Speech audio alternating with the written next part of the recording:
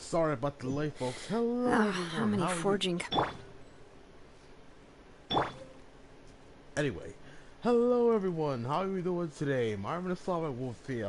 Today we're going to be streaming version 5.1 of Genshin Impact, which dropped last night at around 7 or 10 o'clock. I don't know, but yeah, we're here now, and yep, this is the new character. Zeloen, I don't know how to pronounce that name, but she's a sword geo user, also a member of the Children of the Echoes, much like Kachina. And yeah, this is the new character introduced. I'm not gonna be pulling for her, so I do want to show off how her skills work before we actually start off the quest and whatnot. So based on these stats alone, I can tell she's.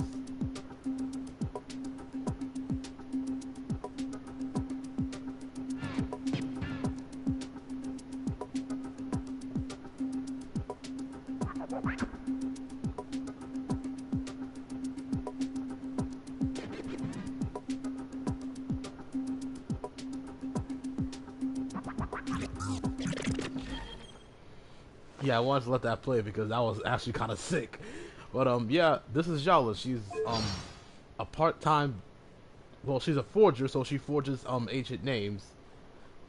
So like a blacksmith, and she's also I'm guessing some sort of part-time DJ or something like that.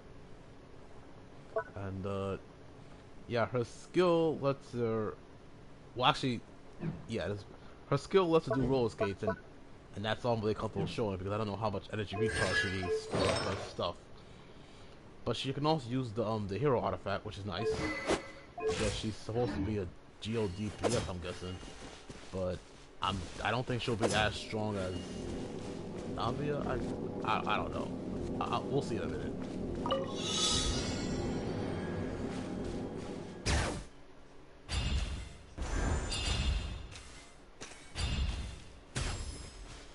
Okay, so I have to hold the skill just to see how that works. Okay.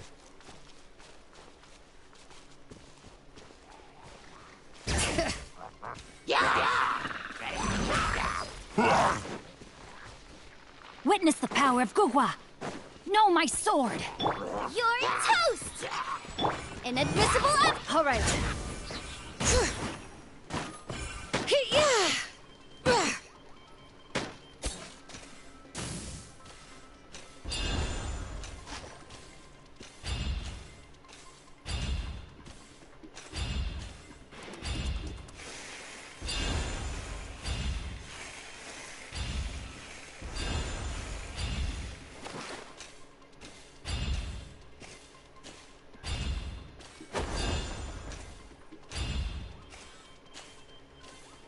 Leave me Let the alone. mountain's veins boil! Let's do this then! Rain cutter. Nice and spicy! Motion to compel!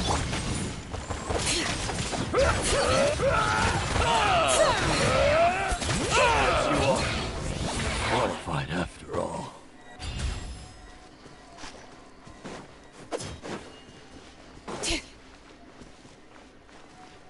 Some sort of normal attack, spamming. But yeah, her personal damage doesn't even seem that good. So I guess she kind of sort of solely depend on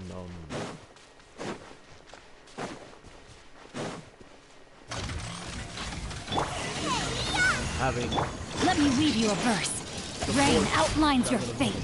Hear the echoes of the valley!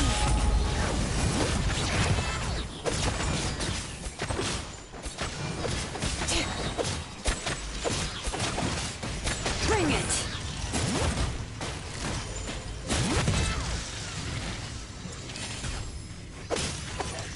Time for your arraignment! All right, let the mountain's veins boil!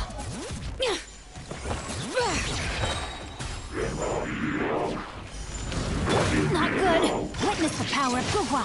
Know my sword. Out of the frying pan, the room! Hear the echoes of the valley!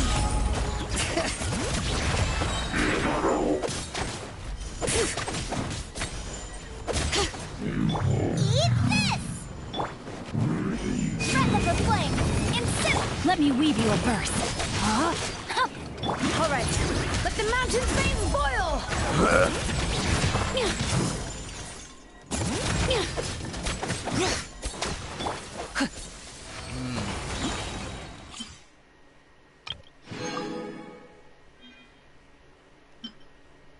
Yeah, much like I mean, I figured out Kachina, Mulani, and Kenichi's skills relatively quickly, but Jowling seems genuinely frustrating to use, so I'm glad I'm not pulling for her because that would just be a nightmare.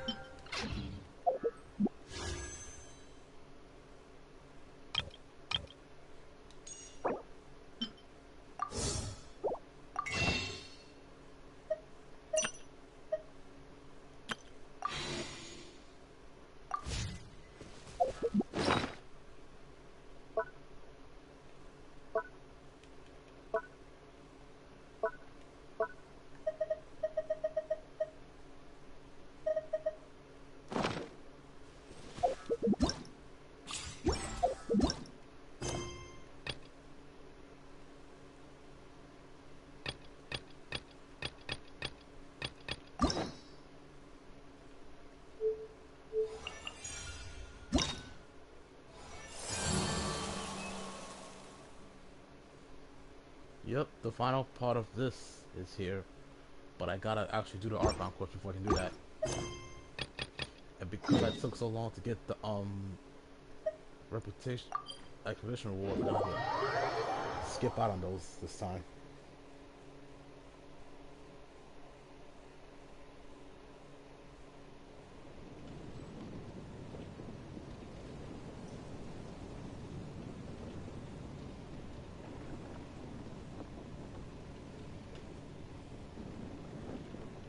can't decide whether pyro slimes taste better with salt and pepper or garlic and herbs. Prophecy in Fontaine. The prophecy in Fontaine? Oh no, what's happened now? Is it raining outside the city? I thought I could hear rain.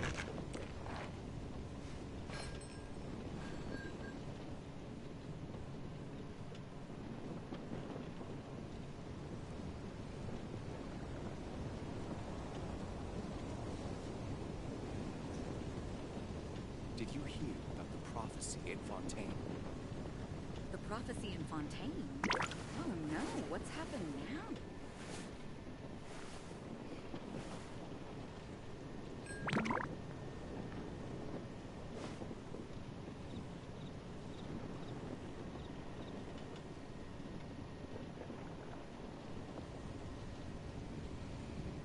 Did you hear about the prophecy in Fontaine?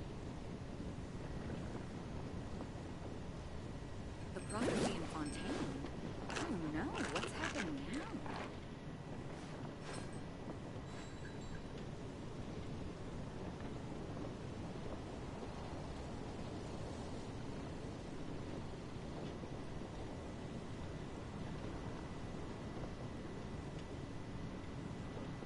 Is there time for a quick Did you snack? hear I'll whip one up in no prophecy in time. Fontaine? The prophecy in Fontaine? Oh no, what's happened now?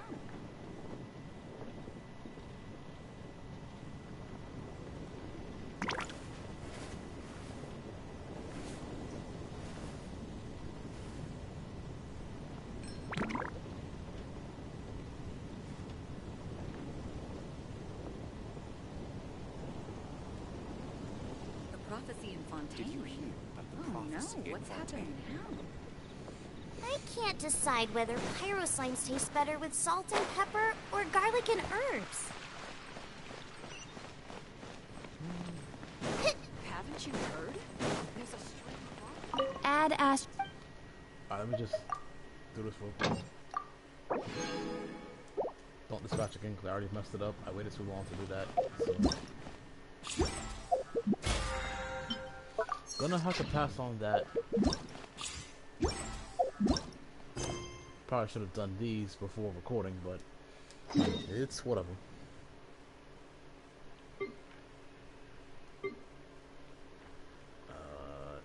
Wait, actually.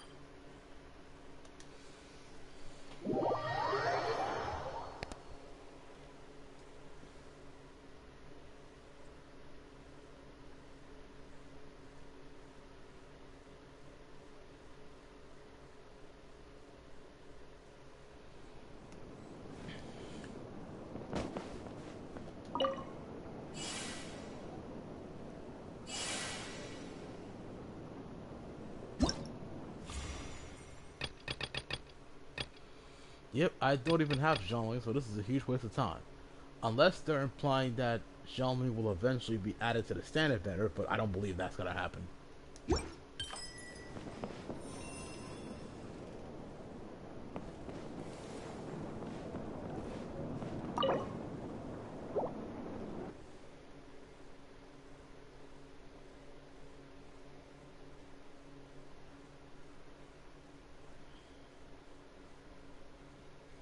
Ain't no way in hell they're gonna add Jean-Ling to the standard banner. So then why the hell would they put a limited time character that not everyone has on the thing? That's so weird.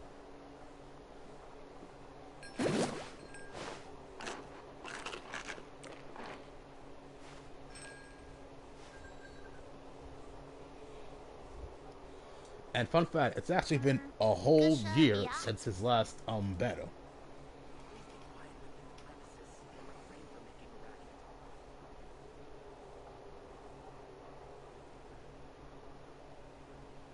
If there's nothing better to do, we could go foraging for ingredients.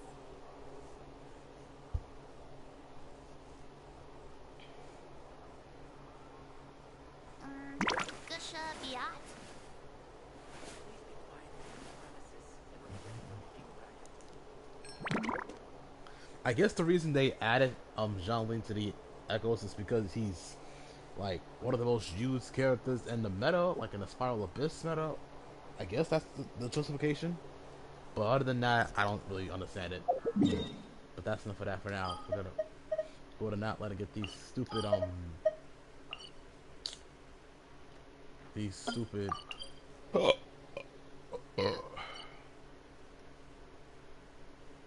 stupid commissions out the way.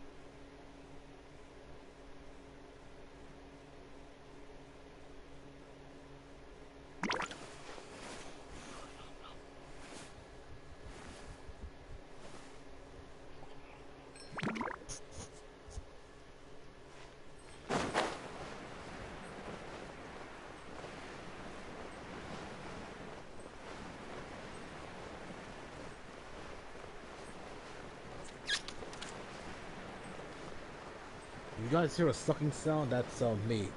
I got a mosquito bite on my finger and it's hurting like hell. Like they say not to scratch it, but it's just like it hurts too much.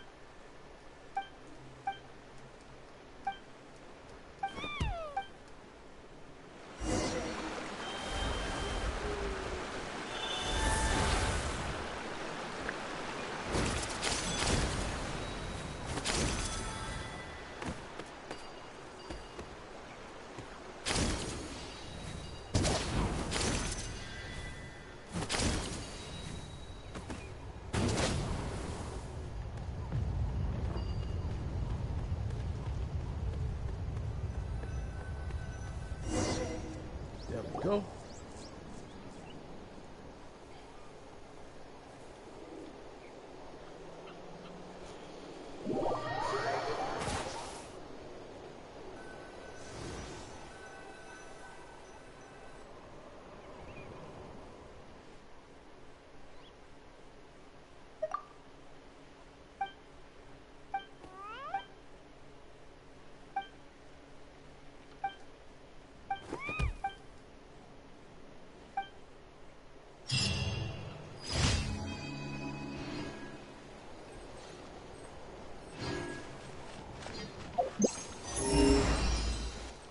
Oh, in case you couldn't tell, I got the Natlan compass behind chest.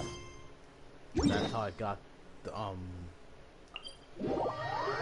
lot of exploration done after the fact that I did all the reputations in the 3 tribes we have unlocked already.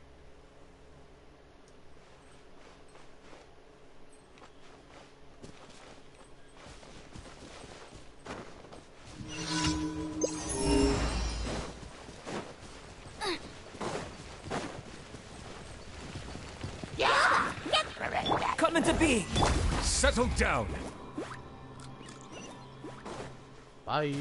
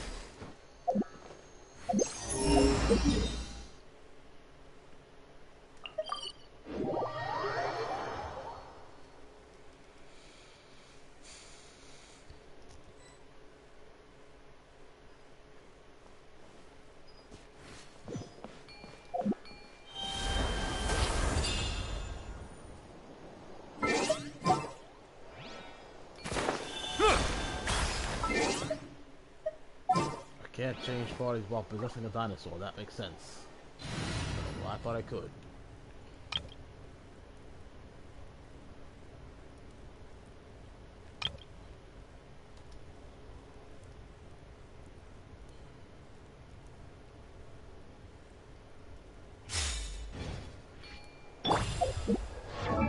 This is the perfect time to tell you guys about something I had recently learned earlier today.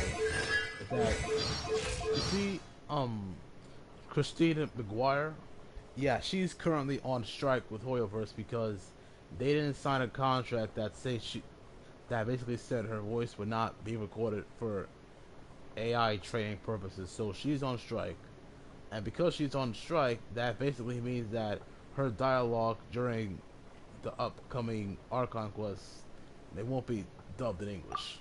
Hello, I'm Kachina, a member of If You're Bored. Yeah, see, you won't hear her voice during the Archon quest, but you'll see that in a minute.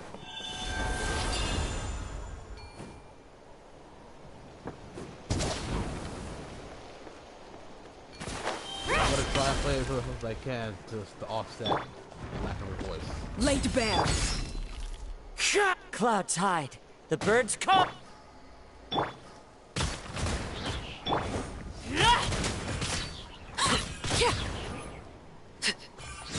Right here.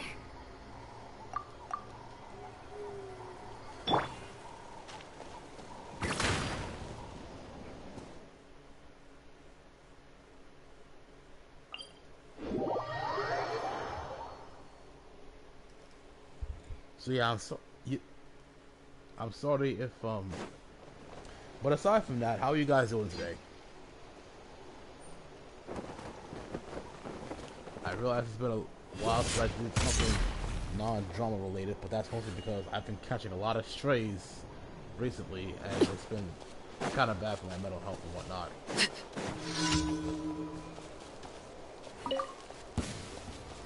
Let's hope you put up a good fight. Transfix. Here comes another. Fallen leaves. Adorn my... Everybody stand back! Well.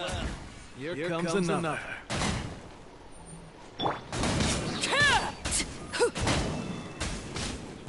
Yeah.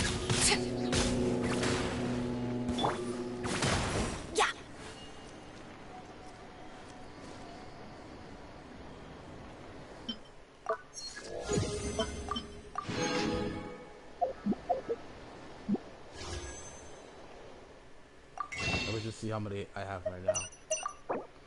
Okay, good. That's before the Archon quest and stuff.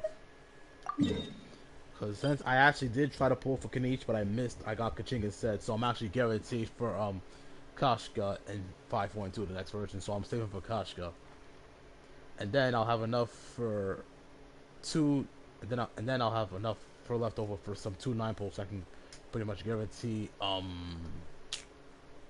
Mavuika, the Pyro Archon, hopefully. But yeah, a lot has to go my way for that to work, but still.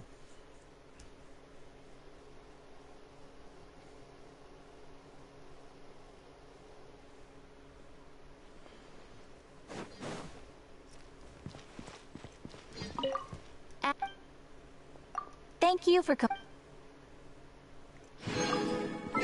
I realized that this stream sounds kind of empty without the music, so let me just put the music back on real quick.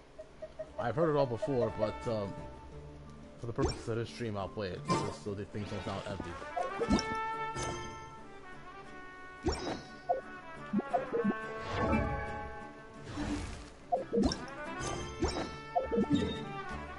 Now, before we actually do the story, the Archon quest, I just want to do a quick recap of where we left off during the last part of the Archon quest. In the last Archon quest, we arrived in Natlan. We met up with Kanich, who was supposed to be part of a tournament called Pilgrimage, during which they compete in teams, and then they fight individually, and then the team that actually wins that part of the tournament gets to fight in a part of a certain like cherry-picked battle against the Abyss Order. And if that team that won the tournament comes back from the war victorious, if any of their team members died, they will be revived as long as they have an ancient name. An ancient name is something of a tether to the nation of Natlan. Like, you have to have like memories and experiences, not of fallen heroes, of people who have died in the wars for Natlan, so to speak. That's kind of how ancient names work. The ancient names are granted by the Hoyoverse, these little spectral creatures of different elements. Like we saw the earth one, we saw the water one, we saw the Benny's grass adventure team one. assembled. And they each have, and each of the 6 tribes has a corresponding Hoyoverse. Or not. Children of the Echoes is Geo, the Science and the Kenneth P, that's the Dendro one, and then the People of the Springs, that's the Hydro one. And Mulani and Kachina actually competed against each other and they lost. Oh, Well, they didn't lose, but like Where they did that won, come from? but then the Abyss Order found a way to stop Mavrika from reviving them, and that kind of put the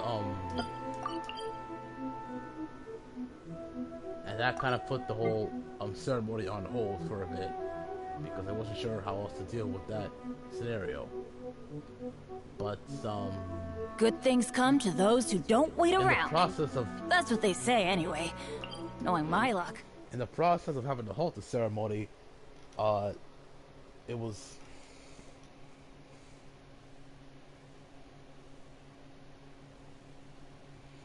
in the process of having to halt the ceremony, it was with the unfortunate side effect of not being able to create more contesting fire to fuel the sacred flame, which is needed to revive people. Mavuika had to sacrifice some of her personal belongings that belonged to friends she made when she was human.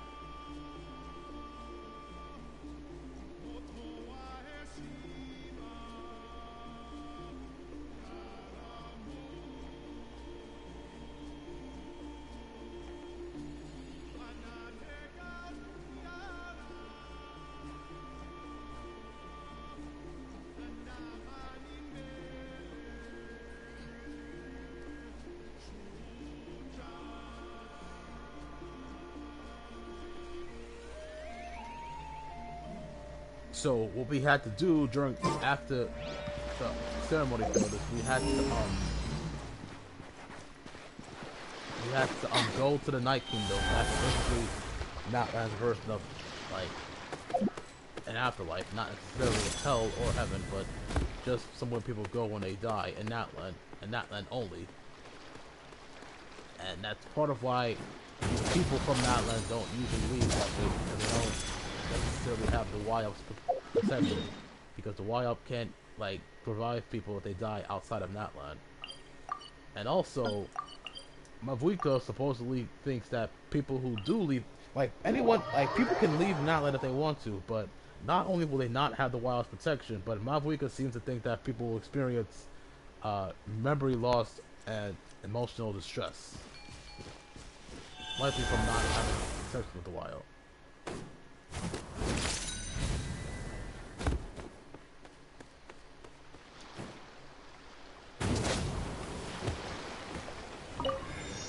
Another here. This is boss. Wait. I want to see the tripping before I do anything like that. Nope.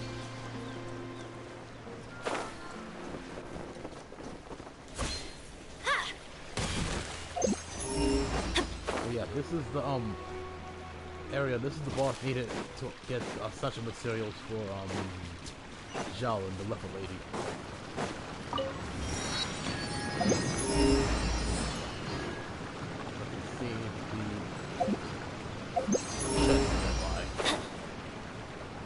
Check just in case. I don't want to fight the boss because obviously, I mean, I'll get one primal gem just for having this boss entered in my list. But Adventure time. Yeah, I'll do it for that.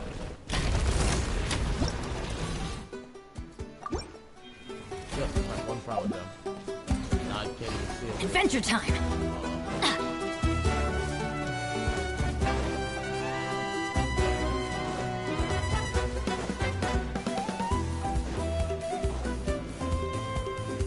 Adventure time!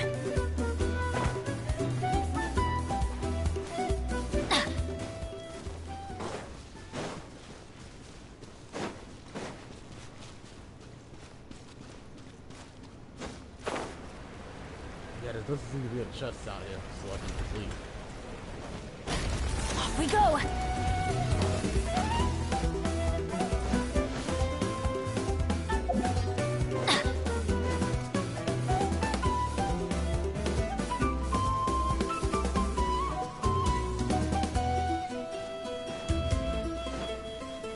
Just here. So I can pretty much leave this area now.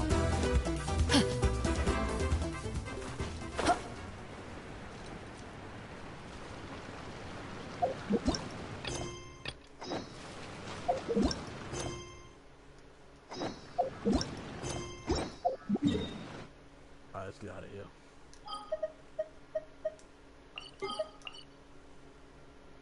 Now, usually I would skip the time in here for the 2 years go by, but I actually want to check on a few things real quick before I do that. So yeah, I'll be right back, guys.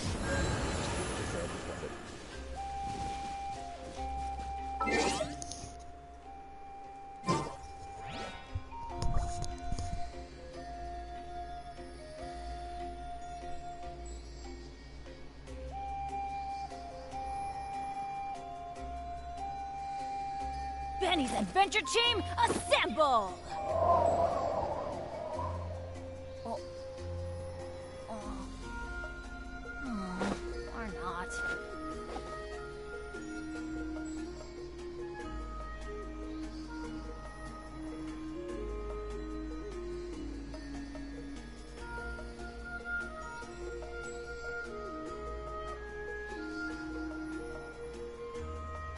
No one's joined me on an adventure in ages. Come on, let's go!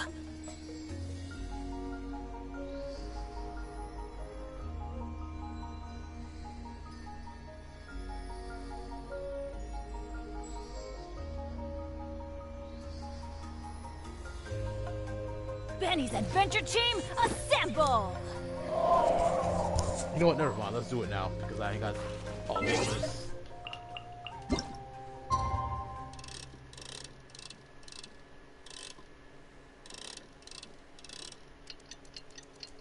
wish you could fast forward this clock, but I guess they haven't figured out how you would do that yet, because all the buttons is a bunch of for other things, I guess. I don't know.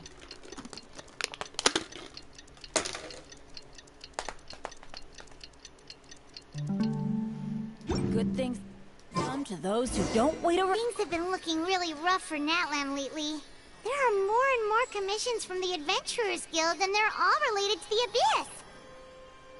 Just waiting around won't do us any good. Let's go and see if there's anything we can do to help.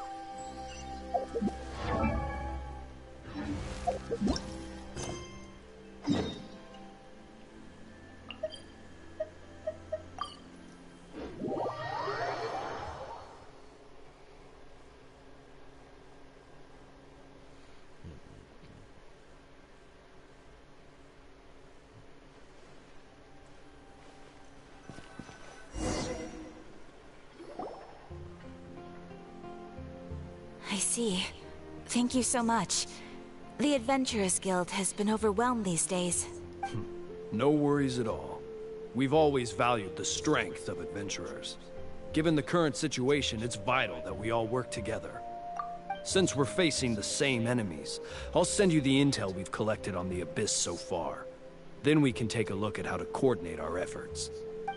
All right. Thank you so much. Hi, Catherine. It's us. Got any new commissions? You two have come just in time. I've got some good news. The Pyro Archon has finished assembling her forces and stationed them all across Natlan. Yeah, if you don't recall, basically the way this thing with the Abyss Order is doing is the Pyro Archon actually had to like find all the members of the 6 tribes with ancient names in order to recreate something called the Grand Alliance, which was actually part of a 500-year-old plan that would drive the Abyss Order out of Natlan once and for all. And so, because there was a time when the 6 tribes were united, and then when the dragons like gained sentience, I don't really understand the lore behind it, but the point of it is that it's taken the Pyro Archon 500 years to like gather the 6 bearers of ancient names from the tribes in order to bring them all back to fight the Abyss one last time.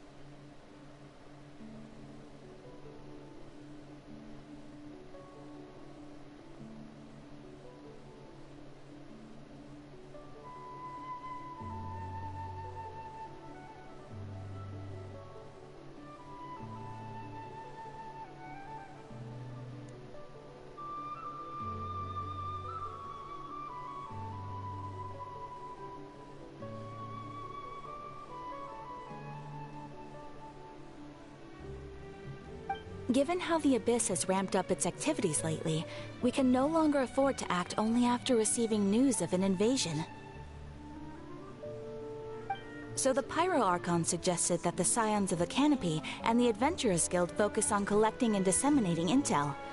That way, we can stay informed of everything that's happening across the land. Once we receive word of enemy activity, we can notify the nearest camp and the stationed forces can take immediate action. Yes, precisely. This should also allow us to focus on gathering information, rather than running around and trying to tackle everything at once. So please also take a chance to relax, you two. You've been working hard these days, and this will be a good opportunity for some well-deserved rest. So that's the plan. Whew, we can finally stop and take a break. Paimon knows that. It's not like Paimon just wanted to lay here and do nothing. The movements of the Abyss are always unpredictable. There have also been times when it suddenly became more active in the past. The people here generally see it as something like an acute natural disaster. Once the disaster is over, everyone will return to their normal lives. We just all hope that day will be sooner rather than later. Oh, right. Most people have no idea just how bad the situation has gotten in the Night Kingdom. And the Night Kingdom was practically destroyed during the last part of the Archon quest, because they pretty much pretty much invaded the Night Kingdom, which is basically like hell for them. And Mavwika pretty much had to open not so much a portal, but more so a chasm leading to the Night Kingdom somewhere in the area. We don't have access to it just yet, but I feel like we will at some point.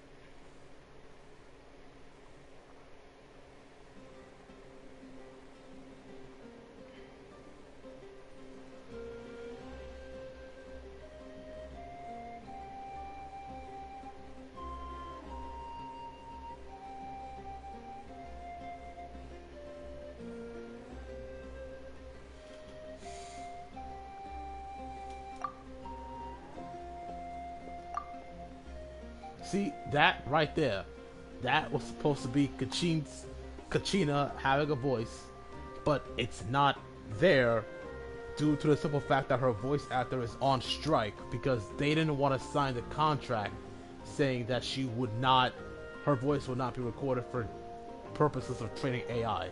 So because of that, none of her lines will have dialogue, which is unfortunate. It really is. But it's something we gotta deal with because I refuse to play this game with Japanese dub. That's just not gonna happen. It's not. I'm sorry, y'all.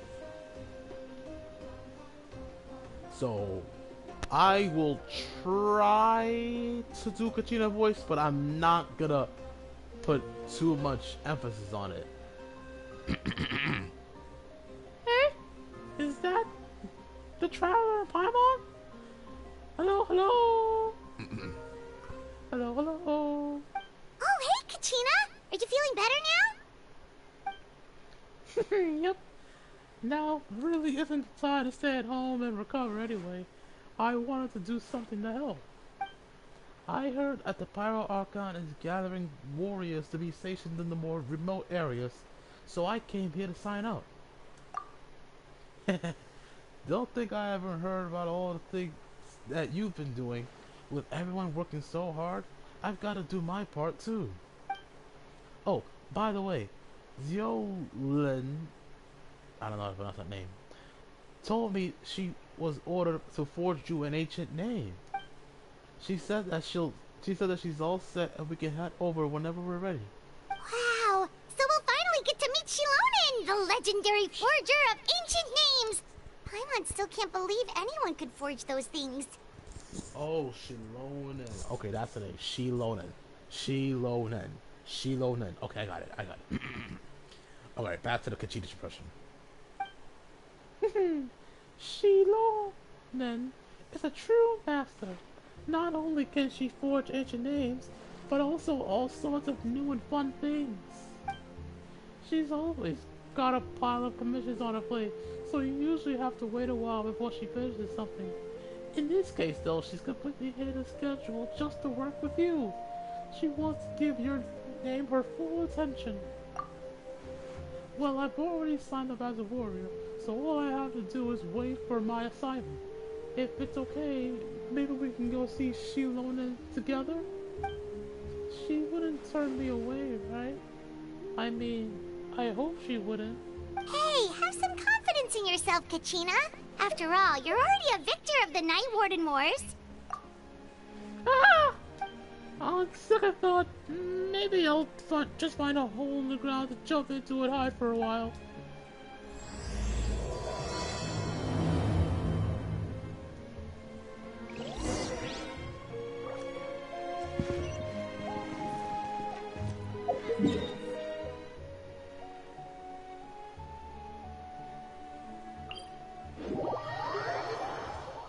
I did not want to have to do that voice impression. I really didn't, but I'm sorry. It's part of the. I have to make sure you guys can understand the context of what's going on, and reading it out loud actually helps me understand the story a bit better too. So I see it as a win-win. Sometimes.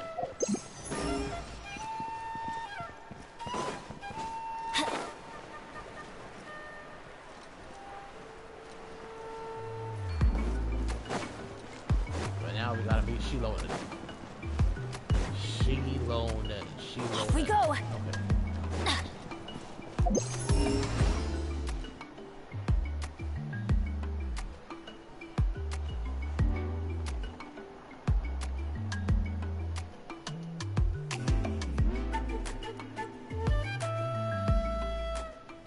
Shilonen!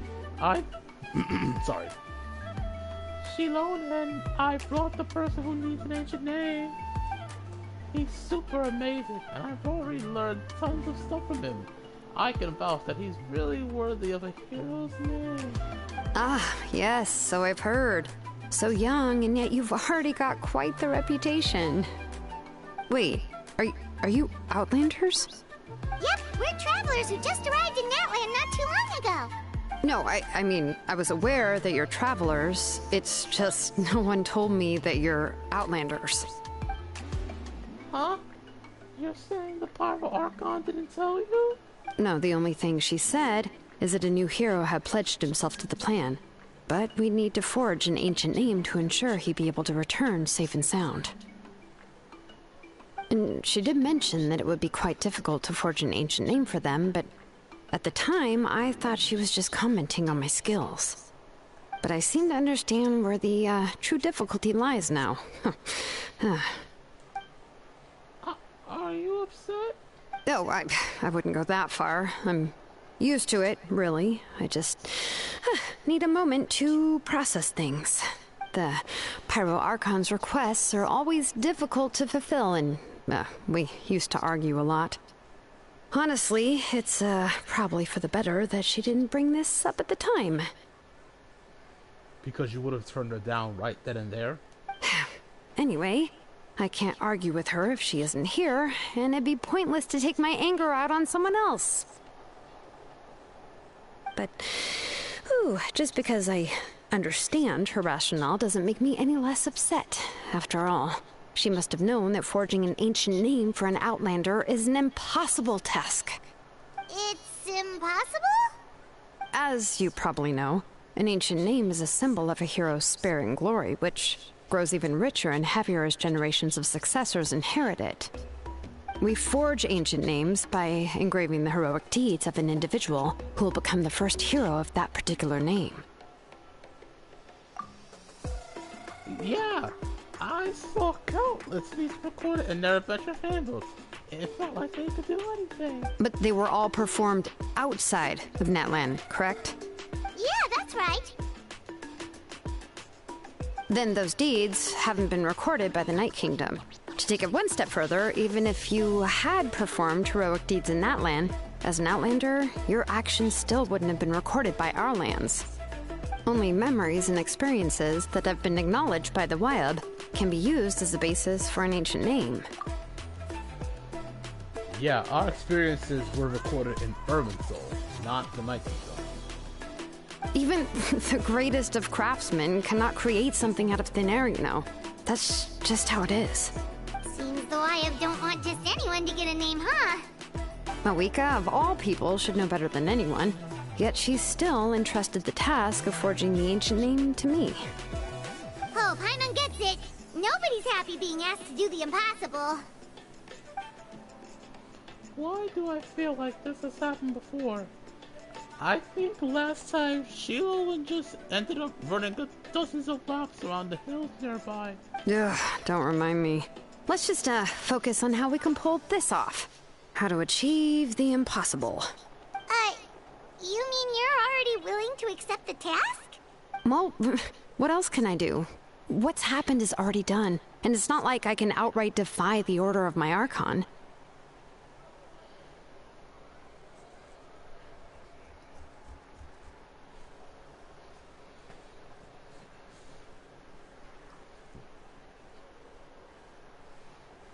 If she gave me this order, then she believes the ancient name is an indispensable part of her plan, and that I'll be able to find a way to make it happen. In other words, the order is an affirmation of my abilities. Whoa, not only has she accepted the task, but now she's looking for silver linings? Maybe that's just how much she and Mabuika trust each other. Yeah, let's see if we can find some special way to pull this off. If we really can't make it work, I'm sure we can go back and talk to the Pyro Archon, right? The key is getting the Wyab to somehow acknowledge the traveler's existence and record his heroic deeds. We heard the voice of a Wyab when we were in the Night Kingdom before. We even had a whole conversation with her. If we can talk to her again, maybe we can figure something out together. Well, every tribe has their own Wyab. How do we know if the one you met is indeed the best one for us to talk to? Plus, considering the unprecedented nature of this situation, I have a feeling that the acknowledgement of one Wyab alone would probably not be enough. Would we need to gain the acknowledgement of all 6 Wyabs? I don't know. That requires a level of knowledge that I do not possess. We need to find a consultant who's an expert on all things Night Kingdom and Wyab. The first person who comes to mind is Lali at the Masters of the Nightwind. The one we call Granny Eatstali. Oh, we've heard that name before. We used her Spirit Speaker Stone to find Kachina's ancient name. A person who can make something like that must be pretty impressive. I'm unsure she'd be able to help. Still, she's older now and quite eccentric. It's hard to even book a meeting with her, given that she's constantly holed up in her room and doesn't like to be disturbed. I've heard that to get her help, you have to be extremely patient with her and know how to keep her spirit up. I hate to break it to you, but... She probably won't be very happy with us. Huh. Why is that? I mean, didn't she already help you before? And you even managed to save Kachina. Well, yeah. At the cost of her Spirit Speaker Stone being split into 2. Huh? Great going, Moeka. We're already off to a rocky start here. In that case, I guess your only option is to try to emphasize that this is an important order from the Pyro Archon. Hopefully, Lali would still want to show respect to the Archon. I'll also write you a letter on your behalf. If you can find someone to deliver it and mention some good things about you, then that should help too. Okay, let's ask Kanish to deliver the letter. He understands. I'm unsure Hope Sahel won't interrupt when he's talking, though. Oh my god, I can't. Alright, Kanish is a seasoned negotiator. I trust that he'll know the best things to say. Great. Then I'll go contact him right now. Please just give me a moment to write the letter, and we can meet up near the Statue of the Seven later. Sounds good. We'll take a stroll in the meantime.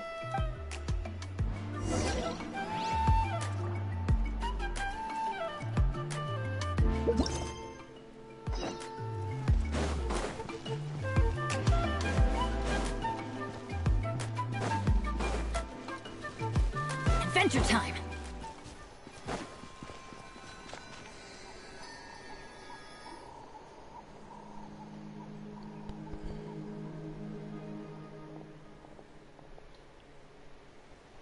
Yeah, he has. Wait, is he one of the people who on? Wait a minute. I need to fact check if he's on track as well. I hope not. I hope it's just something that frippin' the game does sometimes with the opening cutscenes. But just in case, I'll dub his voice as well too. We meet again. Kachina told me everything. I'll deliver the message to the Masters of Nightwind and convince Lali to give you a chance. Oh no! Kanich's actors on strike too. You gotta be kidding me! Kanich's voice actor is on strike too. What is going on, Hoyoverse? Why don't you just? Oh my god! Fine.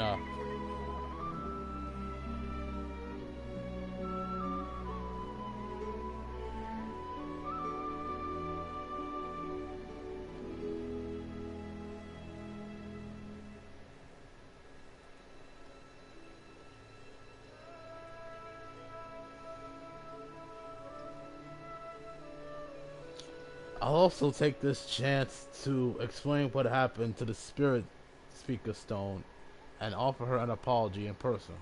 Yeah, I'm sorry to put this on you, Kanich. It's just that you're probably the only person who knows how to deal with her. It's alright. We're all working for the sake of the Pyro Archon's plan, after all. Everyone here understands how dire the situation has become.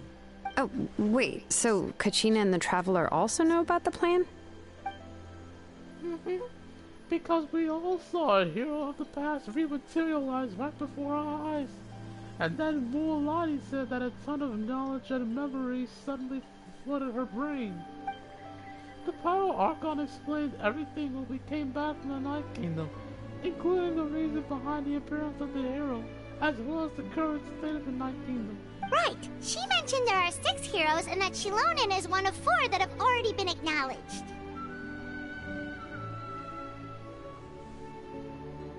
Oh, well, then I suppose there's no need to keep any secrets between us. Having companions walk by your side is perhaps the best solace when facing such a bleak reality. I have another piece of intel to share. We've pretty much identified the person who rescued the captain in Stadium of the Sacred Flame. His name is Oron, and he also hails from the Master of Nightwind. However, he spent most of his life living out in the wilderness by himself, away from the rest of the tribe. That's why his disappearance went unnoticed. By the time Silani finally realized that he was gone, no one had heard from him for quite a while. Seat Lolly knows him too? That's right. Ororon was an orphan raised by the chief of the Masters of the Nightwind and many other kind-hearted people in his tribe. Still, he's had something of an odd reputation his whole life. Odd, huh? Given how the Masters of the Nightwind love to babble about dreams and revelations, they're already a pretty strange bunch to most. I've never met Auroron, but if they consider him the odd one, he's got to be pretty far out there. That's right.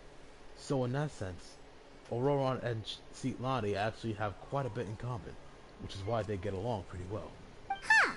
Makes sense. But Paimon wonders how Seat Lolly could be the first one to notice Auroron's disappearance if she spends the whole day in her room.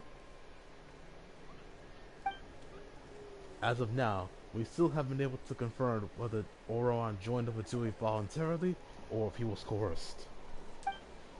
Seat Lolly is probably eager to prove that Auroron hasn't betrayed his people. I plan to use this as leverage when I go to talk to her. Huh, so if I'm following, you mean we'll help her investigate Auroron and the captain's whereabouts? Yes, if you're all on board with the idea that it becomes a mutually beneficial collaboration rather than just a one-sided request. Even though I don't think Seatlani is the kind of person to turn down an order from the Pyro Archon, working together with us will help her focus and not get distracted by the whole Auroron situation. Yeah! Plus, we kinda owe her one anyway to make up for breaking the spirit speakers down.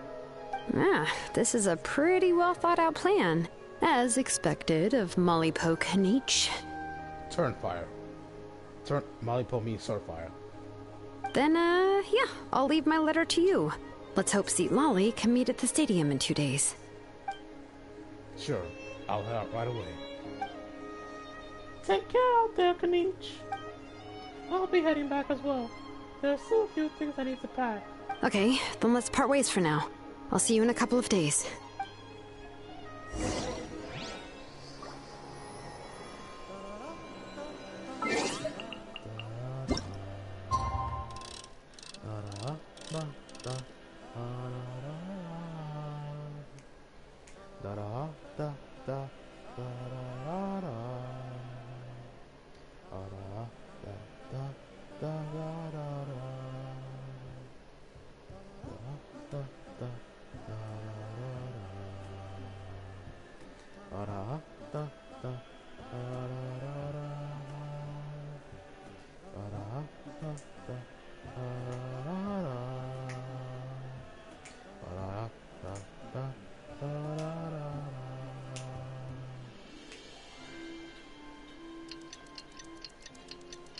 That song, I like that song. It's a bop.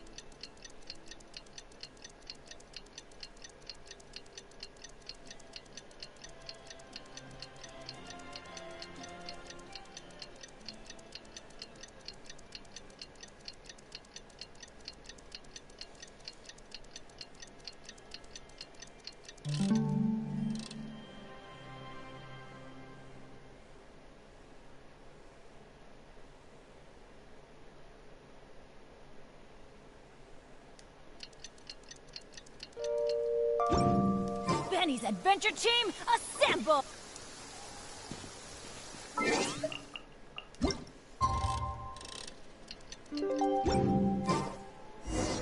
Oh, it's time to meet up with Shilonen. Let's ask her how things have been going. Jinxed it. Now it's bound to rain.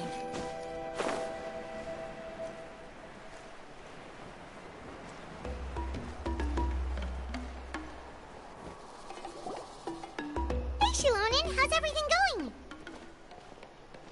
Oh, hi, Traveler and Paimon.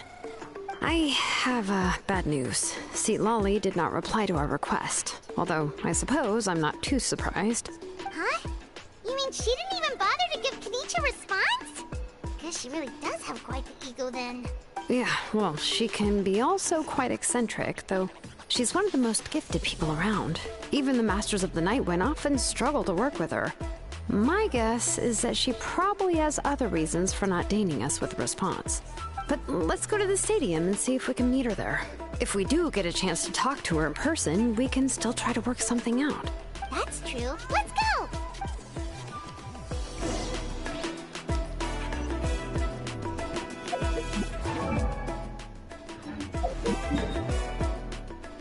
I know who I'm not gonna be pulling for.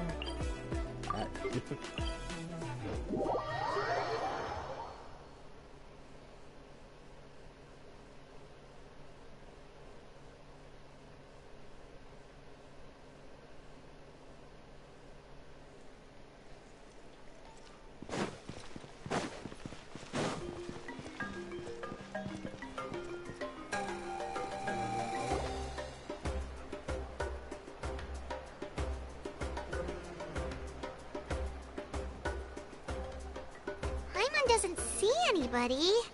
Seems she's just not gonna show up, huh?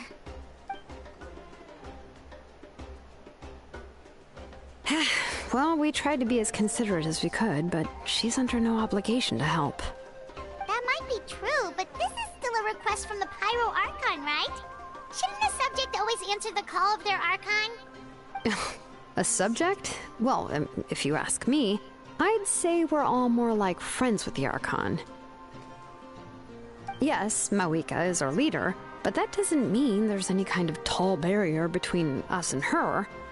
The only thing is that she often has very high expectations of us. Huh. So even though she's super powerful, it sounds like she's actually pretty down to earth and easy to get along with. Unlike that old hag Granny Eatstily, right? Does she think she can ignore us just because she's famous? You all talk about her like she's some kind of huge deal, but she didn't even bother to reply to our letter! Seriously, if she didn't want to come, she could at least let us know. If that's what aging does to you, Paimon never wants to get old. Oh, really? So, that's how you see me? Huh? Who's there? Who's talking next to Paimon? Oh, don't mind me. I'm just a disgruntled old hag, right? Come on, relax. I'm sure my bark's worse than my bite. Huh? See, Lolly. Wait, you're Seat Lolly? You're Granny Eatstily? Yes, Granny Eatstly. But emphasis on Eatstly, not Granny. You must know this trope from light novels, surely. They use it all the time. The young man who's actually the oldest person in the room. The girl next door who turns out to be a seasoned veteran. The wise sage who looks like a little kid. Oh, wipe that look off your face! You've seriously never seen an older lady that doesn't look her age? Okay, well, don't go thinking it's a trick either. See? I'm barely wearing any makeup.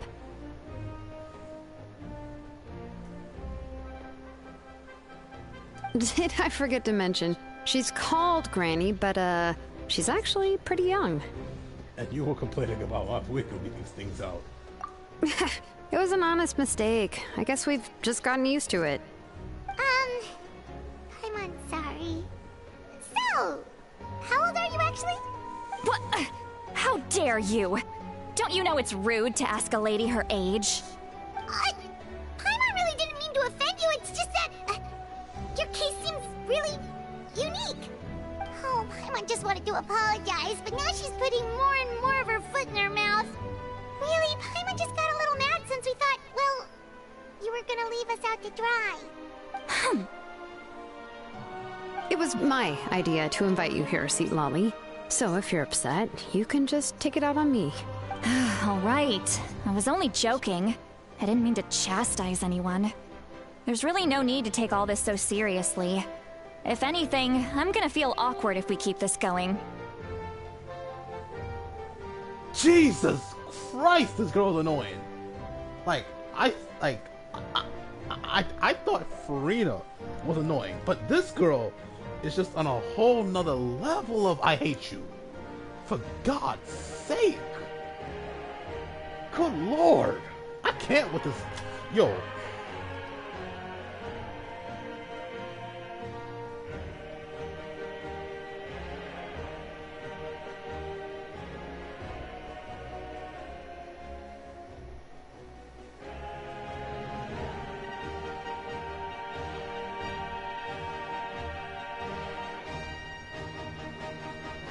Jesus Christ, she's annoying. I can't with this lady.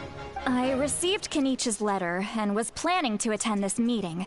Since I had already decided to come, I figured there was no need to draft a reply that simply said, understood. Besides, just showing up is the most important part. No? But, of course... It's also natural for people to get held up by one thing or another as they're trying to leave the house. It certainly was a bit awkward to see that everyone else had arrived before me. At first, I was thinking of quietly sneaking over, but since you were already here waiting for me, I started to think about how I should phrase my apology. Only to hear you all talking smack about me.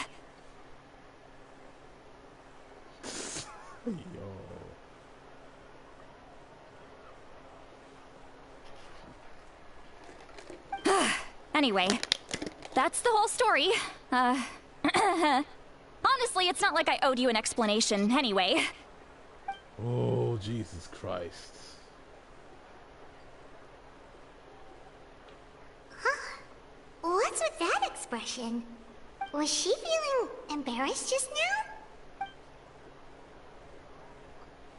Is she waiting for us to carry on the conversation as normal? Everything she's saying sounds like a joke, but I'm not sure if I should laugh. Would it be rude to laugh, or even more rude not to laugh? When the Masters of the Night Wind say they struggle dealing with her, I wonder if the feeling is mutual. She seems to be pretty awkward herself. Everything she does and says seems a little forced. No one's forcing her to act like this, so that's a bold-faced lie. I genuinely believe she's just this irritating in real life.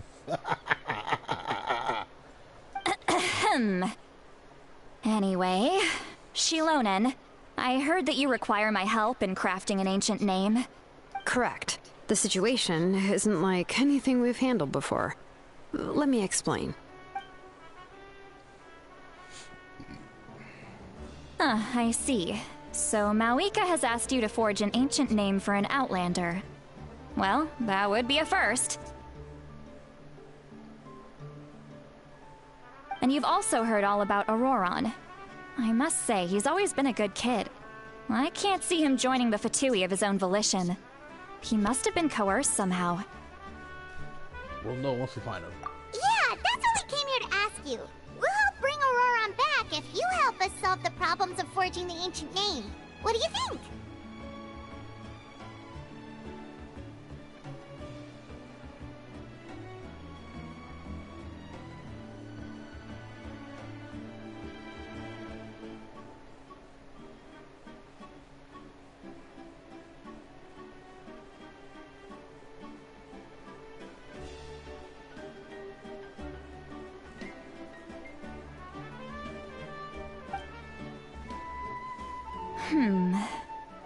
I suppose I'll just call you Traveler for now. Traveler, come here. Let me take a good look at you.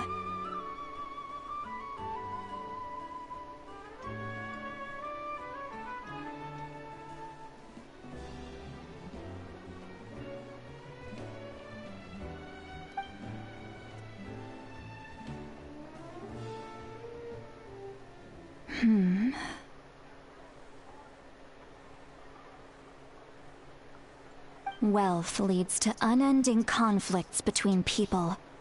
Yet you alone transcend the value of gold. Baleful thunder and wrathful waves bring terror to mortal hearts. Yet again and again, you've braved them to find new worlds. O weary yet free soul, even the most verdant leaf in the forest will pray for your happiness and safe passage. What was all that supposed to mean? Those are all the things that I could see in you. You've experienced far more than even most mortals could dream of. You possess the heart of a sincere hero, along with the conviction to lift a torch above your head and walk headlong into the night. Huh? Don't move. There's something here. Huh? What thing? Don't scare Paimon. Is the traveler gonna be okay? Shoo! That should do it. You've just returned from the Night Kingdom, so some fragments of souls were still stuck to your body. No need to worry. I've just cleared out the last of them.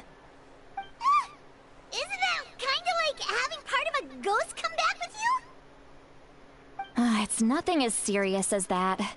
If left unattended, the most it could do is stir up some chaos in your mind, and generally worsen your mood. Well, in that case, better to get rid of them. Thank you. It was nothing. Shilonen, let's follow your proposal. Once you've brought Auroron back, I'll take you to see the Lord of the Night. The Lord of the Night? But don't we need to talk to the Wyab of the tribes?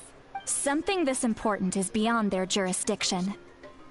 Only the Lord of the Night can decide whether we can grant an ancient name to one who does not hail from our lands.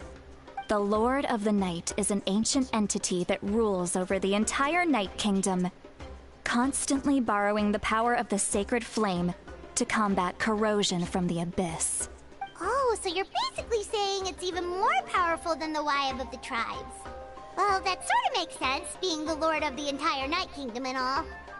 Not exactly. It's not so much that one's more powerful than the other. But never mind. That's not important. It would take too much time to explain. Just listen carefully to what I'm about to tell you. The Lord of the Night is currently in a deep slumber, and we can only communicate with its consciousness while in a trance. In other words, in a dream. But I will need to prepare a few more things if we are to hold a ceremony to achieve the state of the trance. I'll make a list. Can any of you get everything for me? I can go.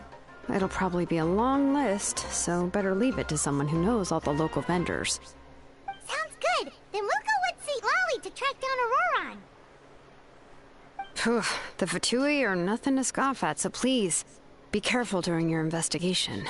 If you need any help, just come find me. Yep, we'll be sure to play it safe.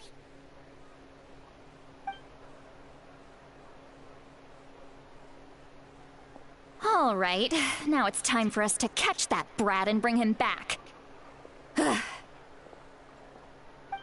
I'm sorry I made you wait earlier. It was actually because I decided to swing by Auroron's place to look for clues. He has always lived alone, and I found a broken jar in his house. There was also something off about his phlogiston aphids, which I assume is because their keeper has been gone for quite some time.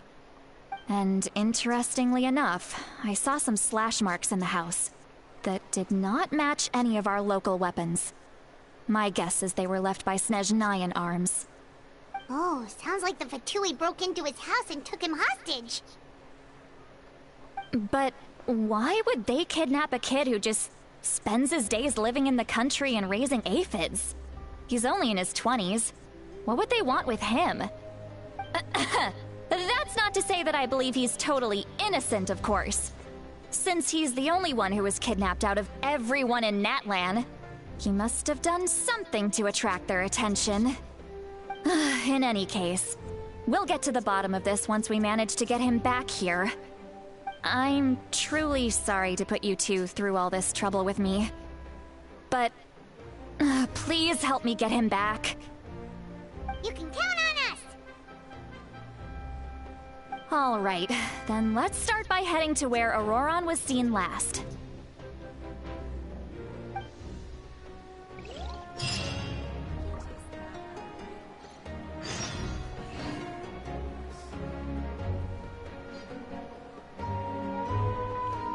Okay, so she's maybe not as insufferable as I thought she was.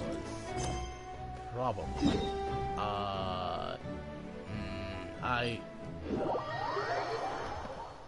I gotta see, man. I hope she's not that insufferable. I really do. I don't want to hate her. I don't want to hate her. I really don't. Adventure time! Off we go! Adventure time!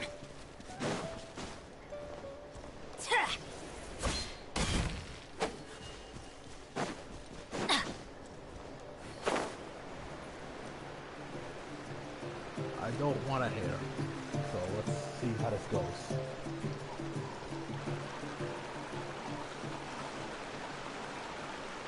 This is the spot. An eyewitness claimed to have seen Auroron speaking to some Fatui soldiers here. I don't know how much you're willing to believe me, but Auroron really is a good kid. I see no reason why he'd suddenly get involved with the Fatui.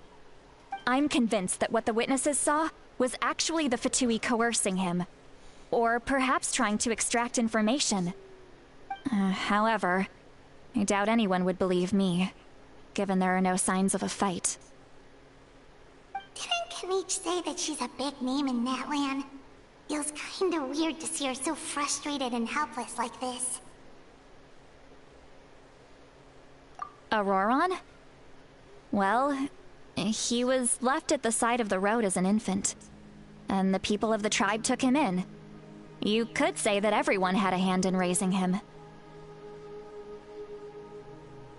He learned a lot from us, and once he reached adulthood, he built himself a house out in the countryside.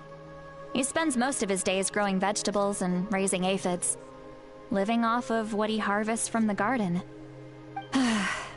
He's always been such a good kid. He would even get his friends to deliver whole bags of fresh produce to my place. If that's all there is to him, then he really doesn't sound like a bad person. Oh well, let's keep looking. He can answer all of our questions once we find him. He's been raising phlogiston aphids for a long time, and since they were disturbed, they secreted a special type of phlogiston. We can use that substance to track his movements. Let's follow the phlogiston trail. Huh? What trail? Paimon doesn't see anything. Oh, right. I forgot your eyes don't naturally perceive such things. Here, give me your hand.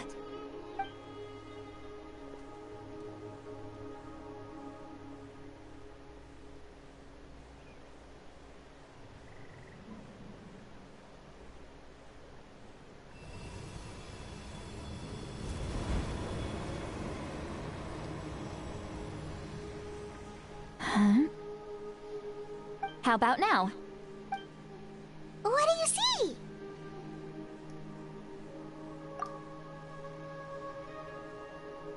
Whoa, Paimon can see it now too! That's right. I used a spell to temporarily transfer a portion of my senses to you. For a short while, you'll be able to see the phlogiston too.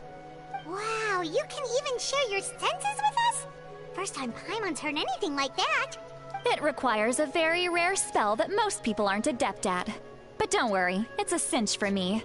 Between the two of you, it seems the Traveler's senses are a bit stronger than Paimon's. When I held your hand just now, I could sense that you've got a great affinity for phlogiston. You're extraordinarily gifted. Anyway, we'll need to use our vision now to track down Auroron. Good luck, you two. Over here, this way! See, Lolly might say a lot of deep and confusing stuff, but this spell of hers is really something. What was that? Oh, Paimon was just complimenting you. Really? Okay, so she's not a bitch, but she is extremely sensitive. Like, for real.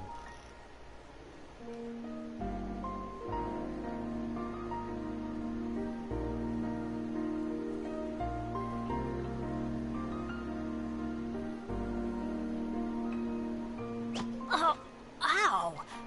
Where did that come from?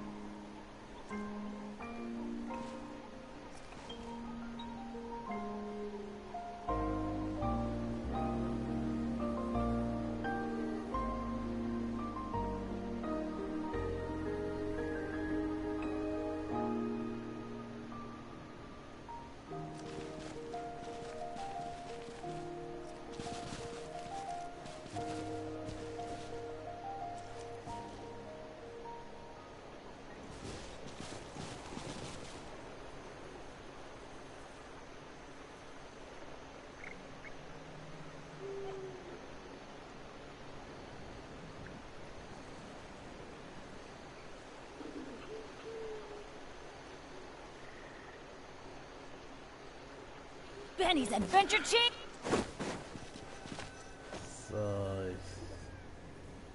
What does she mean by deep and confusing? As far as elderly shamans go, I'd say that I'm already pretty easy to talk to. Lies. Is there any other old hag who's as fluent in the language of the youth as me? Nope. You are not easy to, you have not been easy to talk to, so that's a bold-faced lie. Stop lying. Stop the cap. Stop the cap. You're lying. You're lying through your teeth. You have not been easy to talk to. Stop it. Stop it. But is my way of speaking still not trendy enough? I've already tried my best to match their speech patterns. But given the looks on their faces just now, or perhaps I'm still not fashionable enough? But that can't be, right? Don't tell me they're still getting the impression that I'm super old-fashioned. Huh?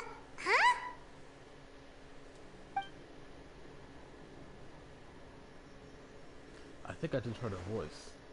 Wait, but it wasn't within my ears. Was it all in my mind? Was that Seat Lally's voice?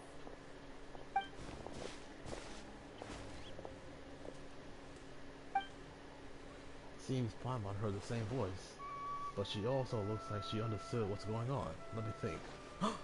It must be the spell she cast. Now that I think about it, it's a good thing I found some helpers this time. Some things are best done with the help of friends. So now we can hear her thoughts through telepathy? This is amazing! Something like this can only happen with Seat Lally. Oh? They appear to be feeling quite confident. Looks like our work will go smoothly. You bet. Just leave it to us.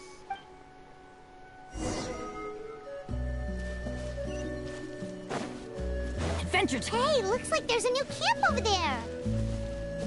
Let's go take a look. That little brat, I swear. I just hope he hasn't gotten himself into any real trouble.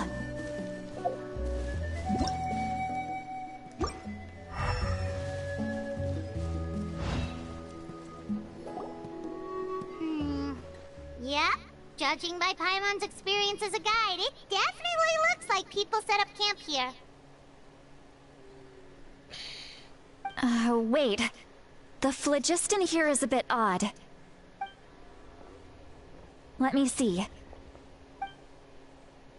Paimon sees a small shape here. Could it be some sort of symbol? This is a distress signal for the Masters of the Night Wind. Only someone from our tribe would recognize it. So Auroron was indeed being threatened. We've got to find him. Fast. Leaving such a subtle mark implies that he was trying to be discreet. In other words, he was probably under the Fatui's watch. If they notice us, we can just charge in and fight them to the death. But what if my darling grandson is also there? I can't have him caught in the crossfire.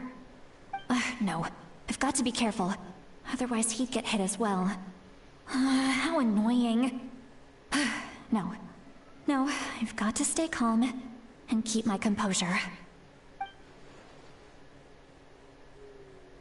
She has a grandson?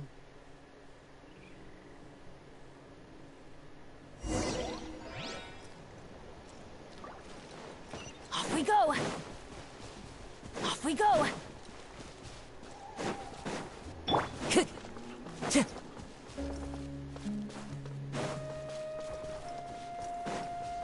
Time to go.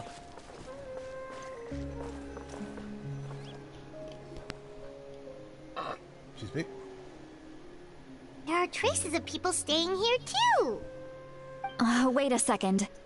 The phlogiston around here is jumbled up. I can also smell a mix of elements in the air. Pyro, electro, and some other elements as well. Kanichi told us that you were super amazing. No wonder you can sense so many more things than us.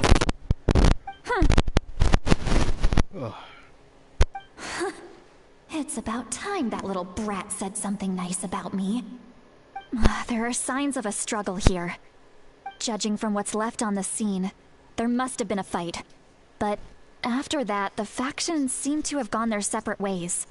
Both the phlogiston and the elemental traces in the air support that. Do you still remember the little mark we found before? Paimon's thinking, what if Auroron wanted to leave another distress signal, but was caught by the Fatui? See, Lolly looks pretty worried.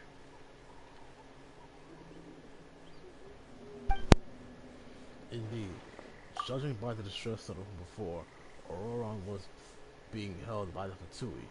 So, given the difference in numbers, you probably wouldn't have been able to overpower them. Given there are 2 signals leading from here, we should split up as well. I'll take this direction, and leave the other one to you. Let's meet up again later.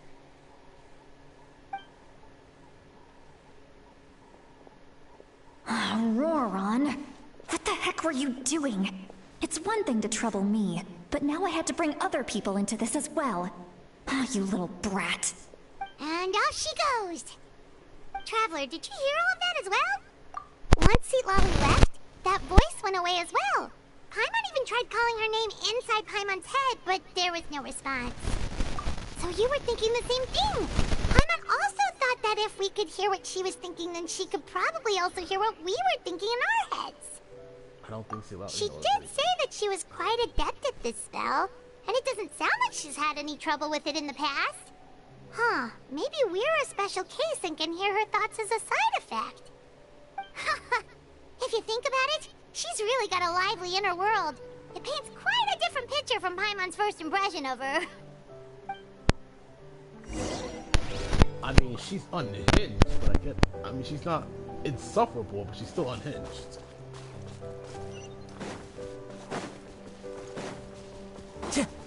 Time to go. Paimon sees some traces here. Let's follow them and see if we can find anything up ahead.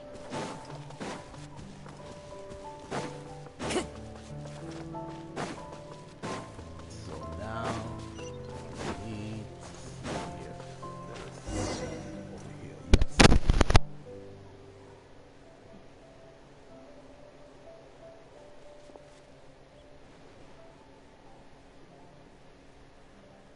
There are traces of phlogiston here, but... Did you find something? The trail ends here. Huh. So we can't tell where Auroron might have gone from here. That's weird. The phlogiston trail suddenly stops. We can't make anything of these footprints either. But he can't have just evaporated into thin air, right? We know he wasn't alone. He had all those Fatui with him. Paimon's right. This is all extremely strange. Also,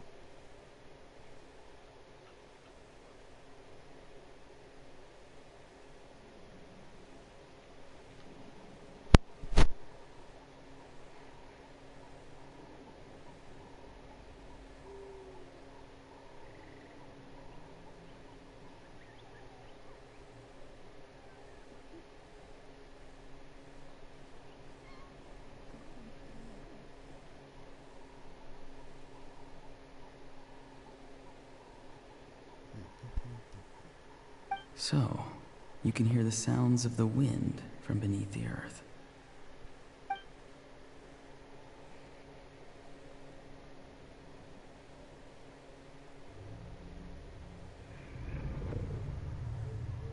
Whose voice was that just now?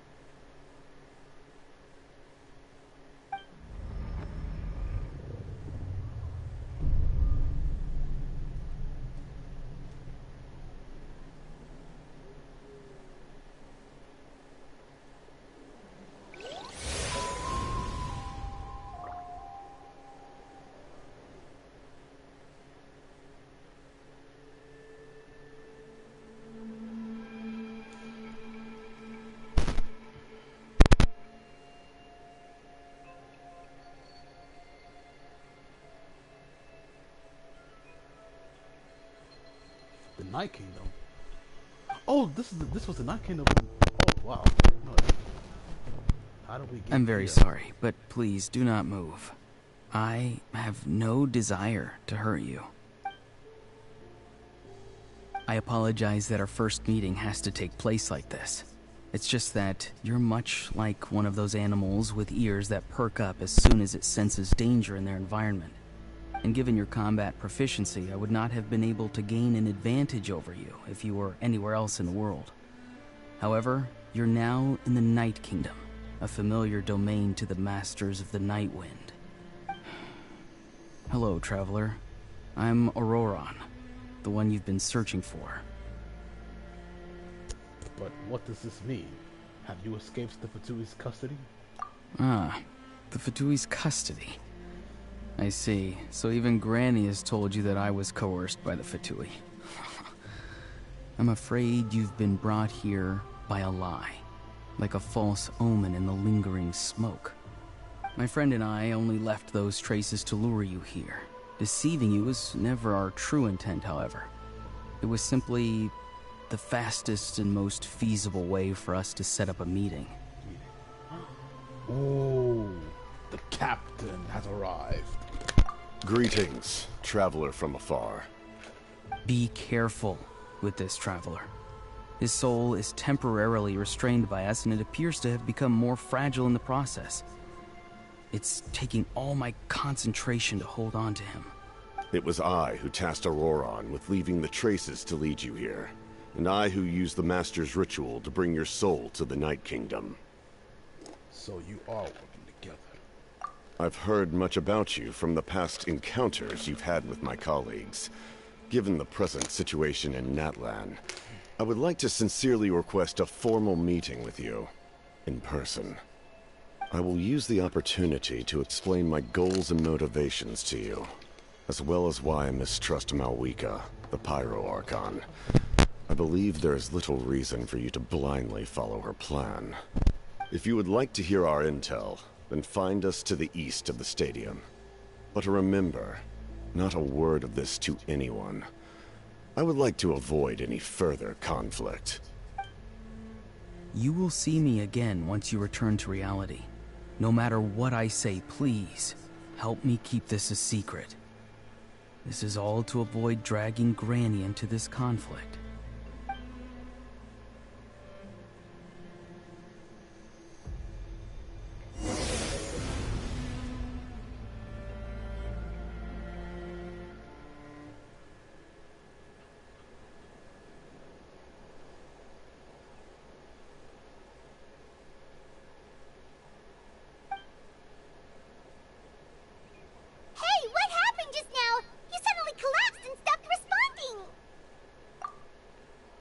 My soul forcibly removed from my body just now.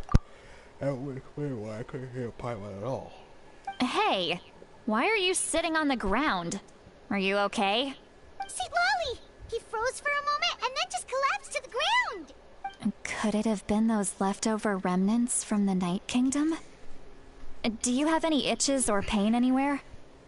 I'm fine, just a little lightheaded. We can take a short break. Sorry, I know I asked for your help. But had I known you were feeling unwell, I wouldn't have taken you on this trip with me. If they were being truthful, then they must have reasonable motivations for what they did. But should I trust them? I could just share everything with Paimon and see Lolly right now, but that means giving up on the lead. I still haven't had many dealings with either the Fatui or the Masters of the Night Wind. I suppose I'll keep quiet for now and see if I can find out anything else. If you're feeling sick, you should just say so. See, Lolly should be able to, exorcise any ghosts or weird stuff that you picked up in the Night Kingdom. A seasoned traveler must know the importance of not pushing yourself beyond your limit. If you need anything from me, just say the word. In any case, let's take a bit more time to rest now.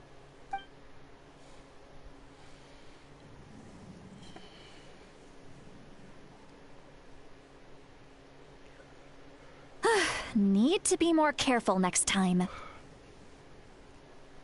Feeling better yet, Traveler? All right, let's get ready. I followed my phlogiston trail earlier to a stronghold guarded by soldiers. I have a feeling that Auroron is probably being held inside.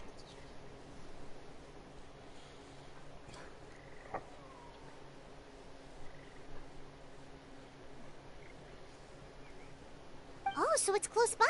Then let's head over right away. I'm so sorry. I didn't realize I was holding you up.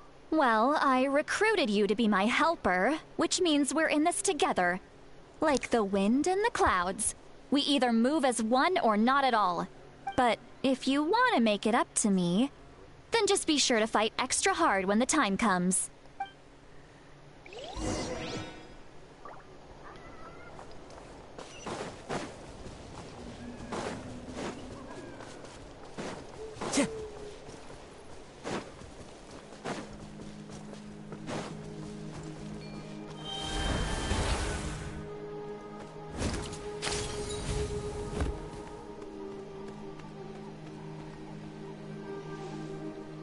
Look over there.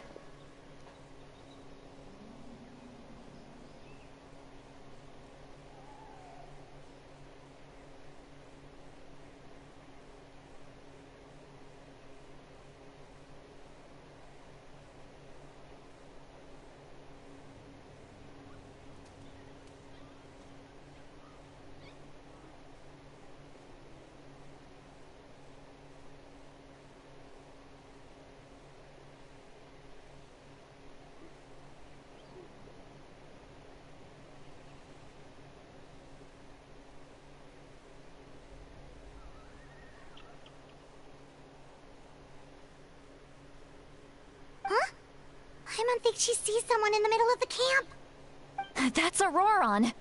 So he really was taken by the Fatui.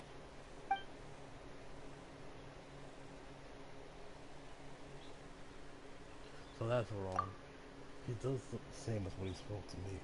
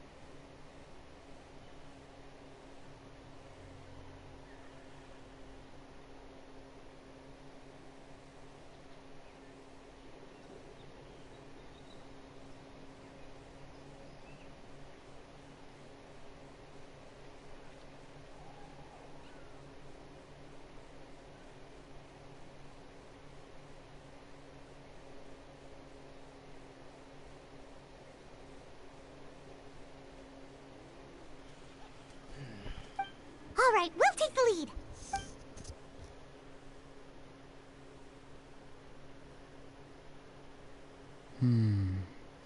Hey, quit daydreaming. Don't you have work to do?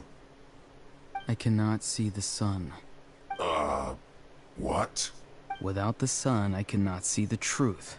You are currently blocking the light, so I must beseech you to move aside. Huh?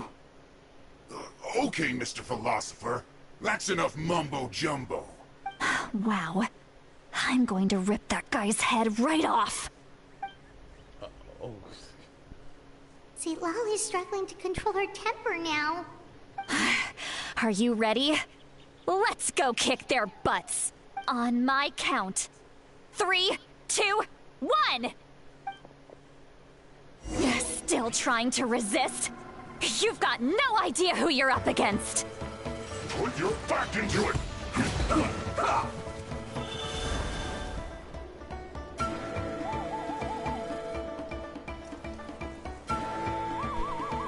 Into the wind.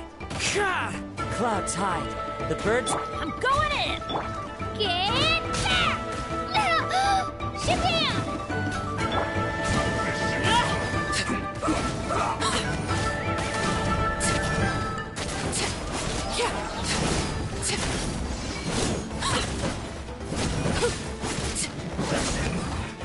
This isn't good. Breaking a sweat! Lay the bed. One with wind and cloud. Everybody stand! Here goes!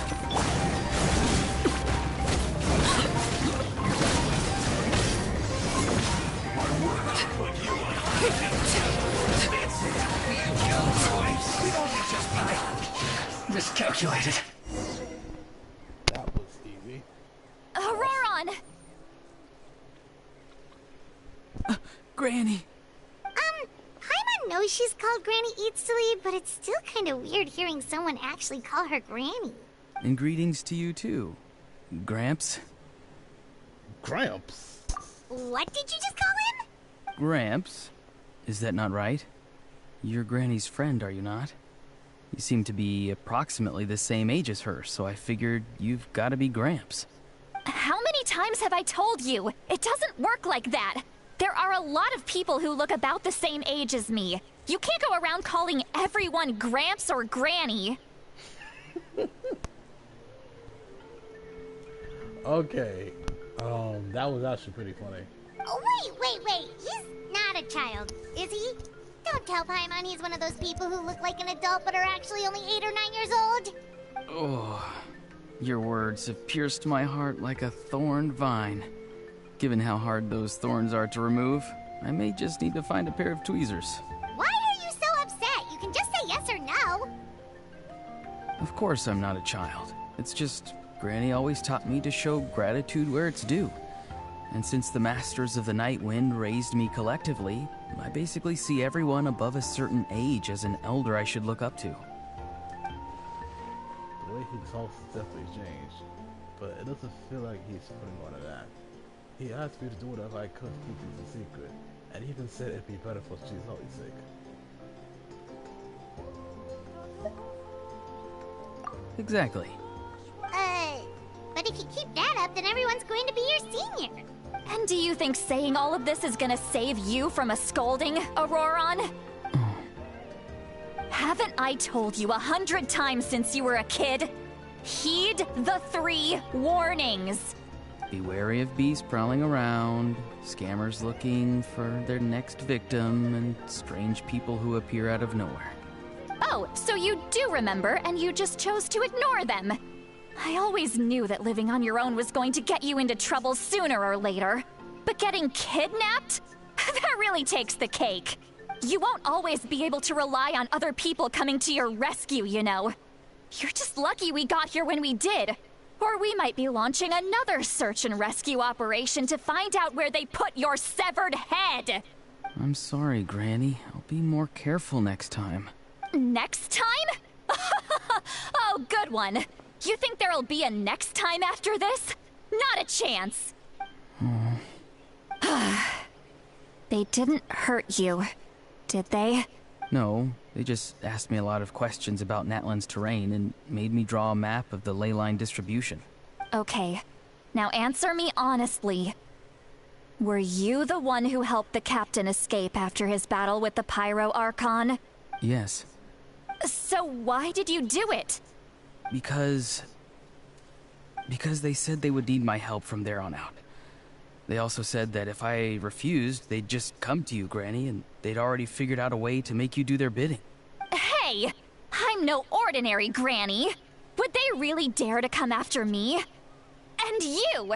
Did the gods give you a brain just for you to not use it? Did you really believe everything they said at face value, and not stop to think? Thankfully, the Pyro Archon only asked that we find the mysterious individual from the Masters of the Nightwind, and didn't slap your name on a wanted poster. Don't think for a second that she doesn't know what's happening. Even if the truth that you see will soon manifest into reality, there is still no need to preemptively panic. Have you forgotten the words that I've taught you? I'm sorry. Forget it. We can submit the details of this camp and the defeated Fatui as evidence of your innocence. Let's clean this place up and get back to the city. Auroron, you better remember this lesson well and seriously reflect on your actions. Also, once we return to the city, come to the speaker's chamber with me. I'll need you to explain everything. Sounds good. Should I bring some of my homegrown vegetables as well? Your vegetables? Yes. I grow a lot of fresh produce in my garden. I hope the Pyro Archon won't be too picky about the selection. Now's not the time to be thinking about that. If you do come face to face with the Pyro Archon, the first thing you should do is... recite the 3 warnings. Huh? No! You should emphasize that you were not in cahoots with the Fatui! How exactly did the Masters raise this guy? Oh, right.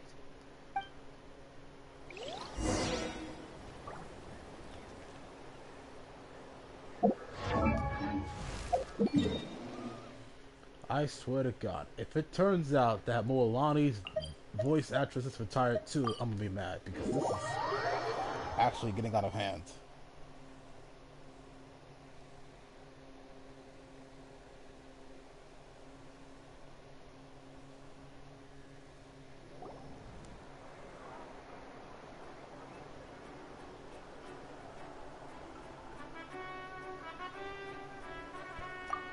I see.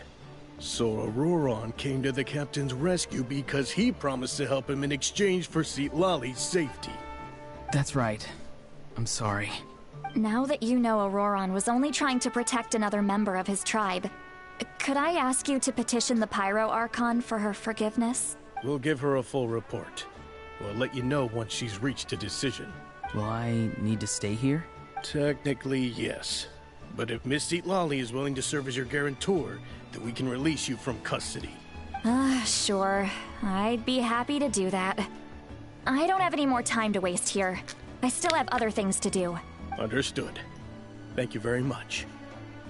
Mr. Auroron, please report back to the Speaker's chamber as soon as you've received notice of the Archon's decision. I understand. Thank you. And thank you too, Granny. Well, at least you won't need to hide your face anymore. Traveler, Paimon, thank you very much for your help. And don't worry, I haven't forgotten about my side of the deal. Once Auroron is settled, I'll go talk to Shilonen and get started on forging an ancient name for you. Oh, thank you! You scratch my back, I scratch yours. It's as good as done. You can just go twiddle your thumbs or something while you wait for the good news. Bye for now. Come with me, Auroron. We've got to find you a place to stay for the night. Goodbye, Gramps. This little Gramps not to find its way too polite.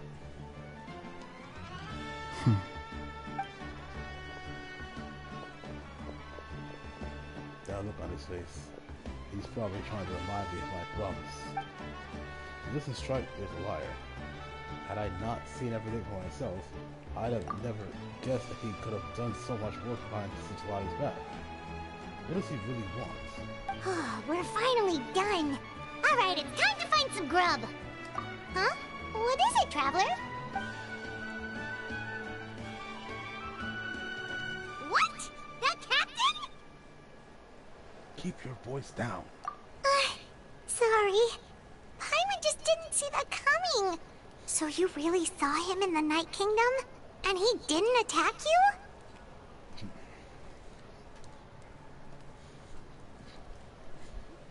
Oh, that Auroron, what is he up to? He sounded earnest enough just now. Paimon would have never guessed anything was happening. All that stuff about protecting Seat Lally and being forced to help the Fatui, when he's actually been a willing accomplice all along. I'm still not completely sure about that. Yeah, you're right. Still, Paimon appreciates you telling her about this. Paimon will support your choice no matter what, so if you want to go, we can go together. We still have another whole day before the meeting, so we'll just meet with them when the time comes. And now I will actually wait for the timer because I gotta do something real quick. I'll be right back.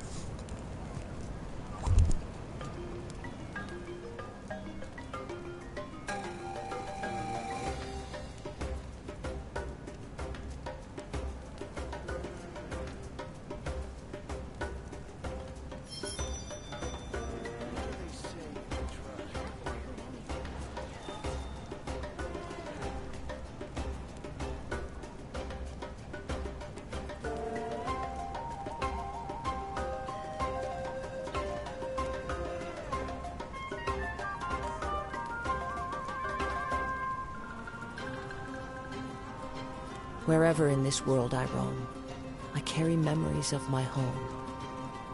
This blade, it is the last link I have to the land of my birth.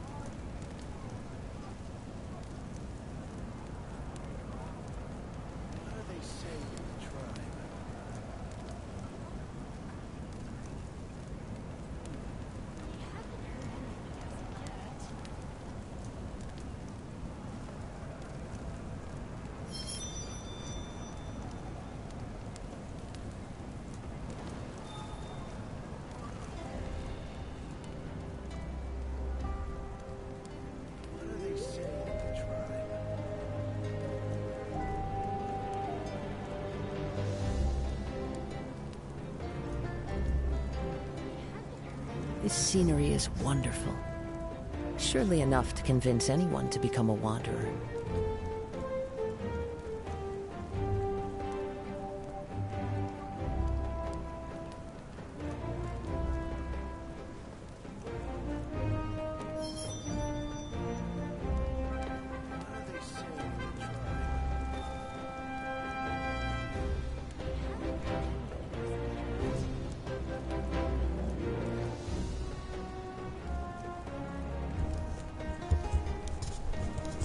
Never mind on that part.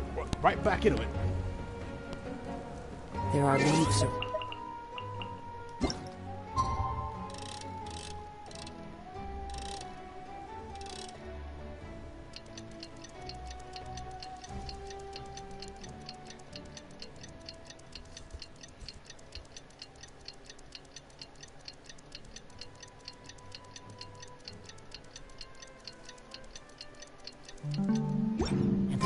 just the tune to accompany them, if you wish to hear it.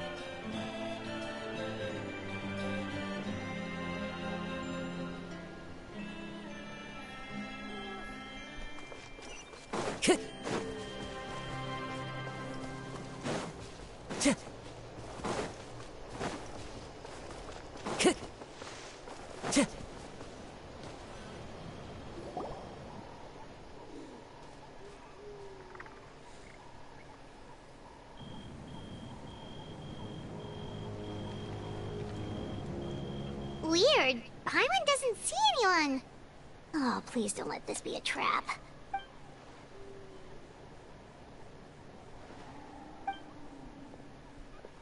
What was that? Good evening. Nice to see you again. It's you. You shouldn't pop up from behind people like that. What are you, a ghost? I'm terribly sorry. It's just a force of habit.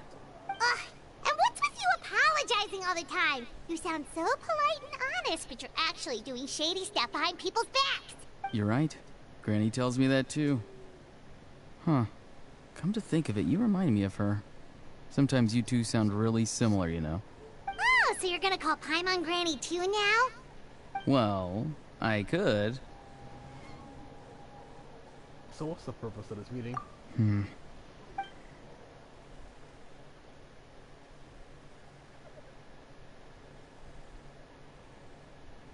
It's all clear. Over to you. Excellent. The fact that you showed up proves that I was right about your character. Yet, there's been a lot of talk about you. Child told me that you're passionate about the unknown and willing to take risks. Rather than facing you as an enemy, I would much prefer to bring you to my side. If we allow the current state of things to continue, we will inevitably clash. And that's a scenario that I'd very much like to avoid. Why? I've long heard of your exploits across the nations. Though you have crossed swords with my colleagues many times, I know that you are by no means an unreasonable person. And once you've learned the truth that the Pyro Archon Malwika would never willingly share with you, you may just find it in your heart to consider my proposal. I assume you've already been informed of the Pyro Archon's plan. In order to defeat the Abyss and save Natlan, she still needs 2 more heroes to appear. Wait, how did you know that? Never mind. Guess that's not important now. I've long kept a close eye on her plan. To be frank, it's an exceedingly risky plan. Will the heroes really appear? And even if they come to her, will their power be enough to drive the Abyss back?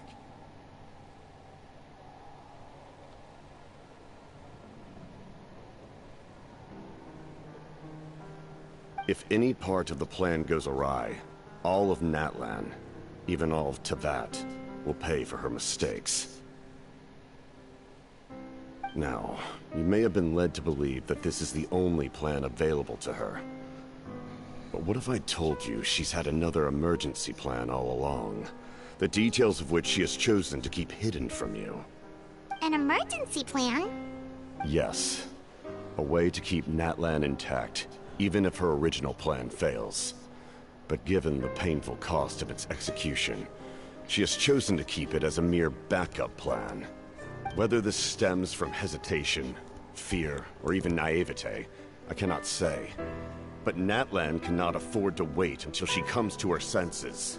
My fear is that given the enormity of the decision, she will be reluctant to confront the dire reality we face until it is too late. There will be no time left to execute the backup plan, and all of Natlan will be lost to the abyss.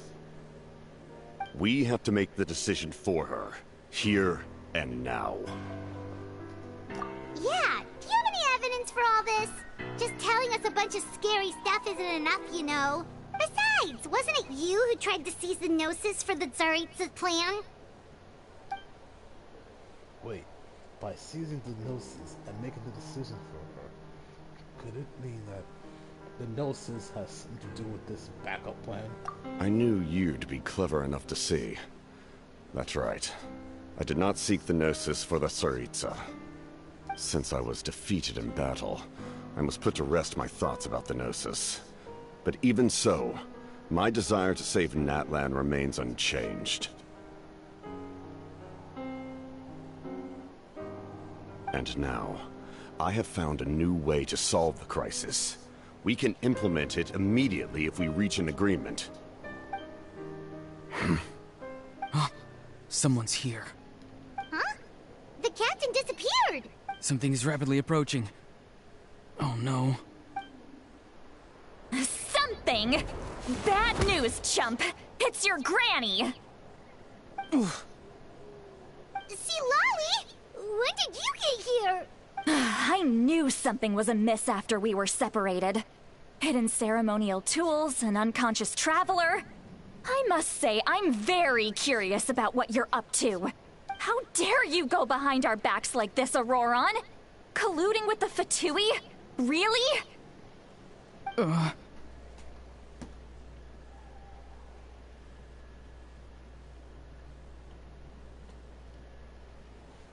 Oh, here we go again. Cat got your tongue, huh? You really think you can avoid a scolding just by staying quiet?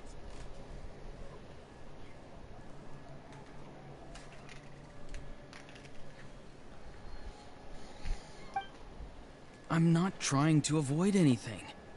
Oh, and now you're talking back. Well, go on then. Explain yourself. What the heck are you up to? I'm sorry, Granny. I feel so guilty. You! That's it! Where are my tools?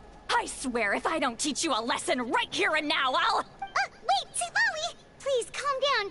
We, still learned a lot of info, didn't we? Like the fact that the captain isn't trying to seize the Gnosis anymore. So, maybe just save the scolding for later, okay? Yeah, this is no place to discipline a man-child. Not a child, he's a man-child. Listen well, Auroron. You're only getting out of this now because of the Traveler's plea. This isn't over. You hear me? You're right, Traveler. Let's go. We can discuss this more back in the city. You two keep an eye on Auroron for me, okay? Our conversation with the captain was interrupted at the most crucial moment. While Auroron's still here, maybe we can learn the rest from him.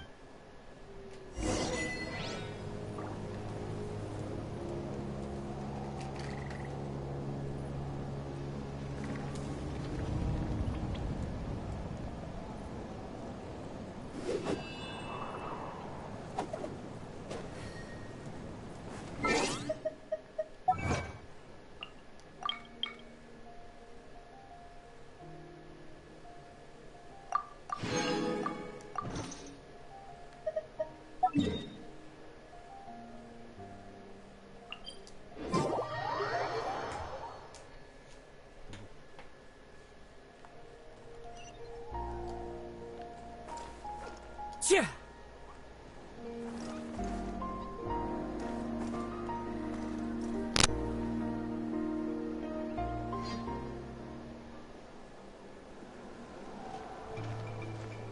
In all my years, I've never had a child cause me so much grief. Do you seriously not see what's at stake here? You've got a head on your shoulders, Auroron. Use it! That's not at all what the subtitle said. Why did you help the captain? And I want the truth this time. No answer? Think you're being smart? Then let me ask a different question. What does the captain want? What is his purpose in Natlan? Really? You're just going to stonewall me? Looks like Auroran has no intention of answering though. Just use your brain for a second. What do you possibly stand to gain by helping the captain? Only endless trouble awaits you and everyone in the tribe. You've always been a good kid. Why would you throw that all away now? If you're worried about something, just talk to me. Granny would much rather we had a conversation instead of constantly clashing like this. Why is he staring at us all of a sudden? I'm sorry that you have to hear all this. Indeed. It's like going to visit a friend at his house, only to suddenly hear your friend berating a naughty Saurian. Well, that's an oddly specific analogy. Wait, did one of your friends really do that? Yes. And every time my friend scolded his Saurians, they would look at me the same way you're looking at me now. Helpless and embarrassed. Wait, but you're the one getting your head chewed off. Stop making this about us! Indeed, you've got a point. Then please just hang in there for a little while longer. Granny should be done with her scolding session soon. Oh? You dare gossip between yourselves instead of listening to me? You... Sorry, Granny. Sorry, Granny. Sorry, Granny. You know what? Fine. I'm perfectly aware that everything I say goes in one ear and out the other. You're all grown up now, so why would you listen to an old hag like me? You say all the right things, but then you go and completely ignore me. Well, if that's how you're going to treat me, you can stop sending Aoife over to my place to deliver your stupid vegetables! I don't need anything from you! Who's Aoife? A delivery person? That's irrelevant. The point is, he hangs out with this kid, so he must be no good. You kids get to a certain age and suddenly act like you know it all. There's nothing I can say to get through to you. Auroran, if you're still thinking about that so-called duty, then please, just forget about it. The ley lines did not fall to this state because of you. And we've long closed the book on that incident. Seems they've started talking about some kind of tribal history. I'm starting to get lost. That's not it, Granny. There's something off about that voice. I know you tend to get down on yourself when you're upset, but I can tell I really hurt you this time. All I can say is I'm sorry. His voice... Auroran! Where have you gone? It sounds like he's somewhere super far away, but isn't he right here in front of us? I'm really sorry. It's up to all of us to do everything we can to save Natlan. So I've got to go. Get back here this instant! Auroran! What is this? Powder from plant spores? Is that the trick he used? What just happened? How was he able to suddenly get so far away like that? It's a trick of his. If you grind spores into a powder and spray it in the air, it can be manipulated to create an illusion. He pulled it off flawlessly. He must have put a lot of time into perfecting it. Don't tell me that's how he's been hunting in the fields these days. Oh, couldn't he have picked up something more useful? Little brat. That's it. The next time we meet, I'm definitely going to break his legs. Whoa, that's a little extreme. But still, why does he feel like he needs to run from us? If his goal is also to protect Natlan, then can't we work together? He still needs to want to tell Uthabiti about his goals.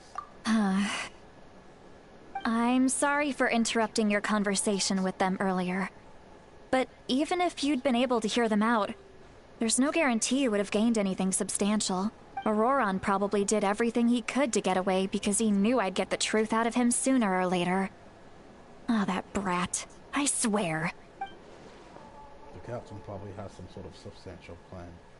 Otherwise, Auroran would have no reason to keep following him. Beating again is out of the cards for now, so I might be faster just to approach Pyro Archon and confirm what the captain said. And also, I can tell that Auroran's stubbornness has hurt Sealottie deeply.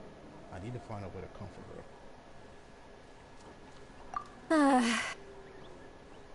We've got quite a long walk back to the city. Let's take our time. It'll give me a moment to figure out how to explain all this.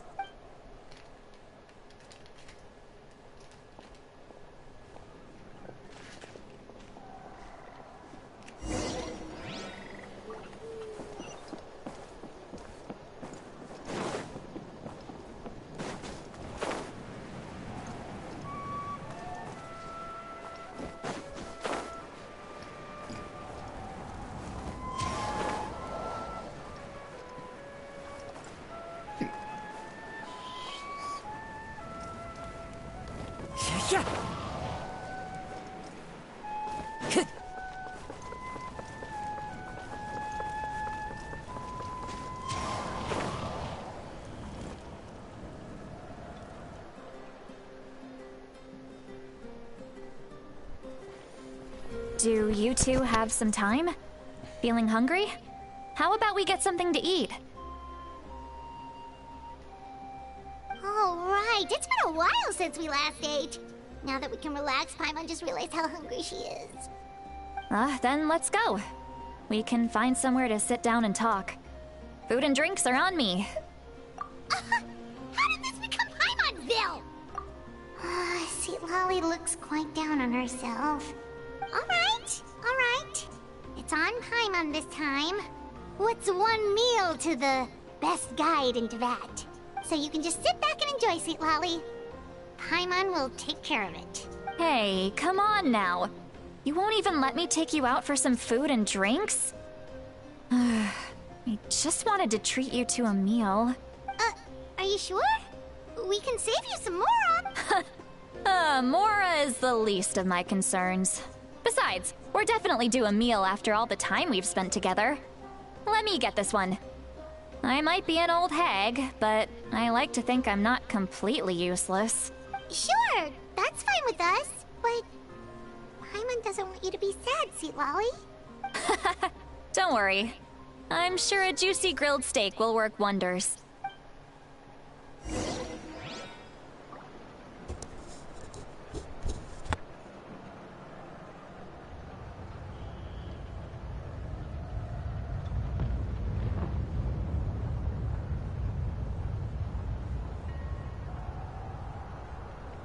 This scenery is wonderful. Surely enough to convince anyone to become a wanderer.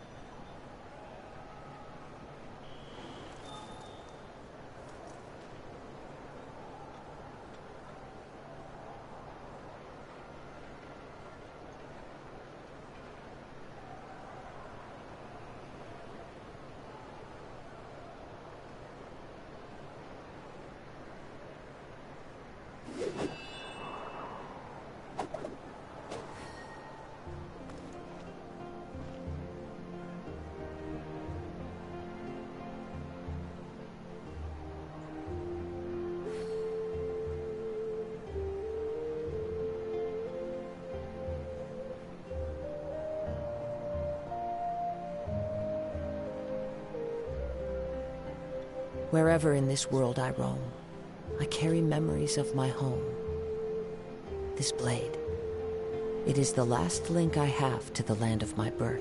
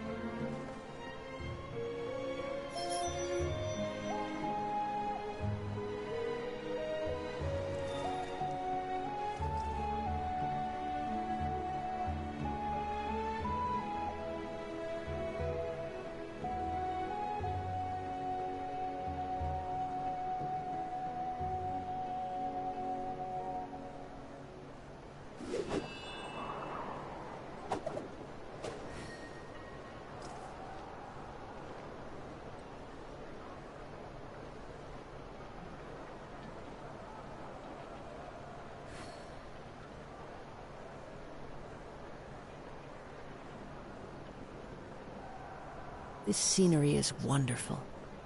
Surely enough to convince anyone to become a wanderer.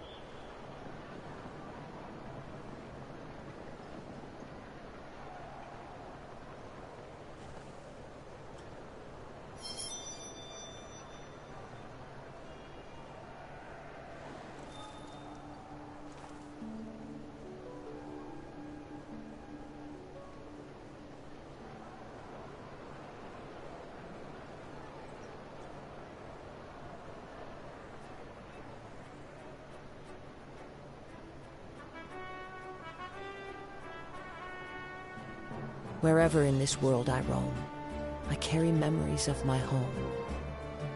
This blade, it is the last link I have to the land of my birth.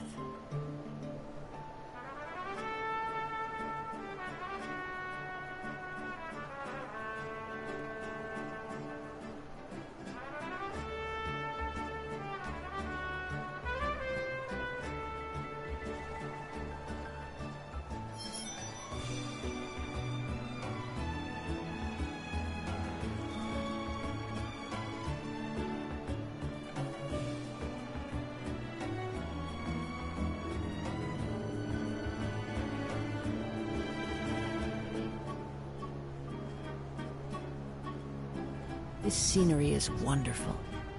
Surely enough to convince anyone to become a wanderer.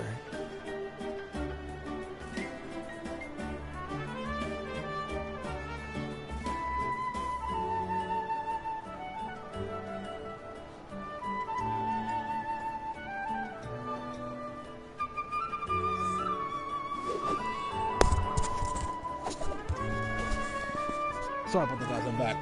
Just had to do something real quick, but we're back. Let's see how this goes.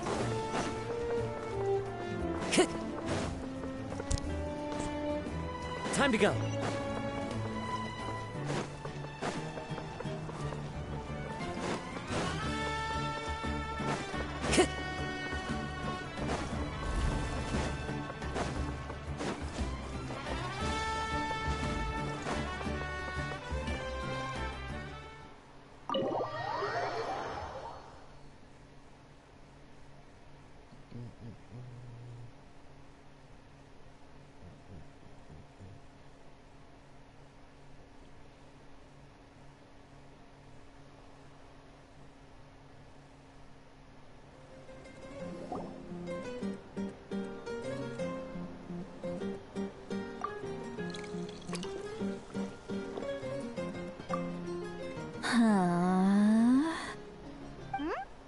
What are you looking at? Do you see two people standing by the door? They look like spitting images of each other. Are they twins?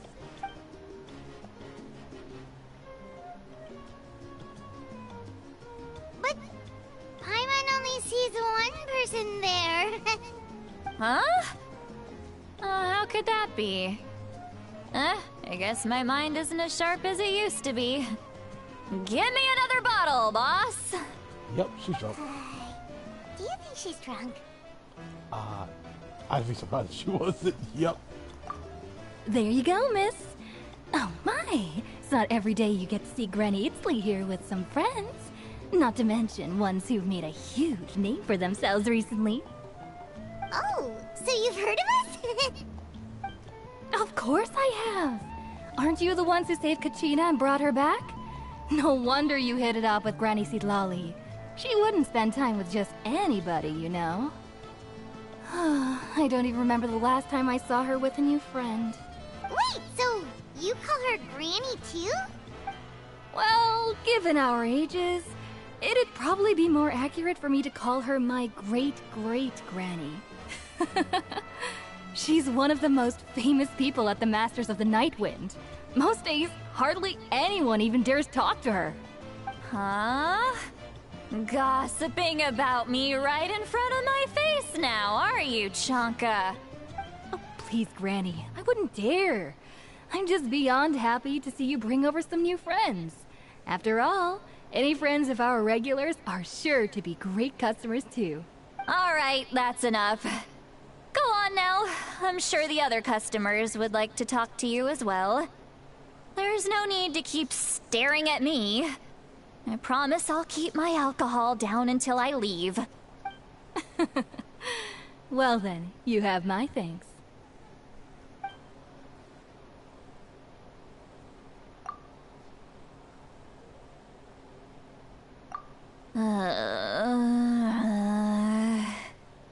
Seat Lally? Seat Lally? Who's that? You got some gall calling me by my first name. Let me guess. You want to test your skills against Granny Eatsley, don't ya? Are you still with us, Seat Lally? You're kinda talking to no one. You chumps come around here, picking fights with me? Well, you know what happens next. You lose, and then run off home to tell everyone about how I'm this big scary bully. It's always the same story. You brats start it, I finish it, and then I end up with the reputation of being some kind of terrible monster among the shamans. I mean, come on. Monster? Me? Really? What did I do to deserve that? Granny Seat Lally, you're not a monster at all.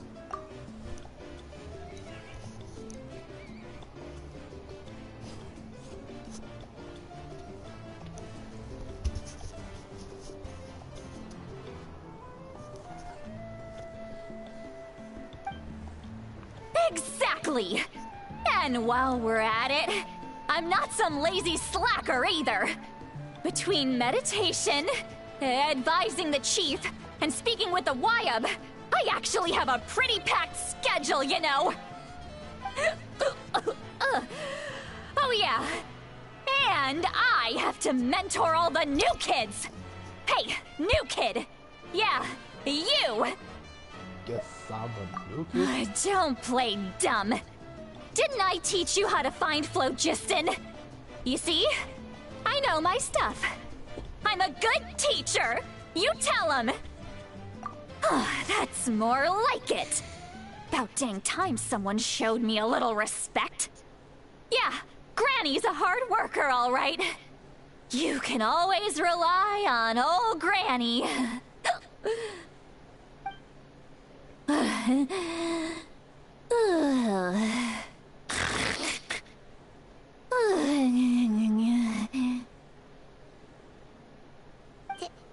Did she just fall asleep with her eyes open? Oh, jeez. Behind this pitch-black curtain, a chapter of hatred reveals itself. Behind the smoke, the lingering smoke. Ah, she's meditating again. She does this whenever she's had a few too many drinks. Her mind's actually racing at this point. It's quite the opposite of sleep. Is this another specialty of the Masters of the Nightwind? No, I'd say it's an ability that's unique to Citlali herself. While she can easily pick up everyone else's skills and tricks, few have been able to master hers.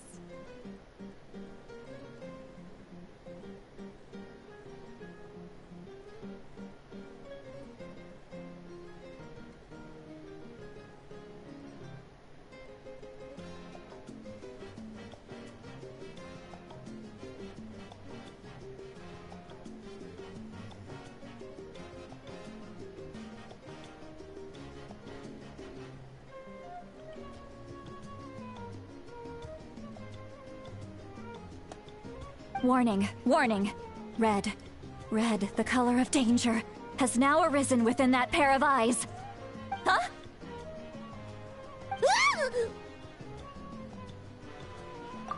Traveler? Paimon? What's wrong? I'm gonna hurl. Hang on, just keep it in. Phew. Okay, it's passed.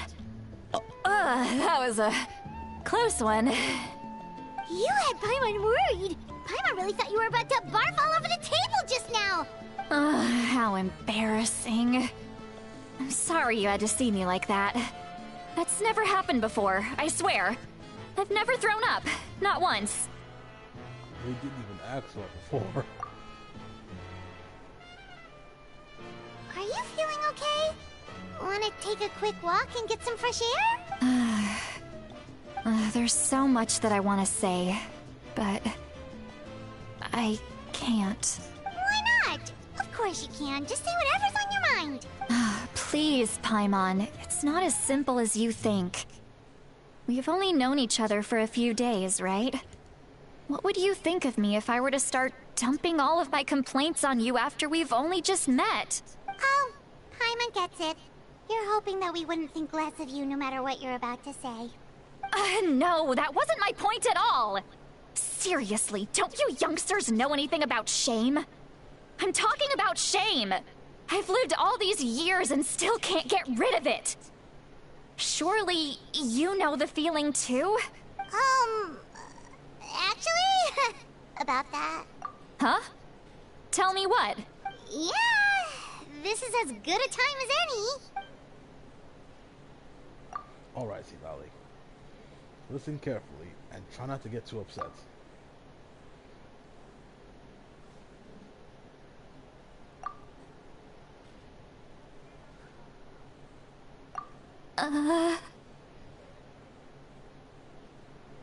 So, you heard my... It's okay, Sweet Lolly.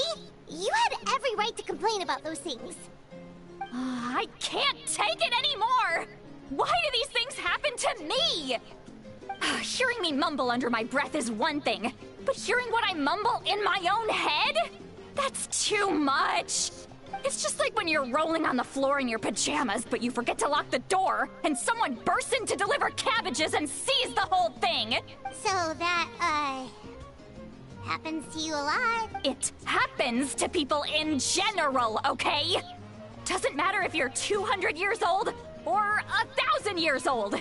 Everyone rolls around in their pajamas sometimes. I was just picking something generic. Okay. Take a walk with me. I have things to share with you. Looks like she's completely given up. Like those criminals who just confess everything and accept their fate. We should follow her. If only to make sure she doesn't do anything stupid.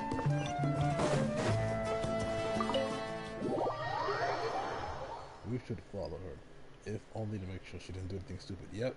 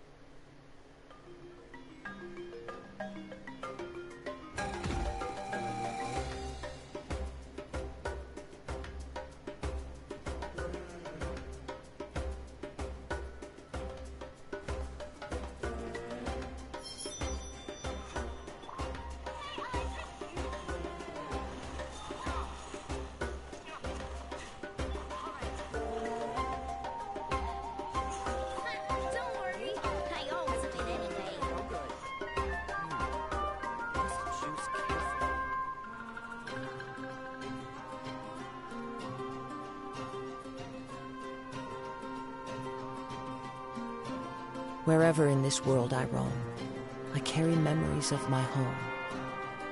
This blade, it is the last link I have to the land of my birth.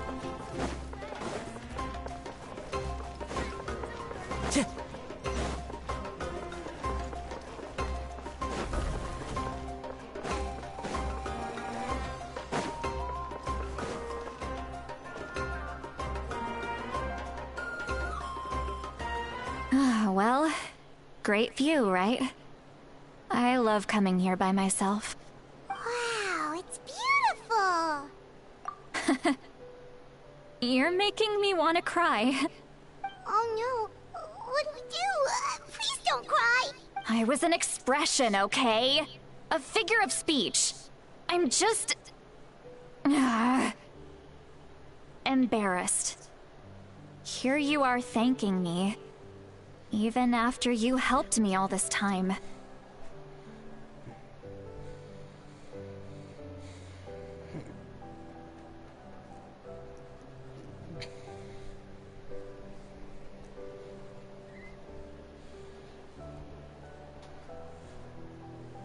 Let's just have a casual conversation. It's easiest that way. Really? You don't seem like the kind of person who keeps things casual. Hey, Ace, welcome to the stream. Long time no see, not gonna lie. Yep, we're doing the Archon quest right now. We got through the part where it was basically confirmed that Auroran was willingly helping the captain with his plan for Natlan. He willingly helped the captain escape, and the captain seems to have some sort of his own plan for saving Natlan, which, according to him, was Mavuika's backup plan in case gathering the 6 heroes didn't work. And that was the part we actually saw a while ago. Now we're at this scene where Lali ended up getting drunk and then started spilling a bunch of baggage about some expectations about her people and her tribe and stuff like that. But now she's brought us here to enjoy the sights.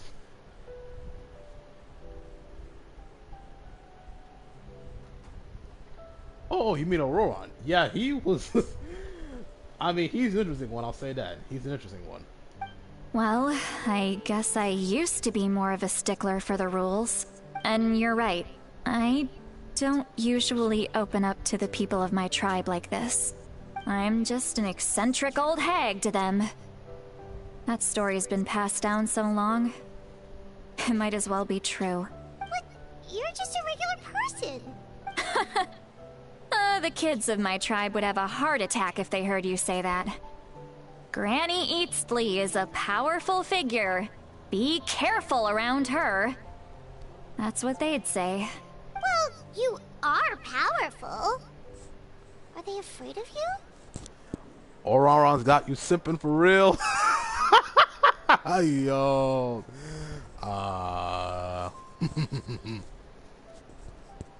Some are. Others are mad I always come out on top.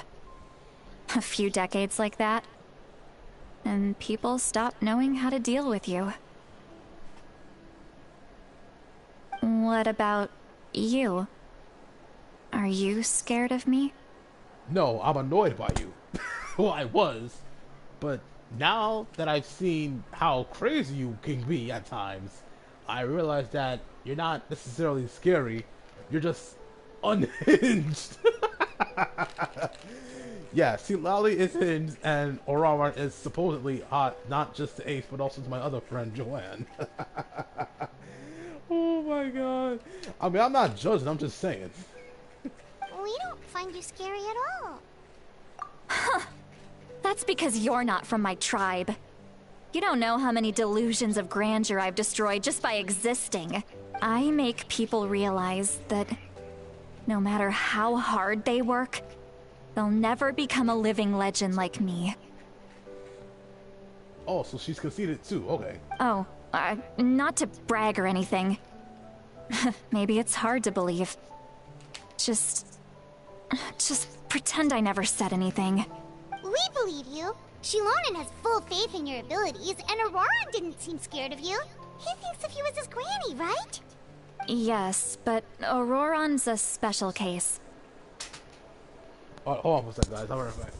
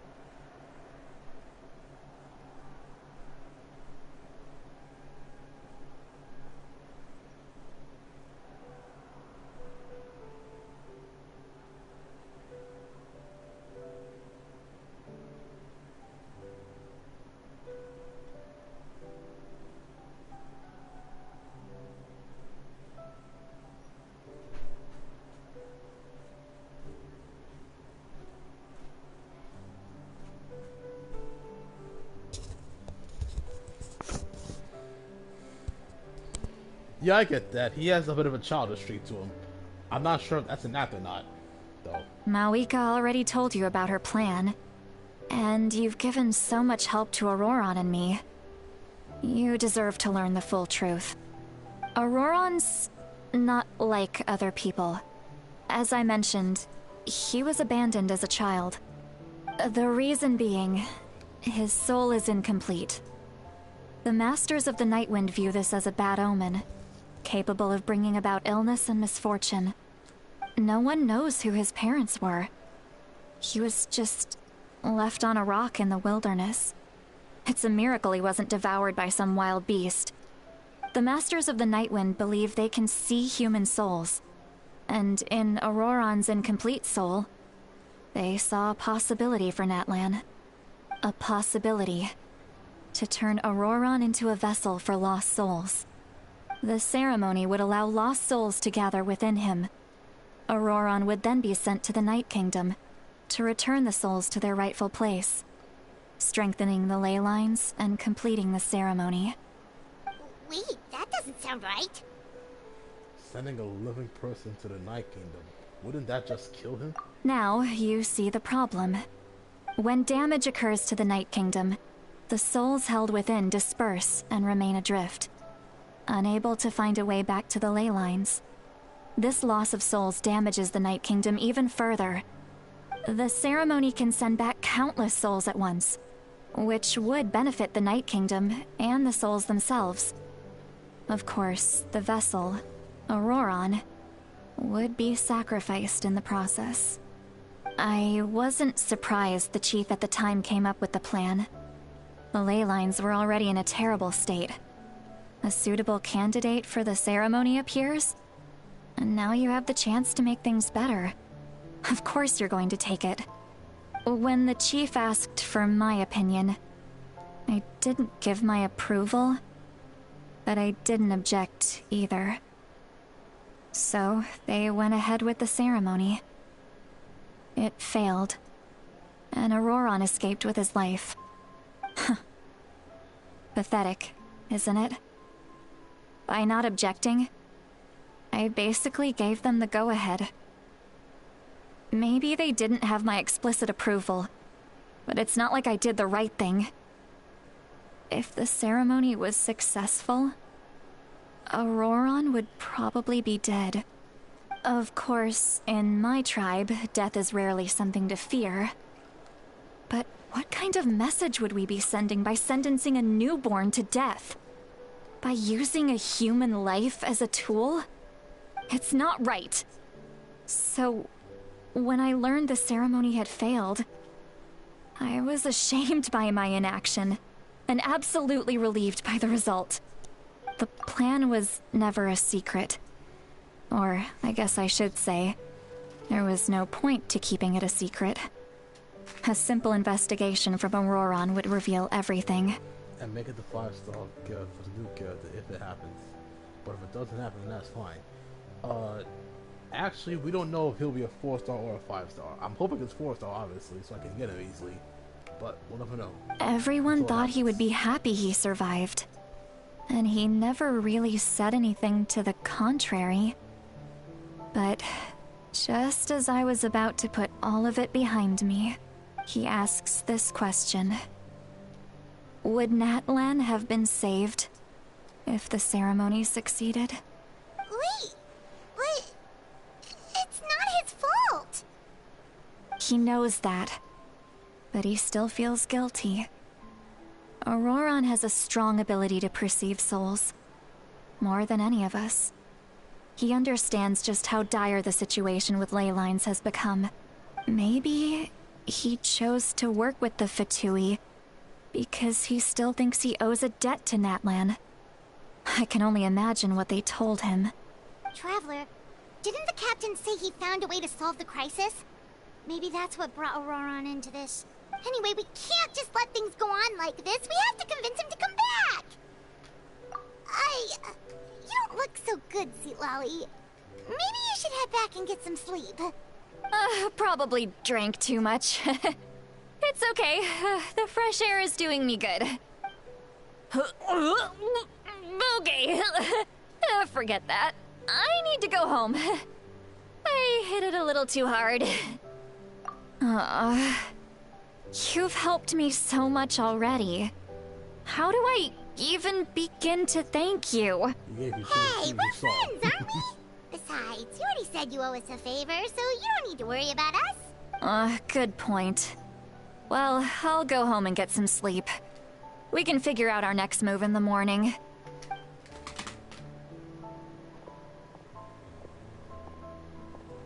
Friends. I like the sound of that.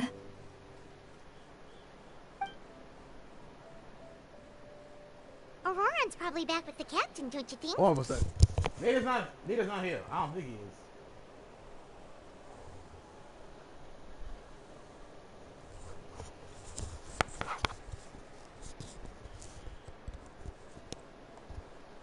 You mean about the backup plan? Do you really believe what the captain told us? Yeah, you're right. We should just go to her directly. But she's probably asleep. We can find her first thing in the morning. For now, let's... go to bed.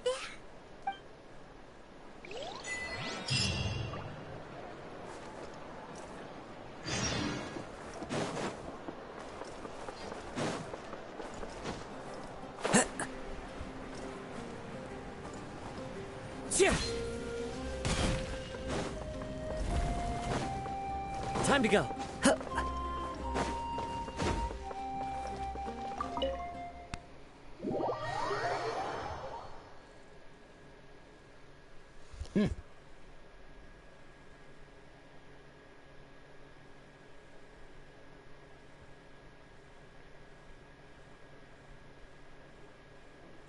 Excuse me.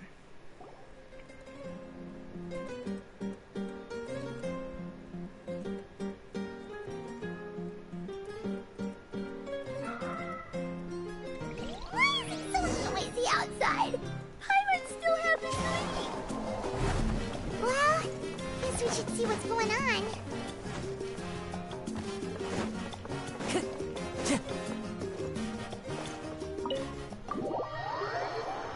Guess we're about to find out.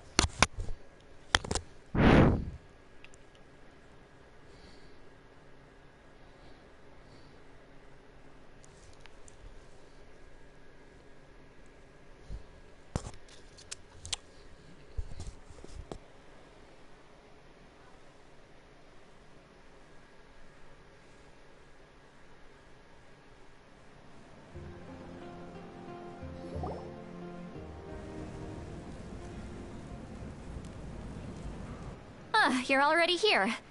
I was just about to come get you. Wow, you're up early. That's impressive, especially after all the drinking last night. Let's not bring up last night. I'm embarrassed about the whole thing. Anyway, I was also woken up by the commotion. Looks like all the warriors from the stadium are on the move. I heard many areas have been attacked by the Abyss, including the Masters of the Nightwind. I need to head back right away. The Abyss attacked again? Are you sure you can handle it on your own? Do you need our help? I'll be fine. We also have the support of the warriors stationed at the various outposts. Given the quick response, things shouldn't get too serious.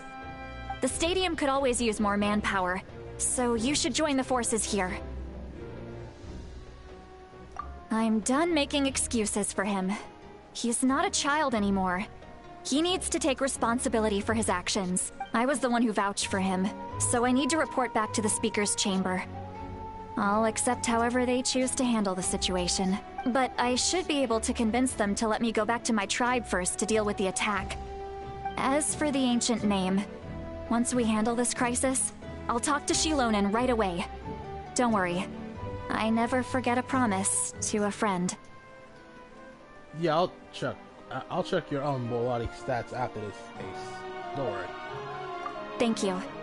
Alright, I need to start heading back. She left in a hurry. The situation must be really serious. Oh, looks like a lot of people are heading to the stadium. Let's see what's going on. Yeah, her personal damage is pretty high, and it only gets higher with the Obsidian Codex artifacts. Time to go.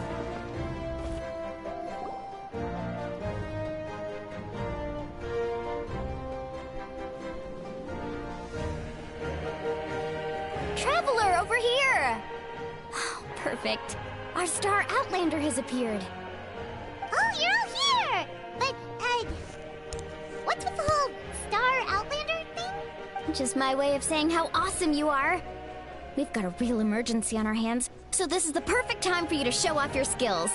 Alright, but can we get a quick rundown of the situation first? The Abyss suddenly attacked the Collective of Plenty, the Masters of the Nightwind, the Children of Echoes, and a number of our camps and outposts in the wild. Yes, and the attacks are increasing in frequency. The tribes have plenty of defenses, so they're safe for now, but I can't say the same for the adventurers and merchants stuck in the wild. Chaska and I have been searching for survivors and treating the wounded. We just got back, but we need to head out again soon. I plan on heading back to the Collective of Plenty, just in case my tribe needs me. What about you, Mualani? Where are you gonna go? I'll go help the Children of Echoes. They're the closest, so I can start fighting right away. What about you guys? We could go together. Yeah, that does sound important. No worries. Just leave the Children of Echoes to us. Who knows? Maybe yours truly will have the Abyss on the run by the time you're finished. That would be pretty great, actually. I hope my tribe gets through okay. It'll be fine. Your tribe doesn't do all that bodybuilding for nothing. Let's part ways here for now. And most importantly, be careful, everyone. Oh, and some of us need to avoid getting contaminated by dangerous-looking substances. That will make my job a lot easier. Is it me, or does this girl sound different than before? Koichi, do we really have to do this now? It's alright. She's just looking out for everyone. Alright, let's hurry up and talk to the Pyro Archon so we can help the others.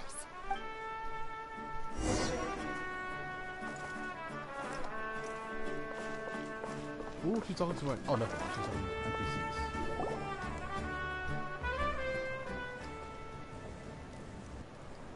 Oh, it's you two.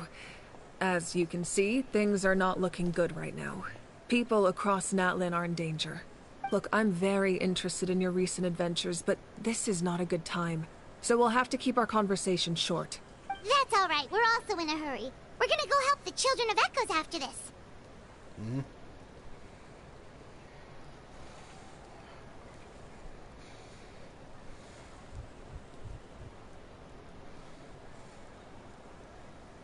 What?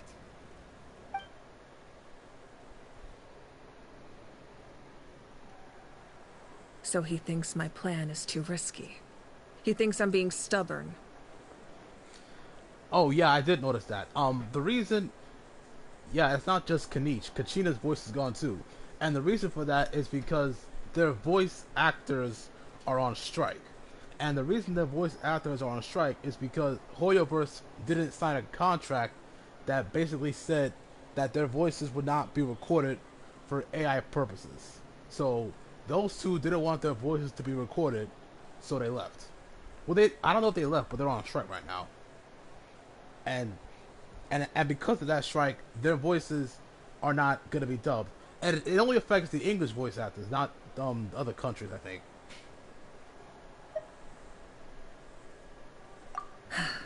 I shouldn't underestimate the Fatui's ability to gather intelligence. The Gnosis does have that function, but there's more to the story. I will answer you honestly, but you must help me keep this a secret. I can use the power of the Gnosis to save Natlan, but it comes at a heavy price. The Gnosis would drain all the souls and memories from the Night Kingdom and weave them into a giant net, which would surround the ley lines and protect them against abyssal corrosion. Wait, you can use souls to weave a net? But does that mean... Yeah, I'm hoping their voices will come back too. Yes. It means sacrificing those souls in the process. Souls are just another form of life. The cruelty of this method is self-evident. The Night Kingdom not only houses the souls of the dead, but also our memories and legends. Using the Gnosis means converting all three into material for the net, erasing our history and culture. Even then, the net can still become corroded. If we cannot find a way to repair the damaged ley lines before that happens, then all those sacrifices are for nothing. Given the enormity of the price, it's a solution I refuse to consider right now. I want us to win, but I also care about how we win, and what that means for us in the end. Now it's true, both plans come at a risk, but after weighing our options, this is our best bet. Natlan is unique among the nations of Teyvat. Given the ever-looming threat of the Abyss, the Pyro Archons had to account for the worst-case scenario. Having a contingency plan is our duty, not just to the people of Natlan, but to all who live on this continent. Still, this has always been a well-kept secret. I'm very curious how the captain learned this information. Oh, one more thing? The captain said he found another way to solve the problem. Could be equally as extreme, though. Without the Gnosis, he should have no other option. But I see no reason for him to lie. Seems like our only path forward is to track him down, so he can answer that question for us. The Pyro Archon just shared an important secret with us, and she seems sincere. Figuring out the captain's forces in a way of saving Natlan is the key. Judging by your expression, you must have doubted me. Even if just for a second. Perhaps a bit. Not even a little! We would never... Wait, what are you talking about, Traveler? Just as expected. I appreciate your sincerity. Maybe it was out of caution, anxiety, or simple curiosity, but know this. No matter what, our goal remains the same. We both want to save the people of this land. So now that you have your answer, do you still doubt me? You scared Paimon. You've really got a lot of guts, Traveler. That's a good thing. Oh, and feel free to call me Mawika. It's what all my friends call me, and I like it that way. As for the captain, the intelligence officers we assigned to the Fatui should be back soon.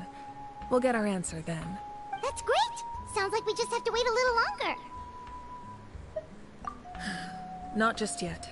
Even though the Abyss is attacking several locations at once, I'm confident the warriors stationed in those areas can handle it. Don't worry. I just need to finish coordinating our available manpower, then I'll take a small team to handle the difficult locations. I think you're lagging a bit on my screen, Ace. I'm not sure. Wait, you're going to fight in person? Didn't you give up your power? That's true. I'm far less powerful than a god in my current state. But don't forget, I was an experienced and powerful warrior before I ever became the Pyro Archon. No matter how you look at it, my duty is on the front lines.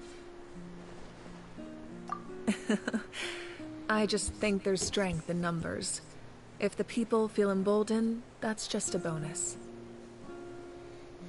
Anyway, even if we respond to these threats in time, it's not a permanent solution in the long run. I've considered moving my people to other nations, but given their close connection to the Night Kingdom, a forced evacuation would have devastating consequences. I've told the chiefs of each tribe to strengthen their defenses and advise people against leaving their settlements. Now, I just need to find the right time to disclose the true nature of the crisis to the people of Natlan. Paimon's a little worried about how people will react. Yes, but that won't be the only response. In any case, that's for me to worry about. I'll let you know when we have more information on the captain. Alright, we should head out. Maybe we can join up with Milani. She can't be too far ahead. No need to worry about me.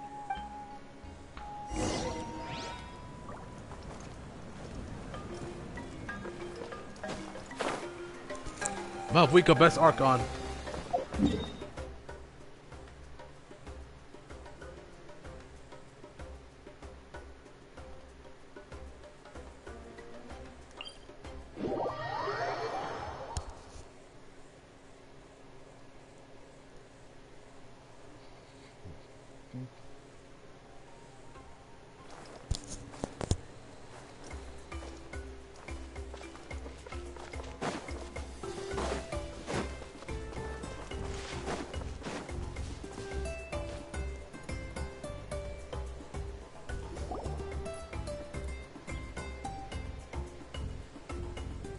Quick, over here! To safety! Kachina, how many people do you have left?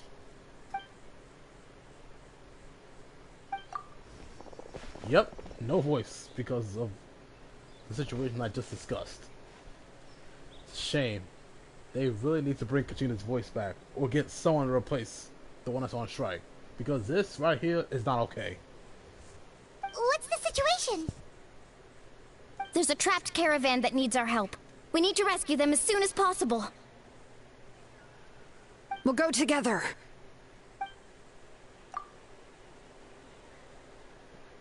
I'll go too.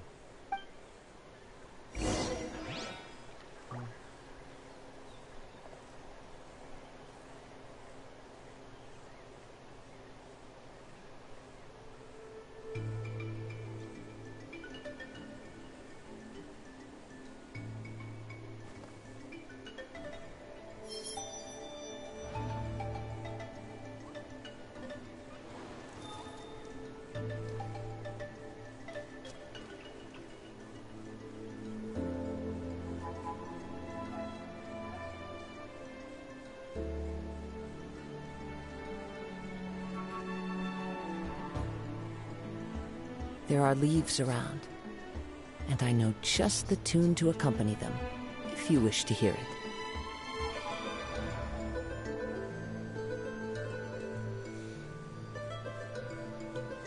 Yeah, I tried playing it and I couldn't work. I couldn't do it. So I'm not sure. Like I think maybe you could do it. Maybe. That page is over here.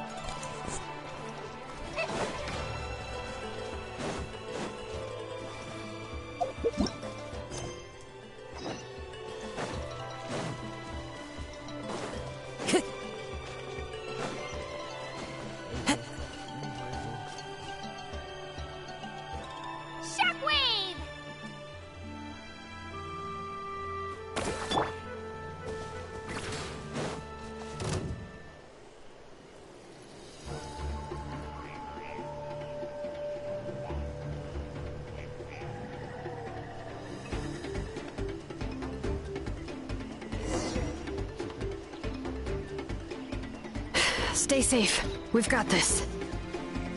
Well, they fixed up my whole team.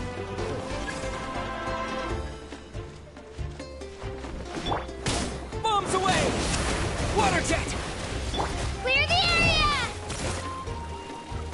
Woohoo!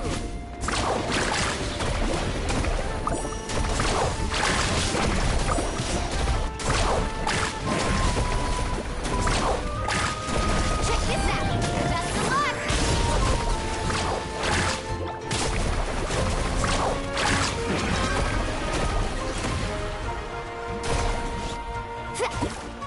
All right, letting brave names echo!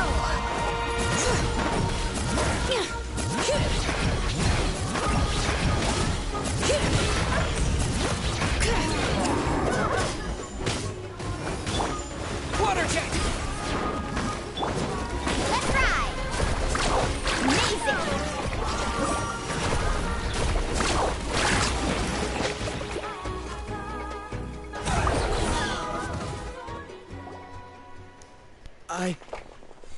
I really thought I was done for. I can't thank you enough. Don't worry about it. We're just glad you're okay. Let's see. Your goods look fine too. Guess the Abyss isn't after Mora. That should be the last abyssal pylon near the Children of Echoes.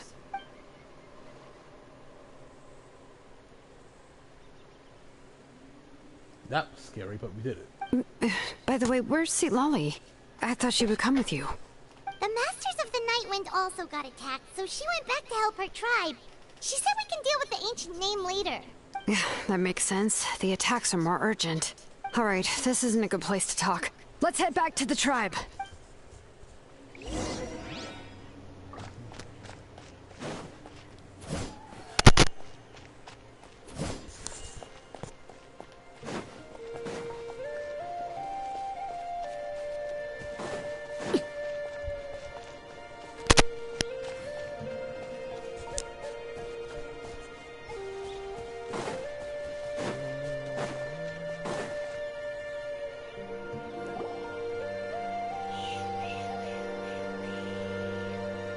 Looks like a few people were hurt after all. Oh, I should have got here sooner. The Abyss threw a lot at us at once. I rushed out as soon as I heard the alarm, and there were already so many monsters. Before long, Kachina brought over a whole group of warriors, and just like that, we destroyed several pylons as a team. I wasn't. I still sound very bad, bro.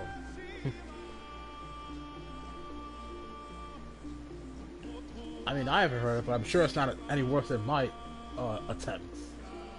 Still, I think... Yeah, I'm not gonna try it. Still, I think this proves that camping in the wild was a great idea. That's how we were able to respond so fast. Sleeping on the wet grass was pretty uncomfortable, but it was worth it.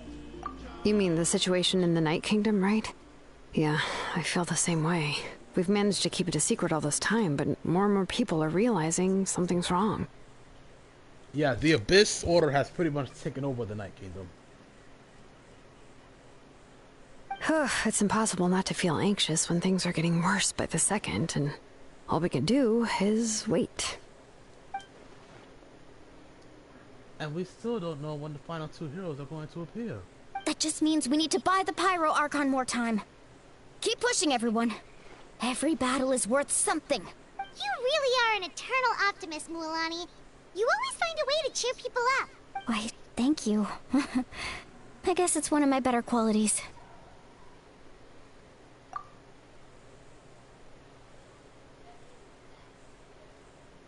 So, specifics aside, the Pyro Archon confirmed the Gnosis can resolve the crisis, but it comes at a huge price. And somehow the captain finds out about it, goes to fight the Pyro Archon, and calls her out for having a solution but refusing to use it. Honestly, if he has the same information as us, I can't really blame him. It's probably because our plan is so risky. We don't even know if the 6 heroes will reunite in time. We talked to Moika before we left the stadium. According to her, the cost of the captain's plan is too high. And, well, it makes sense. If that was truly the better choice, she would have picked it. Yeah, I trust the Pyro Archon.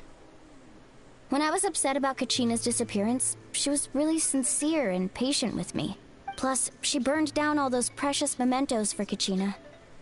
She's already proven how much she values even a single person's life. When it comes to Natlan's survival, there's no way she would hold back. I agree. Maybe the captain weighed the costs and came to his own conclusion, but I'm sure we have different priorities. Life is important, but so are history and memory. I'm of Vuika's side too. As the Archon, she can't tell us everything, but it seems like she wasn't holding anything back this time. The next question is, if the captain found a new way to save Natlan, how come the Pyro Archon has never heard of it? Yeah, isn't he from Cesnaya? Why would the Fatui want to save Cesnaya? I mean, why would Arlecchino want to save Fontaine? You know what I mean? This is all super confusing. We still don't have enough information. Once we figure out what the Fatui are doing, we'll have our answer. Let's head back then. Moika said her intelligence officers should return soon. With how many Fatui there are, someone's bound to give something away. Sounds good.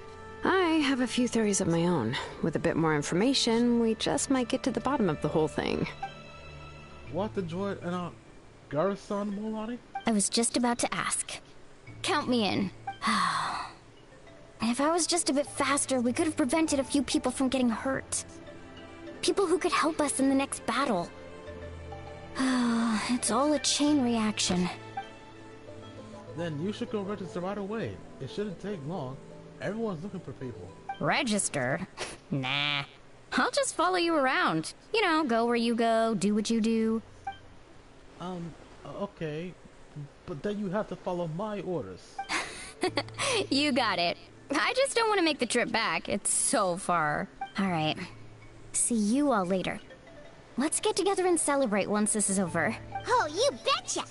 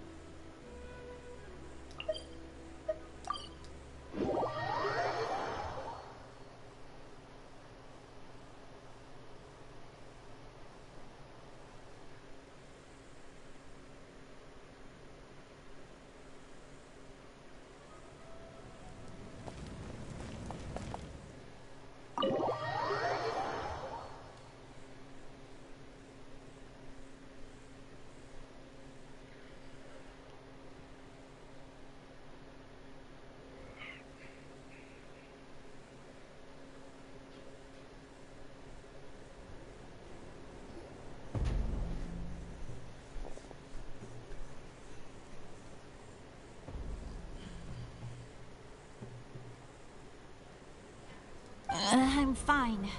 No need to worry. They ran into the Fatui while out on a mission and decided to follow them. The Fatui? Calm down and let me explain. Here's what happened.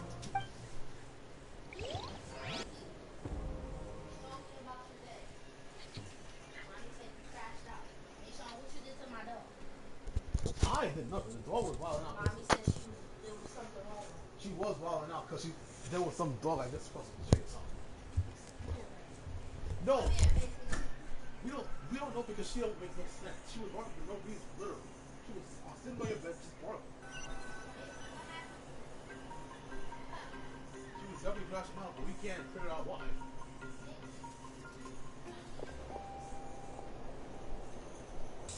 It's crazy sometimes.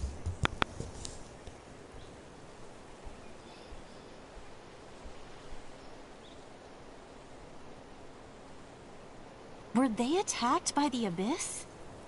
No, wait. It looks like they're protecting a group of travelers. Over there. Do you see? You're right. That's a traveling group from Natlan. Could they be trading for something? Let's keep observing for now. We're glad you're okay.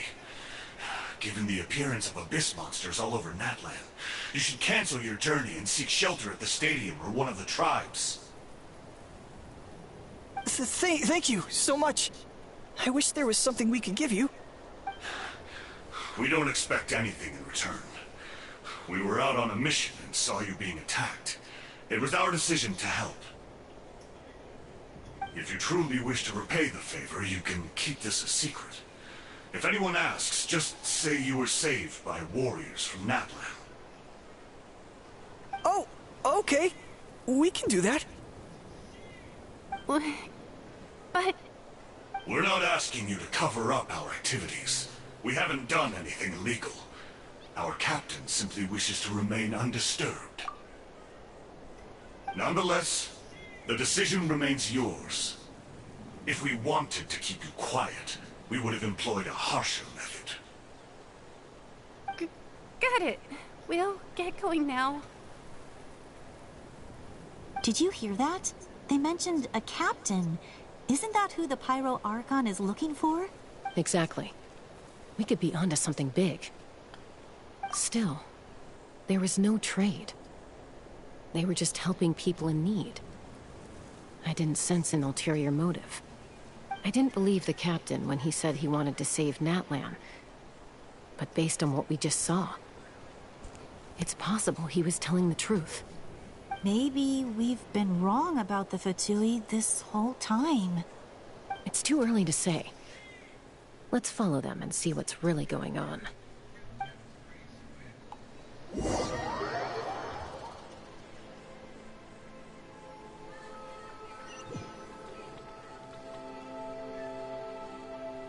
Yeah, she does kind of look like... So this is where they were headed. What was it, Quarren? Looks tricky. It's heavily guarded on all sides. Yeah, she does kind of like Quarren. I see it too. Koichi, wait for me here. I'll go in and check it out. Oh, no you don't. How are you planning to get through all the guards? Look, I can use this terrain to my advantage. With our tribe's special way of getting around, I doubt they'll see me coming. We still can't see anything on the inside. What if you can't find cover? You won't have anyone to watch your back if you go in alone. The more heavily guarded the location, the more valuable the secrets. Even if the captain isn't here, we can still figure out what the Fatui are planning.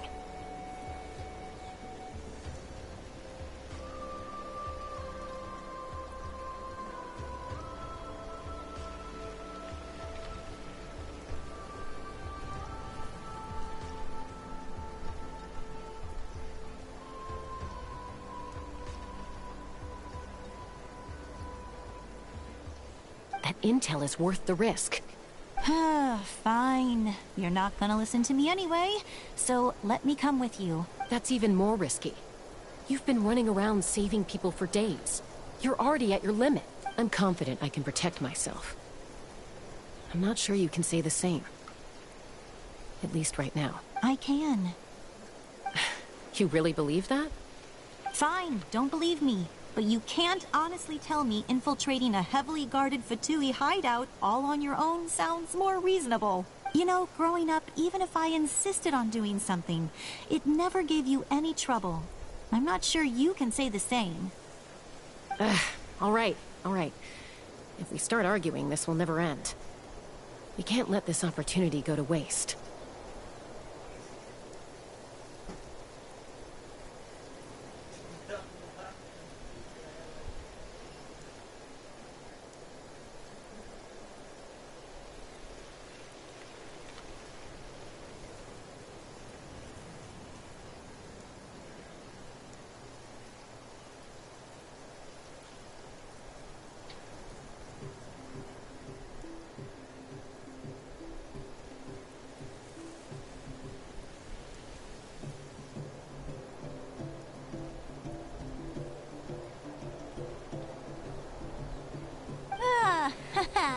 Guess that means I win. Don't worry, you're not the only capable young person from our tribe. I can handle this. All right. Same plan as usual. We split up, communicate with hand signals, make sure our blind spots are covered. Got your ropes? Yeah, let's go.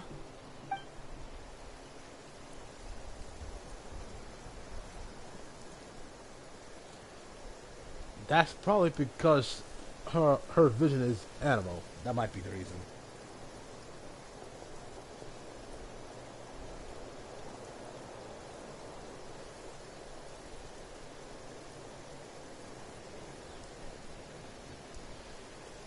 The Fatui have eyes all over this place. I should wait for Koichi's signal.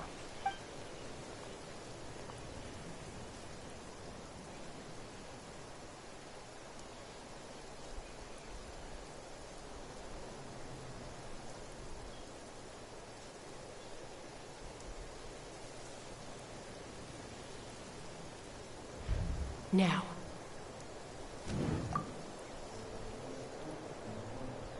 Wait, is this a quick time event in a Genshin?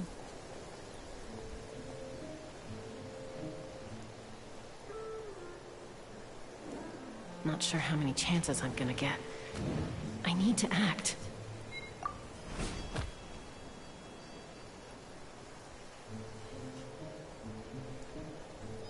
Oh, this is a quick time thing. That's crazy. I've never seen this before. Good. I made it without getting caught. I should get to that platform over there. But it's guarded by the Fatui. Koichi should have line of sight. I'll wait for her signal.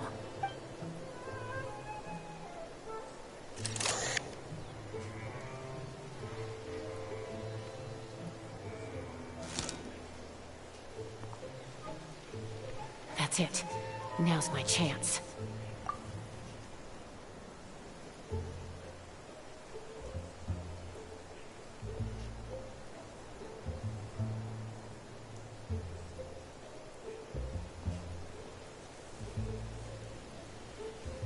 It's no use staying in one place.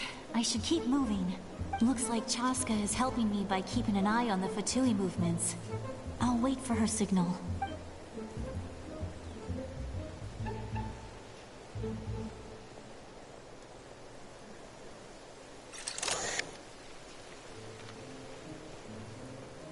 Time to move.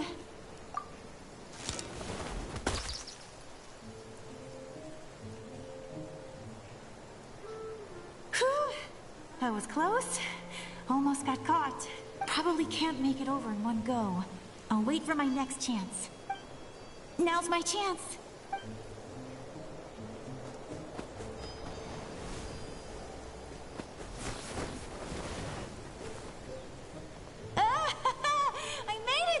That'll show my sister.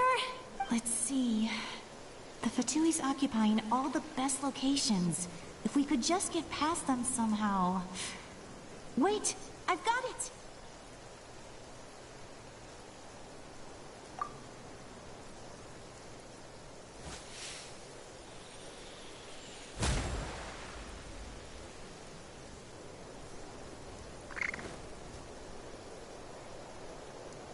Huh? What's that noise? Did something explode?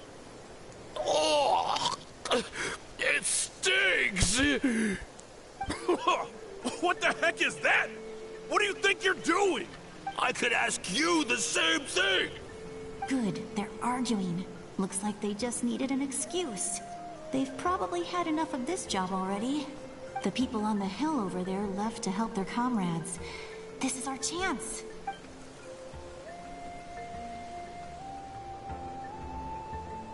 Come get me, Chaska. I hope she gets this hand signal. That's Koichi's signal. Smart idea. Alright, time to move. Give me your hand, quick. Coming! I checked, and this way is completely clear. It should lead us to the deepest part of this place.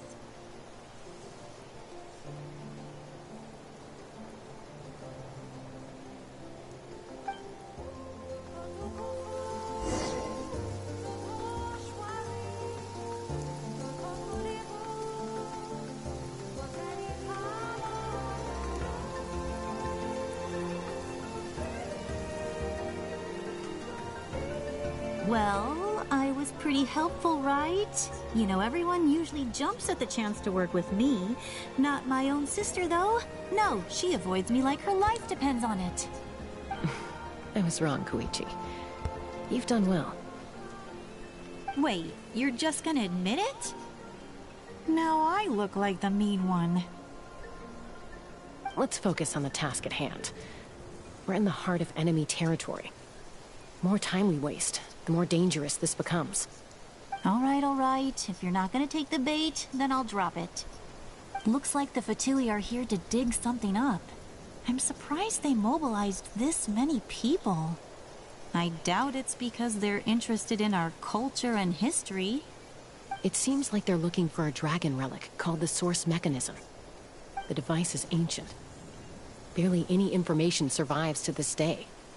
And even people from Natlan don't know how to use it. Why would this be the Fatui's target? Not bad. Looks like it's in good shape. This should be what our Lord's looking for. Took us long enough. Come on, let's get this thing back. Back? Back where? Should we keep following? You really want to keep going? Of course. We make a good team, don't you think? No reason to stop now. What was that sound? Uh-oh. We've been spotted. Time to go. Falling rock incoming! Watch out for your gadget! What? You'll regret that! After them!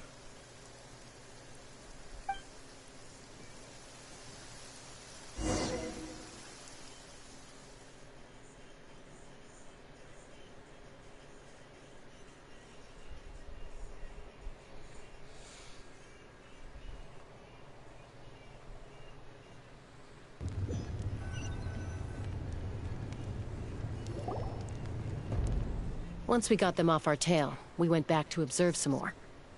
They'd collected several identical pieces of something. It looked like they were waiting, though. So we decided to come back. So, Koichi got injured trying to get them off your tail? She pushed herself too hard and collapsed on the way back to the stadium.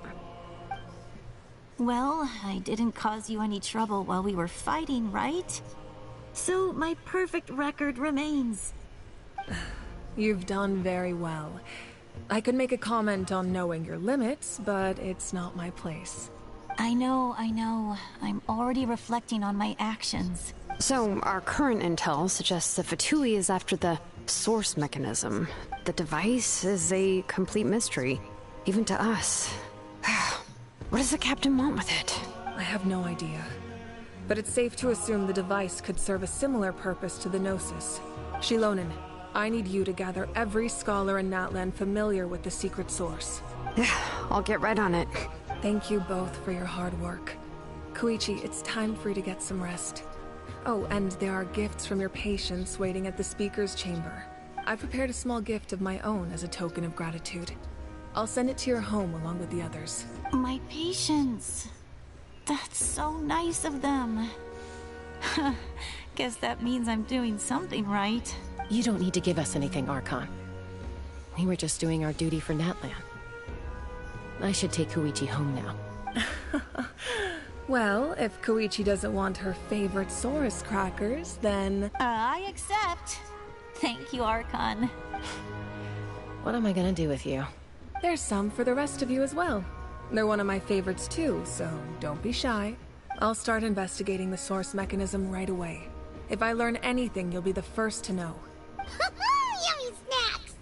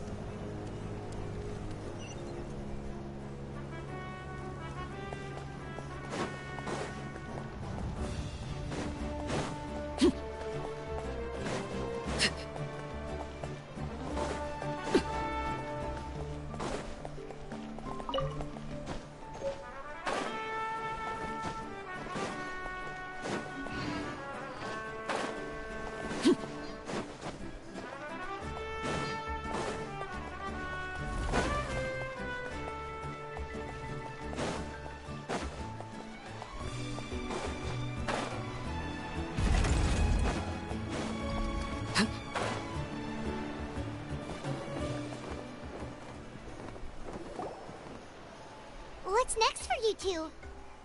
I'm taking Koichi home, with our parents there to keep an eye on her. I can make sure she actually rests.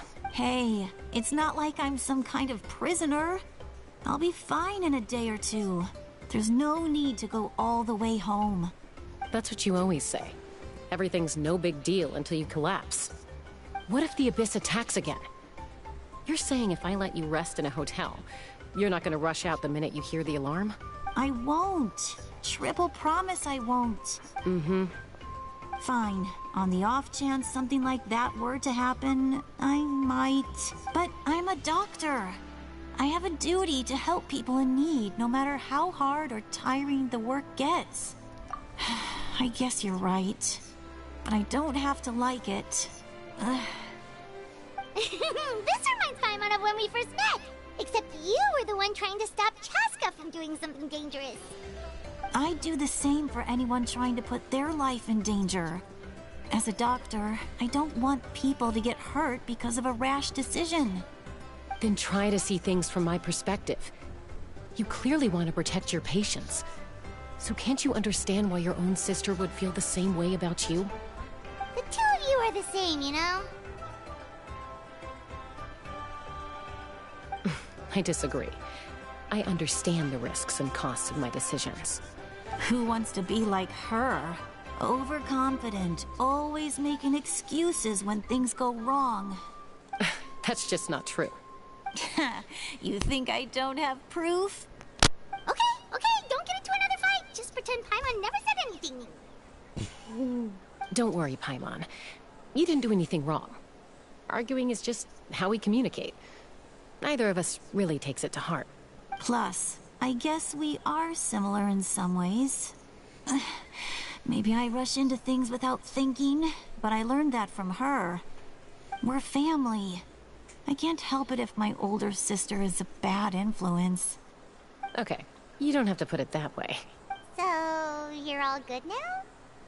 Neither of us are really the type to back down, so we'll always have our differences. But still, we get along in our own way. Plus, I know you'll wake up one day and realize I was right all along. I just need to wait. Be my guest. Come on, let's get you home. See you later, Traveler and Paimon. I'll be back once everything's settled at home. There's no rush. At least grab a nice meal with your family.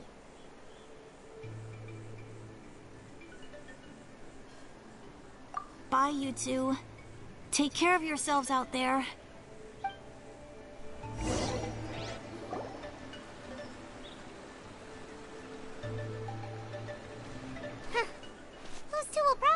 out for real at some point, right? Well, we've learned a lot. Let's go over everything that we know so far.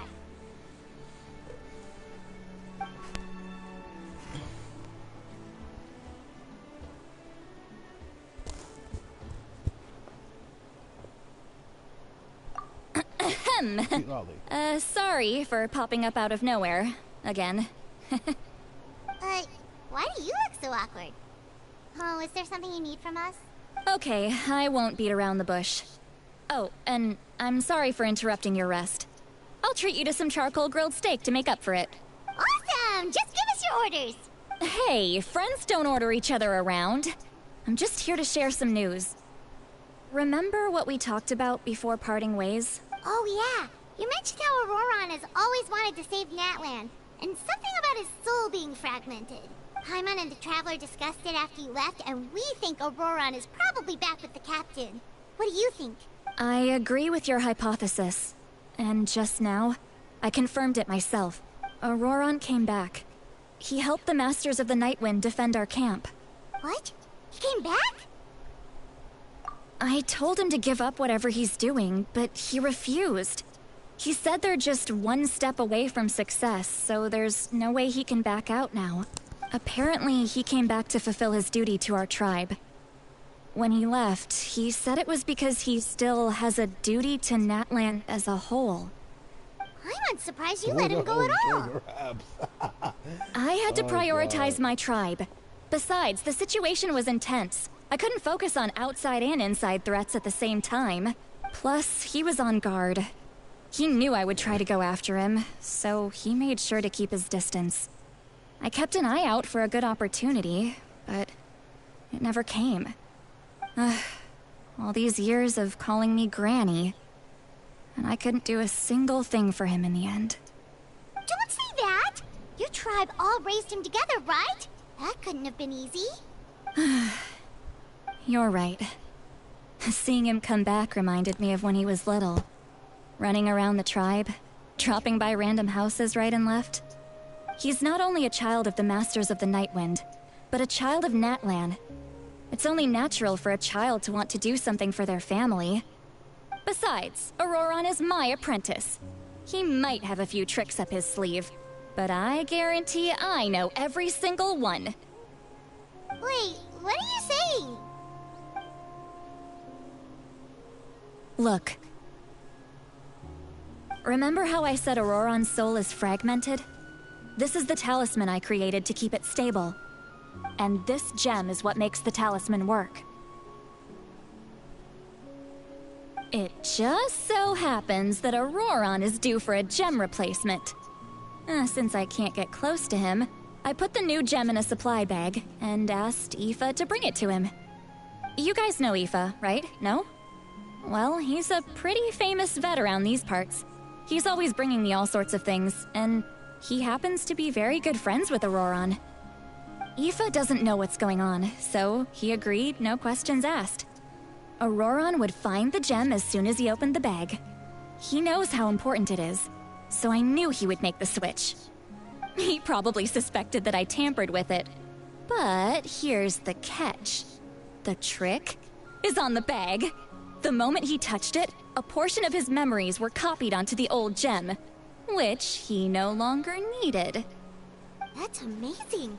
You can do something like that? Most people can't, but I can. That trick he used to bring you to the Night Kingdom isn't anything special, by the way. My technique is much more subtle. He won't notice anything. So in other words, we have a whole backup of Auroron's memories in this gem! The kid thinks he can take me on? Like I wasn't the one who taught him everything he knows? That's amazing, Seat Lolly. Let's take a look right away! Once we get to the bottom of this, we can finally track him down. I know he thinks of me as his grandma, but do you think he'll get mad at me for this? You can be honest. Huh, that's a tough question. Paimon doesn't have a grandma, so she's not the best person to ask. It's possible. Families disagree sometimes, but as his family, you have to do this. To be honest, I've always doubted my ability to look after him. I didn't stop the ceremony all those years ago, and now I'm useless again. But if I stop here, it will haunt me until I'm 500 years old. Every night I'll wake up in a fit of anger. Yeah, you're right. First anger, then tears. Oh, wait! Who are you calling a crybaby? You just called yourself a Worse, crybaby. traveler. She just called herself a crybaby, so I don't know what the problem is. She just called herself a crybaby just now. I need to look at his memory. Even if he resents me, refuses to see me, or runs away for good, I don't care, and I won't blame him. A family does whatever it takes to protect their own. You sure you'll be okay? We can come with you if you want. Did you just say you'll come with me? Is that okay? We have a pretty good reason to see it too, don't we? Because, right, we need leads on the Fatui. You really mean it? Fine, you can come. Just promise me you'll see this through. No backing out. Got it? Don't worry, we're professional adventurers. Then I place my trust in your professionalism. All right, time to sneak into someone else's memory and engage in some, unwanted spying. You heard it here first. I wouldn't be doing this if I had any other choice. Are you ready?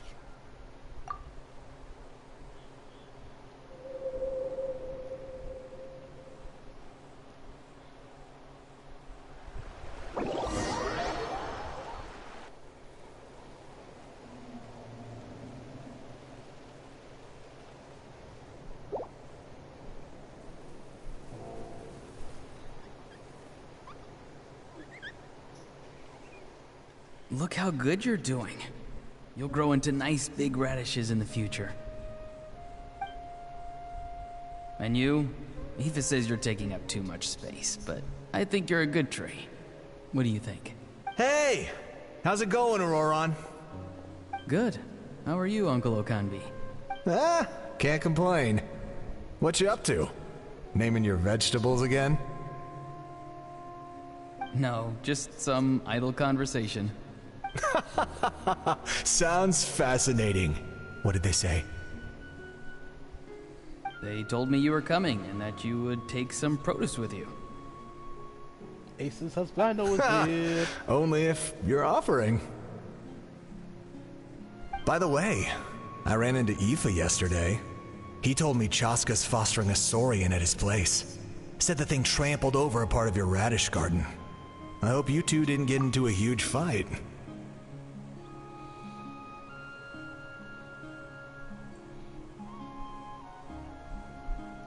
Yeah, that's called heterochromia. When killers have two different color eyes. No, don't worry. I'll find a way for him to make it up to me. I've already wrapped your share of the produce. Here you go.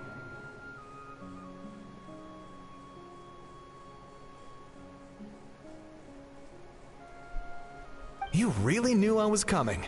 That's pretty amazing.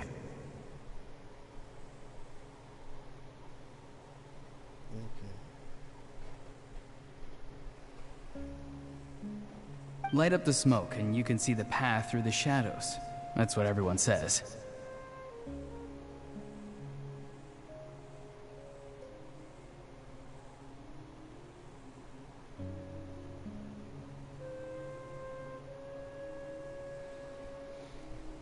Hey, have you seen that strange group of people that just appeared out of nowhere?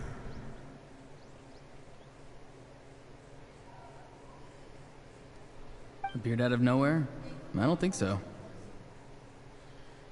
It's the Fatui. Their leader seems like a big deal. He didn't bring many men with him, but they're all elite warriors. It seems like they're looking for someone, but I wouldn't go around asking too many questions. If you run into them, be careful. Excuse me.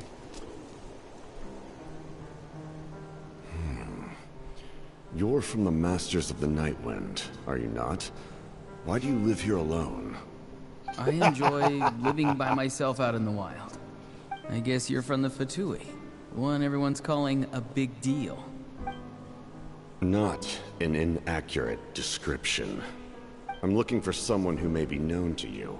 Citlali is her name. Granny? What does an Outlander want with her? I've heard the name. You have business with her? There's no point to further questioning if you insist on hiding things from me. I shall seek answers elsewhere. Oh, he could tell I was lying, and now he's leaving? He gave up just like that? Hey! At least tell me why you're looking for Citlali. It's none of your concern. I have my own means of tracking her down. Why are the Fatui looking for her? What does she have to do with them? I can't just let them go like this. I have to figure out what they're planning.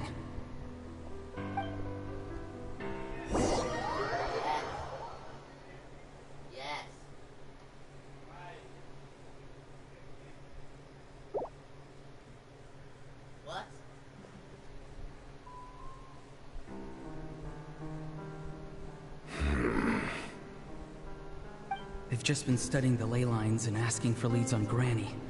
I can definitely rule out some sort of invasion. The situation has seen no true improvement. The Pyro Archon did not fulfill her promise. My lord! Ignore him. He is no threat. He knows I'm following him, but he doesn't seem to care. He's strong, I can tell. But there's something unusual about him, and also familiar in some way. I can't describe it. What is it? My lord, I feel dizzy. A ley line disturbance. Certain presences have been forced to wander outside their rightful realm.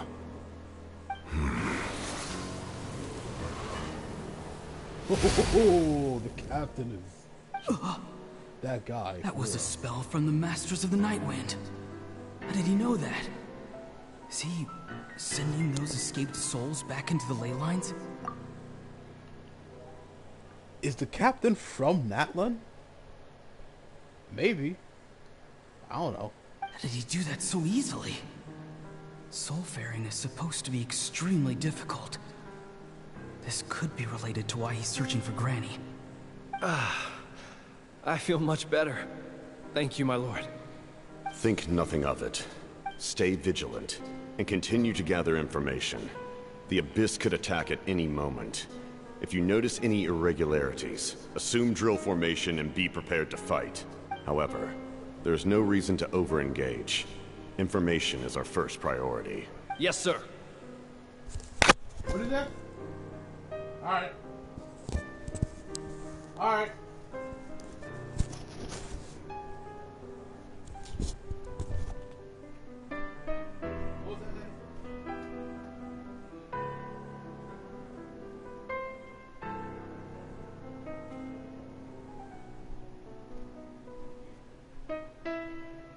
No, I just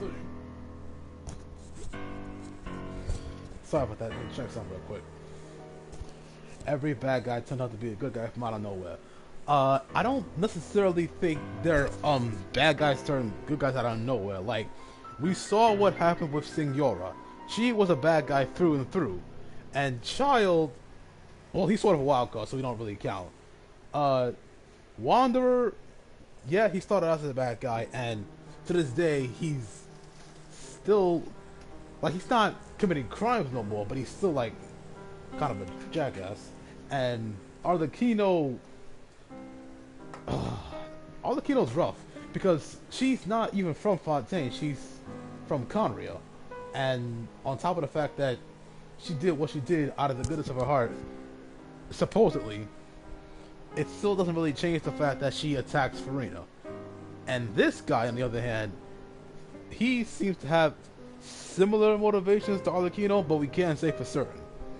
Because at the end of the day, the Harbingers are they don't really like each other. They're just doing what they think is necessary to get the Gnosis from the other nations, and they all have their own motivations. Like they're not all bound to the Sarisa's like will. Like they can choose to betray her if they really wanted to, but it's probably in their best interest not to.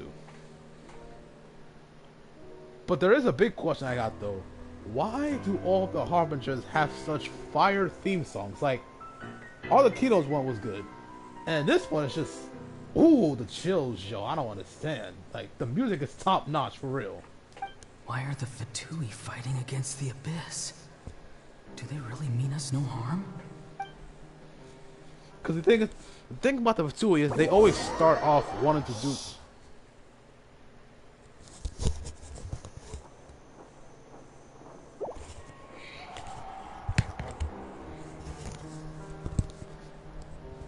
Fair enough. I haven't listened to that one in a while. I gotta listen to how it goes so I can know if I like it or not.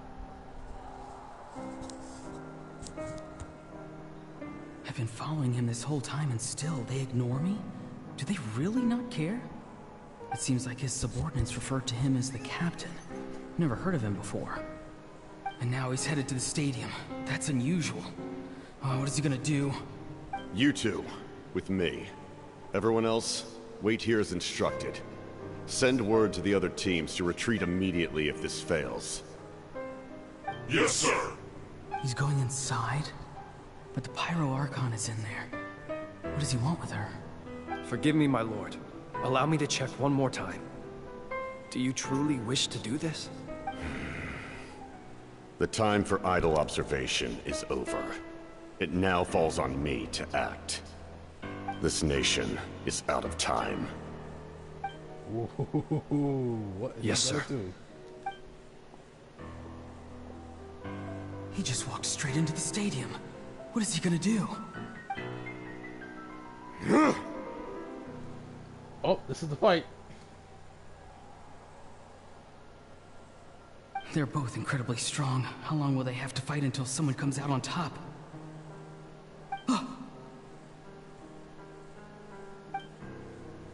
Wait, this feeling. Just like the other day near the ley lines, it's faint, like a soul's trying to escape. Where is it coming from? Is that why he's looking for Granny? If he dies here, then all clues will be lost. I can't let that happen. Oh, so Auroron took it upon himself to save the captain. He wasn't like hired by the Fatui or coerced to work with them. He took it upon himself to save the captain. That's really interesting.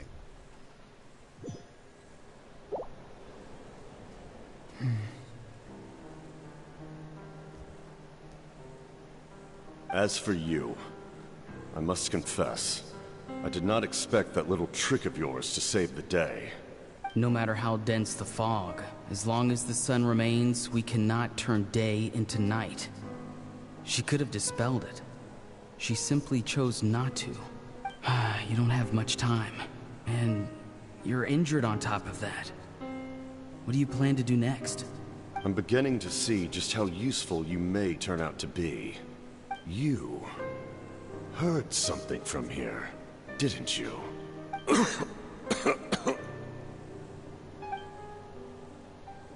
No need to force yourself. I've never seen anyone match the Pyro Archon in battle before. I didn't expect you to intervene at such a critical moment. You know I've been following you. Why didn't you stop me? When walking in the forest, it is only natural to encounter wild beasts. However, not every beast has the courage to come out and bite. And yet, one of those very beasts saved your life. Then speak. What do you want? I didn't save you because I wanted something.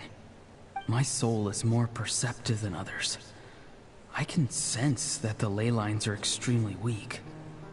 I don't know what the Pyro Archon is planning. Can she really save us? The questions you asked her just now, well, I've had very similar doubts.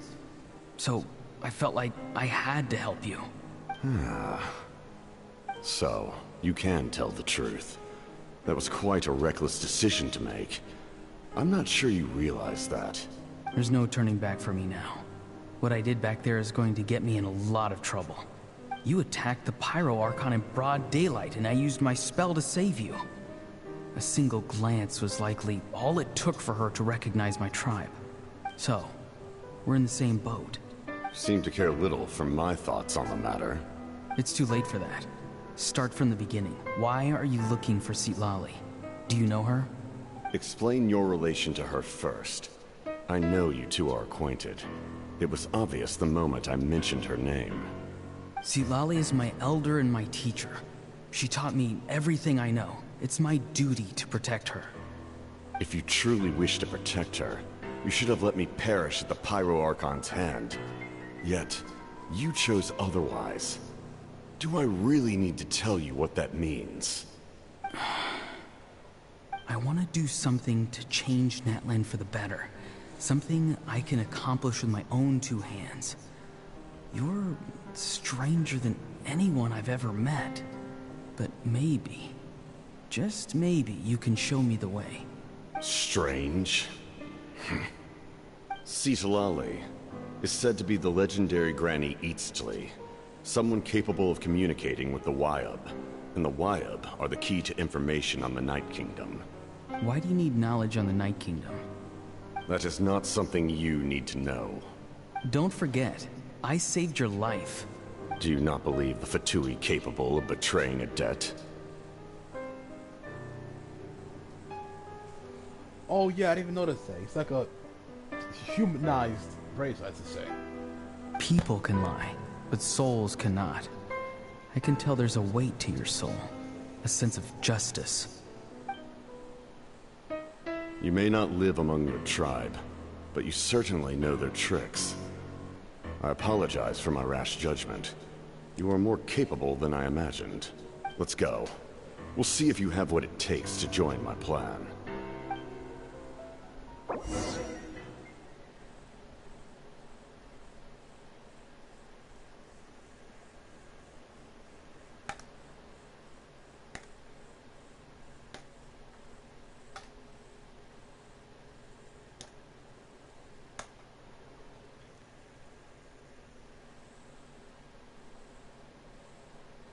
That little, see that little purple knife symbol? That's because we're in his memories.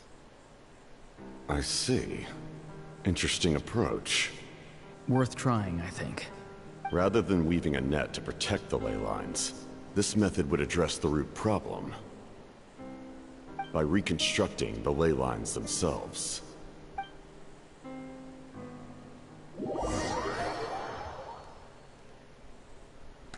They're going to tear down Natlan's ley lines and then rebuild them, so... Since the Abyss Order currently has control of both the ley lines and the Night Kingdom, they're going to tear the ley lines down just to rebuild them. I think that's what the implication is. Woo! Traveler, Paimon. Are you two alright? Paimon's fine, just, a little dizzy. Of course. I'm so mad at him. After everything, he still can't let go of the past. For some reason, he thinks he owes something to the people who cared for him.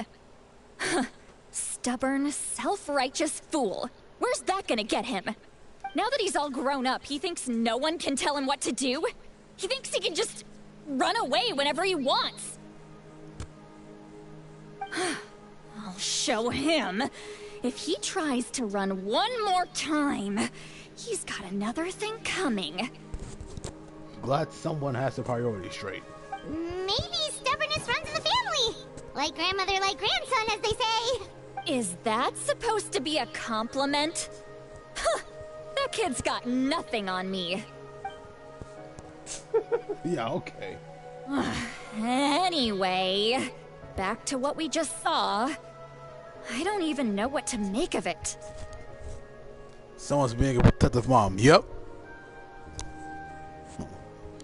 Yeah, the Captain seriously wants to reconstruct the ley lines? What does that even mean? Something like the loom of fate, maybe? But how does that help with the abyss? The loom of fate? Oh, it's kind of hard to explain. Basically, it's a device from Conrio that has unbelievable power. Anyway, if he really wants to manipulate the ley lines, everyone in Natlan will be affected.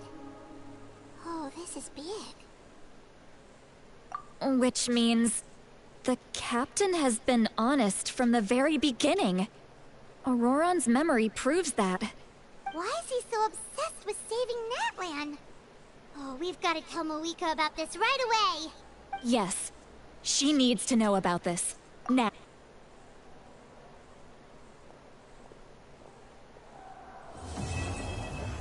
Wait, that was the end of the Archon quest?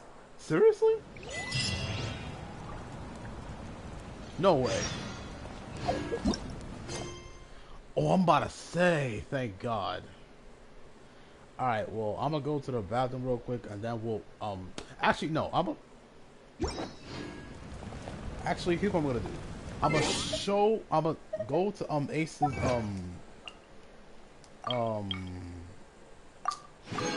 oh, her Mualani. I'm gonna go to her Mualani, have a look at it real quick, and then I'm gonna go eat dinner. That's what I'll do.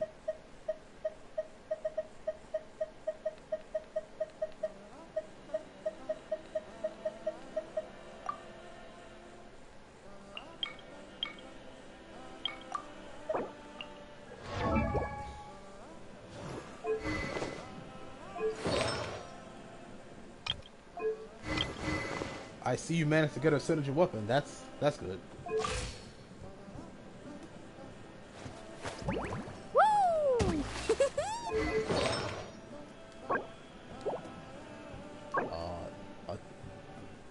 Wait. Is she skill an HP or attack? I have no clue. 'Cause I don't have Moai, so I don't know.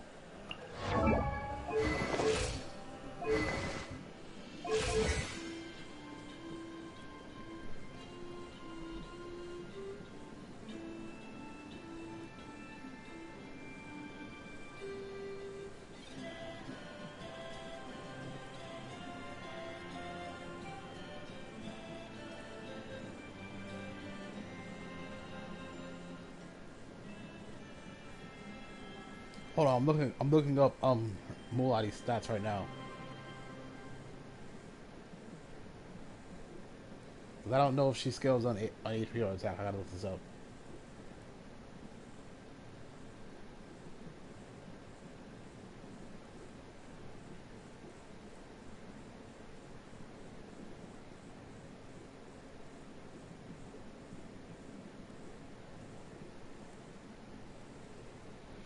Oh no, elemental mastery or HP. Okay, that makes sense.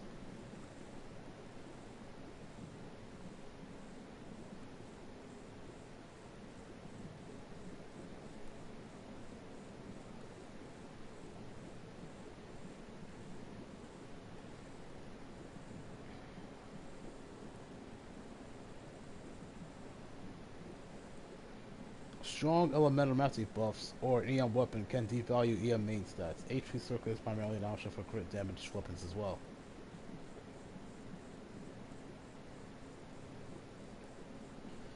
But you've got her best artifacts and you've got her best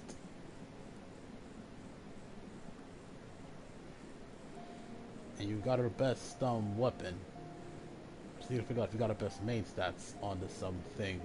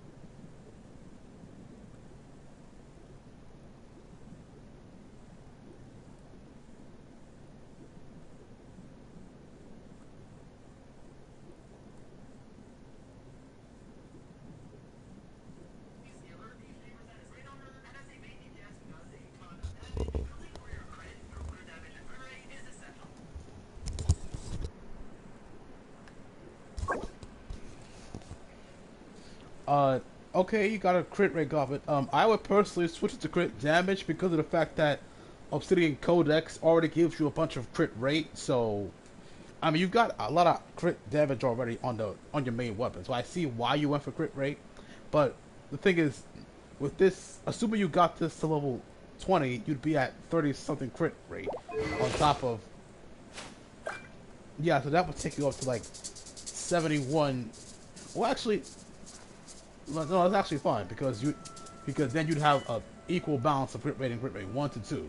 So that's fine. Crit rate's fine. Elemental Mastery, yeah, that's fine. Oh, attack. So I'm guessing you don't have H. Wait, no, wait. This, wait. Then the okay, yeah. So EM Mastery, stance is fine. That's actually good. That's really good for her. And the Goblet, I'm guessing you don't have Hydro Damage boost yet. So until you get Hydro Damage boost, then this is fine. And the crit rate is also fine because you have her signature weapon. But definitely try to get this to level 90 though. That's my thing. So get her weapon to level 90 if you can. Get her stats things to level. Get these to level 20, and you should be good. And her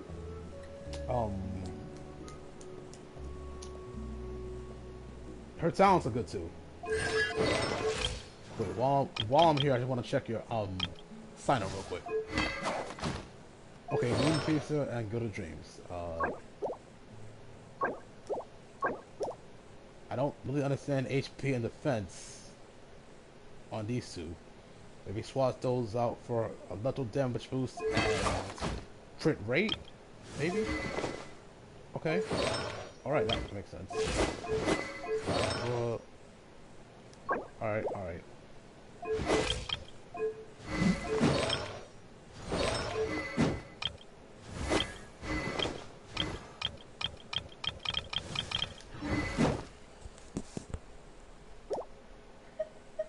Well, thanks for letting me see your Mulan Ace. Well, yeah, I'm gonna go eat dinner and then I'll come back for this later. I'll be right back, y'all.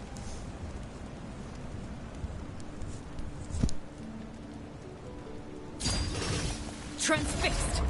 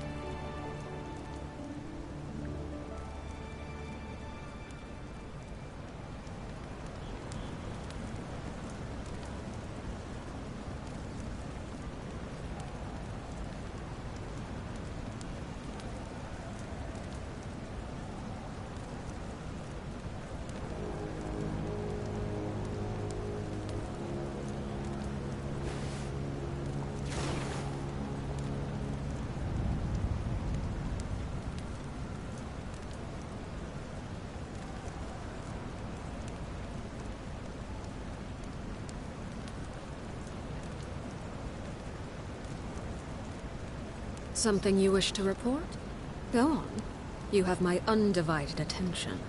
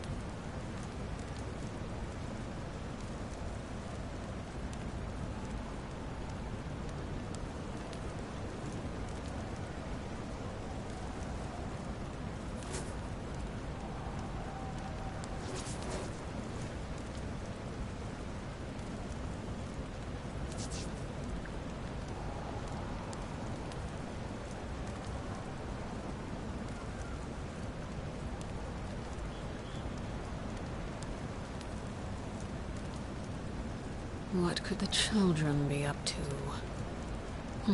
Never mind. Let them do as they please.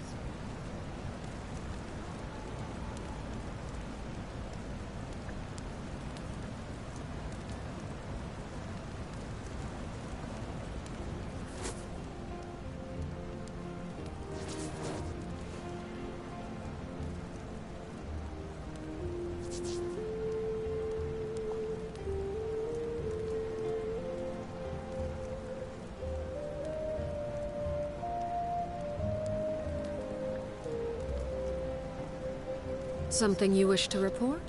Go on. You have my undivided attention.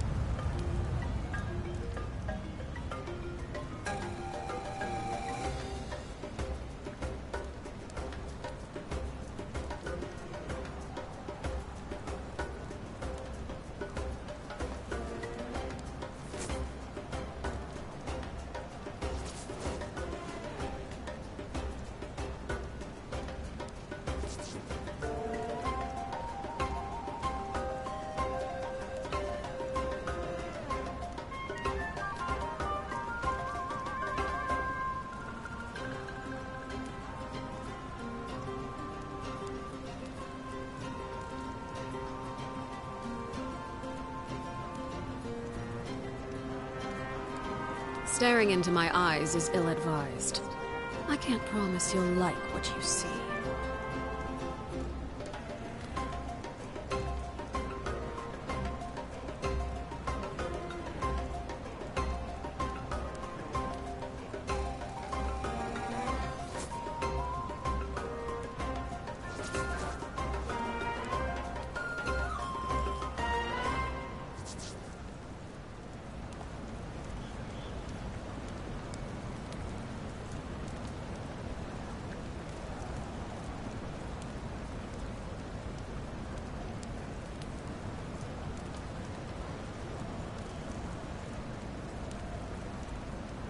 What could the children be up to?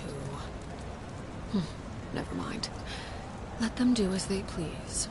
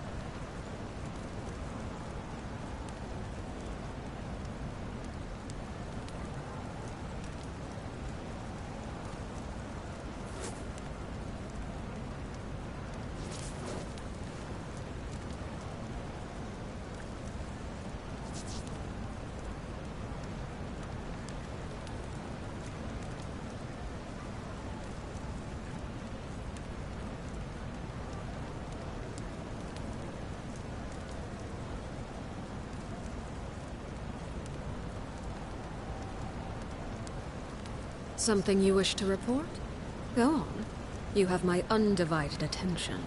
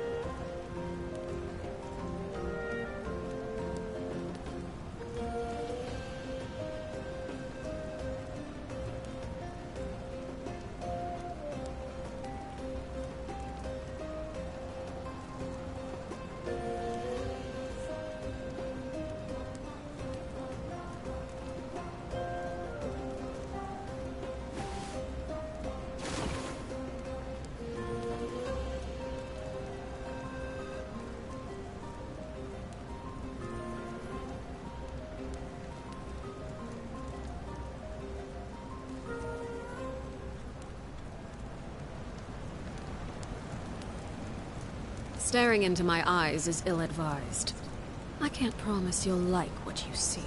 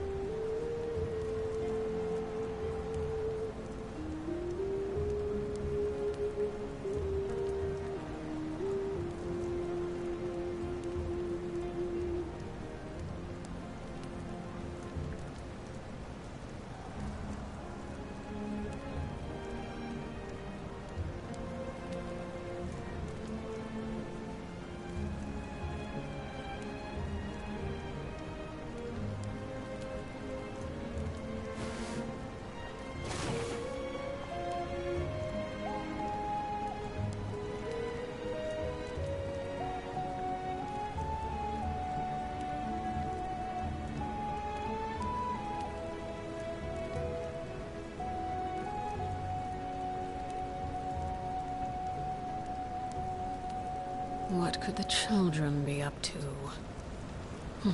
Never mind. Let them do as they please.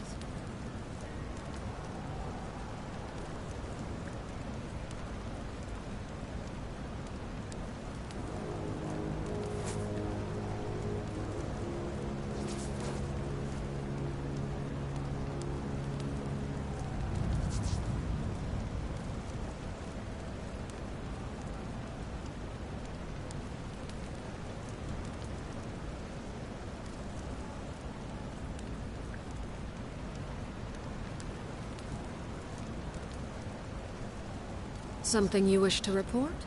Go on. You have my undivided attention.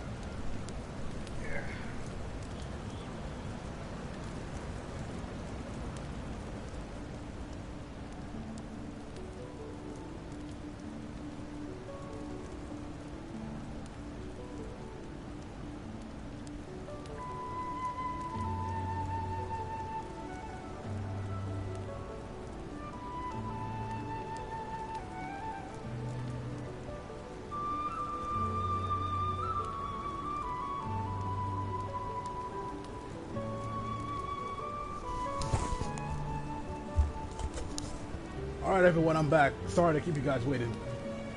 But we back.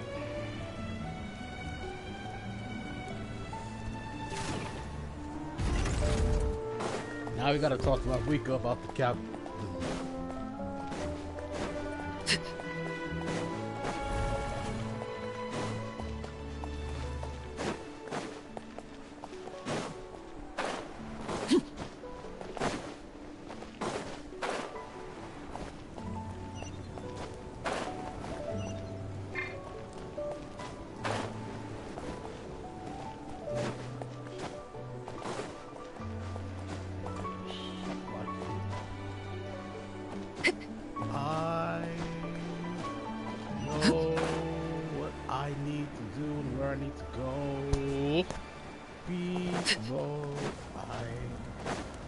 playing this game for the longest time.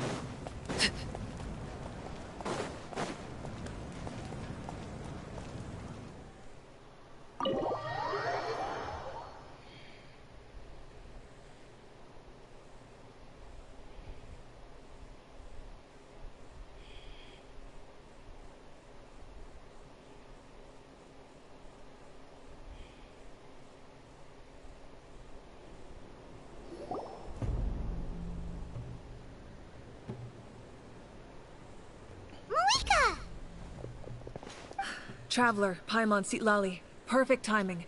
I've located the captain. Oh, really? That's great! We also just took a peek at Auroron's memories and discovered something huge!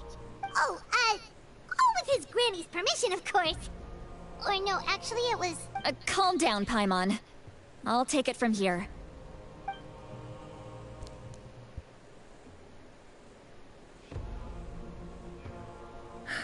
So the captain was searching for the source mechanism to reconstruct the ley lines. If his plan is already in motion, that means he knows exactly how to accomplish his goal. We have to stop him. Is reconstructing the ley lines a bad thing? Yes. It's not a simple fix. It would mean sacrificing nearly everything contained within the current ley lines. Very similar to the price of using a Gnosis. If he activates the mechanism, it's all over. We need to mobilize our forces as soon as possible. But what forces do we have? Kanich, Shilonen, you two, and myself. All other warriors are working to push back the Abyss on the front lines. But that's barely any people! Not to mention you lost your power, and they've got the captain on their side! Oh, maybe we really should get Sitlali to break Auroron's legs. That won't help us with the captain, I'm afraid. In any case, the Masters of the Nightwind are in urgent need of manpower. Sitlali, I was hoping you could head back and help defend the tribe. All right. I understand where I'm needed. I'll head out right away. Don't worry about your grandson. We'll figure something out for sure. I'll leave him to you all then. All right. Back to the matter at hand. I don't believe defeating the captain needs to be our ultimate goal. Let me grab Shilonen and Kanich, then I'll tell you my idea.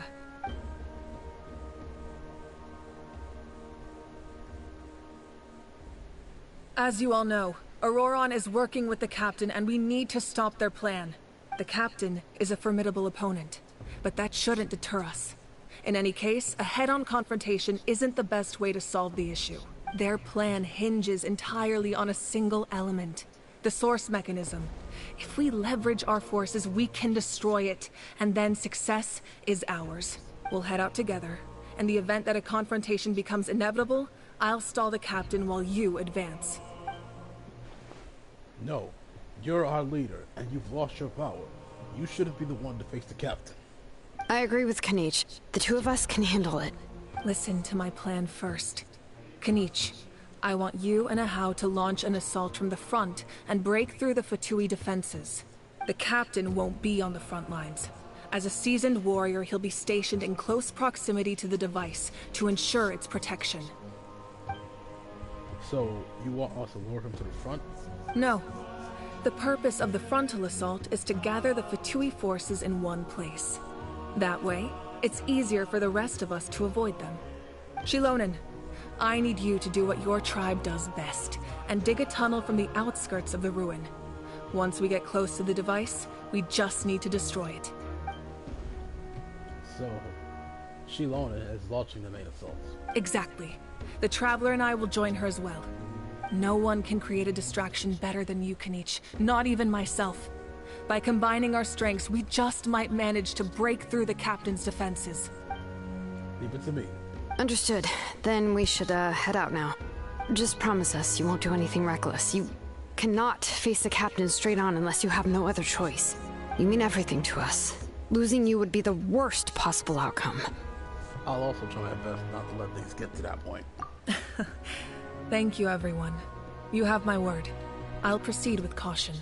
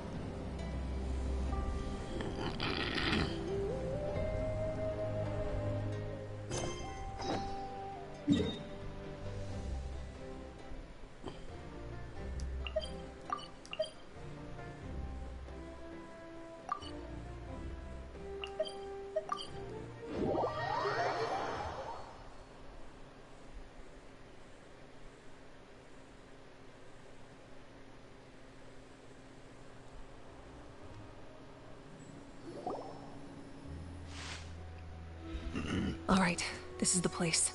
Their tunnel must be behind that gathering of Fatui guards. Any of the nearby mountains could be a good infiltration point, but if we want to stay under the radar, we should approach from the side. As agreed. Aha and I will handle things at the front. There are only a few Fatui stationed around the perimeter. We should take care of them first so they can't alert anyone.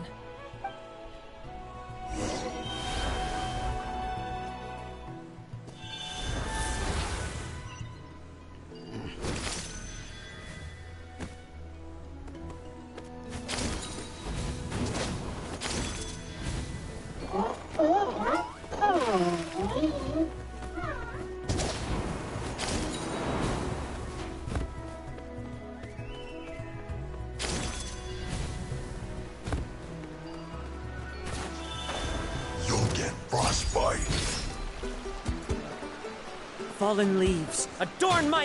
Teamwork is dreamwork! Drilling down!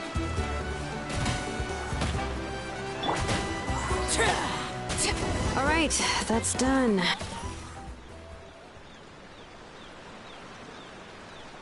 What do you think, Shilonin? Is this a good spot? Yeah, looks good. We'll take it from here.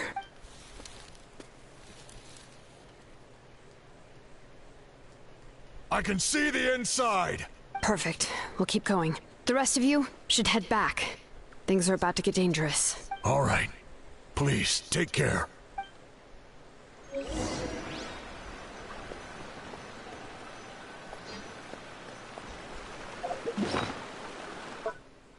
Capture photos? What is that?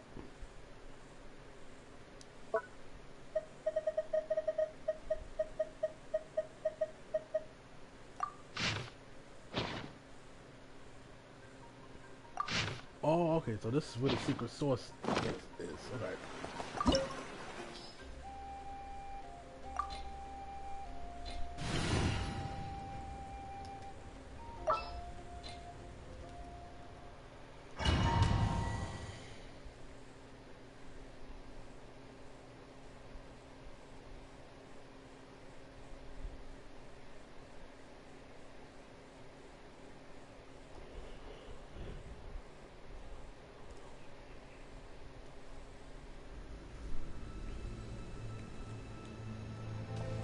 Fatui wouldn't concentrate all their forces in one place.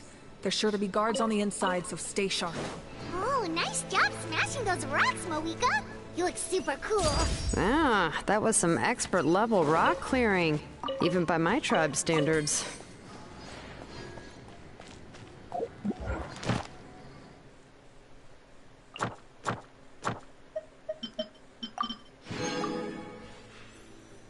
I'll be saving that gem for Kachina, whenever she's available. That must be the Fatui tunnel over there. We should steer clear and approach from the side.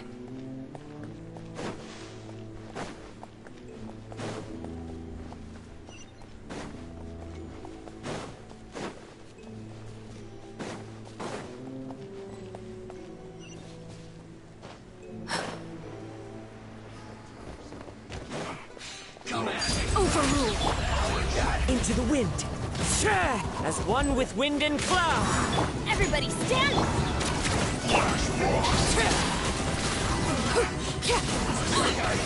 Right here!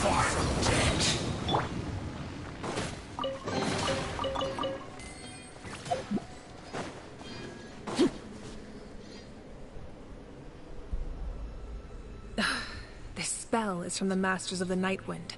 It's Auroron's doing. They're probably trying to buy time.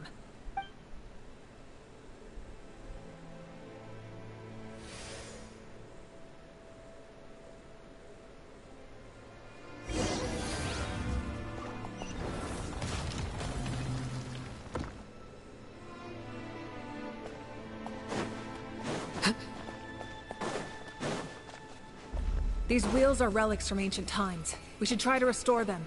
These mechanisms probably control that wheel, right? Let's give them a try.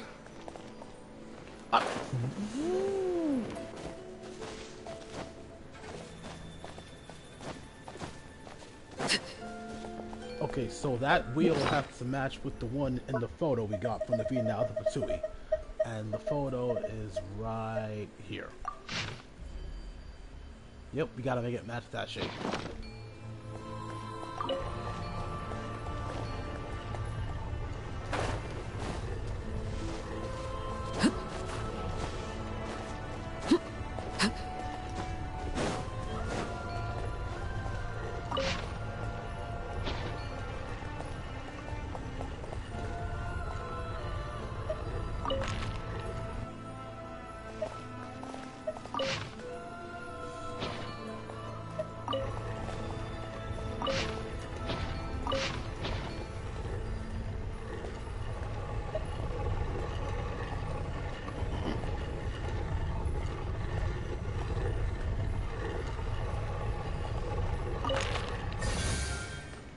There we go.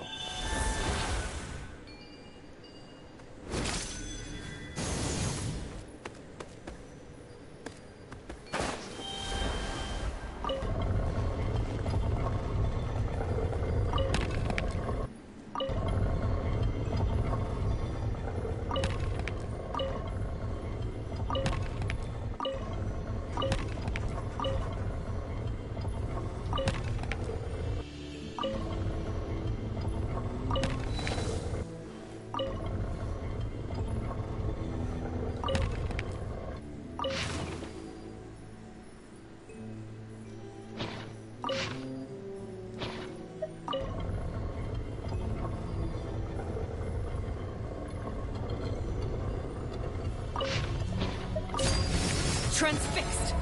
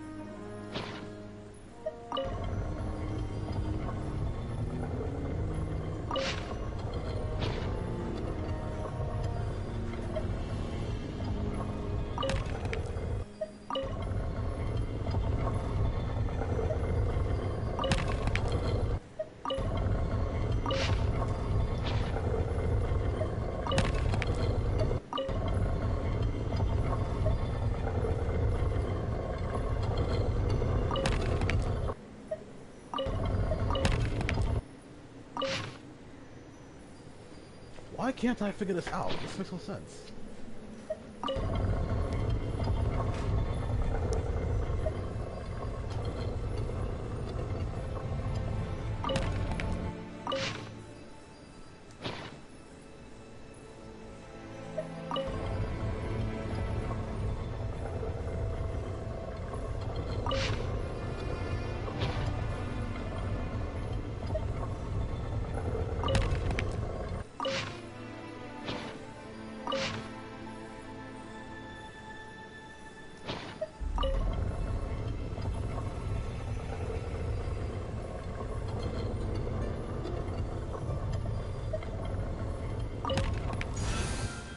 Oh, okay. That makes sense.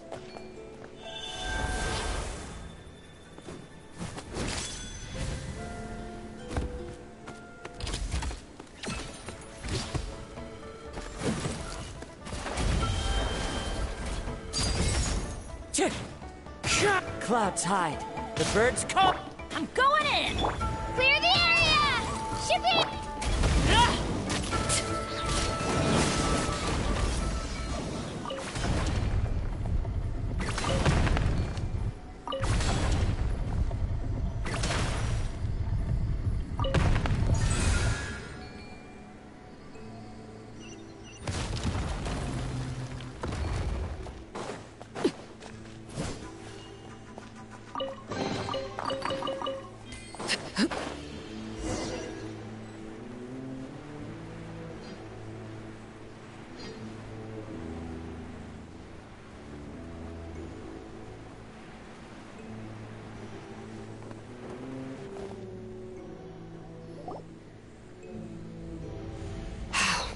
This must be it. There they are! Oh, the captain's here too. Perfect. Looks like they focused their defenses over there. Oh, they're here. Huh. I thought the Pyro Archon would choose a frontal assault. It doesn't matter. They're too late anyway. Stop! It's too late. We need to turn it off! I won't let you do this!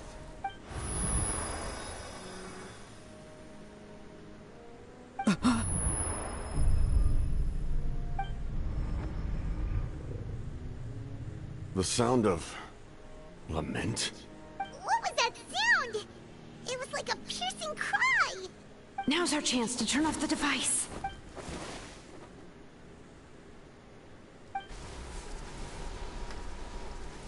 Oh, Auroran? How did he just... His movements have gotten a lot faster. Was Auroran always this good in battle? Zero in. This ends now! Huh? Something's wrong. The captain helped Sealand? Why?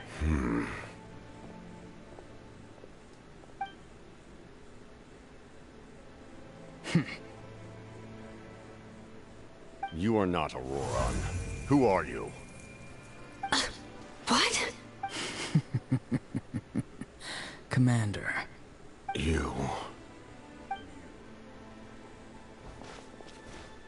So, you still recognize me, Commander? I'm glad. Although, I believe you have some more pressing concerns at the moment.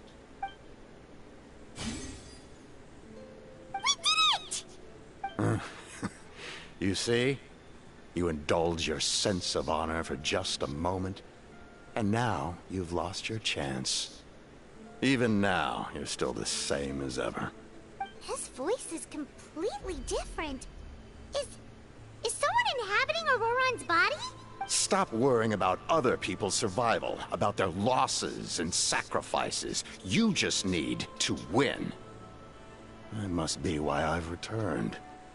For this moment. Please finish what you set out to do, Commander. I didn't expect to see you here, but I have to disagree. Abandoning one's comrades is not the way of a warrior. Why do you care about a doomed man? I know you can see it. He's already close to death. After all, his soul has been incomplete from the start.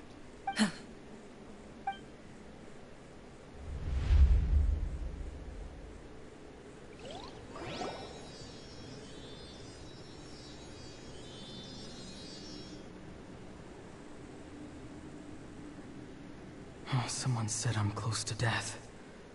Is it because of that noise just now? The piercing cry came from underground when I activated the device. What's down there? Natlan's ley lines must be hiding some kind of secret.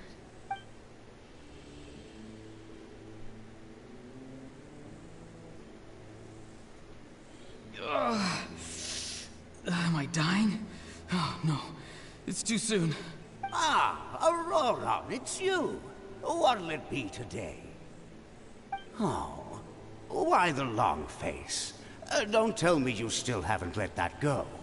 I knew it was a bad idea to tell you. I heard everyone wanted me to be the savior. Savior? Ha!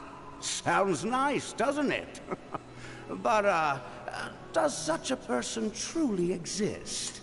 Even if they do, why would you have to become that person? Auroran, is that you? Oh, here, have a seat. Let Granny cut you some fruit. We just got a fresh batch. Can I get you anything else? Some grilled meatloaf, maybe? Ask for anything you want. We've got plenty of ingredients. What about those spiced rub mushrooms you made me last time, Granny Kuimi? Ah, you liked those, did you? An outlander taught me that recipe, actually. A merchant, to be exact. Never thought about going into business yourself, my boy? You could travel all over. Our Auroron? A merchant? He's far too honest for that line of work. Well, at least an honest merchant like him wouldn't prey on old-timers like us. Everyone said a true savior does not really exist, but then... why did my birth open the door to the possibility? Why give people false hope? Maybe I don't need to sacrifice myself, but surely everyone is born for a purpose. So, what's mine? If I had succeeded back then, would the world have become a better place? What's the meaning of my existence? Done spacing out, Auroron? Did you finish your homework? Yes, Granny, it's just... will learning all this really make me as strong as you? Of course not. I'm a special case. Other shamans study their whole lives without reaching a fraction of my abilities. Because you're a genius, right? You could say that. Or maybe I've just been alive longer than the rest of them, and picked up a few tricks that they didn't want to touch. It's rude to bring up a woman's age. Never do that again, no matter the circumstances. I wasn't the one who brought it up. Anyway, class is canceled tomorrow. Go have fun. What about my homework then? Do what you want. What use is it being as strong as me anyway? You've seen how the tribe treats me. They're all afraid. I try to go about my business, and they practically tremble in fear. Not the most fun way to go about living one's life, I'd say. Take it from me. The happiest people are the ones who do their own thing. So do what you want, Auroron. No matter what anyone else has to say. Granny didn't say it outright, but I think she was trying to comfort me. Don't force yourself. Don't beat yourself up over the past. That's what she always says. But I never forced myself. I never even got the chance to try before it was all over. Hey, you zoning out over here again? There's such a thing as overwatering the radishes, you know. I was just looking at the aphids. Something interesting about them today? I noticed some on the ground. Maybe it got too cold yesterday and they couldn't handle it. Bummer. Guess that means less honey this year. Aoife, do you think being a vet is fun? Fun? I'm not sure about that. Do you think planting vegetables is fun? Fun enough, I guess. I don't have anything else to do.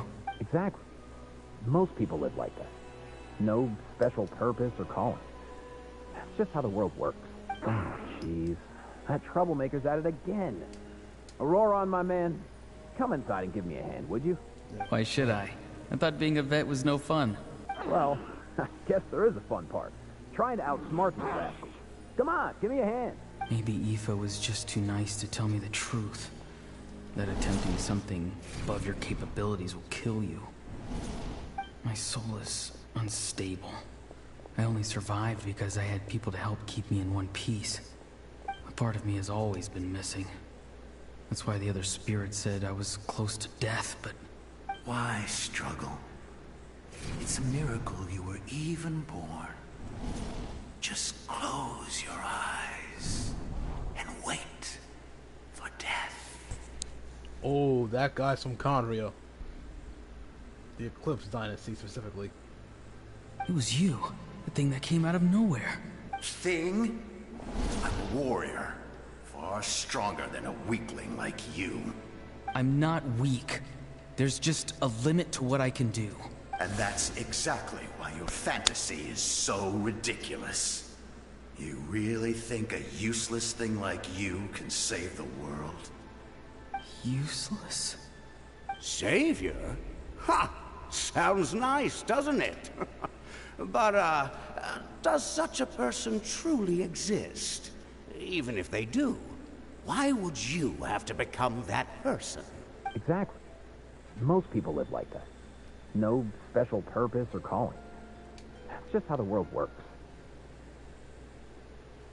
Take it from me. The happiest people are the ones who do their own thing. So do what you want, Auroron. No matter what anyone else has to say.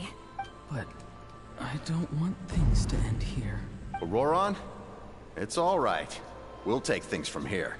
Every time they marched into battle, I had to stay behind. Don't worry. With the Archon on our side, the Abyss doesn't stand a chance. All the best warriors are fighting on the front lines.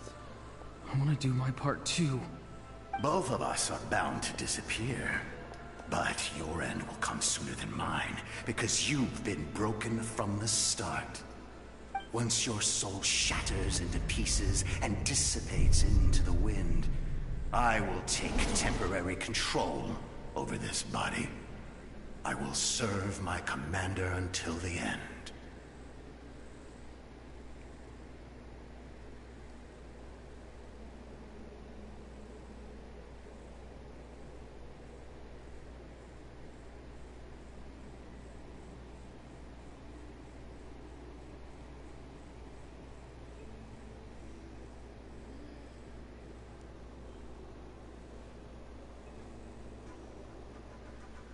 No.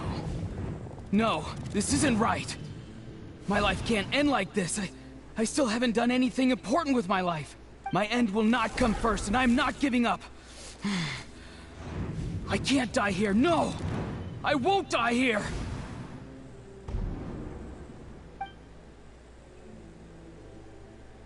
Auroron! Auroron! That voice. Control your mind. Feel the ground beneath your feet. This is not your end.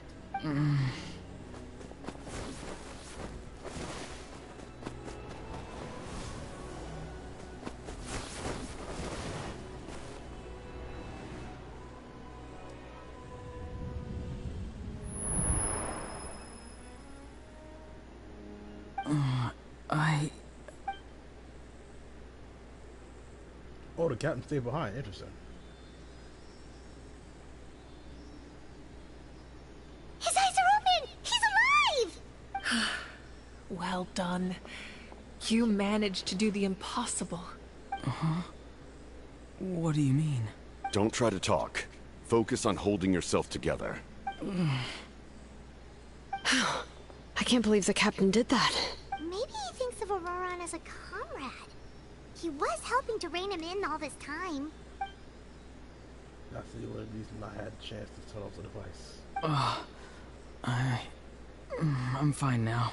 Damage to the soul is a tricky thing. The pain almost consumed you for a moment, but you managed to hold on to yourself. That's no easy feat. The worst appears to be over. I'm sorry for causing so much trouble. We can talk about that later. Our plan. It failed, didn't it? I'm sorry. We were so close. You saved my life, and now the debt is repaid. Auroron, I never thought you actually wanted to sacrifice yourself in that ceremony. But you never gave up. Have you come to a conclusion on what it is that you truly want? I just want an answer. A reason why I exist and why everyone always did so much for me. No one is born a hero. And no one should be treated like one from birth. I had a chance to do something important back then, but I failed. All I want is to find some more ways to make up for that. The answer you seek now lies before you. Auroron has been given an ancient name.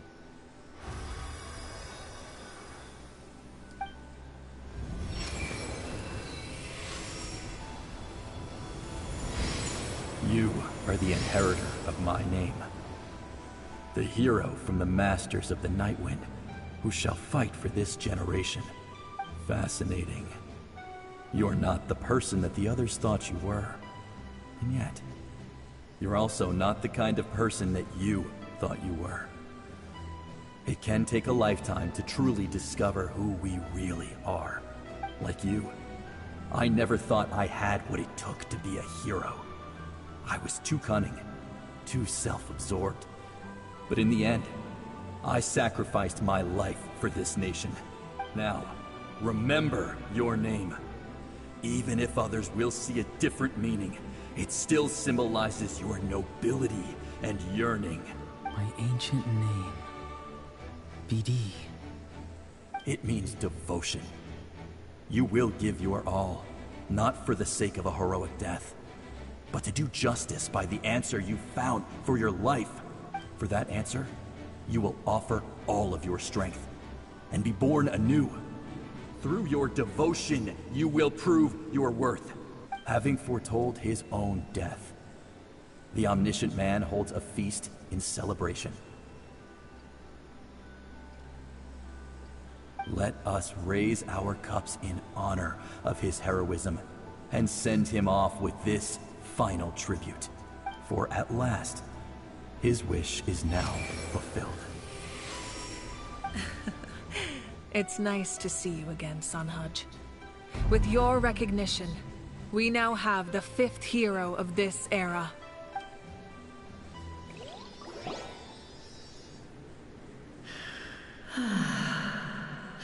I am happy to see your plan advance one step further. It seems that my cry did not cause irreversible damage.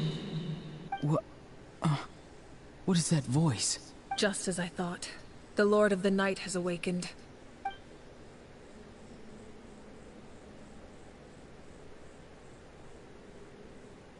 Lord of the Night? As in the one who rules over the Night Kingdom? I preside over a realm of souls.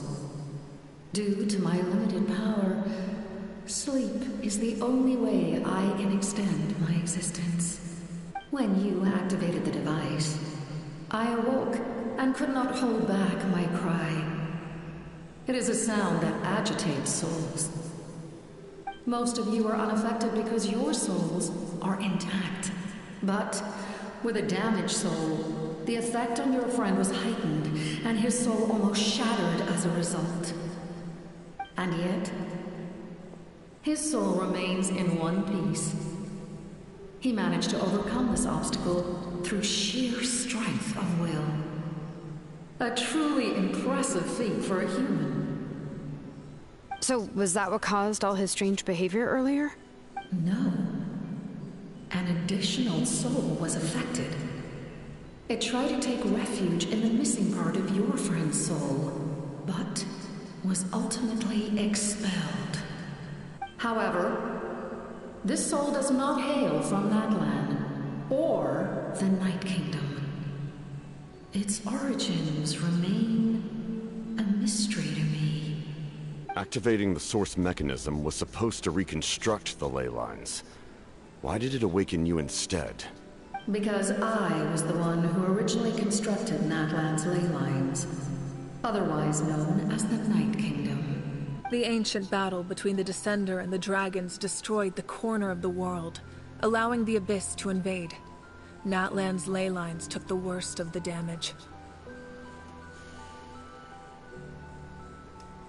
To aid the people of Natlan, the Lord of the Night used the fragments of the old ley lines to reconstruct a similar network. That's how the Night Kingdom was born. The first Pyro Archon, Xbalanque, strengthened that realm and established the rules that aid our fight against the Abyss. The Ode of Resurrection and the Pilgrimage, both of which are practices that survive to this day. Oh, right! You said before it all came from the power of the heavens. The ancient dragons tried to use this device to strengthen the ley lines by imbuing them with power. Back then, this method was rather ineffective. They lacked the skills to navigate the intricate structure of the ley lines. And now, the structure of the ley lines has also completely changed. I am the only possible vehicle for the power generated by the device. It was an incredibly crude and painful method, but I managed to absorb some of that power.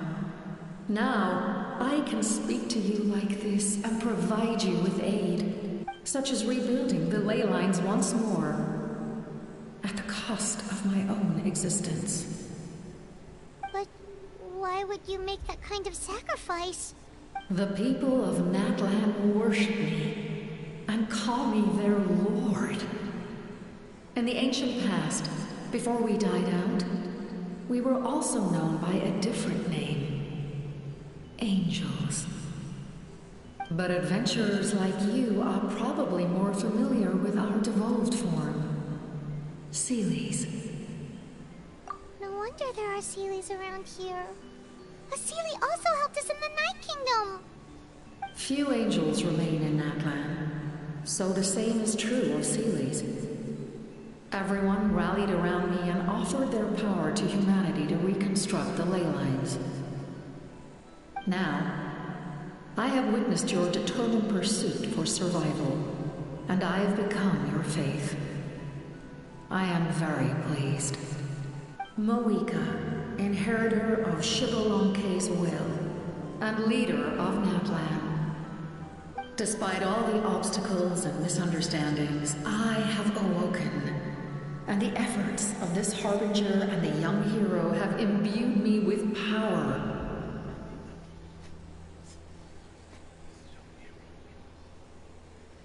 Say the word, and I will once again work to fulfill my mandate, just as I did thousands of years ago. You need only nod your head. For the sake of your people and your nation, for the sake of overcoming the invasion from the Abyss, give me your orders. I will not. After reconstructing new ley lines, you will cease to exist. The rules of Natlan are founded in the Night Kingdom. If you disappear, so do they. Not to mention, all the memories and legends recorded within the old ley lines will disappear along with you. The people of Natlan will face memory loss, mental disorders, and cognitive issues. Just like the consequences of using the Gnosis, that is a price I refuse to accept. Humanity's survival is worth any price. Once the Abyss runs rampant, all that remains will be a land of corpses and ruin. And when the new ley lines are invaded again by the Abyss? What then? How are future generations supposed to survive? A land without the Lord of the Night, without the protection of the rules, is doomed from the start. You presume too much. If you cannot ensure survival in the present, you have no right to think about the future. What will it take for you to realize that? How many hundreds or thousands will have to die? The situation hasn't gotten that dire yet, has it? Why are you so pessimistic about the situation? Why? Because I am a survivor of Conria. I've witnessed the devastation and terror of the Abyss with my own eyes.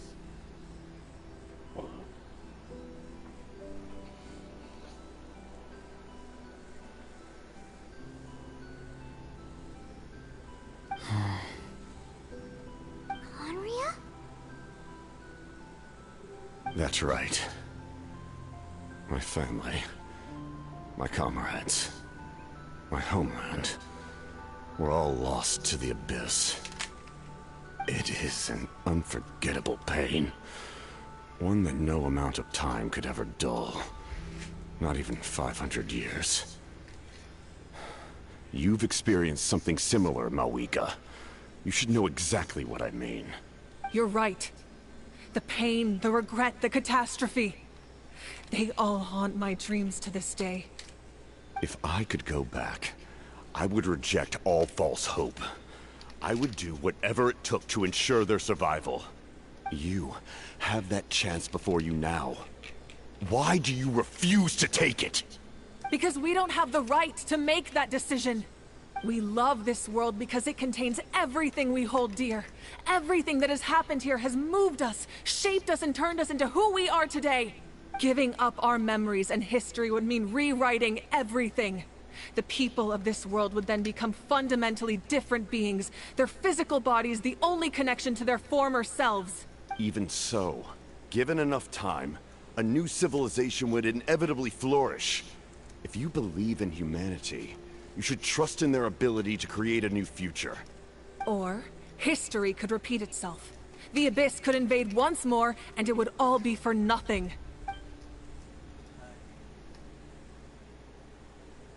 Can I say something? I once carried the hopes of many people, and I was also desperate to save our nation. In the captain's plan, I saw a chance to ensure our survival. But as I was on the brink of death, my wish for life and purpose was rekindled. I've been very fortunate to be well cared for by all the people in my life. I refuse to forget that. My feelings were so strong, they overrode my compulsion to sacrifice myself for their safety. No matter what path lies before us, we still have a destination. If we lose our way now, we will lose the meaning of our existence. That's right. Natlan's heroes gave their lives so we could have this chance against the Abyss. Their sacrifices are our blessings. Not only are their deeds and spirits exceptionally meaningful, they may also well be our path to victory.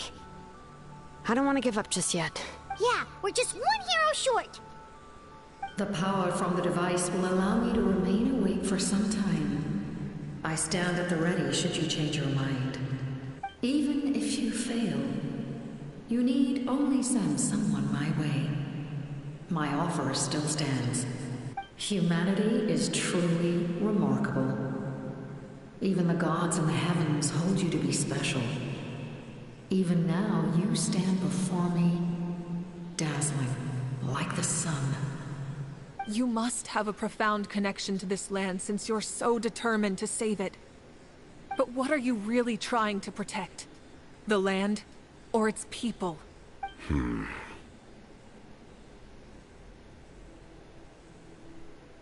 sure he wants to hear what you have to say, Traveler. Fine. I suppose we can wait.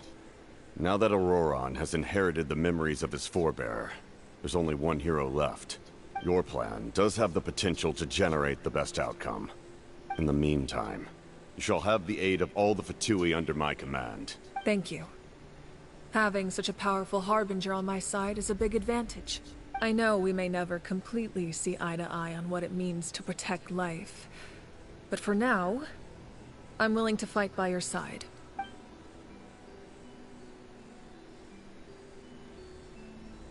All right, we should let everyone else know about the plan. They're probably still at each other's throats outside. Good idea. We need to explain the situation. Oh, guess we'll stick around then. I'll update everyone outside. Let's meet back up at the stadium. So now we're forming a truce with the captain to find the last hero.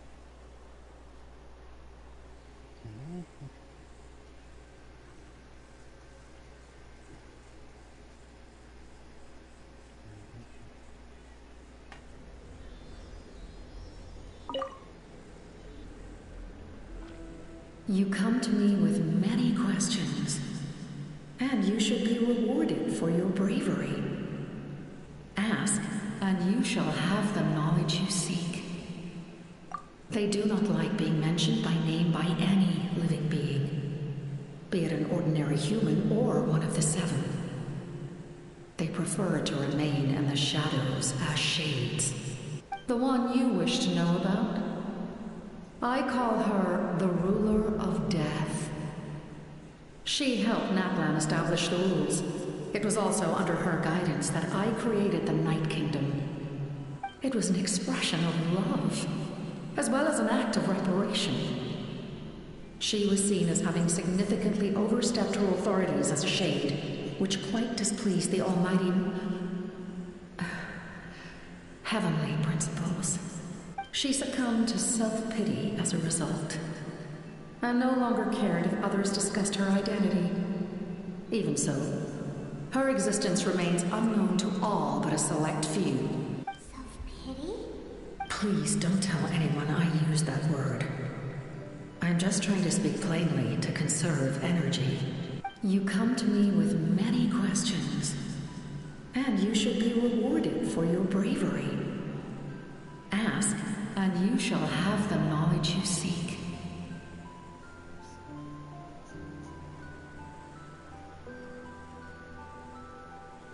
So now we've reached the end of the Archon quest, I know for a fact.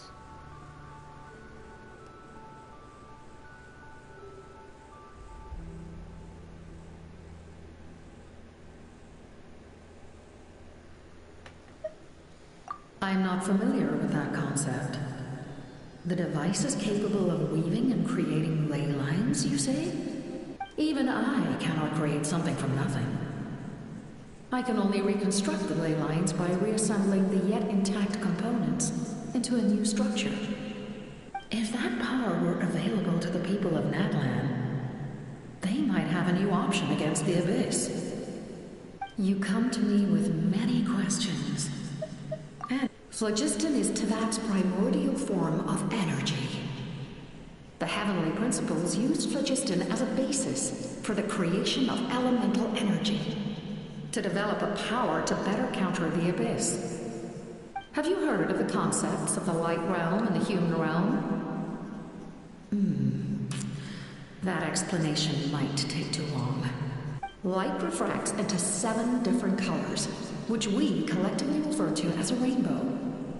Elemental energy is a similar concept. It's essentially the modern counterpart of phlogiston. You come to me with many questions. Ah, yes, yes. The artisan from the Children of Echoes has yet to mention the matter to me. Probably because the young girl from the Masters of the Nightwind is absent. No matter. I'll reach out in a dream and tell them what needs to be done. Young girl? What? Did I say something wrong? You come to me with many questions.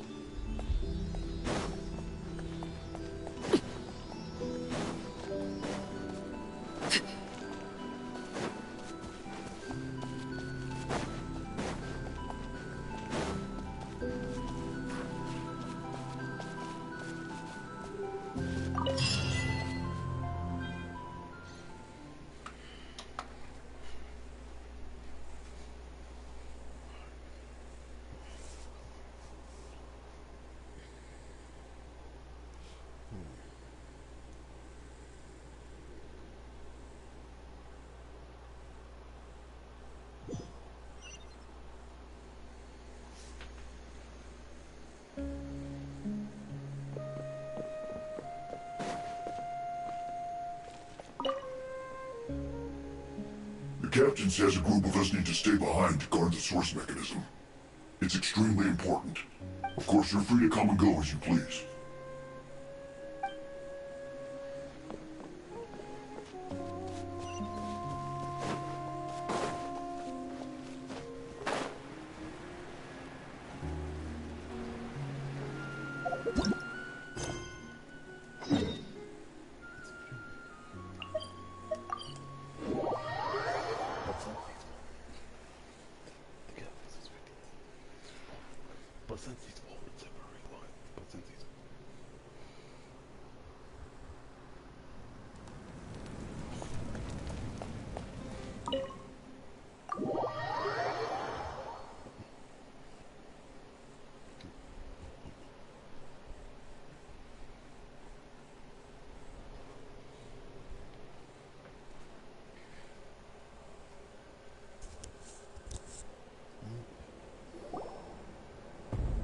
In that case, allow me to formally welcome the Fatui to our cause.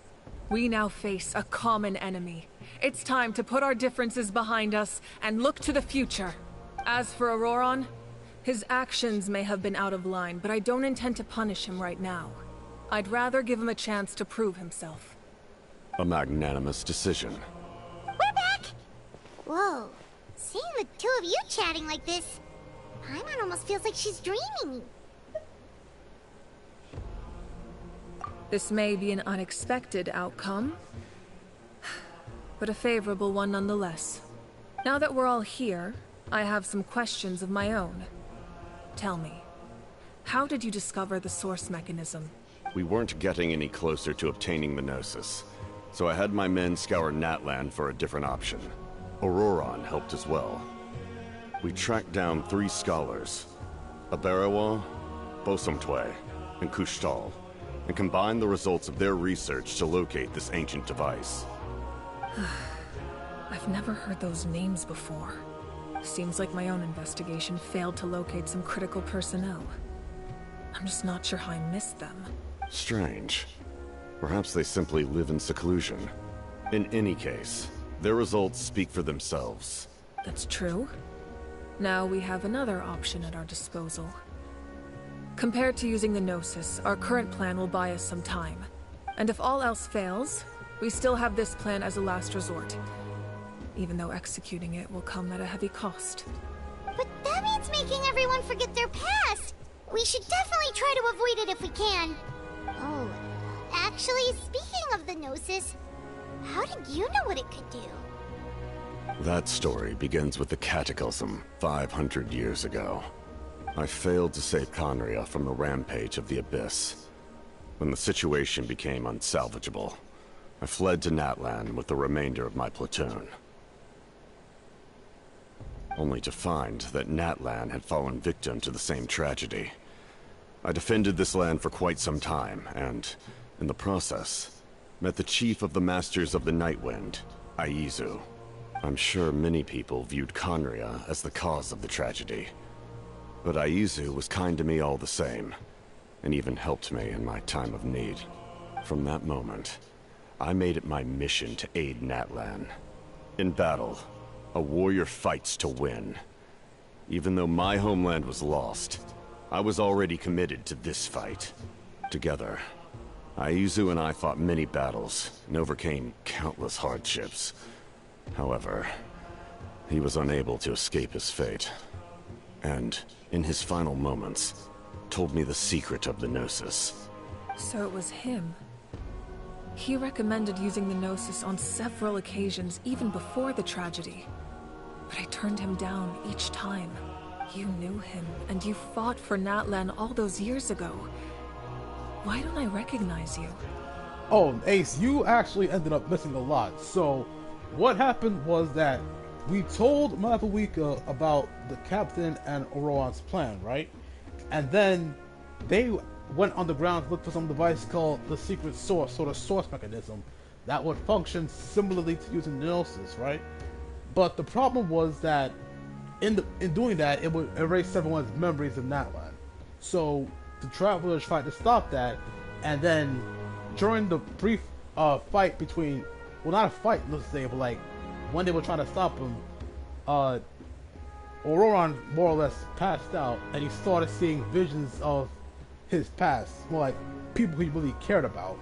And during those visions, he came to the realization that he didn't have to sacrifice himself in order to find ways to help deal with the crisis. And once he came to that realization, the Lord of the Night, the person in charge of the Night Kingdom, basically told everyone that she could reconstruct the ley lines so that they would have a way to stop the Abyss threat. Mawika turned him down, saying that her plan had the least things that could go wrong with it.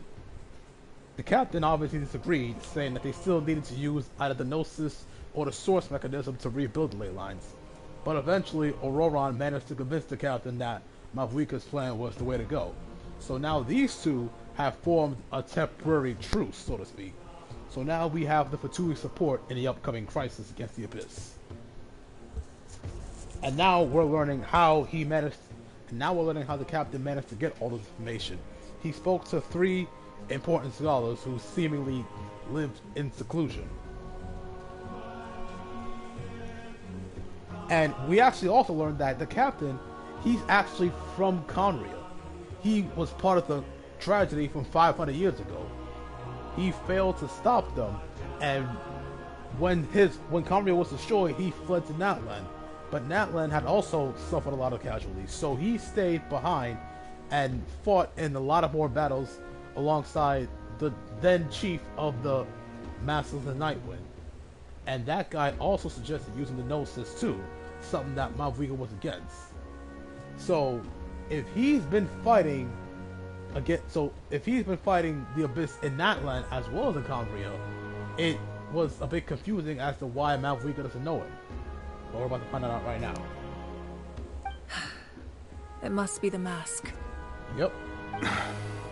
Even without the mask, my past appearance is long gone.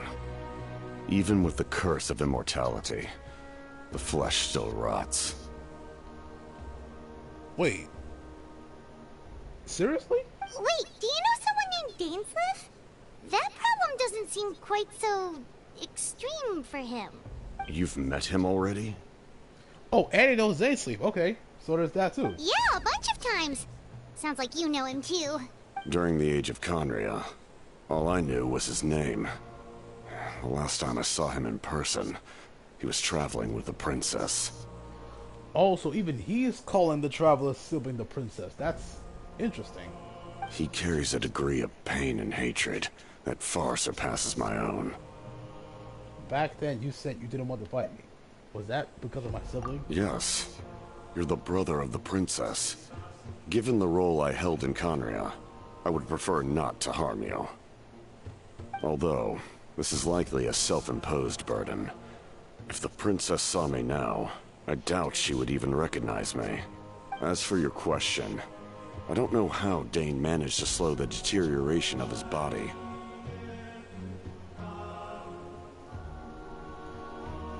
But why is he traveling with the traveler for so long just to find his twin? No, he himself was never with the traveler's sibling. That was Piero you're thinking of. Piero and the traveler's sibling, they were sort of living together, and I'm guessing he saw them. I'm guessing the captain saw them during his induction into the Harbingers. I'm guessing. But the main reason he even knows them in the first place is because he was also from Conria, and he was, I'm guessing he was a soldier in the Conrian army as well. I'm guessing. But yeah, he was affected by the curse as well with the Heavenly Principles. So he and Dainsleif are both cursed with immortality, but Dainsleif found a way to make it so his body doesn't rot from aging. This guy apparently was not so lucky. So I'm guessing if he took all of his mask and stuff off his armor, I'm guessing he'd be really weak. Which is actually kind of a coincidence because Capitano in the Italian stock comedy Della Capitolo, I'm not even gonna try to pronounce that, but all the Harbingers are based off a stock character in that Italian comedy. And in that comedy, Capitano brags about his power, but is secretly really weak. So him having a rotten body inside of his suit and stuff and mask, it's kind of like speaking to his namesake, Capitano. It's actually kind of like William Afton from FNAF 2, but I'm not going to get into all that.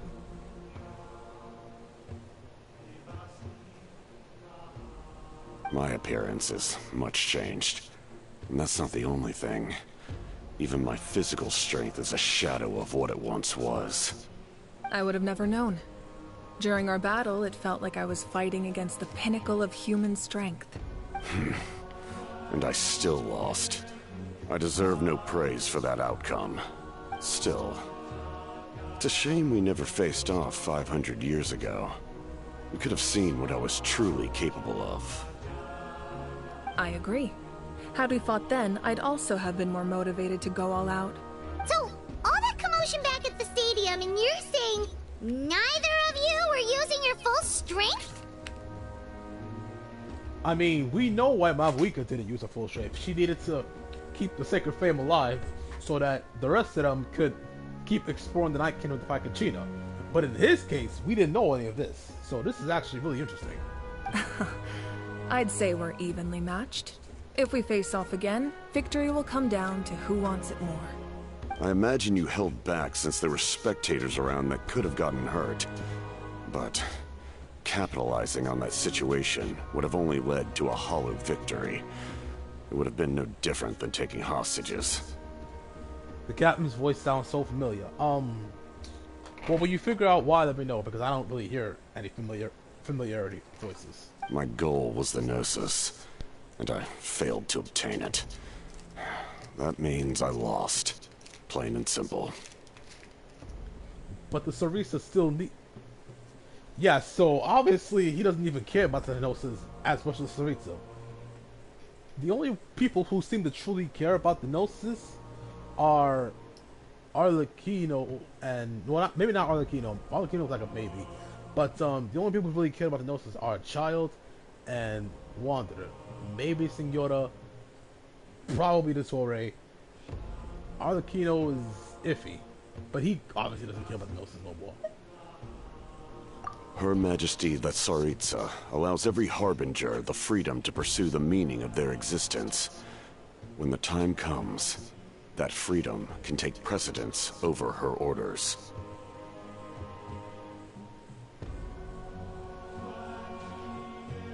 So she doesn't...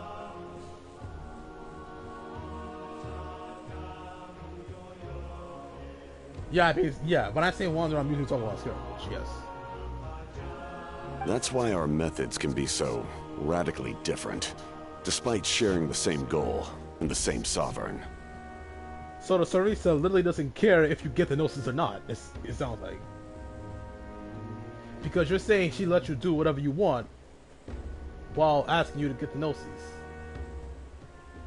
And Dane Sleep himself once said that the people of Shesnaya don't love her and she doesn't love them.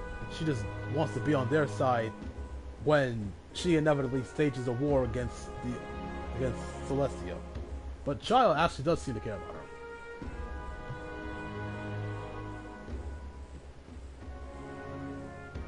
Yeah, I've seen those views too. He does definitely like the female traveler, for sure. I needed the Gnosis because I came here to save Natlan. That was my primary motive. Once Natlan is saved, if the Gnosis still remained in my possession, I could bring it back to Snezhnaya. My decision regarding the Gnosis will not change. So let's focus on the Abyss for now. Right! What happens when all 6 heroes are together? We will unleash a great power that can be used to thwart the Abyss. But only once. It's a power that Xbalanque gained from Renova. Renova is a god whose existence predates any archon. You can think of her like an emissary of the heavenly principles. She controls the power of death. Oh, so she was the one who basically guided the Lord of the Night to create the Night Kingdom, Renova. She was the ruler of death. Yep.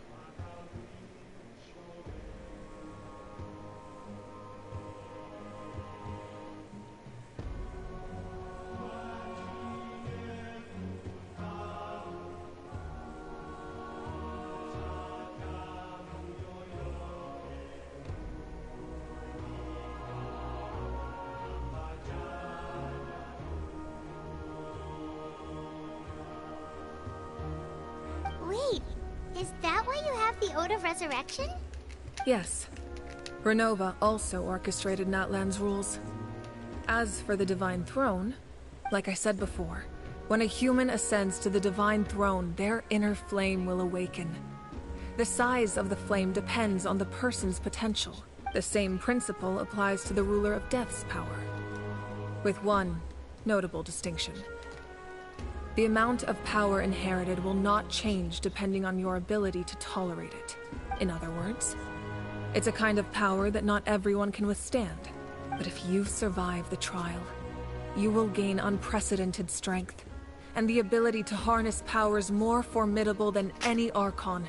That still sounds really risky. We cannot walk this path without accepting risk. Mualani charged into the Night Kingdom despite the abyssal contamination. Auroron fought back from the brink of death. And that's why those two earned their ancient names and thus the right to be considered the heroes. In the face of their bravery, I must respond in kind. That is my duty. Spoken like a true leader. All right, that's enough for one day.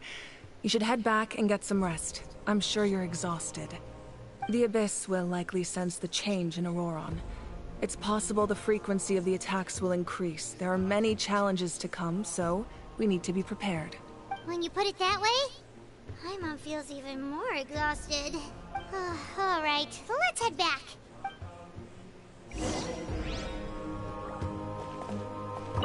Now that we're working together, we'll need to coordinate our efforts. I'll leave a portion of my forces for you to command. That will definitely help relieve some pressure. You're sure they won't object? It's an order. I will make that clear. Excellent. I appreciate your trust.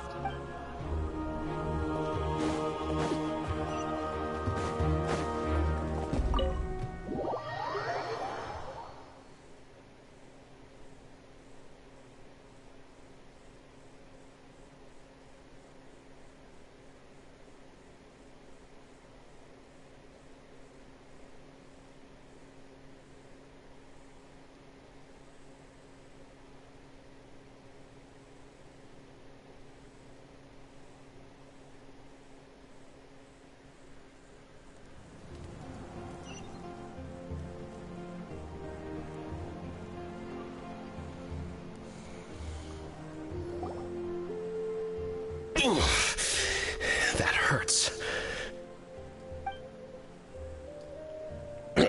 Time for the voice again. Stay still. Your wound needs time to heal. You need to rest for a few more days. The monsters keep increasing in number. It's like something changed. It's definitely unusual, and we should all be careful. But don't worry too much. You have us by your side. If there's one thing the Abyss fears, it's strength. If they think we're easy prey, they've got another thing coming. Oh, someone's calling us. Coming. Something wrong, Traveler? The feeling of dread is getting stronger. Do we really have time to wait for the final hero to appear?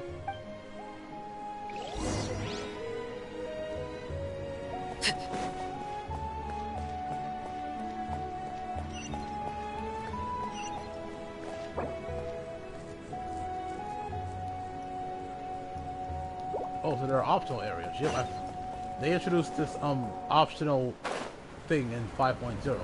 Let's see how it goes. So.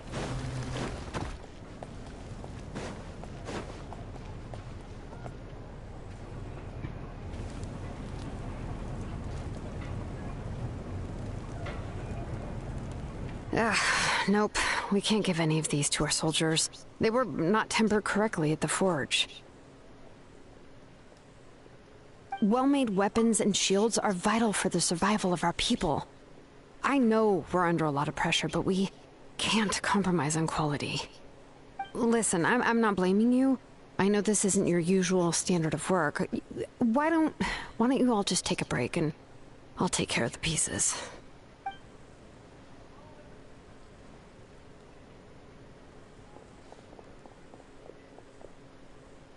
Hey, Shilona?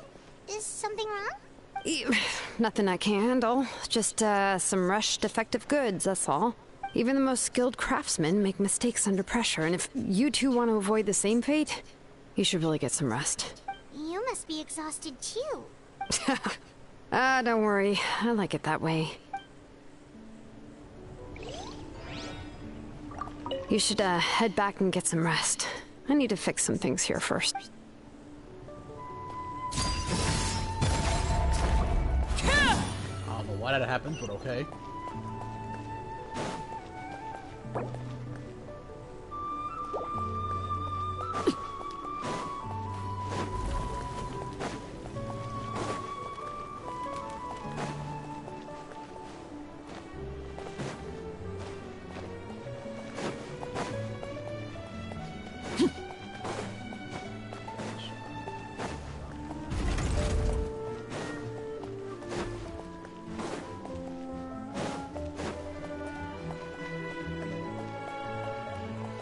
This is gonna be super painful thanks to the strikes.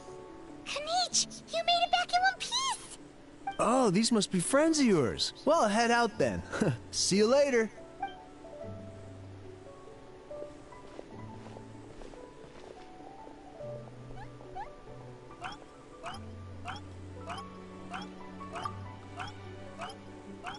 Oh, they had to get rid of a Howl's voice too? Seriously? A Howl's voice has to on strike too? I mean, I don't really mind him because he's annoying, but well, I can actually do his voice, I think. It was a piece of cake. Those invasive pests unlucky someone called a truce, or we would have burned them all to ashes. I appreciate the concern, Pylon. Despite Ajos's description, the situation wasn't quite so smooth. The captain's forces are all elite warriors. It was a tough fight. We were prepared to retreat at any moment, and now the Pyro Archon and the captain are working together. Not the outcome I was suspecting, that's for sure. Yep, that digital guy is also on strike. His voice actor is also on strike. So it's him, Kanich, and Kachina. All their VAs are on strike. Yeah, a lot happened while we were in the ruin. We'll tell you about it some other time. Well, at least the Pyro Archon's plan advanced a step further. This is the best outcome we could have hoped for. We really appreciate all of your help.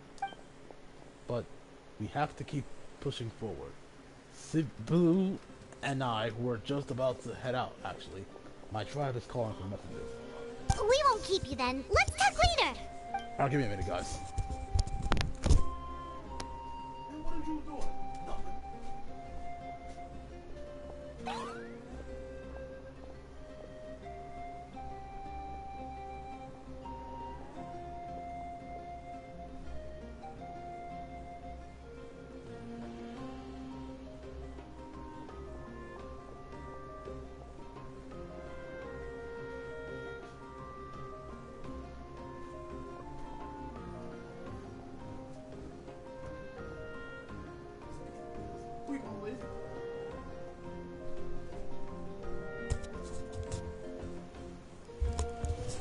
I'm back. Ha! Little Kanish think you can just leave without consulting the almighty Dragon Lord Kahula how? Hey! Wait up!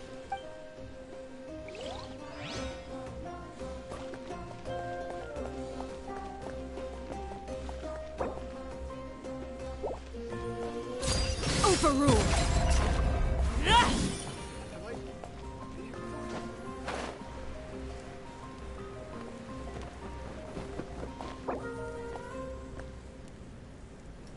Give up. Hesitating is no good. Don't worry. I always win anyway.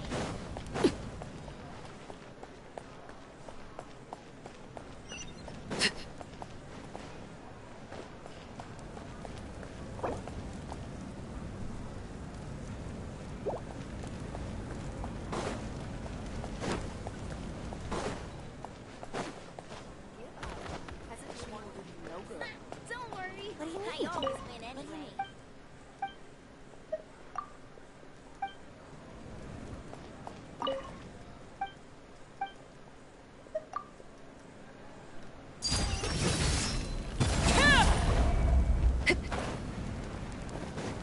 Choose carefully.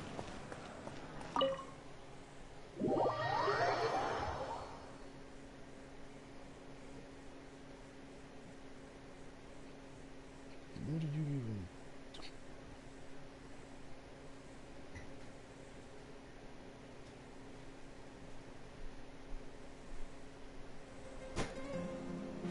Auroron. Granny?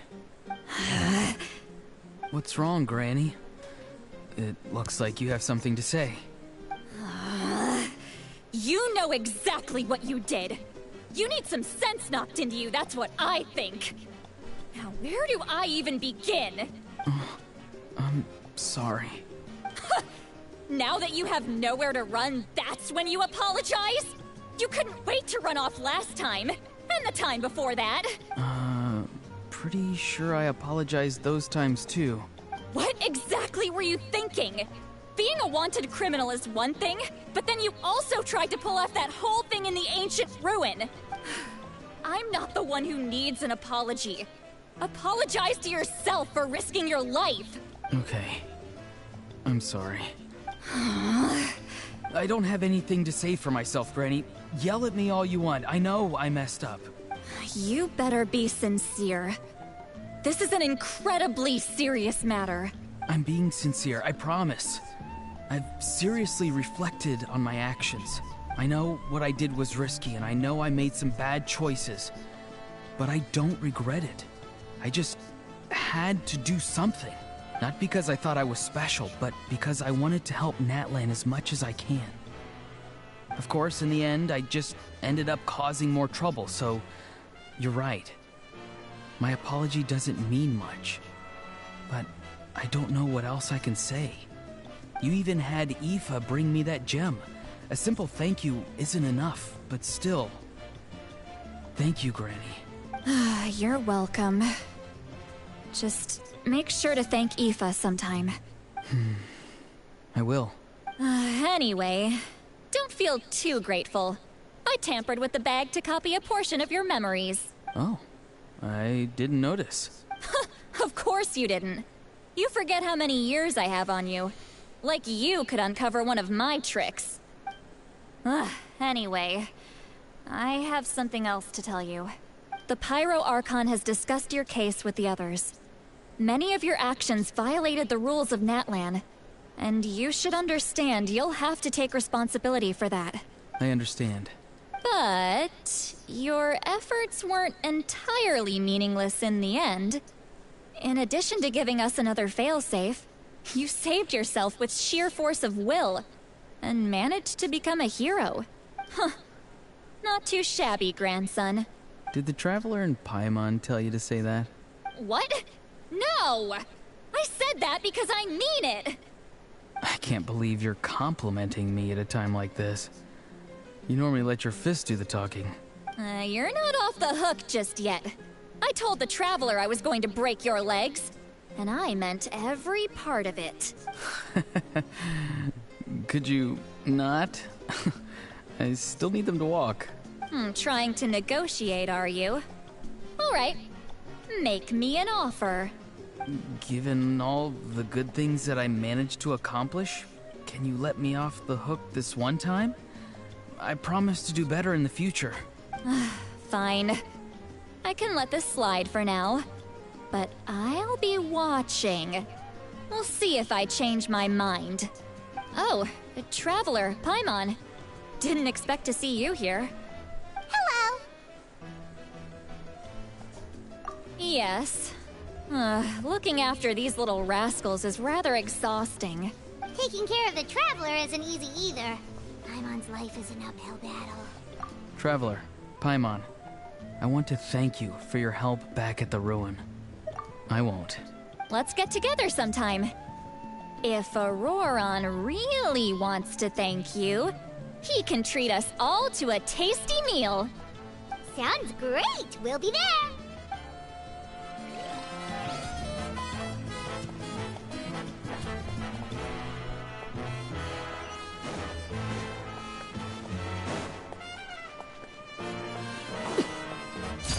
Transfixed!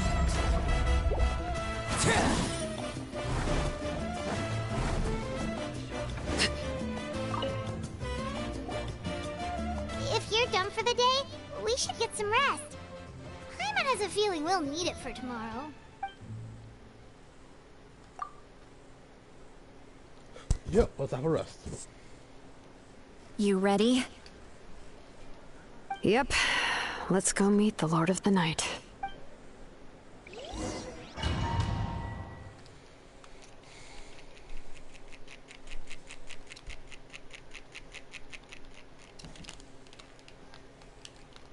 Hold on, got the right back.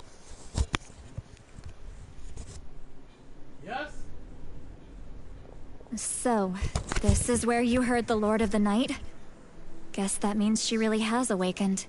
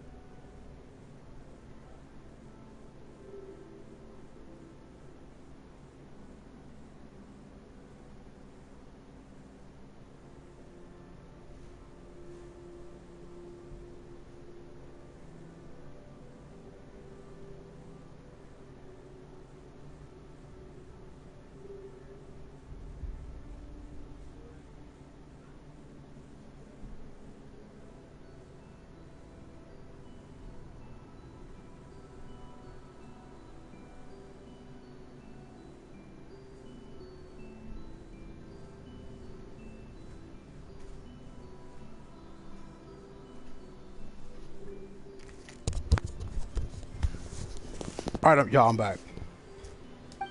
Hopefully we made it before she falls asleep again. Fret not. I'm still here. For a weak life form, falling asleep is no less taxing an exercise than staying awake. I'm sorry for disturbing your rest, but there's something we didn't have the chance to ask you earlier.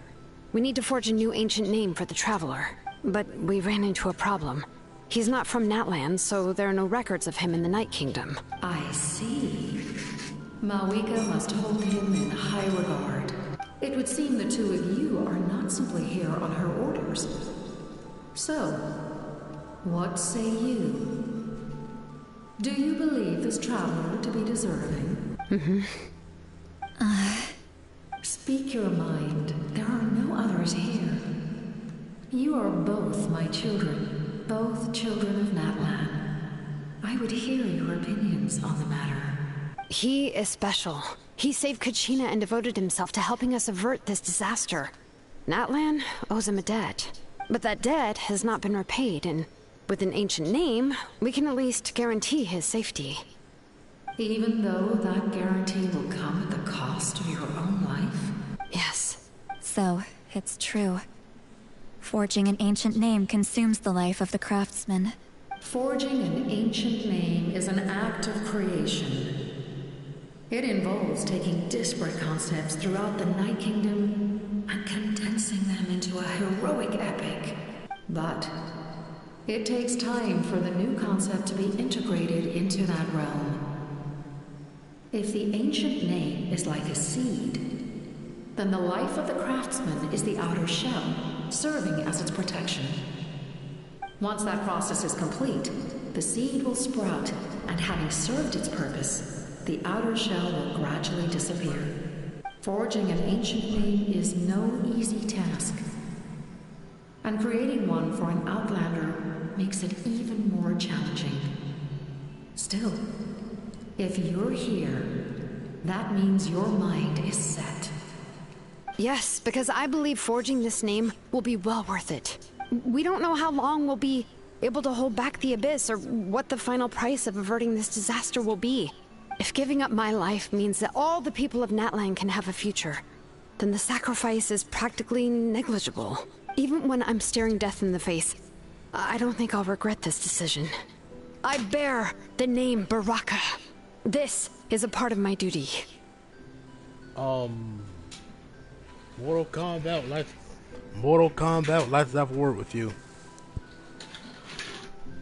I understand.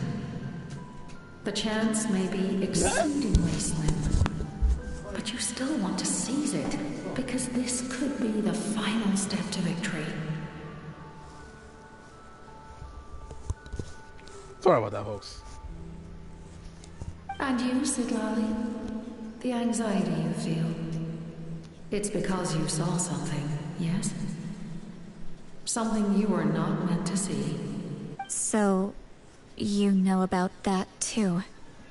What is she talking about? I've had concerns for a long time. Mawika's plan needs too much time, and too many things can go wrong. The Masters of the Night Wind have a ceremony that can be used to glimpse the future. It's just...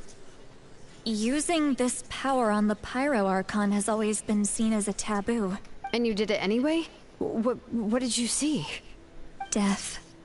How? A key part of Mawika's plan is using the 6 heroes to release the power Xbalanque obtained from the rule of death.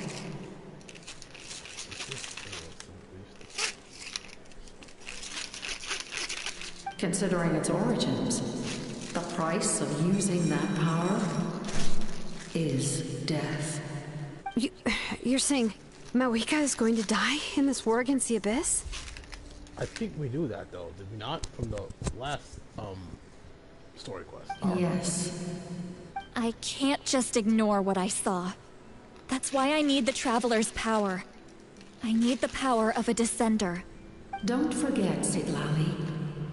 Even if it may seem like someone is fated to die, the nature of death and fate are different. Fate indicates what will happen in the future, The time, manner, and place are all predetermined. But death is different. Death is a rule. The ruler of Death's power will allow Moeka to triumph over the Abyss. But she must offer her own life in the process. The ruler of Death cares little for the time and manner of a death. She simply guarantees that it will occur. Fate may be able to influence the timing, but that is all the Traveler can change. Wait, you're saying we might be able to change when she dies, but not the outcome? I cannot help you with this, I'm afraid. It's beyond my capabilities. Moeka knows about all this, doesn't she? Yes. I imagine she has long accepted this eventuality. Well, I can't. She's so strong. She never gives up, never rests until a problem is solved. She's not the type of person to just quietly accept her death. The Traveler shares that quality. That's why I think this gamble is worth it. Together, I know they can overcome the impossible. Be it fate or death. We shall have to wait and see, but I will curb my expectations. My time is running out. It is my honor to witness humanity in this moment of absolute determination. We won't forget your contributions.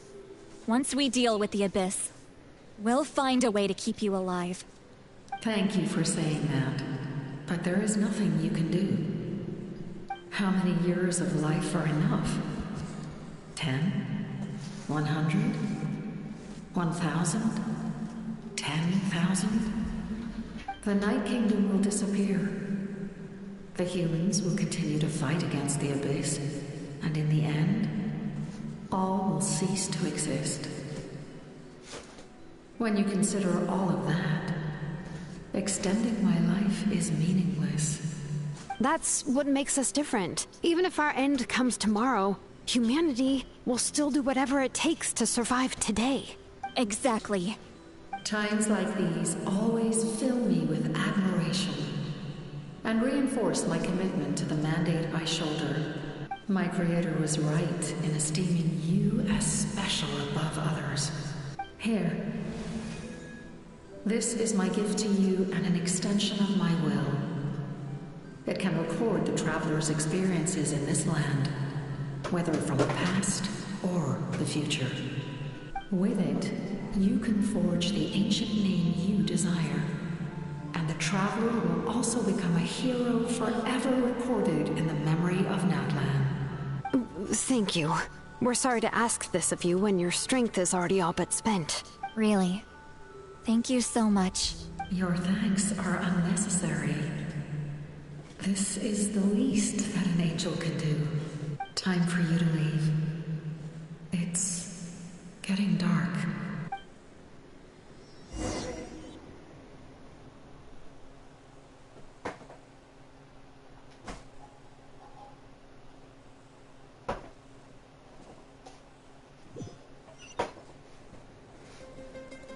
I can't sleep with all the noise outside! Forget it, let's go check it out.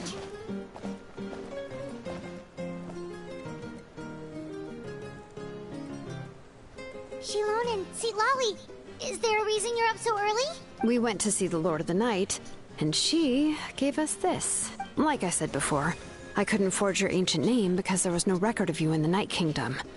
But with this, we can finally record your deeds. Just keep it with you during your time in Natlan. And eventually, it'll be full of your adventures. Really? Let Paimon see!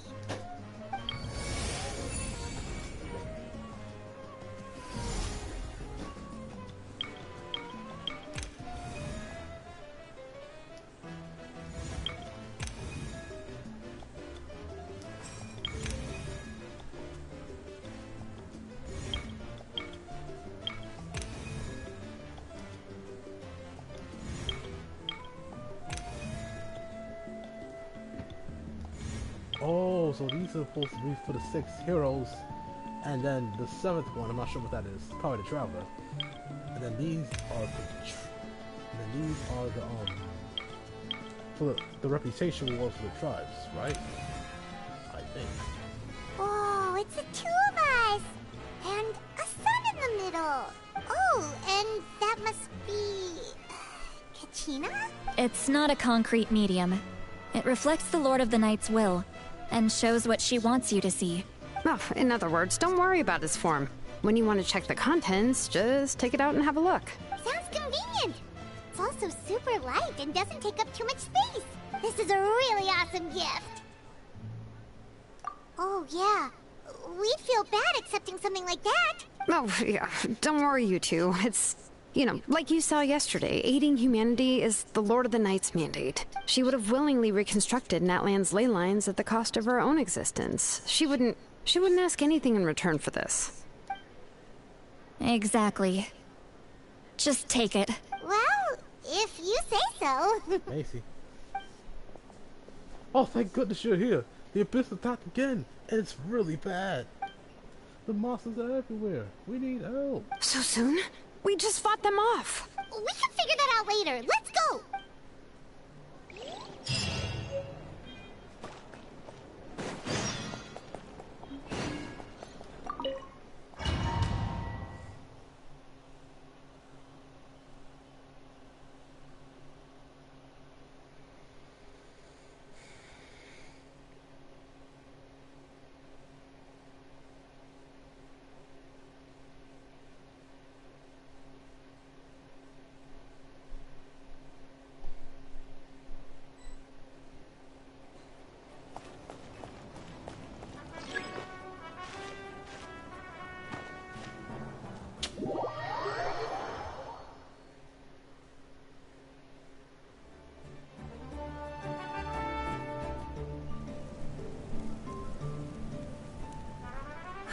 I see. I'll send reinforcements to those two locations. This other one is too dangerous. I'll handle it myself.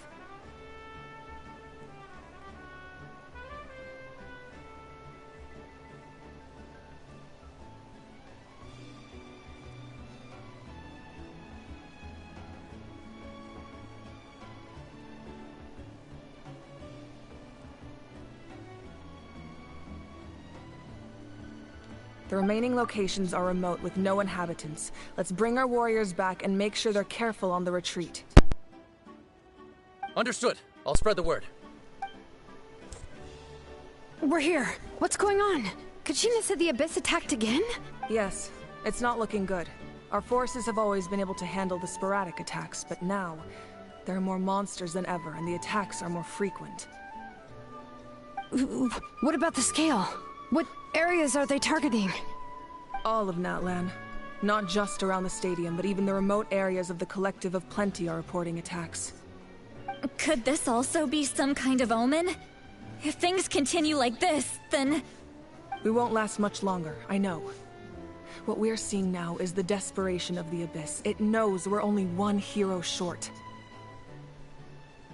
I don't have the strength to fight it right now. This is its best opportunity and its final chance.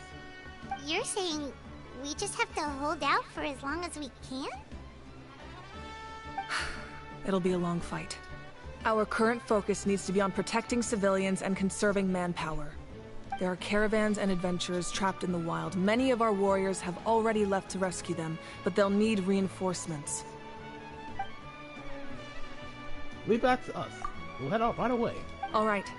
Shilonen, Kachina, head to the camp near the Children of Echoes. Lali, you're needed in the Masters of the Nightwind.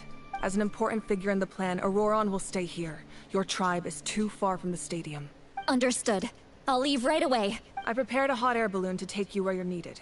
Messengers from the Scions of the Canopy are traveling all around Natlan. Update them once you've completed your mission, and they'll compile the information into a battle report. As I receive intel from the various regions, I'll plan your next move. All right. No time to lose. Let's go!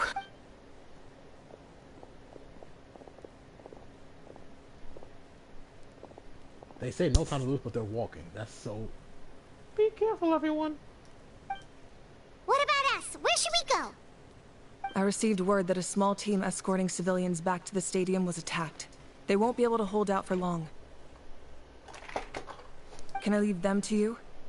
Of course. Thank you. The hot air balloon is over there.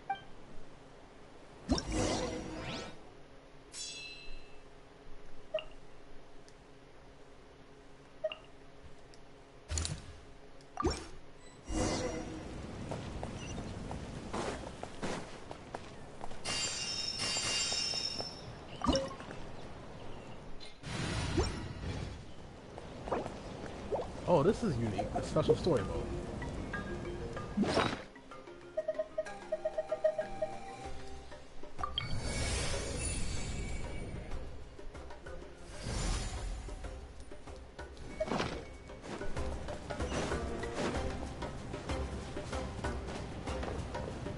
we're off!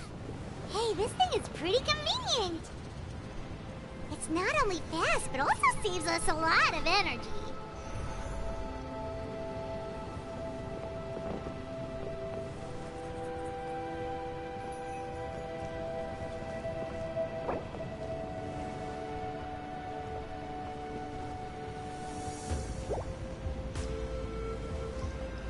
Whoa, there are warriors fighting everywhere.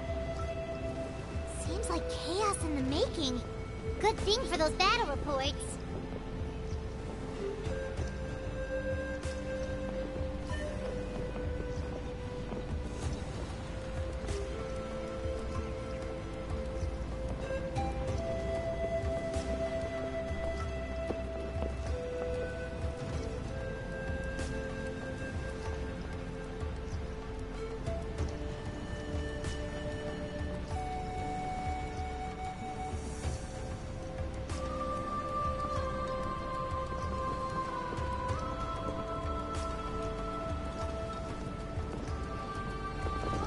Look, they must be trapped. Let's go help. Reinforcements! Thank goodness!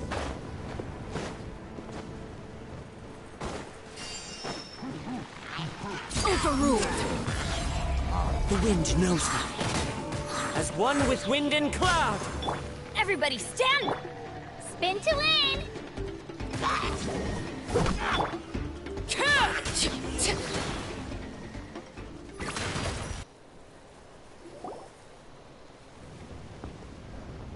Thank you for coming. We were almost at the breaking point. There were just too many monsters. They just kept coming, wave after wave. I've never seen it this bad. At least we got here in time. You all should get going.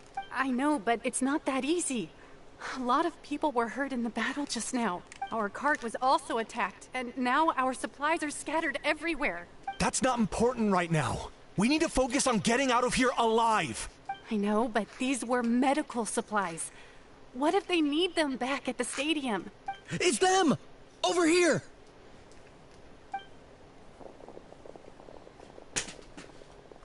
We came to help, but looks like you don't need it. Nice job making it through. Now we can head straight to the next location. What other areas need help? Here, take a look at the latest battle report. Messengers from the Scions of the Canopy are traveling all around Natlan to pass along the latest intel. If you see a messenger from the Scions of the Canopy, feel free to ask them about the latest battle situation. Thanks! Now where should we go next? Seems like you can hold your own in a fight, so let's split up. Choose where you want to go and we'll take the rest. Still looks like they could use some help here, though. These supplies are really important. What should we do? It's all right. Don't delay your rescue efforts on our account. But if we stay here too long, the monsters might come back. What do you think, Traveler?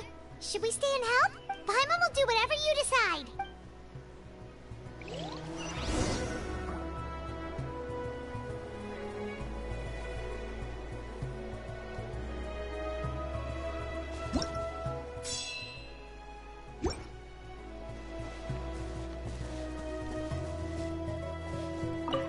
Traveler, can I ask you a favor? My mother's a doctor. When she heard about the attacks in the wilderness, she rushed out to help, and I haven't heard from her since. I'm worried. She's not a fighter, and I can't leave to check on her. I want her to stay out of this. So if you see her, can you please tell her to take shelter? Of course. We've got this. Thank you. Oh, that makes it easier to focus on the current battle.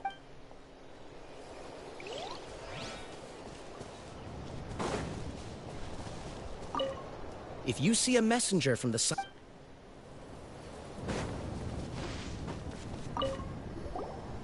Do you get scared? Normal? You mean I'm not being a coward? Not at all. You're here, aren't you? ready to fight even despite your fear. That's impressive! Oh, yeah. You're right. Thanks, you two.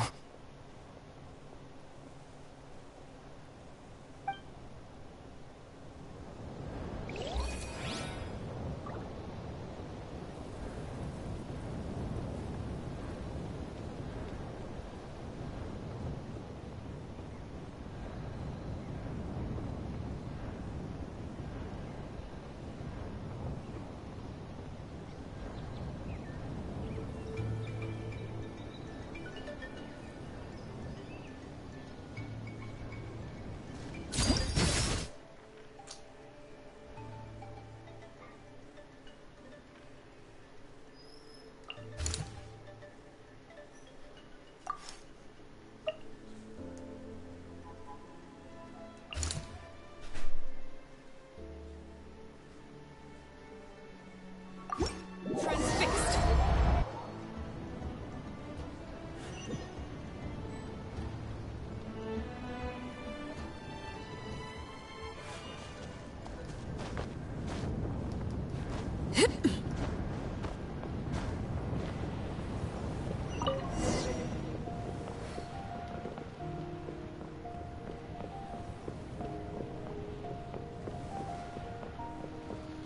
Good to know I can't.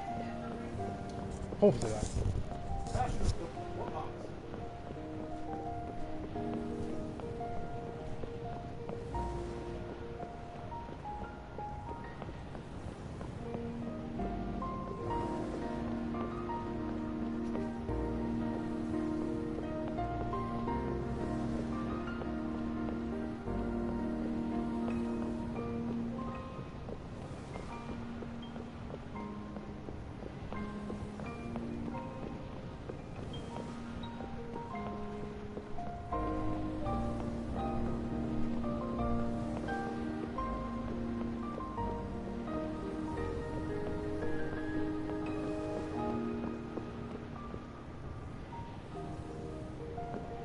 Hey, Kanice just ran past!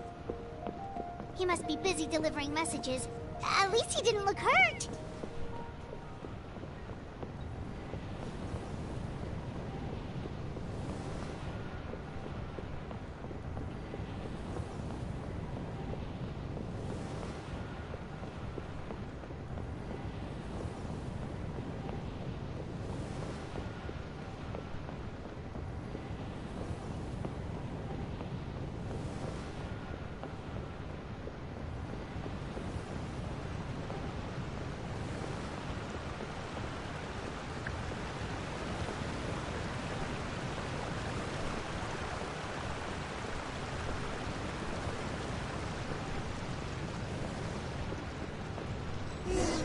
Everything looks good so far. Wait, those Saurians are fighting the Abyss! Unbelievable! Attacking cute, innocent Saurians? Come on, let's go help!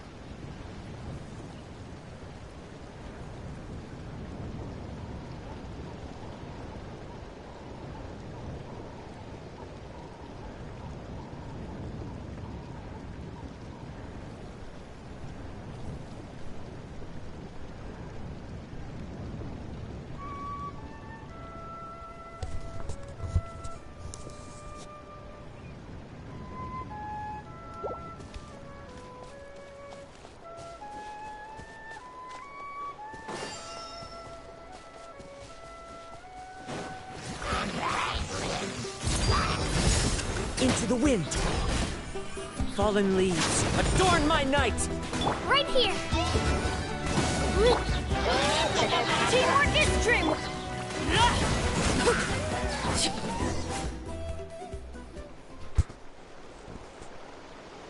It's alright. You're safe now. The bad guys are all gone. Go and find your friends, okay? It's dangerous out here. It's best to stick together.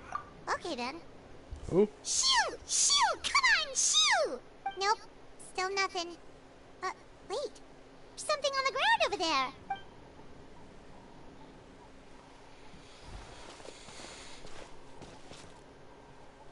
Let's see.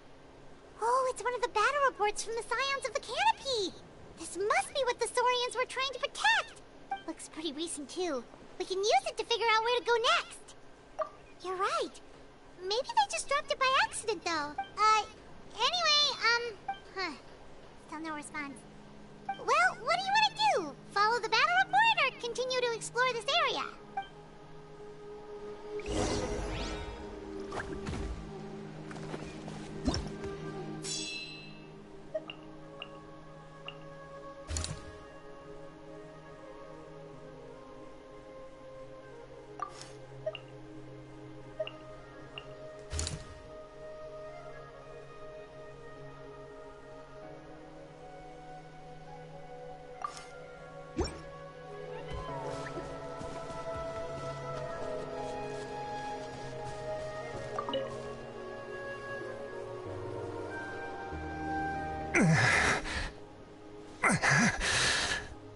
Someone's injured.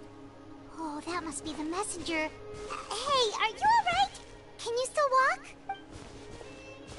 The battle report! I have to find the battle report. Yeah, we got you covered. Here you go. Oh, thank you.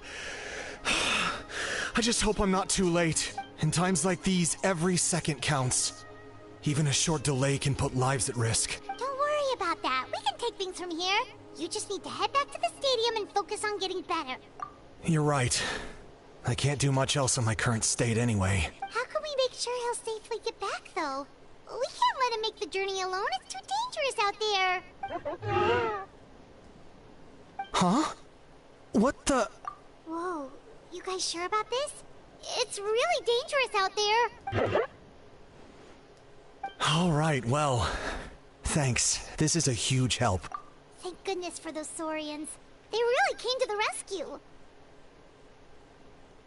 It's no wonder people from Natlan are so fond of their Saurian companions.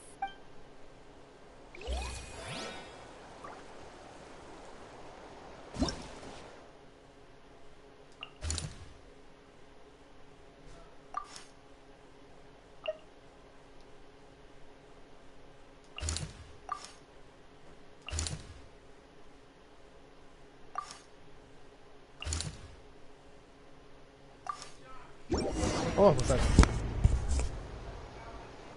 Oh, yell's out? Alright.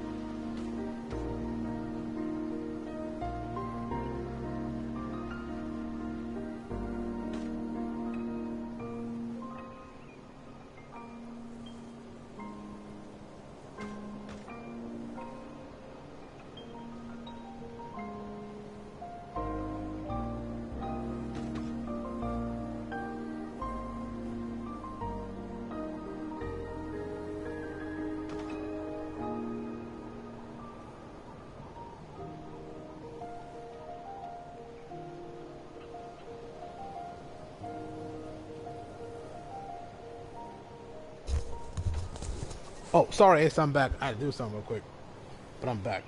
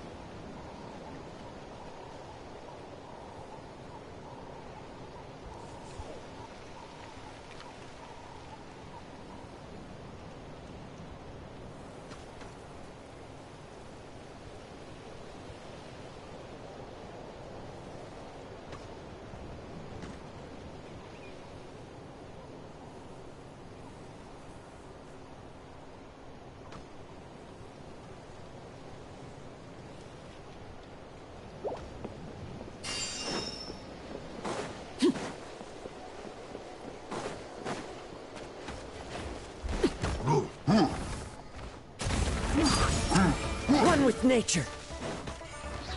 As one with wind and cloud.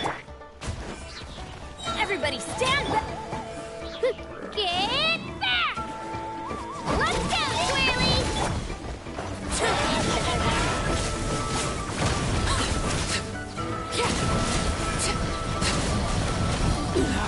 Go on. My turn.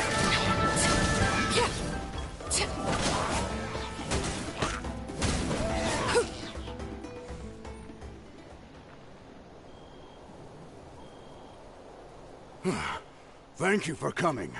We finally have time to catch our breath.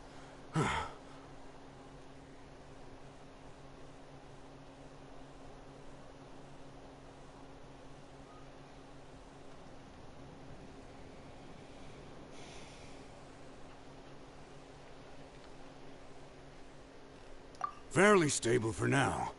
We've stationed ourselves here to act as a buffer. What about the monsters that suddenly appeared?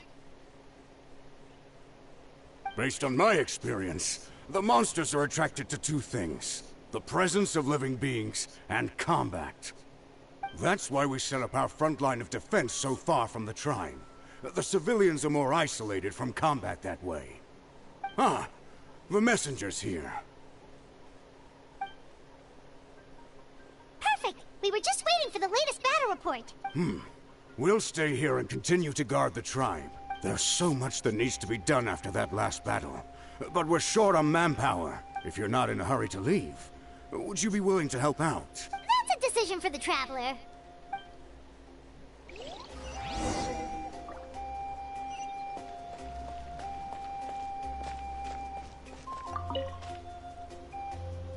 Ah, by the way, I think I know where some monsters might be. It's an area nearby. If you've got some time, I'd appreciate the backup.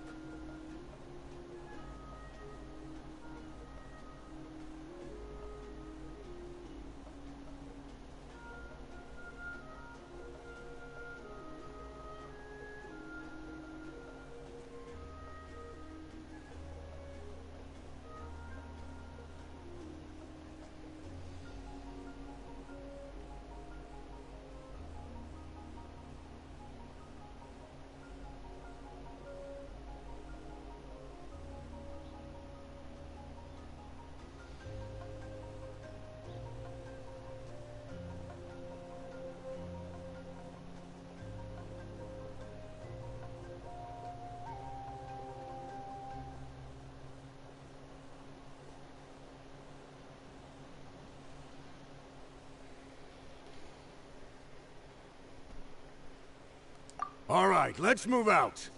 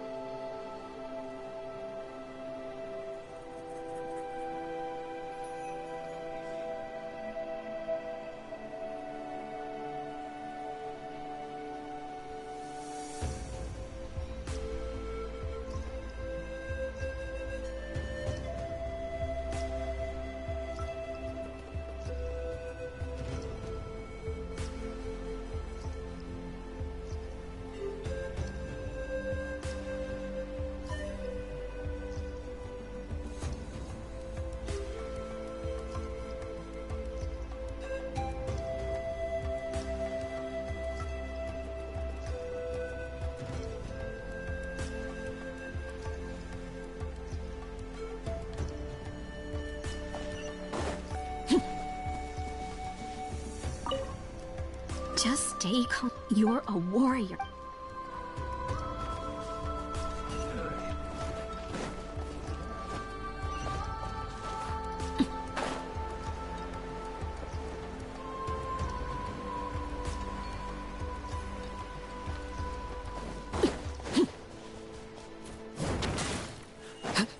Right here.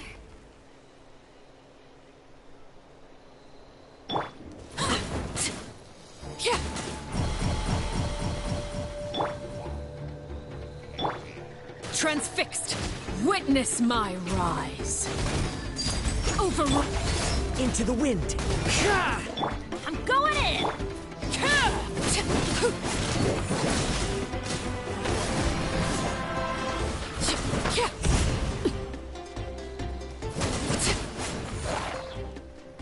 Thanks to you, we managed to clear out the threats in the surrounding area.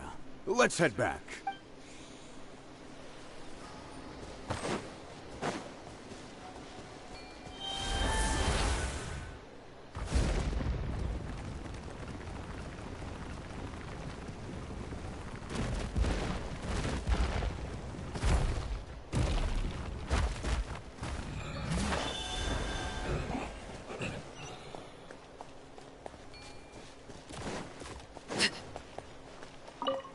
We'll continue to step.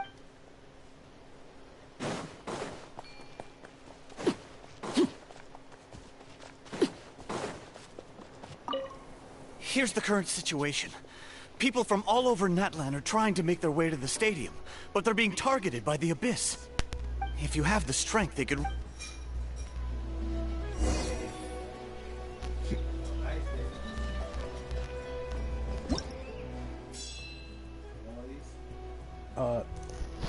Maybe.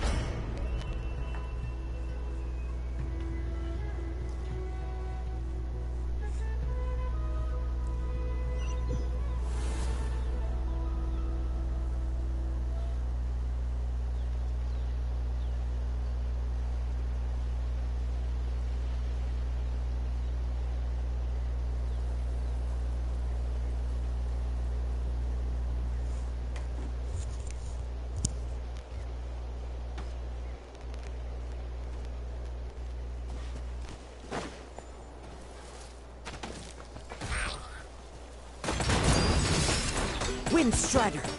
Clouds high. The birds call! Clear the area! Let's light it up!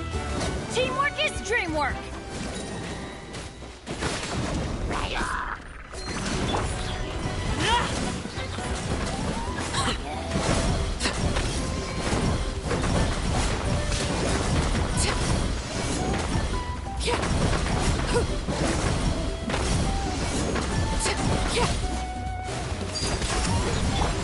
The wind knows me.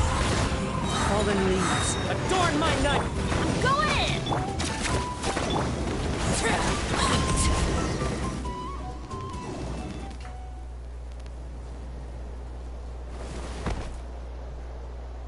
Oh, Kanich, you're back!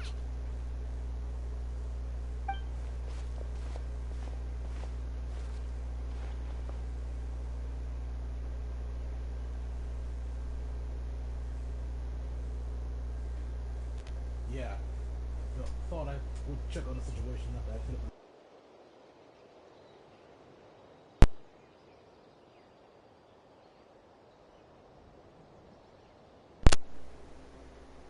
Yeah, it really feels like we're running running short on people everywhere.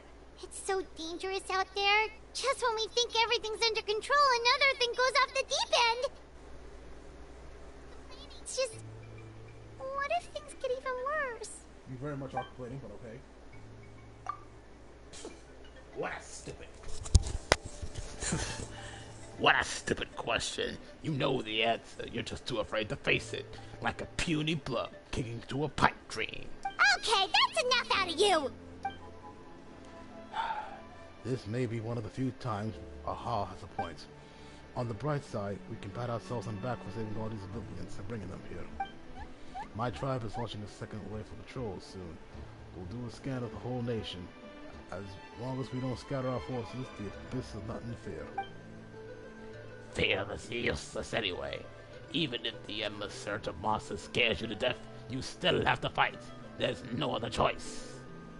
Well, that's not a week. She took a small team of warriors to the mines. A group of people from the Children of Echoes were trapped there. I think she just got back.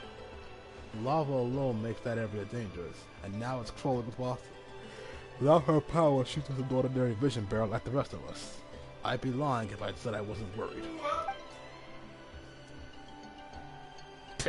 Spewing nonsense as always. Quit worrying and look at the outcome, genius. She's still obviously the strongest warrior you have.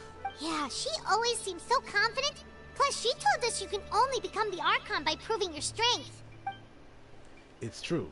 She certainly helps save us manpower. She can handle the dangerous areas almost entirely on her own. Alright. I'm tired of this conversation. Either take a break or get moving already. A break sounds good. We won't be much up in the fields if we're dead on our feet. Good idea! Maybe we can see if the people around here need anything in the meantime. Looks like we're on the same page. There are a lot of people in here. Could they all be refugees?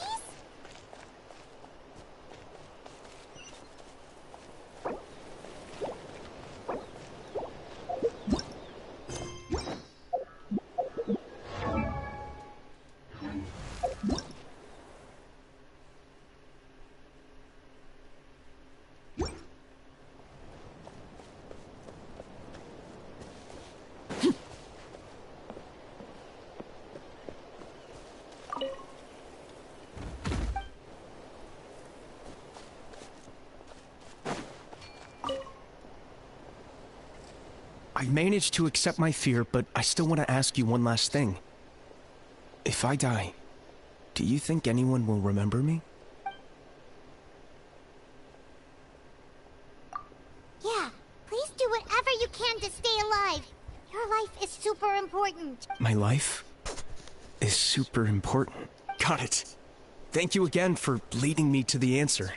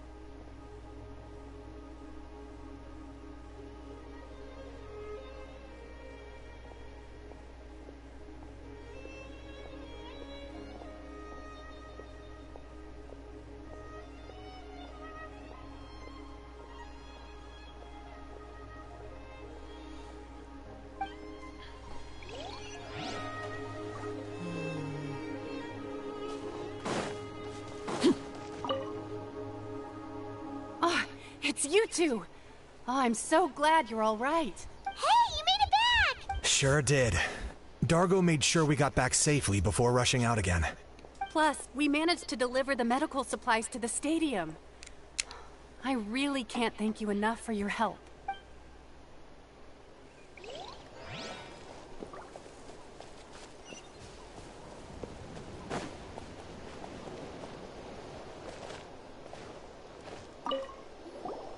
Want to get some rest, Traveler?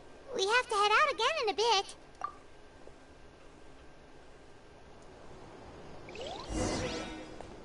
The latest battle reports here.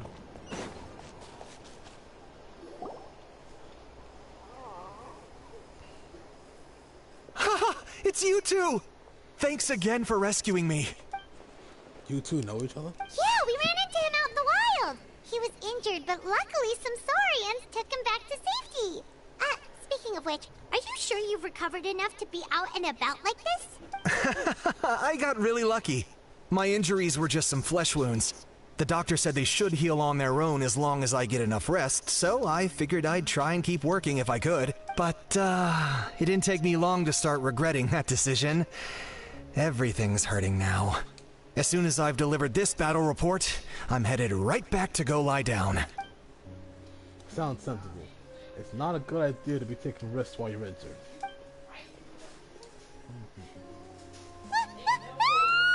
What's going on? An abyssal python. The rabble-rouse has returned. They don't know when to give up, do they? An abyssal python here. That's not good news. We need to deal with it now.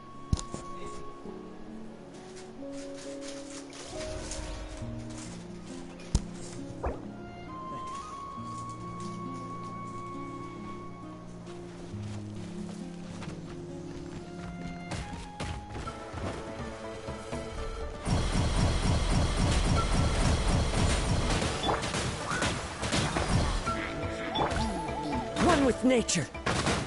I got him cornered.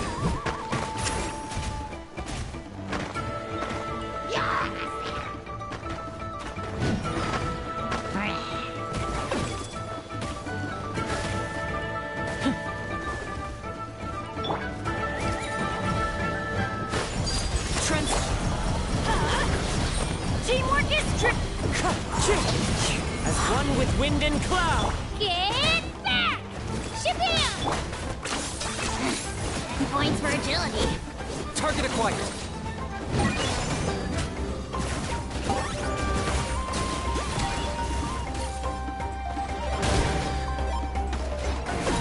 There are too many of them! They just keep coming!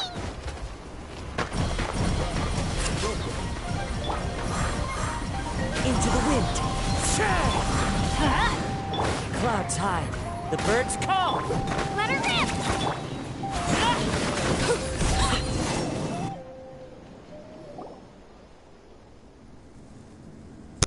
These rascals are playing dirty.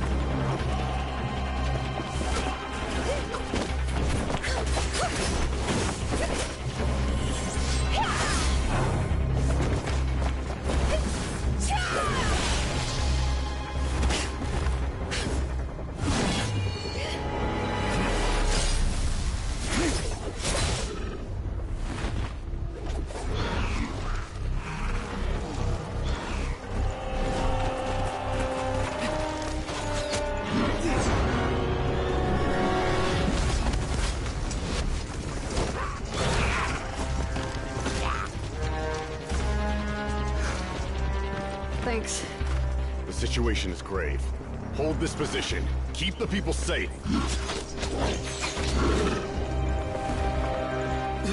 Chaos and emptiness. So that's the abyss. And it knows that now is its best chance. But the sacred flame! Archon's on the case.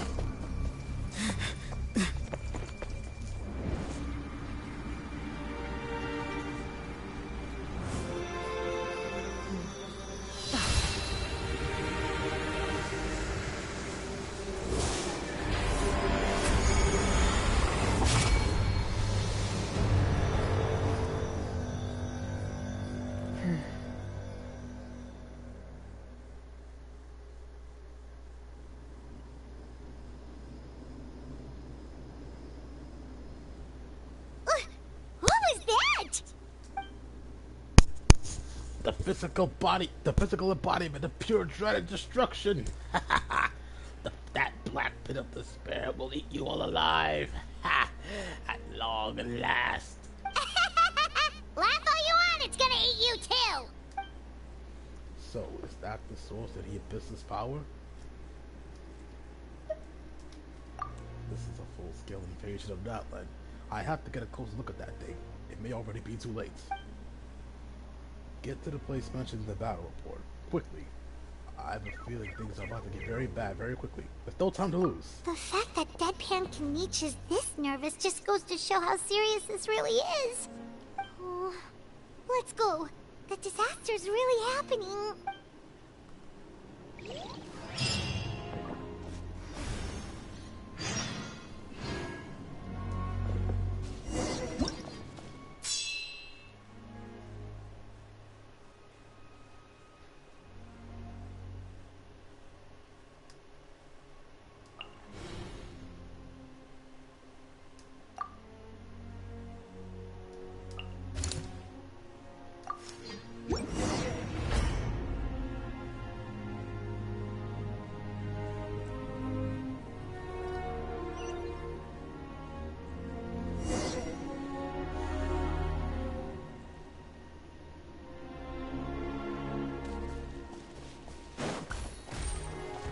Laid I'm going in! Here goes!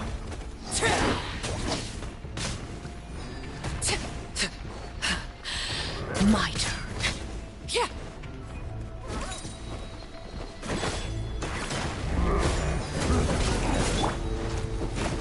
Wind strike.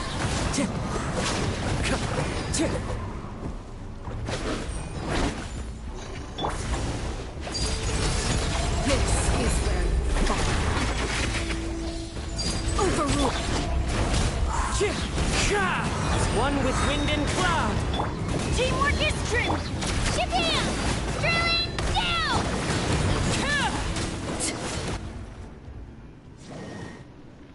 Over here!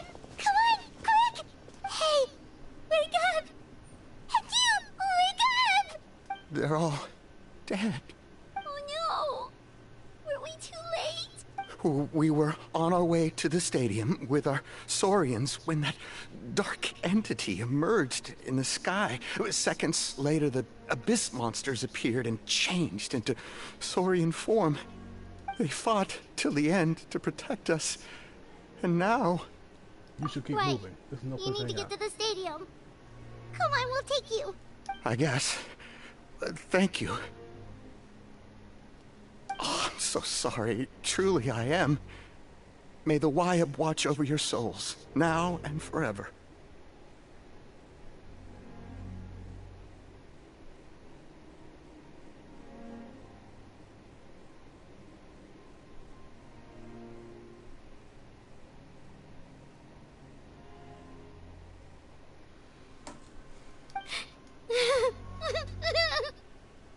Huh? This is no disaster. This is war. Yeah. I'm on nose, it's just... It hasn't fully sunk in yet. But anyway, right now, let's focus on getting them to the stadium. With any luck, there'll be an update waiting for us there. If not, we'll just have to play things by ear.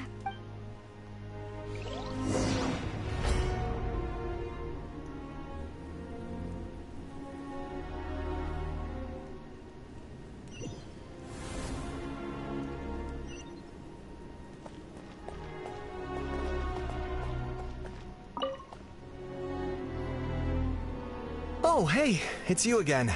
It's a real shame I'm stuck here nursing my wounds.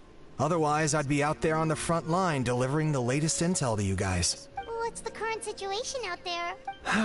Fewer and fewer messengers are making it back, and each trip seems to be taking longer than the last. It gives me a really bad feeling. I'll update you on the latest intel for now. For next time, though, I'll see if I can find someone to bring the updates directly to you. I can't guarantee anything, though. As you know, we're seriously short on people.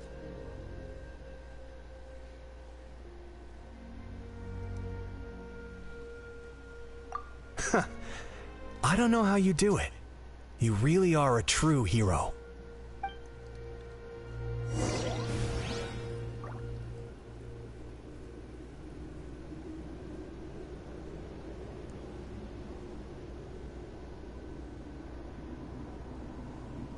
Is this normal?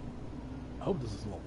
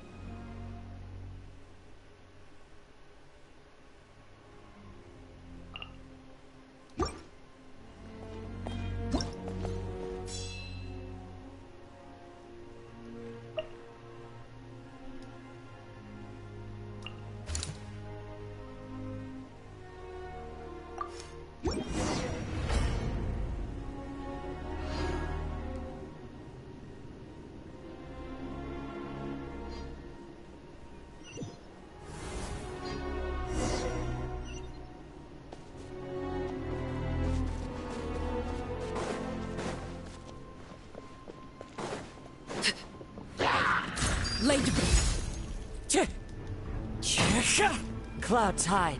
The birds come. Ha! Everybody stand!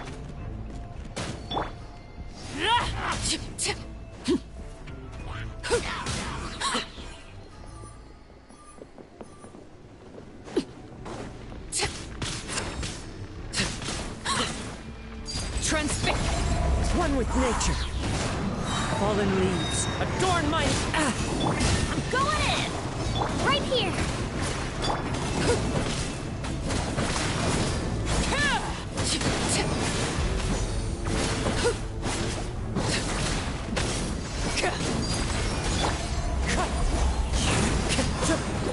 Let's light it up in there!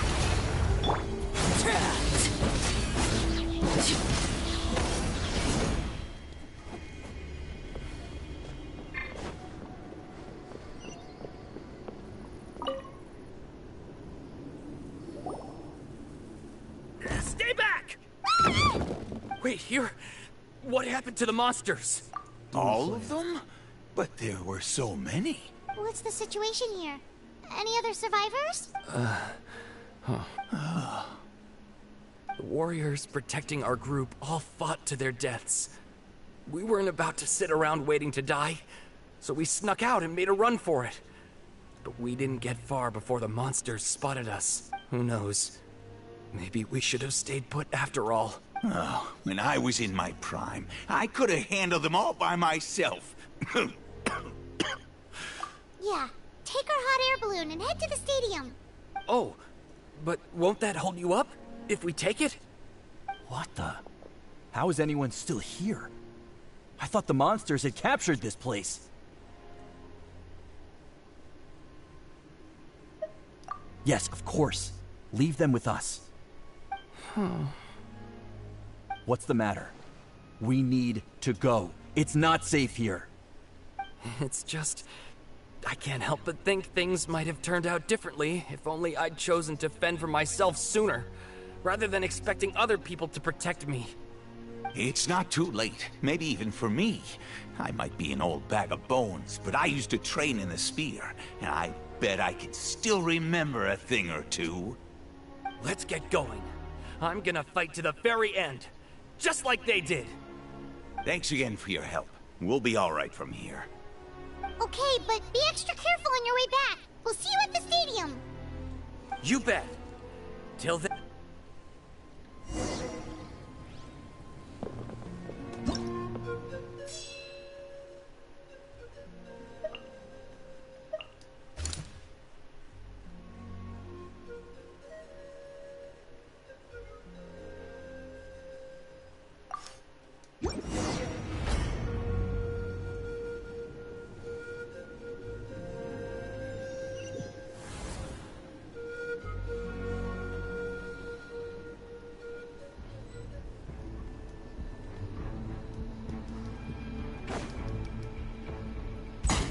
Teamwork is trick! Let her rip!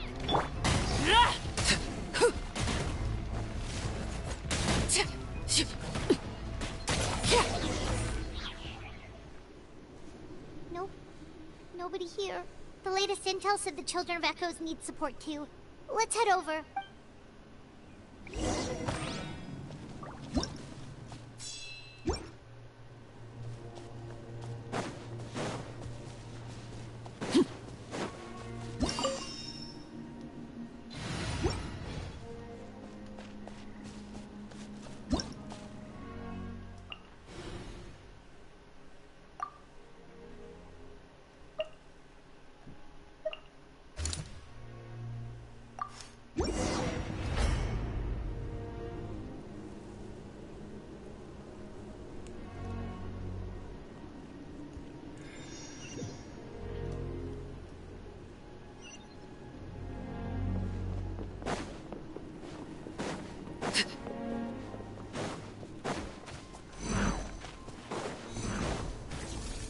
Trans...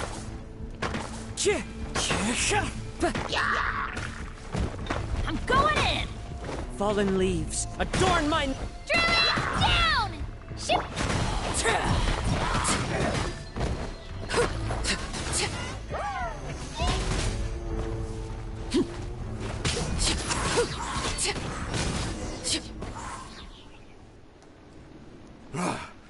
This is the second time you've had to come to our rescue.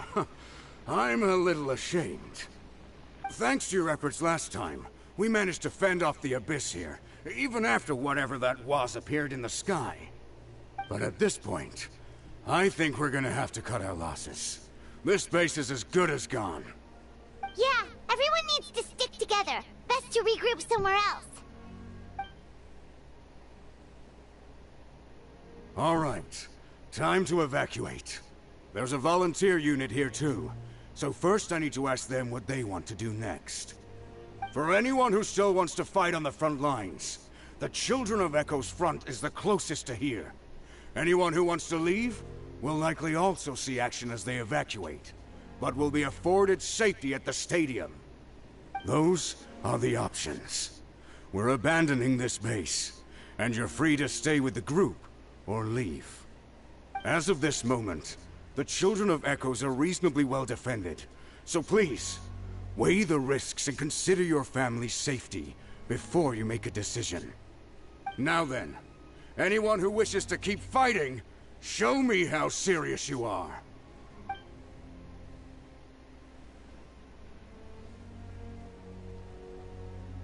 Did I not make myself clear? But if Natlan is destroyed, will there still be a home for us to return to? If anyone wants a future, It's on them to go out there and grab it.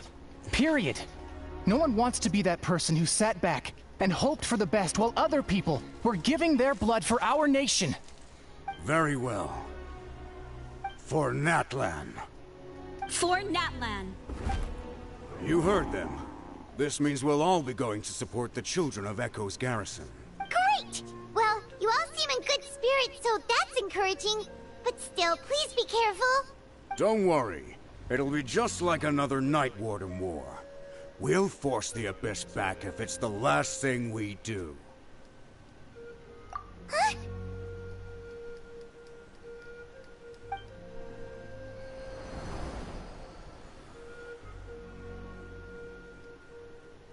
Shoot! That creepy Abyss thing is raining down a dangerous-looking substance again! That's over towards people of the Springs territory. From what I've heard, their defenses have been substantially weakened by the Abyss invasion. Then let's head over and check on them!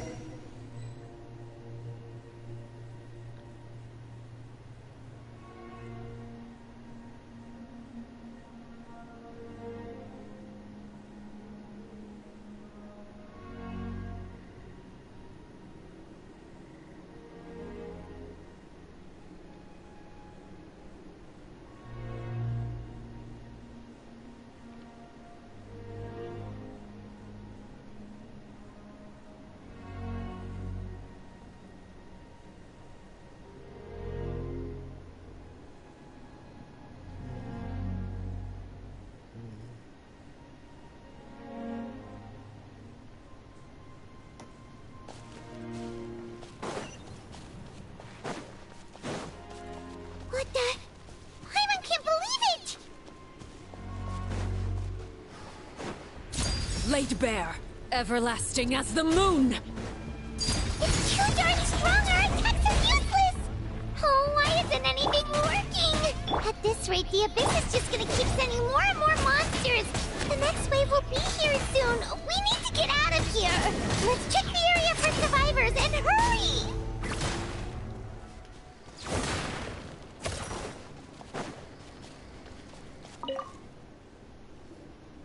There's just one battle report left, and it gives a long list of places where the dangerous substance has been dropping. This is the first report we've had in ages, which means the messenger's job has become all but impossible. But there's nothing we can do about that. Our priority is to get to the next affected zone.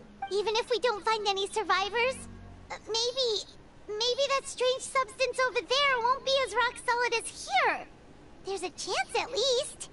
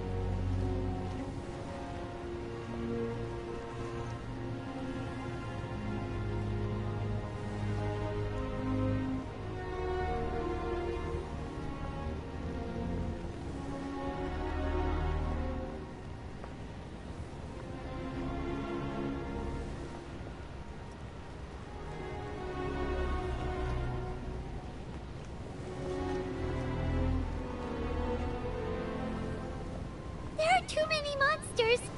There are just too many. It's beyond anything we've seen before.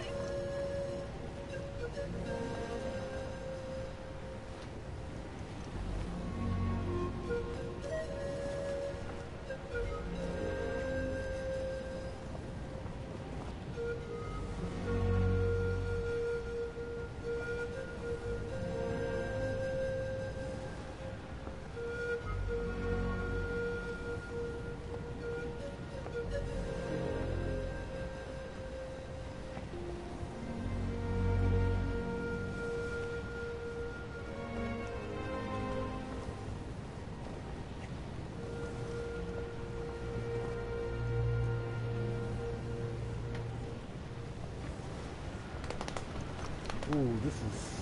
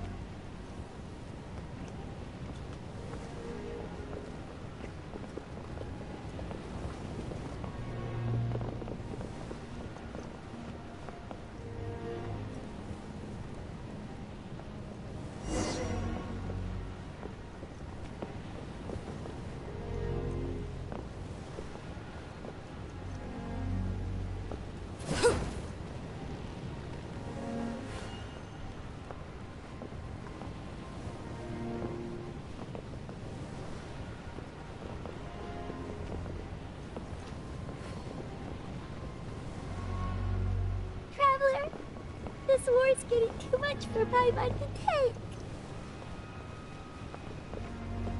Do not be afraid, man. I know we can. Okay, let's do this!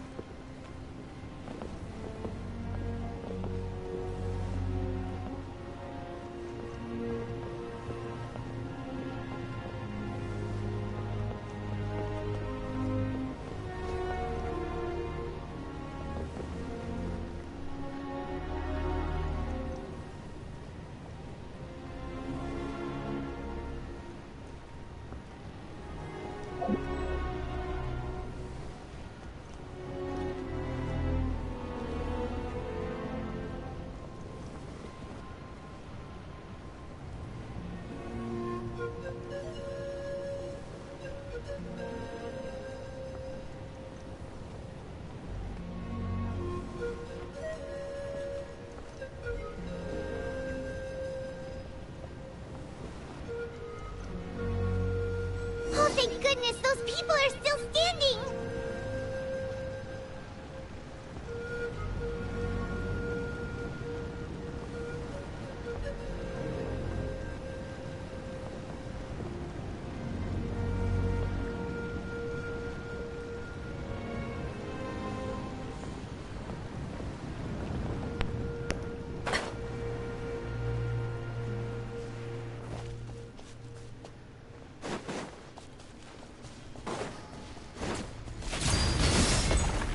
Into the wind.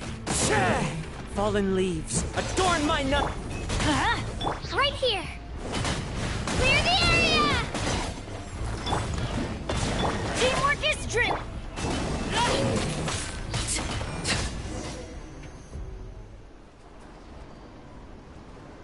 Move out! You've got to get out of here!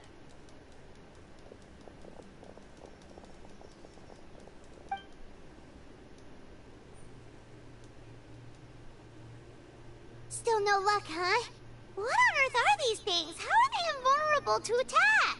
Yeah, at least with regular abyssal pylons, anyone with a vision can destroy them.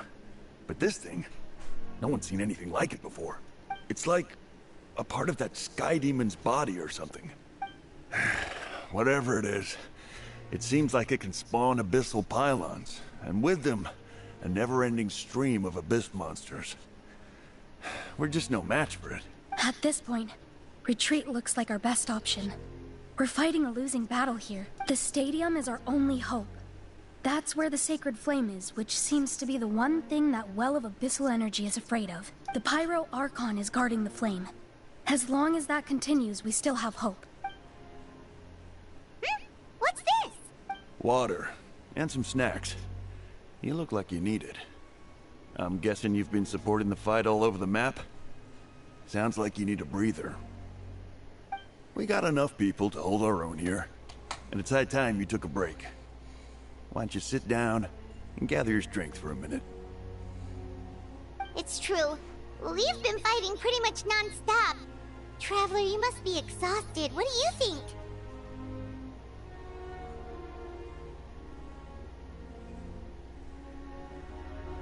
What is it? As long as that dark monstrosity remains undefeated, gathering them together might actually put a toll on the children's records' backs. Oh, you're right. Well, then guess we'd better go warn them.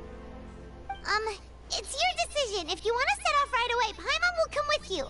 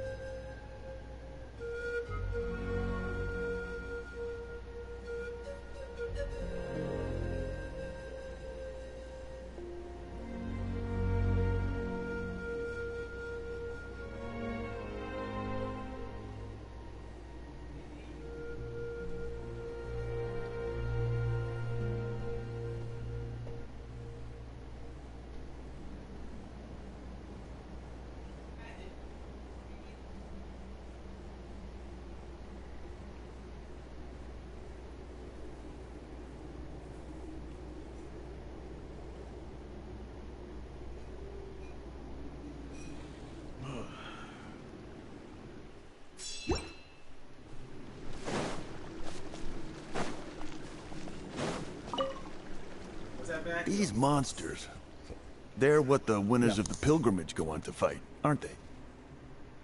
So, that makes us veterans of the Night Warden Wars now, too. I hadn't thought of it like that, but neither of us are name bearers. So in principle, we should never have had the chance to fight on the front lines.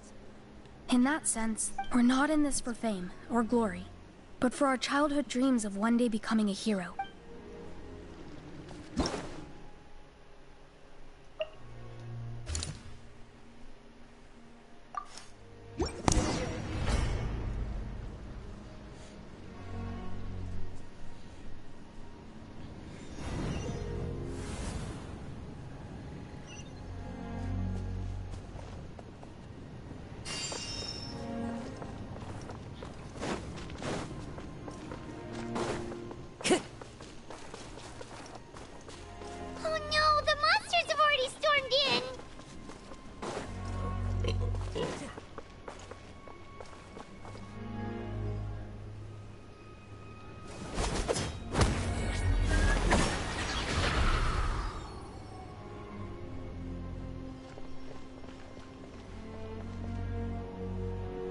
It's you guys.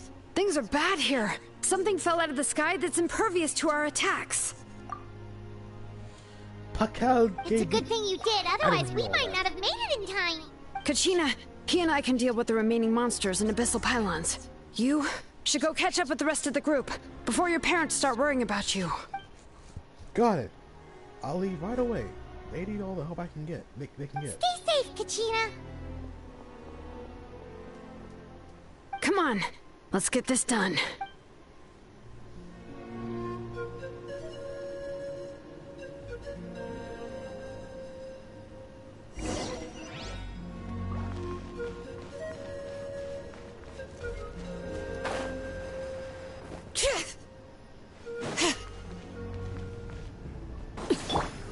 Transfix! Everybody stand! As one with wind and cloud! Here goes! hurt!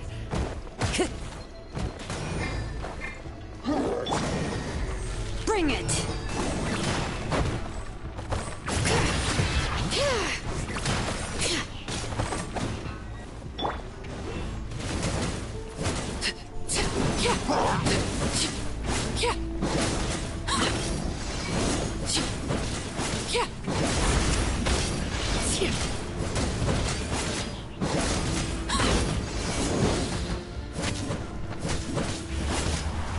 Let's light it up! Right here!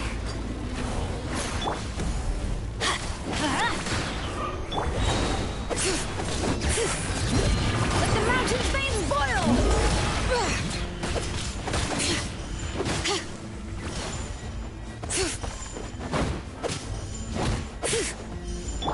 Lake Bear, witness my wrongs. Overruled. All right.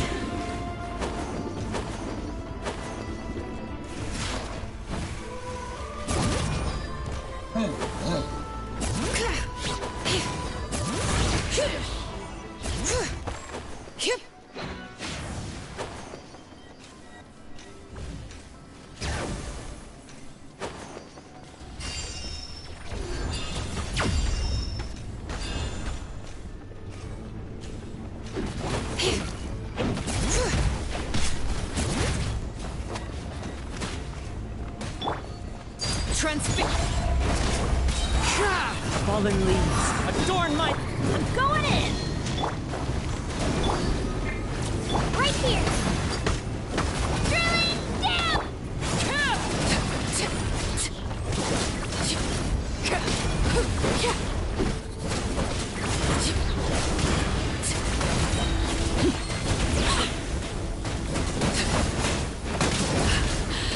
My turn.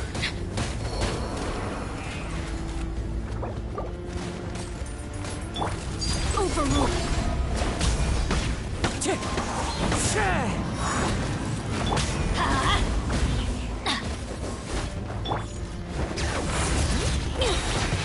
Hear the echoes of the valley!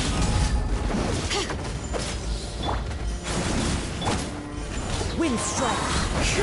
As one with wind and cloud. Everybody stand back!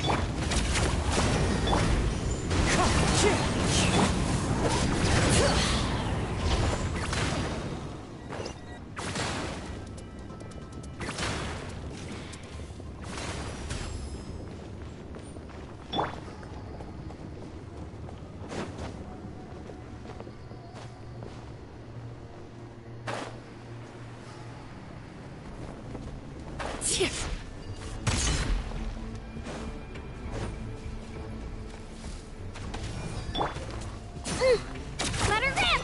Get back! Let's light it up! Clouds high. The birds call. All right. Letting brave names echo!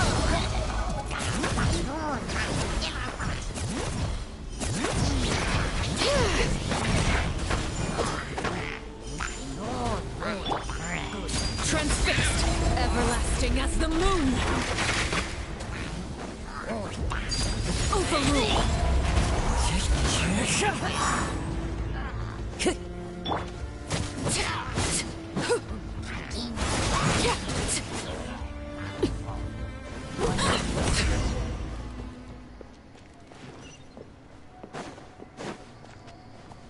Evac's complete. Prepare to fall back.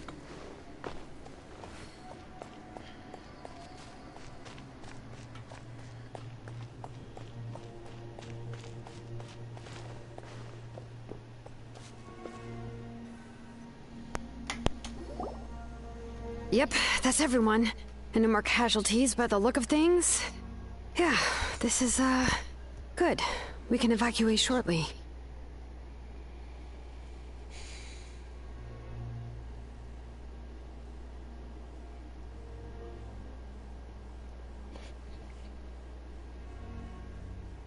I appreciate your help. How are things out there? Pretty dire, I bet. Some of the things I've seen, I don't know if I'll ever be able to get them out of my mind. Are we in Natlan doomed to this fate? I've never witnessed a full-scale abyss invasion before. I mean, I'd heard stories about the sky being painted black, but I always thought that was an exaggeration. Mawika has witnessed this all before, so she knew better than anyone the terror and despair an abyss invasion would bring. Yeah, and despite that, she's still facing it head-on. We've had to abandon our homes and chase the dying light of day. And maybe the only time we'll see the dawn again is in our dreams. But as long as there's even a sliver of hope, I am not gonna give up. We should catch up with the group. Let's go!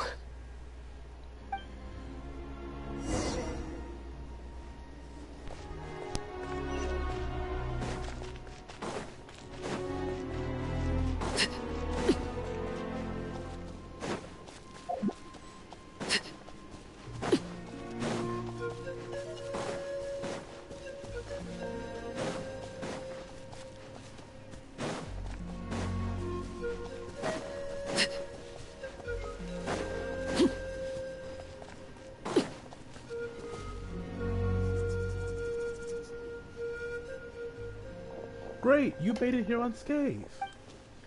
Kanish came by just now with some really bad news. Those indestructible things seem to have dropped by all of the tribal territories. So it wasn't just the children of Echoes. Even the collective of Plenty was affected, and they're the furthest away from the stadium. But the worst affected region was the Foul Feathers clan.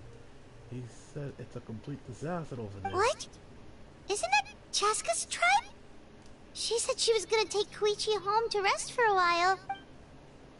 Ganesh didn't even stop to catch his breath before leaving for the stadium. He said he was gonna try to assemble a team and go to support them, but... But how, right? Everyone's struggling just to defend themselves. There is no spare manpower. At this rate, it won't be long before even the stadium is indefensible. And with everyone congregating at the stadium, the Abyss forces will start converging there, too. Then there'll be a battle on a scale much larger than anything we've seen so far. On the bright side, at least my old injuries aren't playing up at the moment. It means I can actually join in with the fighting. The crux of the issue is that the heart of the Abyss itself has joined the invasion. That's a power we just can't match. Yes?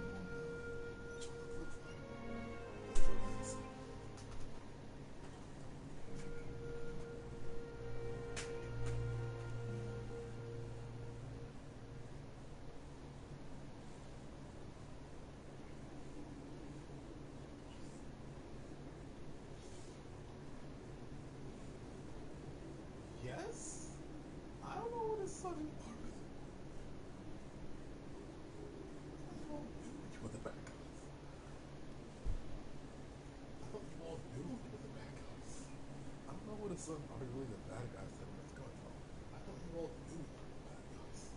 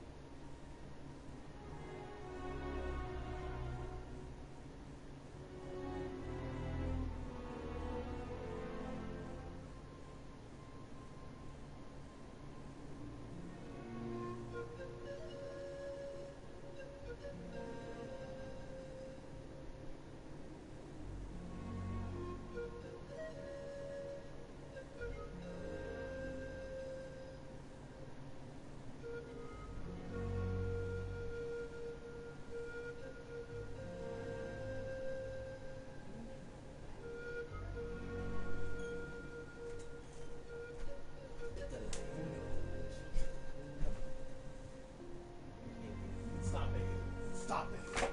You are an 8 up over it. Yeah, it stop. You 8.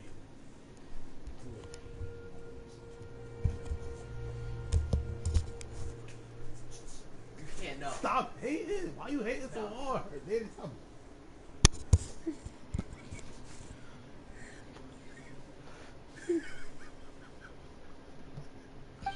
I have every faith in the courage of our people. The Natlanese will never give in to despair. Natlanese. But still, the fact is, our lives are more fragile than our spirits. You are such a hater, yo. For real.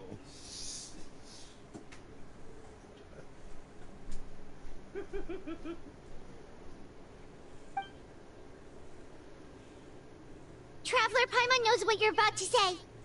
Yeah, I'm unsure it's getting tired from all this flying, but it doesn't matter. Wherever you go, Paimon's going too. Yep, we'll leave the Children of Echoes to you guys. Flower Feather Clan, hang in there. We're coming. Are we about to find the last hero? If there was ever a time to push ourselves to the limit, that time is now. I think we're supposed to find the last hero. The 6th hero, I think.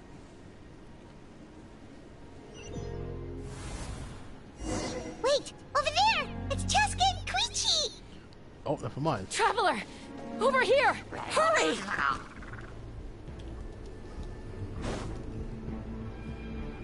Oh. I'm going in! Here goes!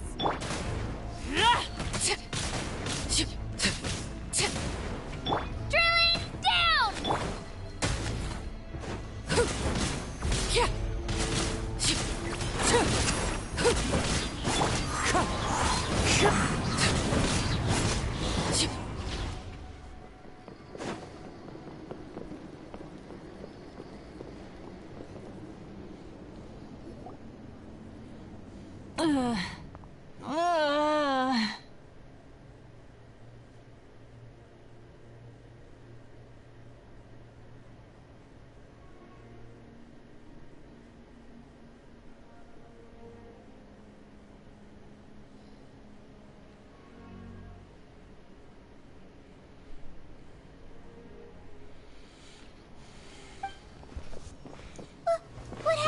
her! She's covered in abyssal energy!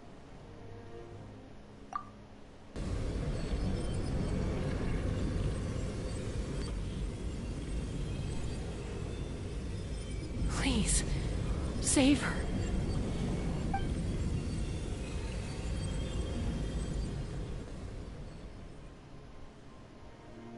How's that, Koichi?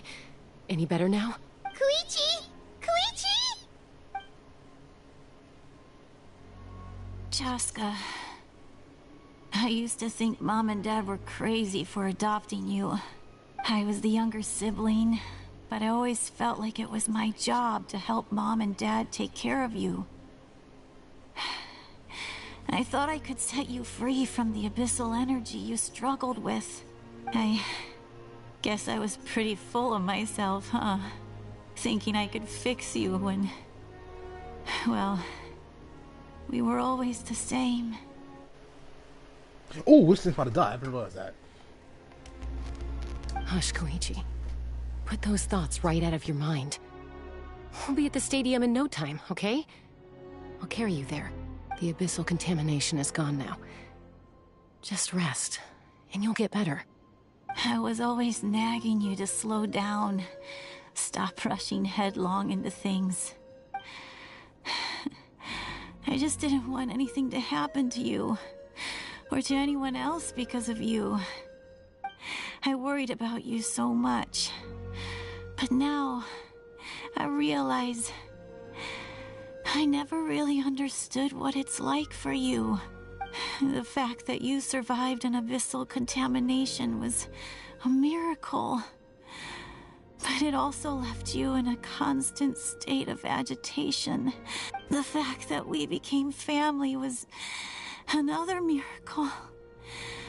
But with me worrying about you all the time, it feels like I just agitated you even further. No, absolutely not. Nothing could be further from the truth. Do you hear me?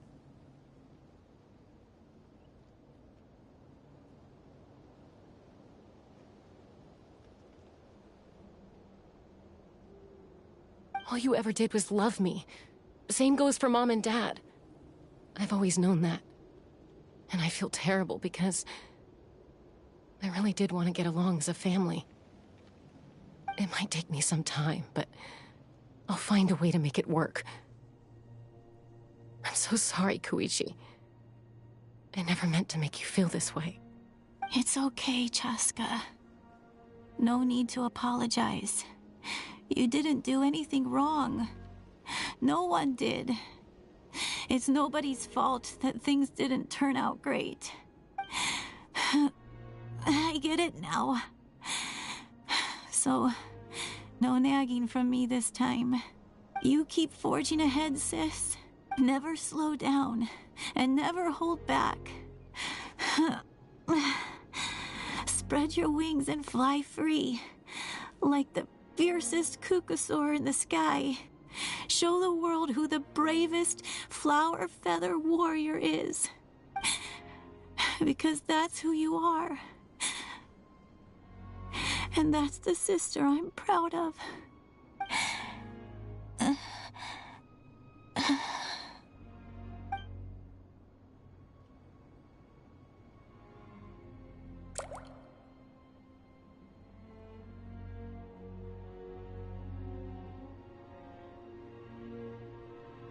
Koichi! Koichi! Koichi?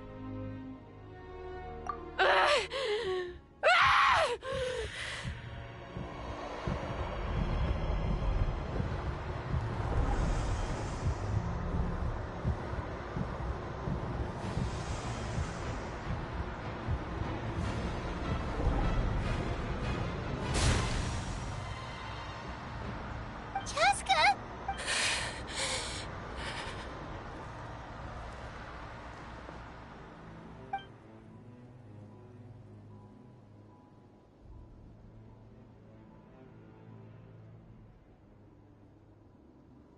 What happened?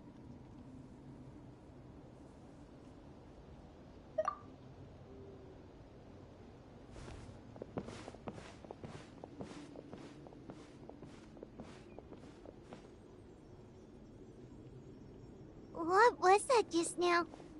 It looked like abyssal energy was flowing out of her, but then, a split second later, it disappeared.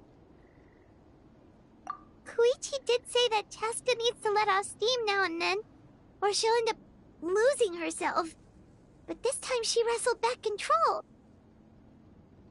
If only we were faster! Dealing with abyssal contamination is a piece of cake for you. We could have gotten to her earlier, then you could have treated her before it was too... Wait, what's happening to Chaska?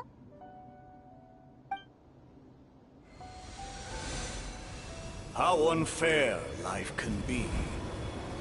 She's had the odds stacked against her from the very beginning, and each step forward has been an agonizing one. Maybe she would have been better off embracing her pain. But her journey goes on, and one question looms large in her mind. If she could rise above the layers of pain and ascend over the dark clouds of her mind, what then would she find? Maybe the glorious light of the sun, or maybe a dark, empty void. There is only one way to find out. She needs to spread her wings and soar to new heights. That is the true meaning of life. My life's suffering shall be my epitaph, to remember the pain I endured, and finally transcended.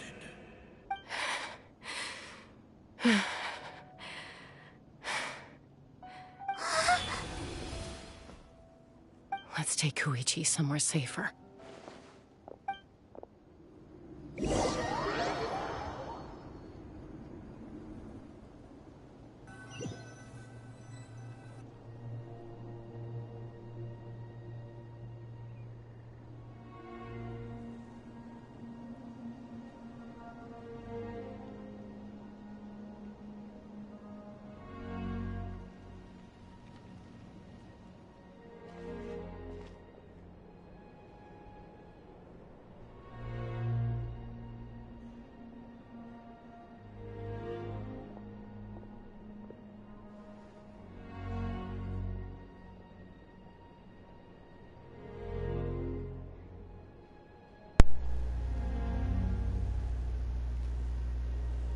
Please, take care of Koichi for me. I still have more important things to do. Of course. We are grateful for her service. Yes. She served selflessly. I'm sorry, Chaska.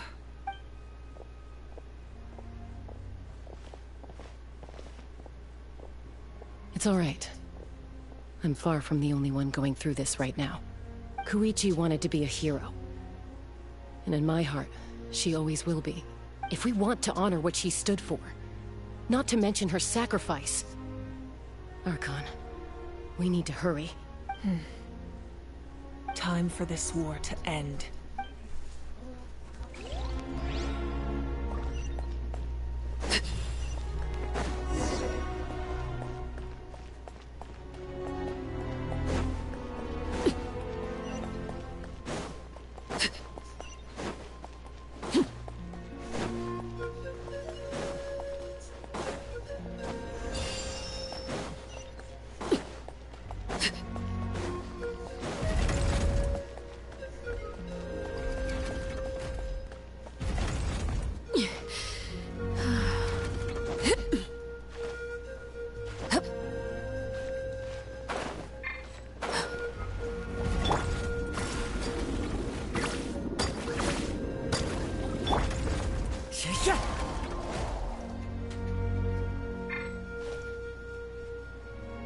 Right here!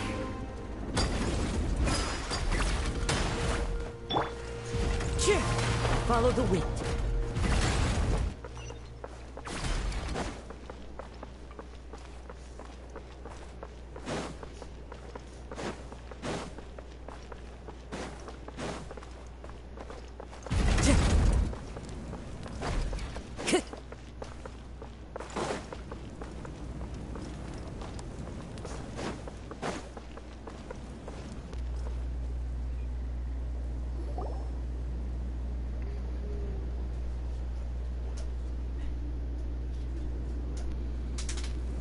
Everyone, are you ready?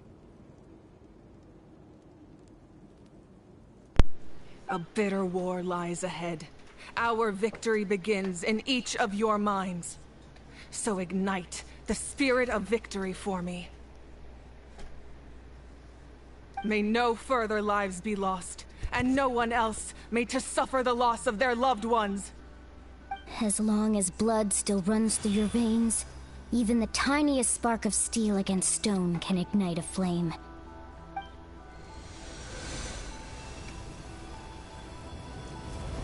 Its blaze will become one with the gaze of all Natlan.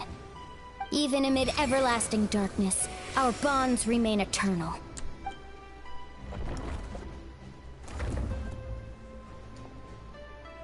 Stone engraved in echoing peaks. Converge, disperse, and ashes be reborn. For flames born anew, and the blazing dawn. A hero scaled the volcano to seize the sun. Anointed with flames, she shone with the light of 1,000 stars. Now, guide me in my first step. Having foretold his own death, the omniscient man holds a feast in celebration. Let us raise our cups in honor of his heroism, and send him off with this final tribute. For at last, his wish is now fulfilled. By past fuel and present flame, life marches ever on.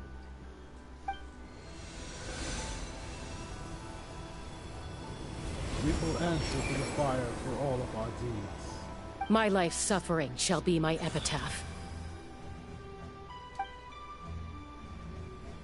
To remember the pain I endured, and finally, transcend it. Heroes of the ages! Our moment has finally come!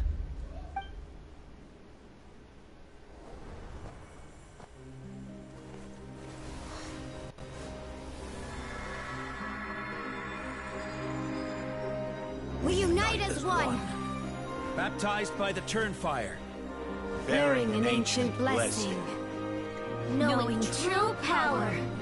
And accepting a fate of devotion. We embrace the transcendent flame. For Natlan! For Natlan!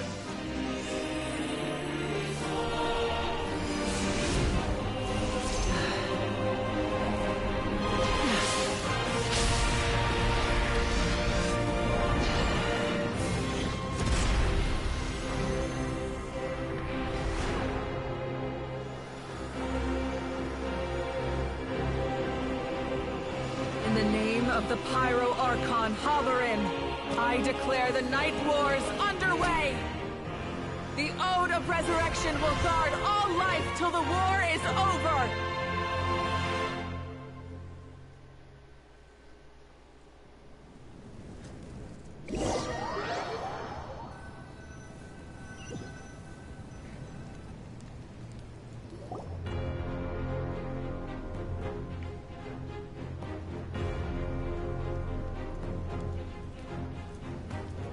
That is an outright scary level of power. So, from now on, all warriors will be able to resurrect themselves using the sacred flame. That's right. No more casualties. It's time to wipe the enemy off the face of the earth. And to reclaim our lost territory. First of all these localized now. Everyone, let's go. We'll come with you. Paimon, traveler. I'm so grateful you got to us when you did. You gave Koichi the chance to say those words to me before the end. If I'd lost control out there in the wild, this counterattack might never have been possible. Probably best not to think about that. More importantly, how are you feeling now? Any better? Not really. But now's not the time to deal with it. In the spirit of VUCA, I have to rise above it. The conflict and suffering in me are there to test my character. My struggle will make me stronger, and make me the person Koichi believed I can be.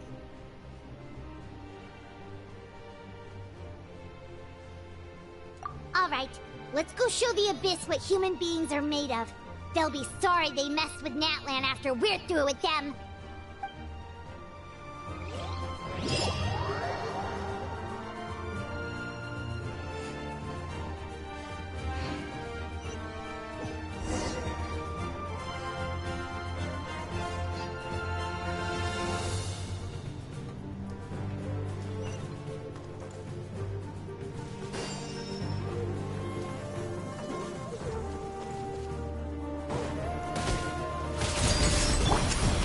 Strider. As one with wind and cloud. Everybody stand back! For Natlan! Pitiful. Whoa, what's that? Aerial support from Moika?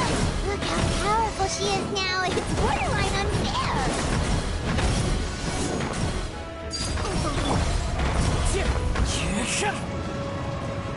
Let's light it up!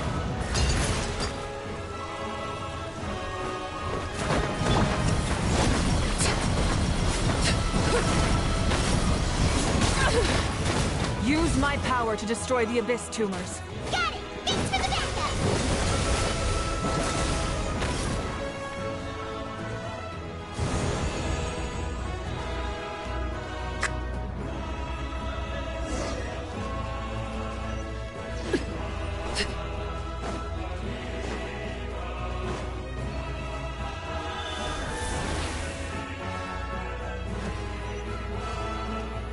Did you guys see that huge fireball? It exploded right above my head! Sorry, Mualani. I'll adjust my aim. No, you're good, Archon. It didn't hurt at all. Plus, it was freaking cool! Not great for the artist, though. Ugh, Ahal's coming in way too hot! Is it possible to mute him? How dare you insolent contemptuous... Done. Thank you, Malika!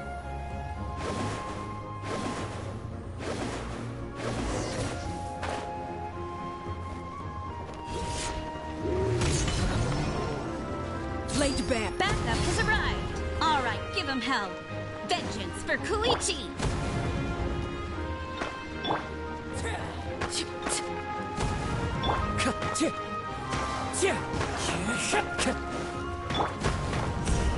Adventure time.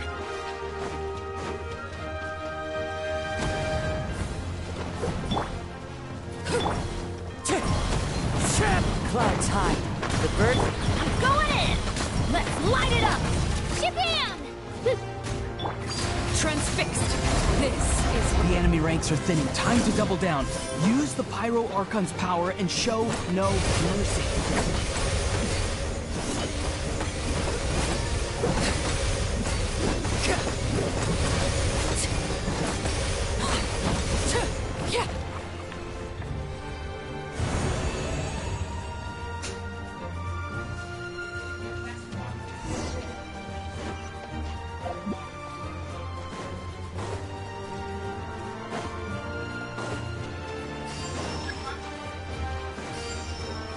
They're both.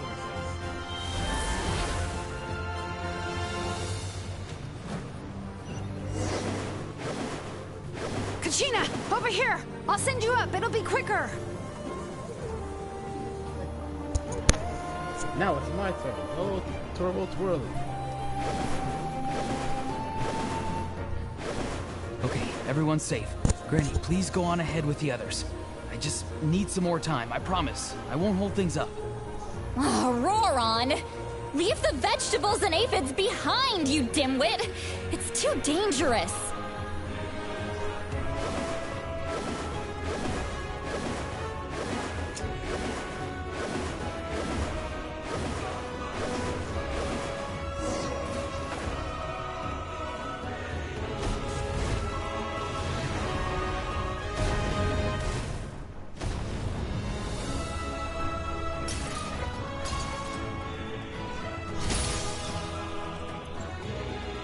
Hey, you're back!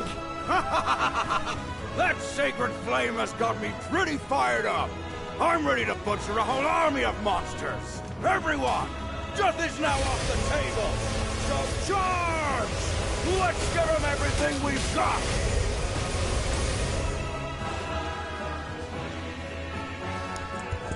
That could have been pretty bad.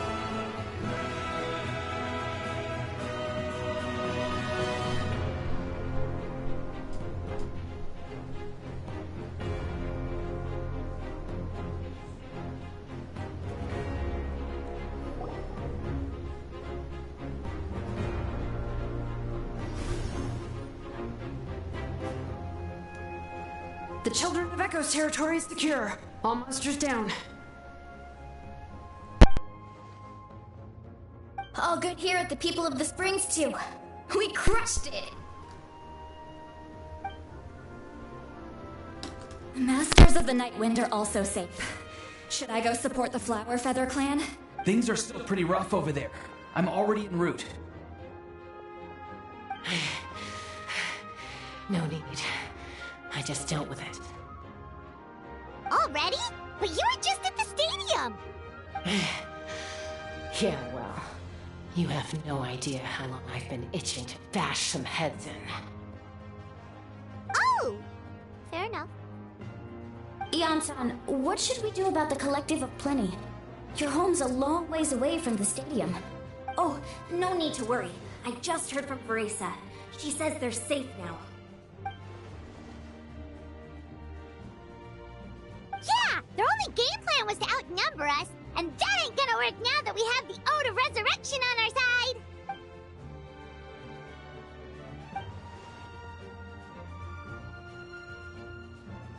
We ain't gonna let them get away with that! Friends, let's gather at the stadium! More abyss tumors have descended, all near the stadium. Let's split up and take them out!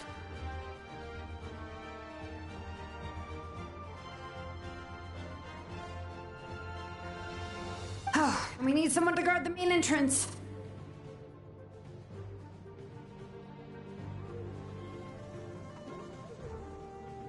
Alright, this is the final battle!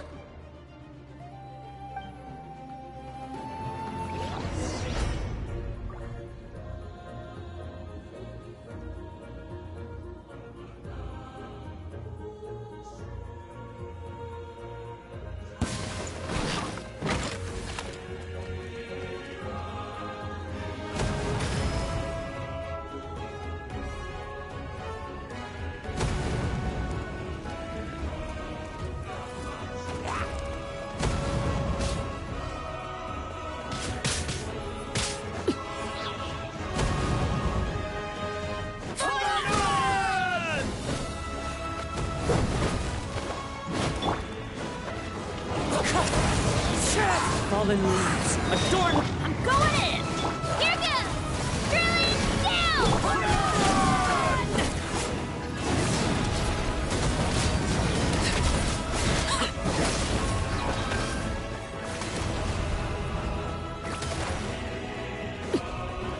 Blades back.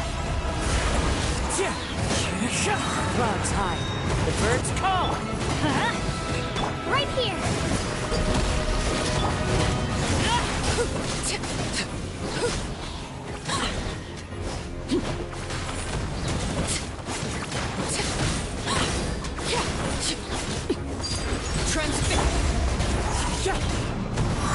Fallen leaves, adorn my... Teamwork is dreamwork!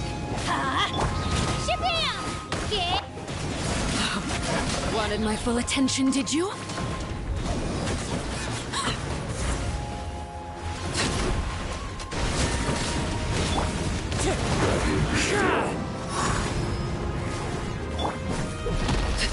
Overruled, everlasting as the moon.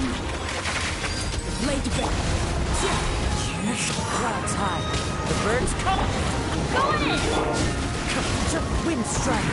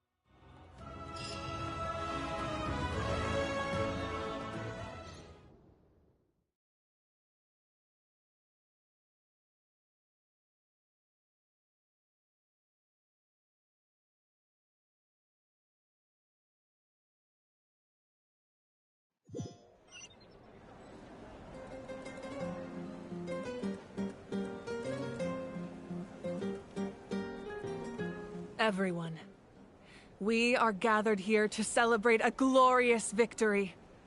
It is a victory forged by each and every one of us, and we should all be proud of what we have accomplished.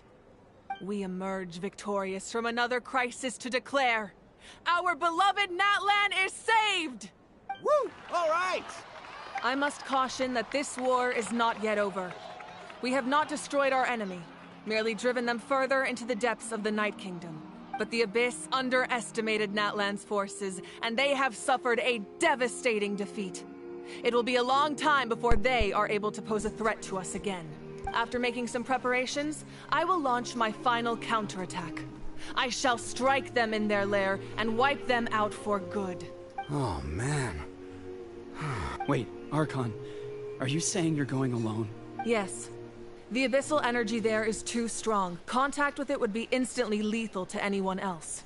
I'm sure you're all still fired up, and you must be eager to take the fight home to the enemy. But I must ask you to temper your ambitions. I will return victorious, for all of us. It's kind of a shame that we can't join in with a final showdown. Please, look at the bigger picture. Thanks to every one of you, we have already secured an enormous victory. Tonight, we should celebrate to our heart's content. I guess if our lives are no longer at risk, things can basically go back to normal, right? That's good enough for me. Beats having monsters everywhere.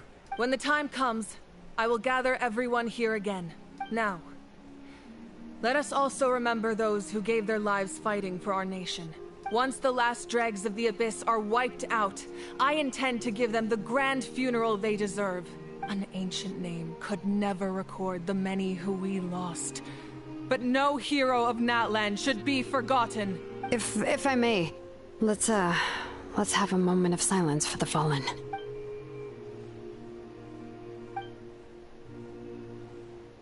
Lastly, there is one more person I must thank for his extraordinary support in our time of need. And that is the Captain. Speaking in a personal capacity, I should like to offer my sincere congratulations on your victory. Well, everyone, please enjoy the victory feast. I hope it's a chance to relax your minds and rekindle your spirits, so that we may face what lies ahead with renewed vigor.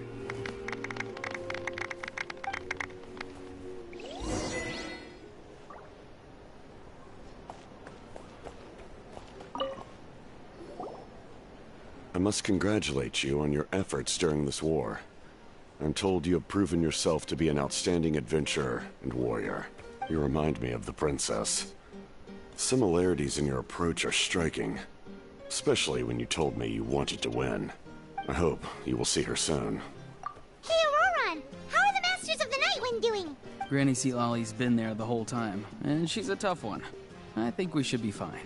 I'm sure there'll be some patching up to do, though. That's a job for the young folks. I should probably head back so I can pitch in. Do you need support from the Fatui?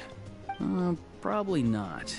There are a lot of older folks in our tribe, and I suspect they would find your comrade's presence a little distressing. Right, because often they look like a bunch of intimidating thugs. Well, also in my tribe, excessive use of elemental energy is bad for your eyesight. Oh, right. Okay. I'm still somewhat in disbelief that a united people prevailed against the Abyss. Do I sense some regret in your words? A degree of regret is inevitable. But above all, I feel profound admiration.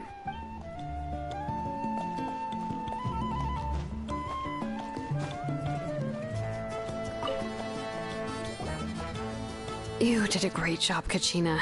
Oh, you're much more confident now. Seems like winning the pilgrimage gave you a real boost. Nah, I just figured I should do my part, you know? I spoke to your mom and dad. They were singing your praises. They said the world's your oyster now. How are things at the People of the Springs base? There are some casualties, but the overall mood is very positive. I reckon they'll start rebuilding pretty soon. Same situation for the Children of Echoes. Still, it's so sad that some people couldn't be saved by the Order of Resurrection. I think I want to hold a candlelight vigil for them when I get home. Oh, that's a great idea. Let's do it together. Let's hope that their sacrifice marks the beginning of a new age for Natlan. An age of unprecedented peace.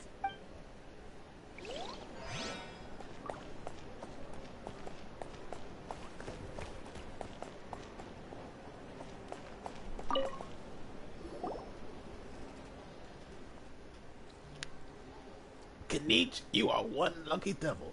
I don't know how the heck you're still alive. I am in a zero tolerance mood right now. Stop being so flippant. Unless you want to get punched in the face. What is it with you, Ahau? Why are you so incapable of being nice? Oh, this is rich. One measly victory, and it's all gone to your head. You'd all be mincemeat by now, if not for the heroic deed of the almighty Dragon Lord, Kahulahau. Alright, credit where credit's due. Here's a bunch of drinks for your trouble. Don't treat me like I'm your pet parrots. The messengers are the worst affected. I expect there'll be delays on all deliveries in Natlan for some time. Although fortunately, a lot of people have said they're willing to help about part-time. That should alleviate the situation. The Collective of Plenty was the furthest from the Abyss's entry point, so they didn't have as many monsters to deal with. From what I hear, they got off relatively unscathed. But it might have been a different story if Chaska hadn't gotten there when she did. That's good to hear. All's well that ends well. Well, what do you know? These are pretty tasty. Oh, servants! One more bunch of grapes. Post haste. Okay, Polly. Everyone else is enjoying the celebration, but Ahau's still being as aggravating as ever. Does he have a chip on his shoulder? What's it about? In fairness, repeating a few set phrases ad nauseum is all parrots know how to do. I am not a parrot! I am the almighty Dragon Lord Kahulahau! Oh, wow, if you're making candles, I have some materials you can use. They're in the warehouse. Should have plenty to spare. Oh, okay. I guess I'll tread carefully on the way. Nah, good point. I'll go instead.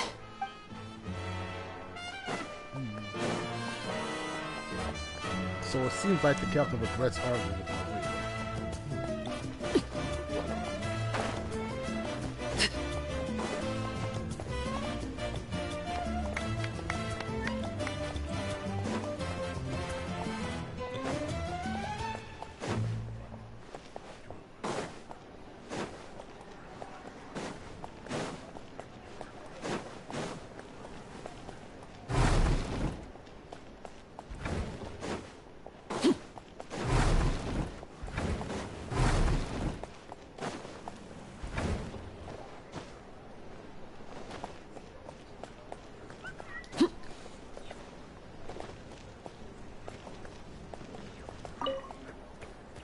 We don't found that guy's body. Welcome.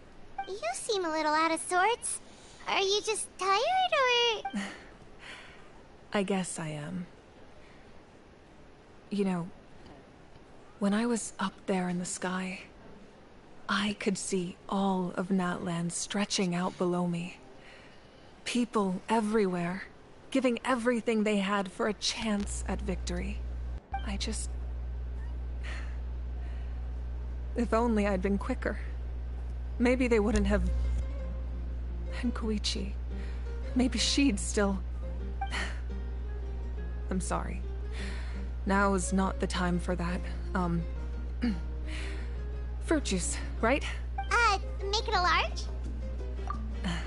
True. My 500-year plan has almost come to fruition. Just one last step to go. Namely, my final battle against the Abyss.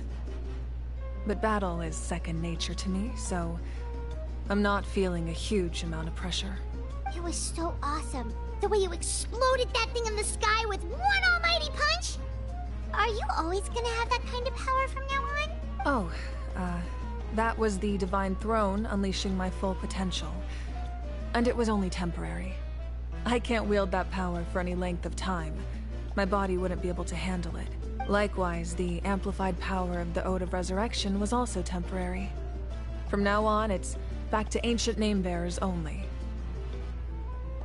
Correct. We dealt the Abyss a critical blow. So for the time being, it's too weak to sustain regular invasions. I hope the people will be able to enjoy this period of peace. Or rather, assuming all goes to plan, eternal peace. We've had centuries of war with the Abyss, and it's high time we brought that chapter to a close. Anyway, there's something I've been wondering about. I know you've been at the center of some major events in other nations too, and fought many powerful foes. In this war, you were in the thick of it once again, dashing around tirelessly, supporting the fighting on all fronts. So tell me, what drives you to do this as a mere traveler passing through? Why risk life and limb for a cause that's not your own? You know, it's that mindset that distinguishes the heroes in every story. They're the natural protagonists. What I'm really trying to say is, I would love for you, with your extraordinary talent and your sense of justice, to join me in this final step. You and I together, finally putting an end to the ever-looming threat of the Abyss. But I also don't want to take advantage of your good nature and readiness to help others. The final battle will be very dangerous, and you have the rest of your journey to consider. I'm sure you must be weary. Sleep well tonight. Let's talk again tomorrow in the speaker's chamber. I'll give you more details on the final battle, and then I hope to hear your verdict.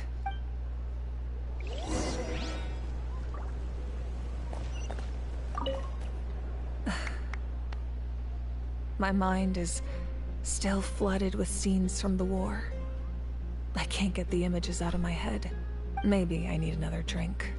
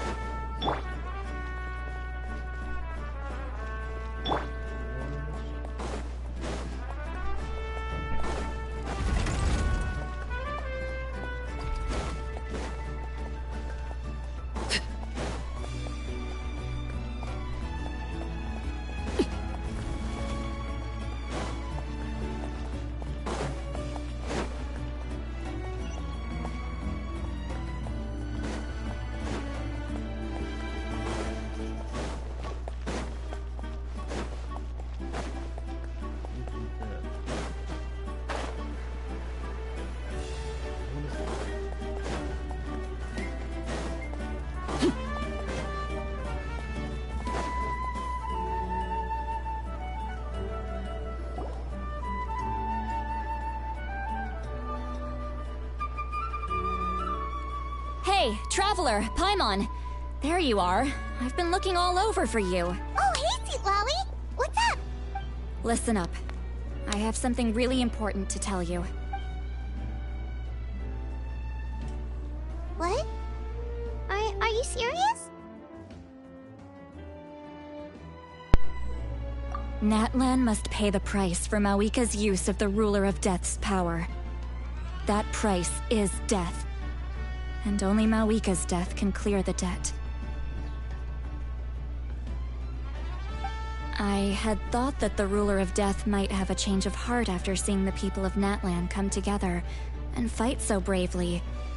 But even now that the war's over and the threat to Natlan is gone, it looks like that death is still set in stone. I had to know your thoughts. I want to save her, but I can't do it alone. Okay, good. That makes me feel a little better. Thank you for standing up for us. There's clearly something special about you, so if anyone has a chance of defying the rules, that would be you. Oh, and please don't breathe a word of this to Mawika. I'm sure she's well aware of the cost of using the Divine Throne's power. But if she finds out that anyone else knows, it could ruin our chances to help. Got it. Mum's the word. Alright, that was the last major item on my to-do list. Now, since I've come all this way, I think it's finally time for a well-earned drink. Go easy though, yeah? Don't worry, I said a drink. That means just one.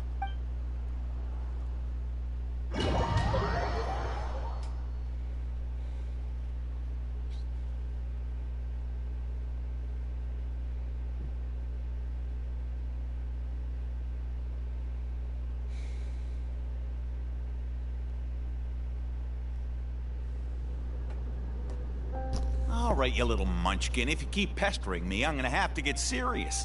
I get 100 kids a day telling me they want to be the next Pyro Archon. Why should I train you? Nagging isn't gonna accomplish anything. No one can predict the future, and unless you have some exceptional jaw-dropping talent I'm unaware of... I can shoot those cornflakes in your kitchen from right here. Haha, don't be ridiculous. You couldn't make that shot from all the way over here? Wait, hold on, you could hurt someone with that. Well, I'll be. You made the shot. The science of the canopy raising tough. That's some real skill you got there, little lady. Maybe you really will be Pyro Archon one day.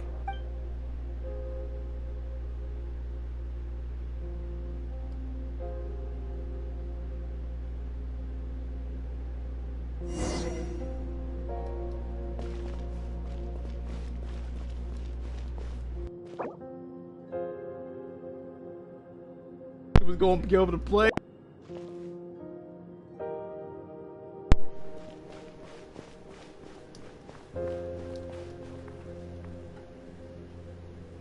See this? I'm the first one of us to get an ancient name. And it's not just any ancient name, but Malipo. If you ask me nicely, there's still time to join my team for the pilgrimage, you know. No need to scowl. You lost and I won, it's no big deal. You want me to be happy for you when your turn comes, right? So cheer up. I'll get my own ancient name soon enough.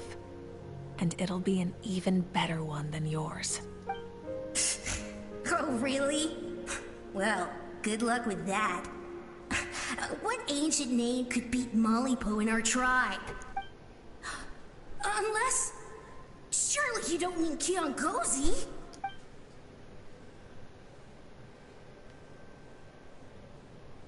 Yeah, I really thought y'all was gonna get to play this 5.1. Sorry. This is the best you can do.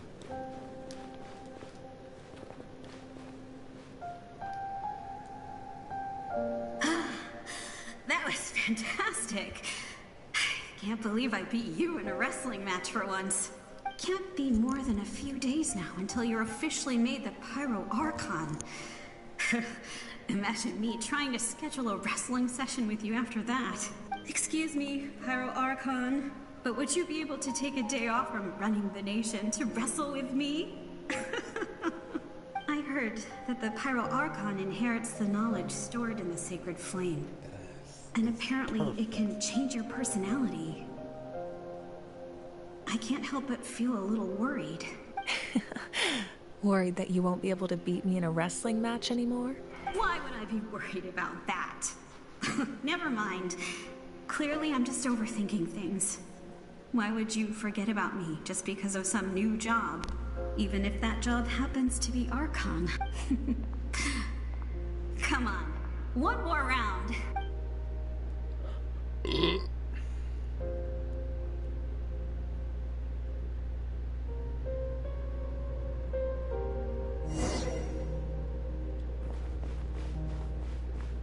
After the darkness will come the dawn.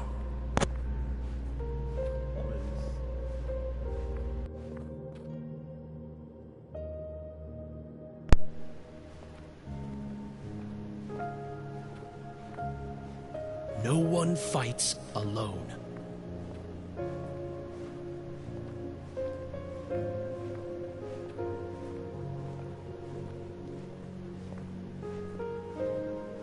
For Natlan!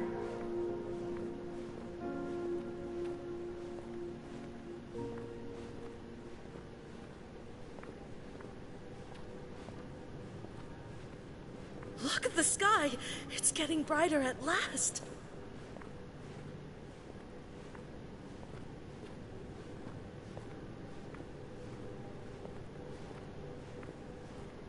We walk the righteous path, and the Pyro Archon will guide us.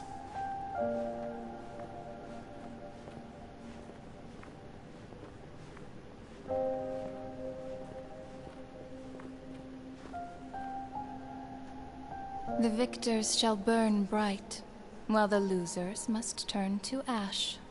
I have done what is required of me. The rules are now written into the Night Kingdom, and this will help you to stand against the Abyss. It is still not enough. All this can do is give my people courage. It will not see us through a true catastrophe. If you are to make the Natlanese alone bear the consequences of a broken world, you will have to bring more to the bargaining table. You are the greediest human I have ever met, and the fiercest negotiator. No other would seriously ask to borrow my power. My domain is death, and its power comes at a great price. The question is, are you prepared to pay? I need that power. Only a hero can truly wield it, and heroes are not afraid of dying. No. A fear of death is ingrained in all living things.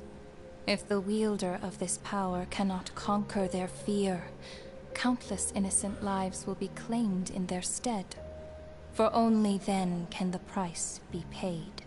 Those are the rules. Mine is a nation that will not yield to the Abyss, and it will certainly not yield to your rules. As their culture and civilization is transmitted through the generations and their faith grows, the people will go from strength to strength and reach heights that even I cannot dream of. Very well. I shall agree to help you. But I am merely a shade, and I do not have as much freedom to do as I please as you might think. Then what do you propose? Keep this a secret. If I am questioned about it, I will deny all involvement and claim that treacherous Xbalanque stole my power. That will not be a problem. Thank you. I am glad we could reach an agreement. I guess we won't know the secret until 5.2. Or maybe even 5.3.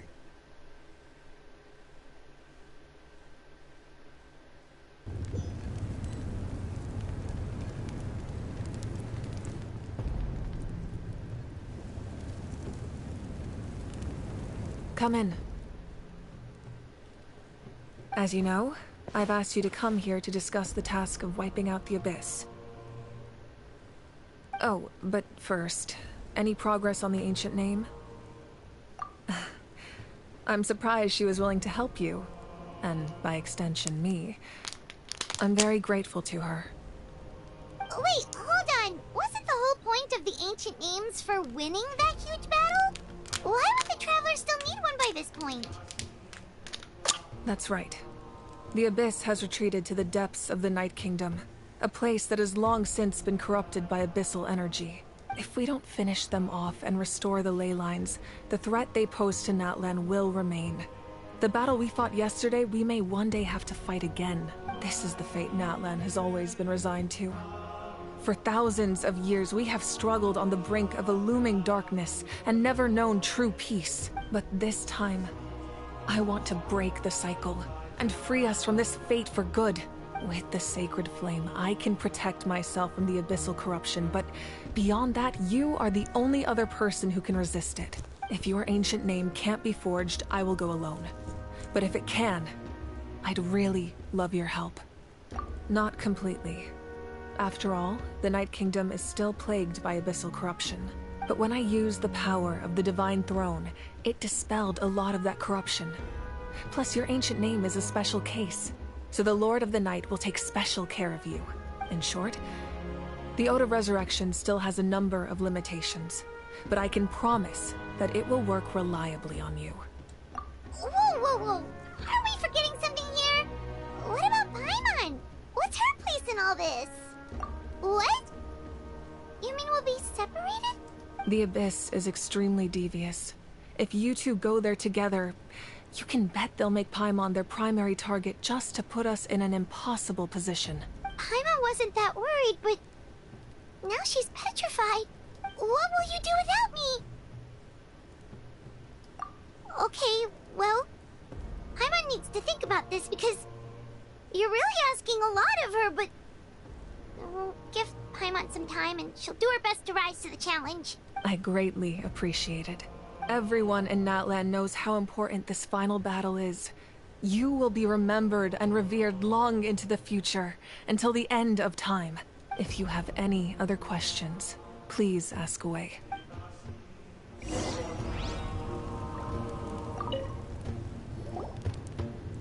As I've said, if you have any other questions, please ask away. That wasn't their souls we saw, but a snapshot of them in time. All the work of the ancient name engravers 500 years ago, who made some special modifications to their names. Their souls returned to the Night Kingdom long ago, and will have been reborn in Natlan since, albeit in a different form. For all we know, they may have already lived many new lives by now, and so, even though we will never meet again, they will always be by our side in one way or another. I think that gives another layer of meaning to the phrase, "No one fights alone." As I've said, if you have any other questions, please ask away. The work of rebuilding is underway, and people are flocking to join the effort. With everyone rallying together, I'm sure it won't be long before there's no trace left of the damage done by this war. The healing process, on the other hand, that's a bigger obstacle to overcome. Many are grieving, and there's simply no replacing the ones we lost.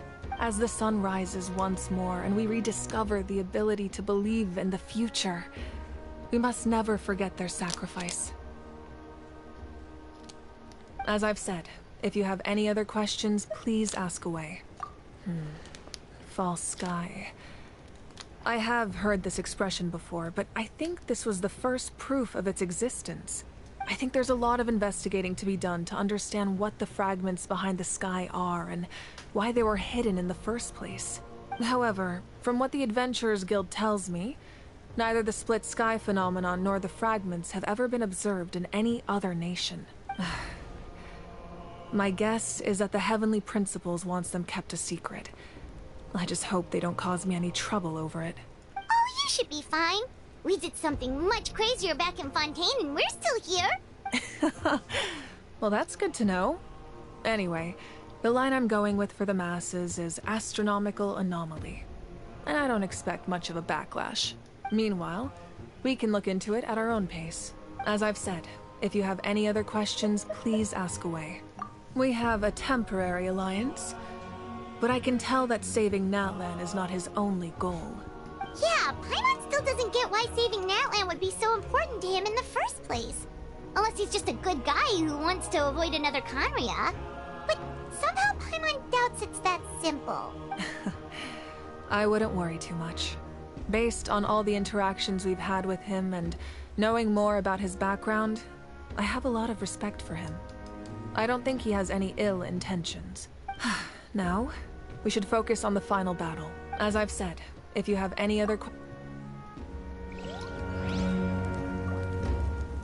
Transfixed!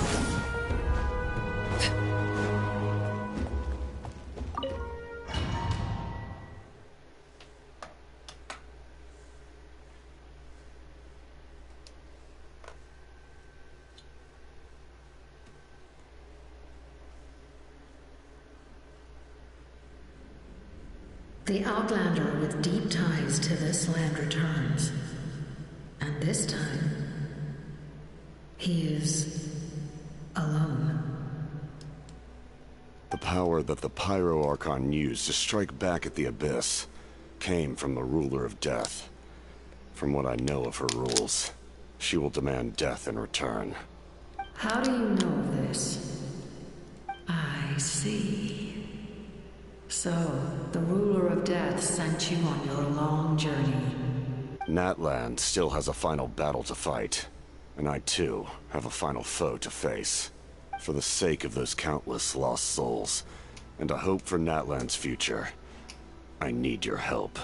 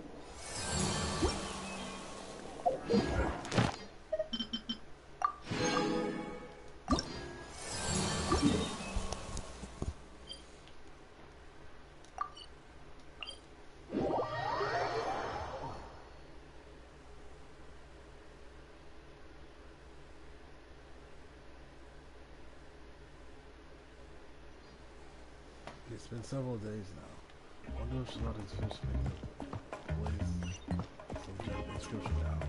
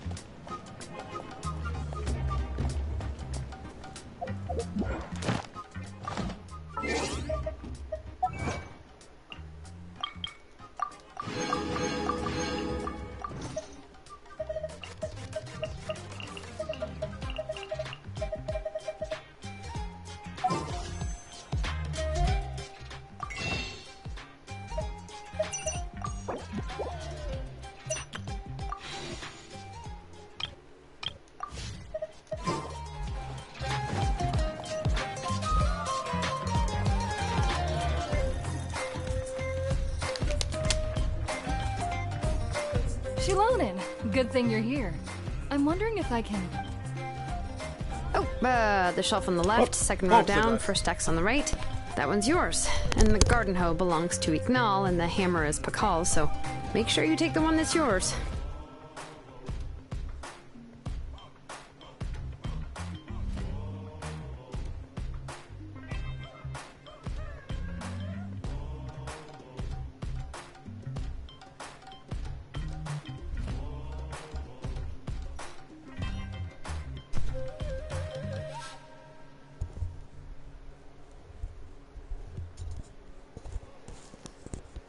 Sorry about that, guys. I'm back.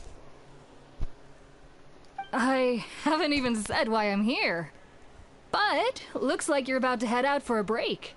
Yes, but I am going to take it right here. The temperature is just perfect today. Really? But doesn't it feel a lot hotter than usual? I really don't want to stay out in this heat. Exactly.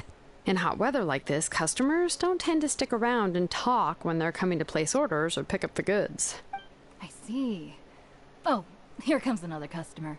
I'll just leave you to it then, and pick up my axe. Sure, sounds good to me. Hey, Shilonen! Oh, Traveler, Paimon! We meet again. Oh, you two seem to be in good spirits. How's your, Pilgrim's Chronicle been? Run into any issues? Oh, good. It was also my first time receiving a Pilgrim's Chronicle. Even though I've already turned it over to you, there are still a lot of things that could go wrong, so I wasn't sure if there'd be any issues. Huh? So, what are the chances that something might still go wrong? Well, less than the chances of Mualani accidentally falling off a spiritway, I'd say. Oh, well, that definitely would never happen. I found the Shilonen. Thanks a lot. By the way, Nichka's birthday's coming up real soon. Are you planning to visit her? I've prepared a gift, and was just getting ready to take it to her. You're not planning on giving the kid a full set of pliers again, are you? Or, let me guess, woodworking tools?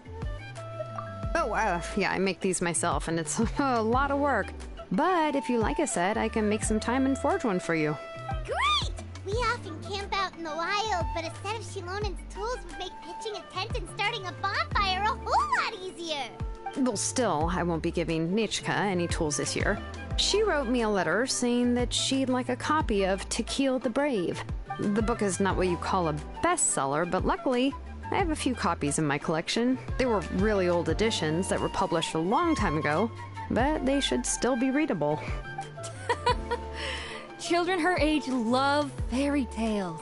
The last time I was at Thesoli's, I even brought Nichka. Huh. Wait. What did I bring her again? It must have been her favorite thing, but, why can't I remember it anymore? Oh, it is quite hot today. Seems you're about to pass out from the heat. Do you even remember your own name? My memory can't be this bad.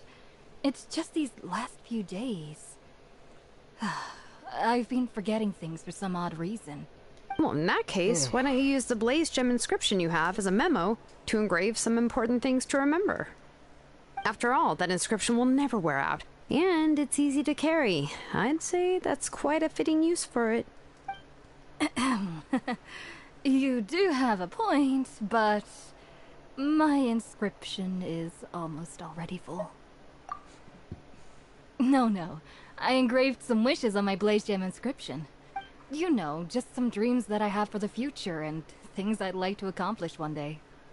Even though Thesoli has said that from an aesthetic point of view, it would be best for people to keep their inscription short, this Blaze Gem inscription was still made by a name engraver, the forger of ancient names themselves. Everyone thinks that the inscription she made might have some wondrous powers. So, many people who bought Blaze Gem inscriptions engraved their wishes and dreams on them, in hopes that they would come true. Sounds kinda like a wish granter. But if you do that, won't everyone be able to see your wishes and dreams? Don't worry. We usually ask Thesoli to add the inscriptions for us. She has a unique method of engraving.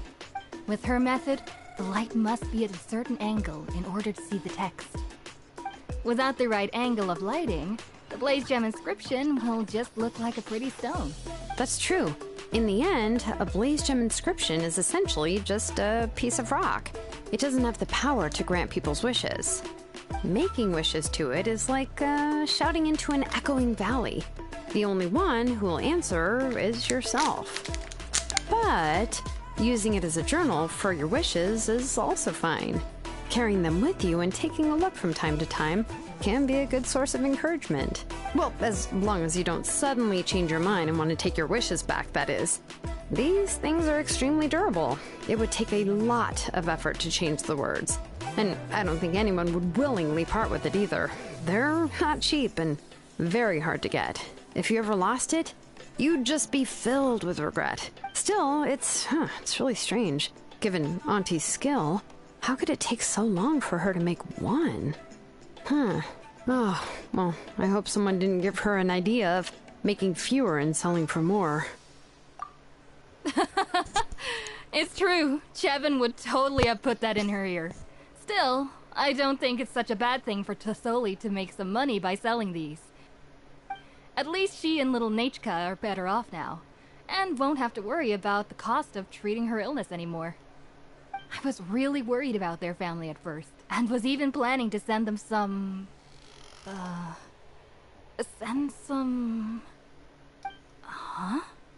What was I planning to send to Nachka again?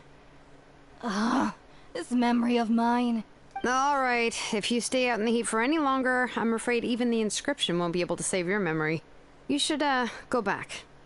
Right. Right. Please give my regards to Tlasoli and Nachka.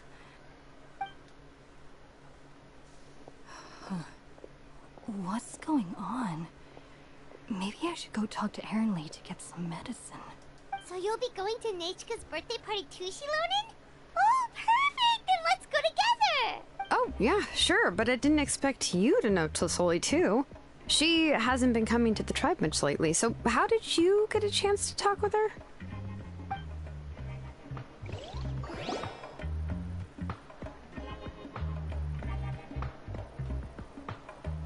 Oh, so that's how you met her. She even wants to use volcanic crystal as a forging material. Guess she's really pulling out all the stops for her daughter. Then let's just go and ask. Come on, I want to give her the book anyway. Huh? Wait a second. Our birthday gift's supposed to be a surprise? If we ask Nachka, then she'll know what gift we'll be getting her. And that would ruin the surprise! But if you don't ask her, then how will you know what kind of present she would like? Here's another idea. Perhaps you can also give her a storybook based on what she wrote in her letter. That might be a good option. But shouldn't we give it a little more thought? If we all give her books, it might seem like we didn't put much effort into it. Shilonen, have you really never asked her what she would like the most? There must be something else she'd like besides books. Unfortunately, no. Nachka's illness has kept flaring up over the past few years. Apparently, she couldn't do anything during that time other than rest in bed. She didn't even have the strength to talk to anyone. It wasn't until recently that she started to recover from her illness and regained strength to write letters to others. Anyway, there's no need to overthink it. Worst case scenario, I can split the book into 2 volumes and we can each give her one. Yeah, even though it would ruin the surprise, we could at least get her something that would make her happy. Anyway, could you tell us a bit more about the book that you're getting her? Is it really that unpopular? Well, it's a little difficult to explain. You see, there are actually 2 versions of To Kill the Brave. The premise of the book is pretty straightforward. It's basically about a set of twin brothers working to defeat a demon lord. But after defeating the demon lord, the older brother, To Kill, discovers that the king's spirit has possessed his younger brother, Remok. In the ending of the original story, the older brother kills his younger brother to defeat the demon lord, before jumping into a volcano.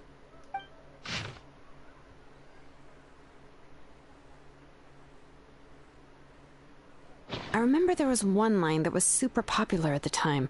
If I still remember right, after being possessed by the goddess Coatlicue, Remok said, "I do not wish to see your blood be reduced to ash, but I have seen the light of your heart and spirit. Remember my name, brother. As long as you remember me, I will never have left." The other version was released only recently. The author heard a suggestion from someone and suddenly decided to try and make a stake in the fairy tale market, so the story was revised. In the revised version, the brothers killed the demon lord together and both survived. According to the author, this gave the story a happy ever after kind of ending.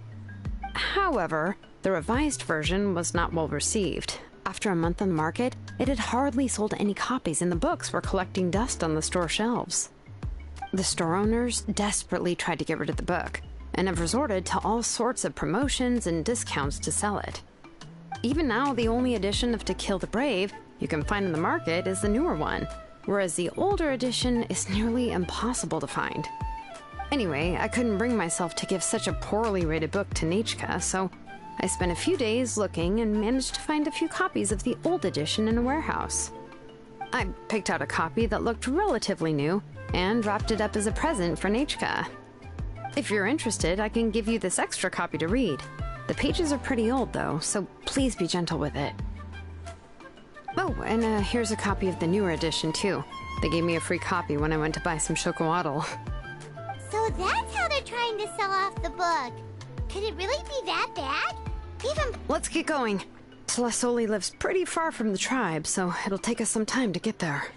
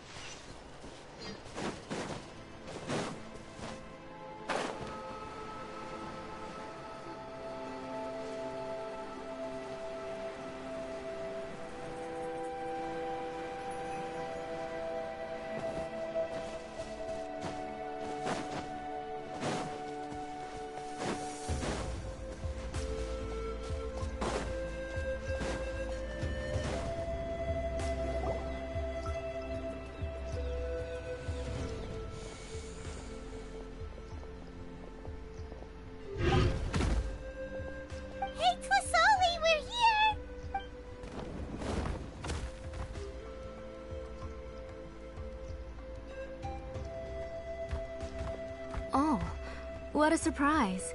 And even Shilonin is here too. Oh, it's been a while since I've seen you, Auntie. I received Nechka's letter. She wanted a copy of To Kill the Brave, right? Well, I've brought the book for her. There are several editions of the book in Natlan, and I wasn't sure which version she'd prefer. I asked a messenger from the Scions of the Canopy.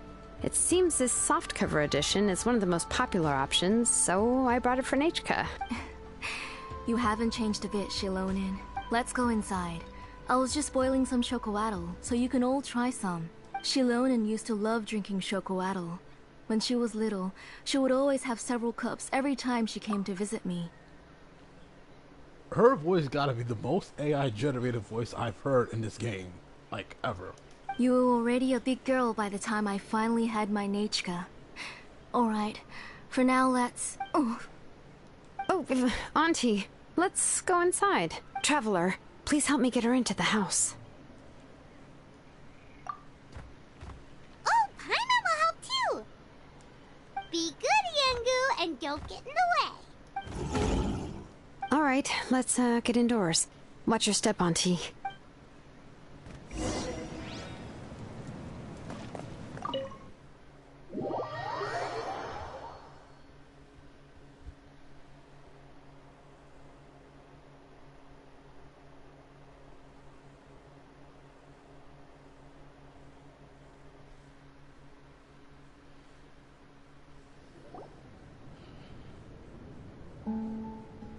sorry. Nechka's illness has been flaring up recently, so I was up for a few nights. I suddenly started to feel dizzy in the sun. I hope I didn't scare you. Have a seat. I'll fetch you a few cups of chocolatl. Please wait a moment. Oh, I've already brought them over. This cup's for you, Auntie. And these are for you, too. Chocolatl? What does it taste like? Paimon's heard that it can be pretty bitter. Could you give it a try first? Oh, don't worry. Auntie always adds a lot of sugar. It won't be bitter.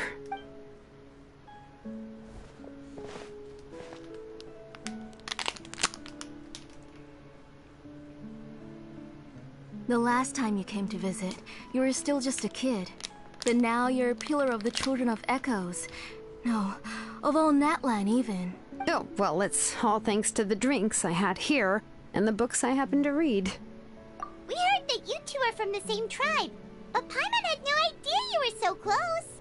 When I was little, my parents were always talking about how skilled Auntie was at forging ancient names and how she was a good role model for the rest of us. The moment I became idle at home, they would toss me into Auntie's workshop to watch and learn. Then I would have your parents go back, boil you a pot of chocolatl, and let you play in the house.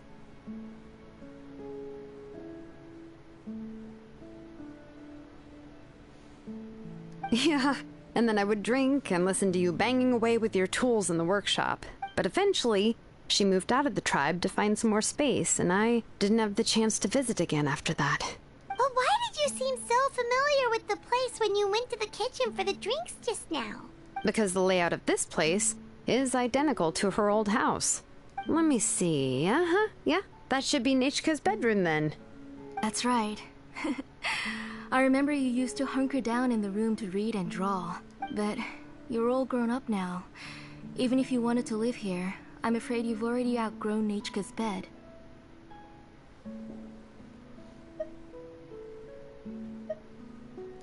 That's how Nichka sees Shilonen too.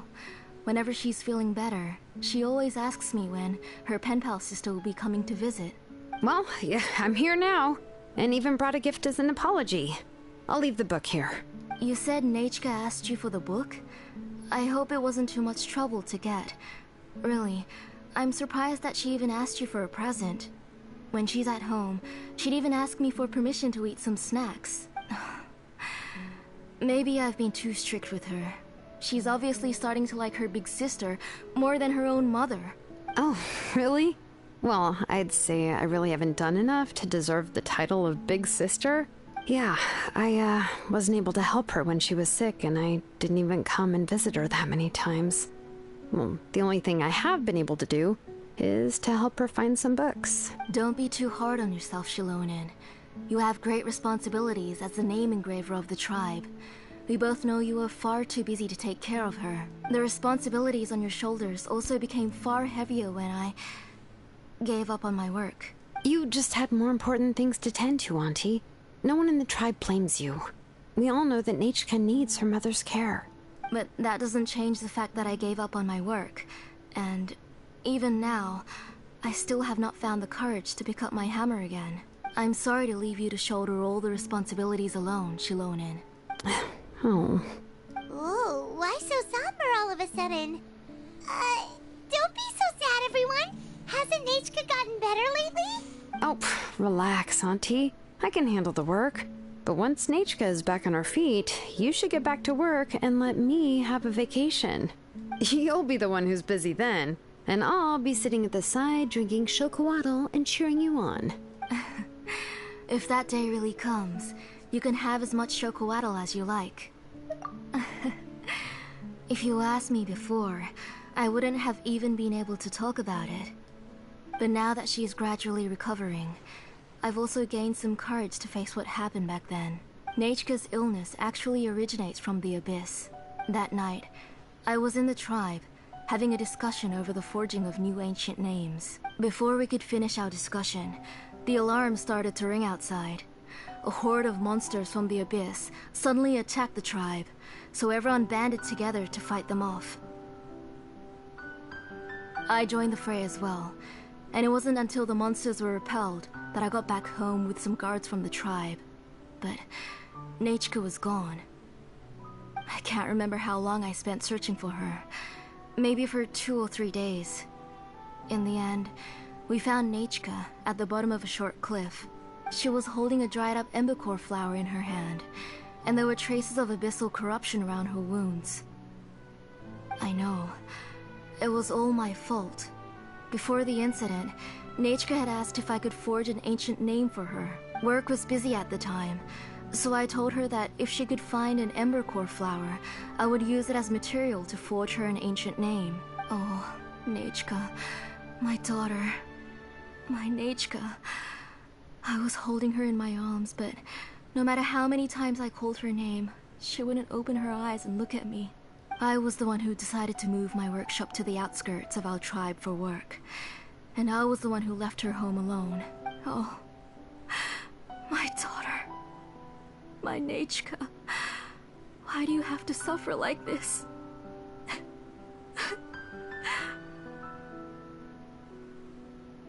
Whoa, hey! It's okay, right?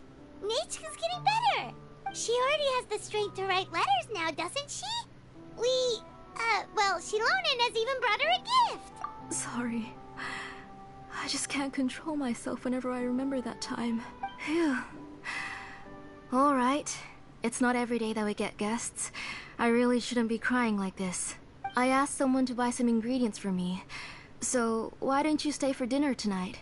I'll make some shrimp bisque, grilled fish and mint sauce, and tower tacos. I'll help. That sounds like a lot to make, and we don't want you to tire yourself out. Thank you both, but don't worry. It's just a few dishes. I'll be fine. You three just need to make sure everything gets eaten up. I can't eat a lot at this age. Oh, we haven't had anything to eat yet, so don't worry. We'll make sure there are no leftovers. Ah, it just occurred to me that Shilonen likes to eat cheesy crab hot pot. Why don't I make that instead of the grilled fish and mint sauce? I remember you don't like picking out fish bones. Nah, both are fine with me. I've learned to just chew up the fish bones now. Oh, come on now. If you don't want to pick out the bones, I can just take them out for you. Anyway, for dessert, would you like a cup of grain fruit or chocolate? Cup of grain fruit! How about a cup of grain fruit mixed with chocolate? Okay, got it. I'll go start cooking, but could you do me a favor in the meantime? I ordered a bunch of ingredients, and they should be here any minute now. Would you go check by the door and see if they were already here? If so, please bring them in. Come on, Shilonen. Stop lying around. You shouldn't nap before dinner. It'll ruin your appetite. Hey, I'm not a kid anymore, you know. You don't have to worry about my appetite. That's beside the point. If you don't watch out for your health while you're still young, then when you get older, you'll... All right. I'm getting up. We'll go check on the ingredients with Shilonen. It isn't far, so it shouldn't take us long. That kid. Excuse me.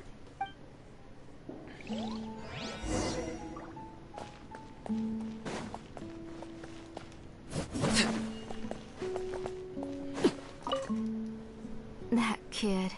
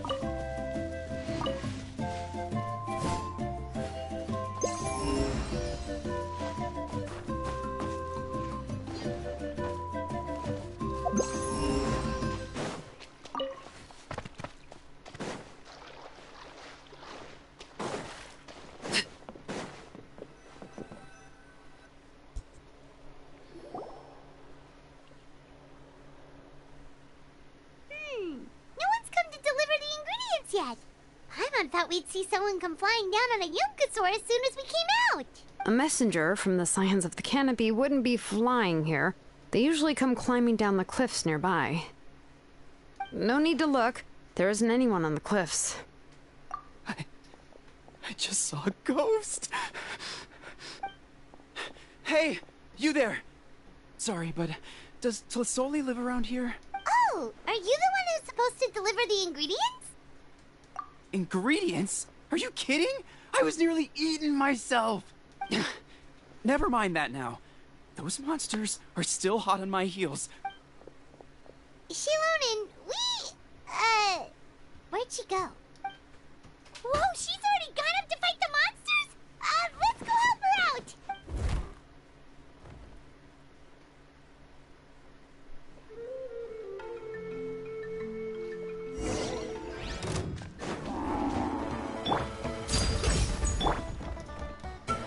Fallen leaves, adorn my night!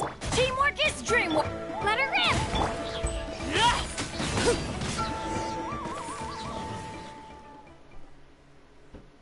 Alright, that should be it for the monsters. Yeah, it was easier than I thought. Oh, it also seems we're in good luck. The goods weren't damaged either. Strange, we didn't see any monsters on the way here. Yeah, right. I use this road to deliver goods all the time, and I've never been attacked like this before. It's the main road in and out of the tribe, so people often come here to clear out any monsters. This area is usually very safe.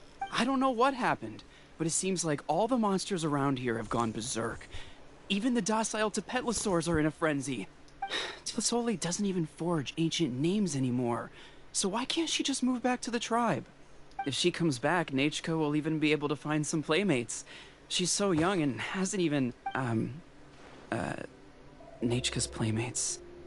No, wait, I feel like my kids have played with her before. They've even told me about Nachka's favorite game. If I remember right, it was strange. I always remembered it before. How could I forget all of a sudden? Look at that! He has a Blaze Gem inscription too!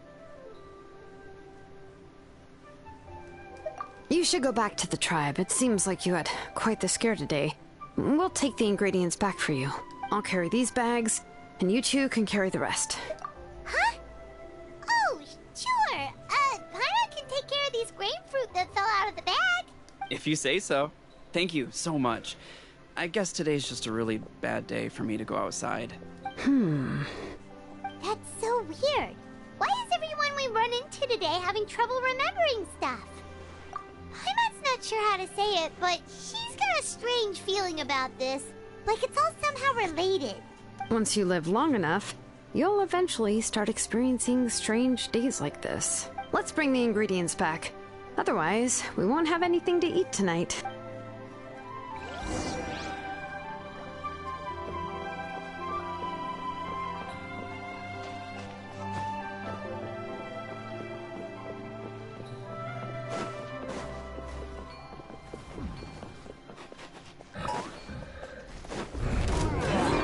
Let's do this then!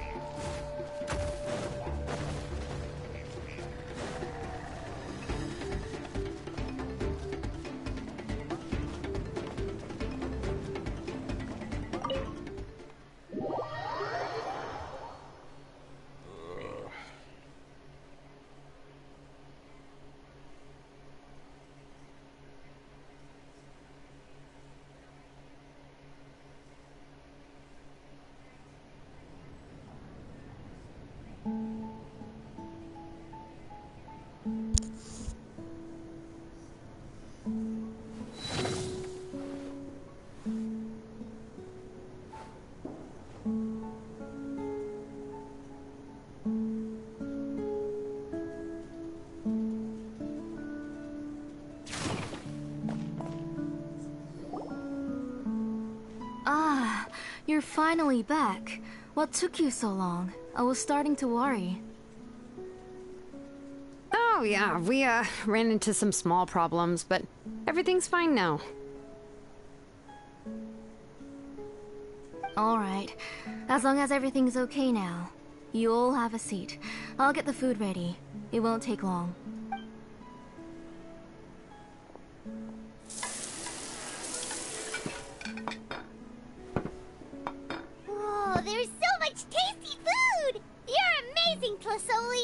They were all pretty simple dishes to make. Don't be shy. Dig in, everyone. But Paimon can't reach that dish! Could you give Paimon some? Come on! Ooh, yeah. Can I get another serving, please? You're done already? Do you even chew when you're eating? Of course! Didn't I say that I chew up the fish bones? I'll have just one more fish and leave the rest for Nachka. It's okay. Just go ahead and eat all you'd like. Nachka can't eat these dishes anyway. Her body is too weak to digest these kinds of things. I'll just make some broth for her. Oh no. But Paimon thought she'd already recovered from her illness. Injuries caused by the Abyss cannot be undone. The doctor said the fact that she's stable is already quite a miracle. But it's okay. Nachka can talk to me now and can even hold my hand. That's more than I could ask for. Even if she will never again know that I am her mother.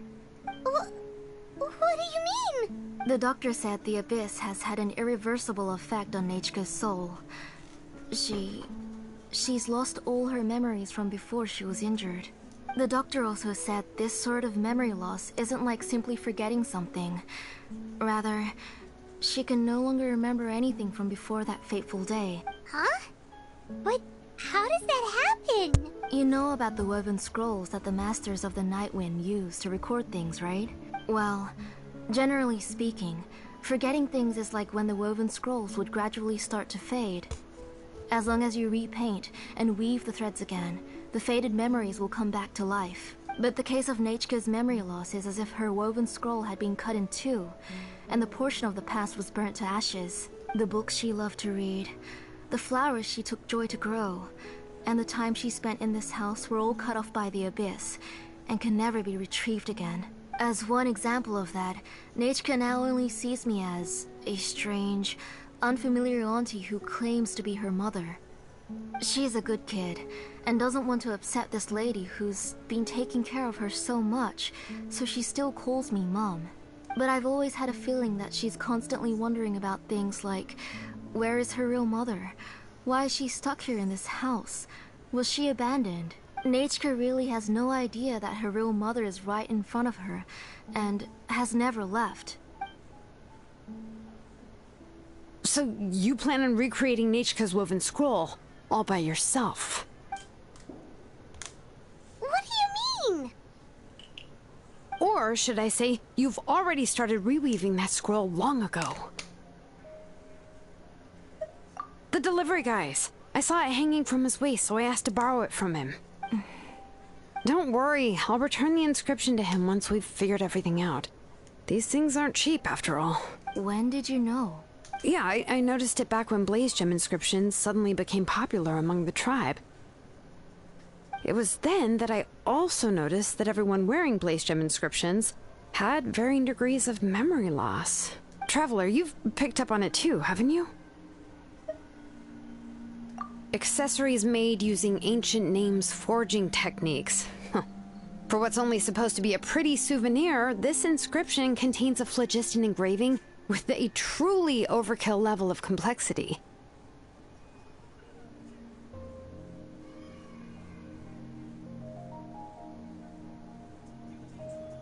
The shapes and patterns of these engravings are also identical to that of an ancient name.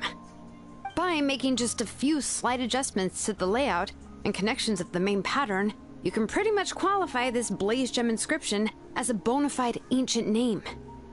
And yet, you've never told anyone about these engravings in the Blaze Gem inscriptions that can be activated at any time.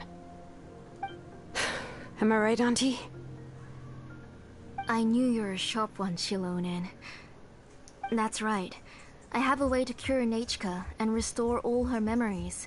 It's actually quite simple. I want to forge an ancient name for Nachka that contains all of her past memories. And the reason they must be approved by the Wyab is because the memories they bear are all stored within the ley lines. Extracting those memories from the ley lines requires the Wyab's assistance. But your plan wouldn't need you to do any of that, right, Auntie? Your Blaze Gem inscriptions will help you complete that part of your plan in the ley line's place.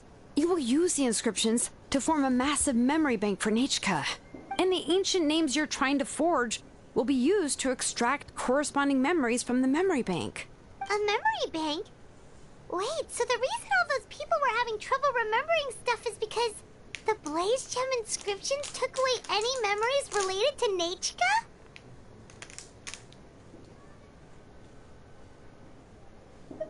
Using other people's memories of Nachka to reconstruct her past? This is the first time I've heard of such an idea. You've seen through my plans, Shilonin. You're as outstanding as ever. Far more brilliant than me. I intend to use this method to collate all the memories related to Nachka and allow her to regain her past again. But wouldn't extracting memories like that hurt the person carrying the Blaze Gem inscription? Not at all. Every time a Blaze Gem inscription extracts memories, the process is under my precise control. That way, there's no chance of anyone in the tribe getting hurt. This is the central inscription that controls all the other Blaze Gem inscriptions, which will also soon serve as Nachka's ancient name. You made all of this yourself, Tlasoli? Yes. It was lots and lots of work. It was truly exhausting. Or perhaps I've just grown old. You saw it yourself. I nearly fainted just from being in the sun. I could collapse tomorrow, or even in the next few moments. But Nachka's ancient name is still far from completion. I've solved the issue of storing memories, but I still don't know how to connect Nachka up to this central inscription. I thought you'd just modify your own ancient name. I considered it, but this matter doesn't have anything to do with my ancient name. It's of no help to me, and I don't need its help now. You know the price to pay for making something like this. Yes, I do. But as long as I can get my Nachka back, I'm willing to do whatever it takes. Otherwise, Nachka won't have any chance of reclaiming her past once I'm dead and gone. She won't remember me, and she won't even remember why her name is Nachka. When that time comes, she'll be left to drift around the world all alone, unknowing of where she came from, or where she should go. She is my daughter, the one to whom I gave the Nachka name. Whether it be as her mother, or as a name engraver, I can't simply stand by and let her name disappear. Shilonin! I'll take the central inscription with me. I'm going to completely disassemble it to confirm its components and uses, and I won't make any promises until I've checked everything. Say goodnight to Nachka for me, Auntie. Oh, wait. I've also finished the inscriptions for the Traveler in Paimon. Let me fetch them for you. I'm sorry it took me so long to finish them. Hold on, Auntie. The Traveler and Paimon have never met Nachka before, so you can't draw any memories from them. That wasn't my intention. They're just ordinary gifts. Please, take them. Huh? What was that noise? Nachka must have woken up and wants to get out of bed on her own. Sorry, I'll go check on her first. Nachka, don't try to get out of bed. Just tell Mom if you need anything. You go ahead and take care of Nachka, Auntie. Let's go, Traveler and Paimon. There are a few things I want to tell you.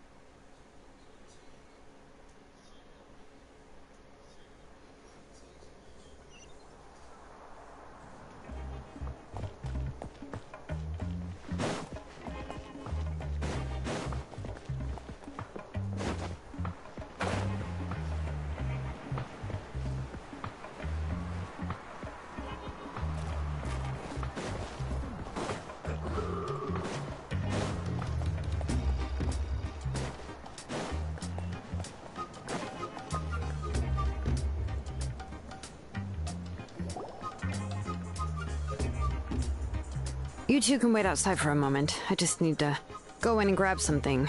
The workshop is a little messy, so unfortunately, I won't be able to show you around. Oh, yeah, that's not really what I mean. It's not the mess that's really the problem. It's just that the workshop is cluttered with way too much stuff. Books, files, and even ancient texts I got from the Masters of the Nightwind. Everything's piled up to the ceiling. You probably won't know where to step once you're inside.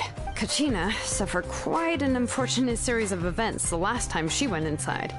Well, I suppose it was my fault for being so focused on searching for information at the time that I forgot to lock the door. After entering the workshop, she was shocked to find herself face to face with a massive woven scroll from the Masters of the Nightwind, and then she turned around and knocked over a huge stack of forging blueprints. She tried to step out of the way, but tripped on a poster tube that was behind her, and then boom! The forging blueprints came crashing down right onto her head. Oh no! She's lucky I noticed in time. I found Kachina in a daze and managed to save her before an entire set of the history of the Children of Echoes was about to bury her. I then dragged her up to the second floor. Ever since then, Kachina always waits outside the door and doesn't dare take a step in whenever she comes to see me. Yeah, you're an artisan and craftswoman after all. We thought there would be weapons and armor hanging all over the place. But it seems more like a library than a workshop. Well, my primary work is forging ancient names, which is much trickier than making swords and tools. Aside from the necessary craftsmanship, I also need to consult many ancient texts.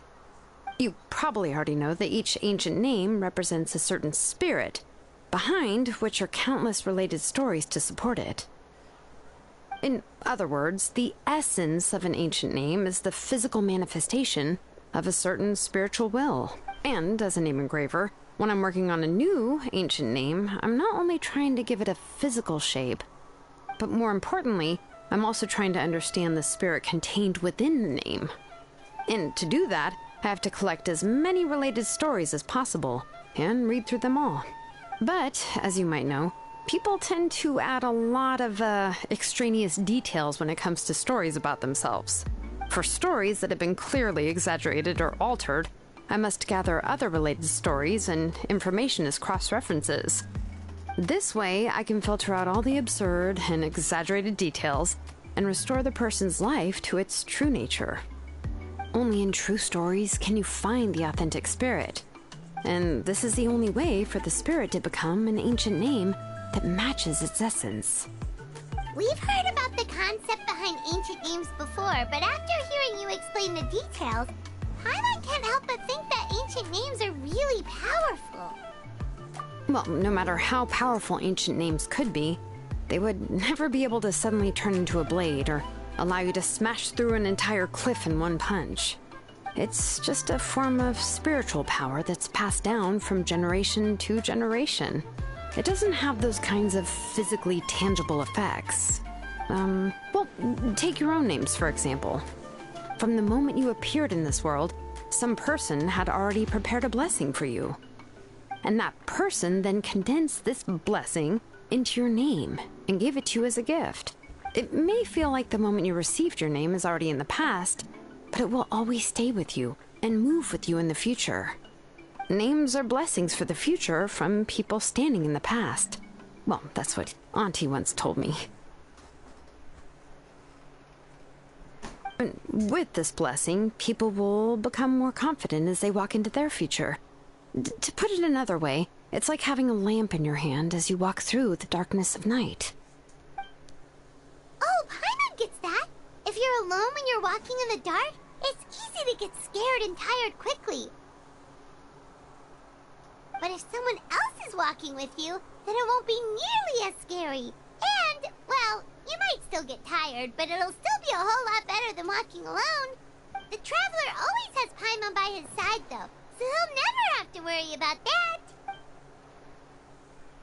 Oh, Paimon sure many wish they could be in your shoes, Traveler.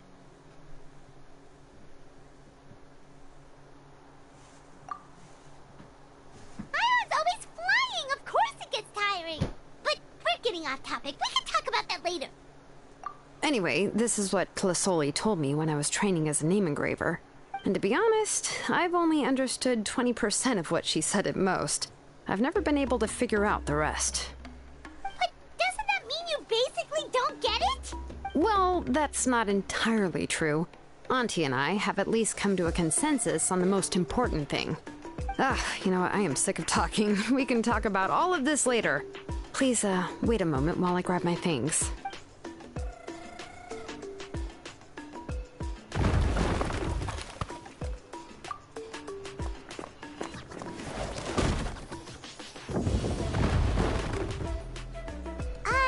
Did you hear a whole section of something collapse in there? It's fine, it's fine. It was just a bunch of very old ancient name records. I've already made copies of them. I, kept this set of phlogiston wedges in the back, so it wasn't easy to take out. I had to resort to brute force. Come on, let's go disassemble the central inscription. It shouldn't take long.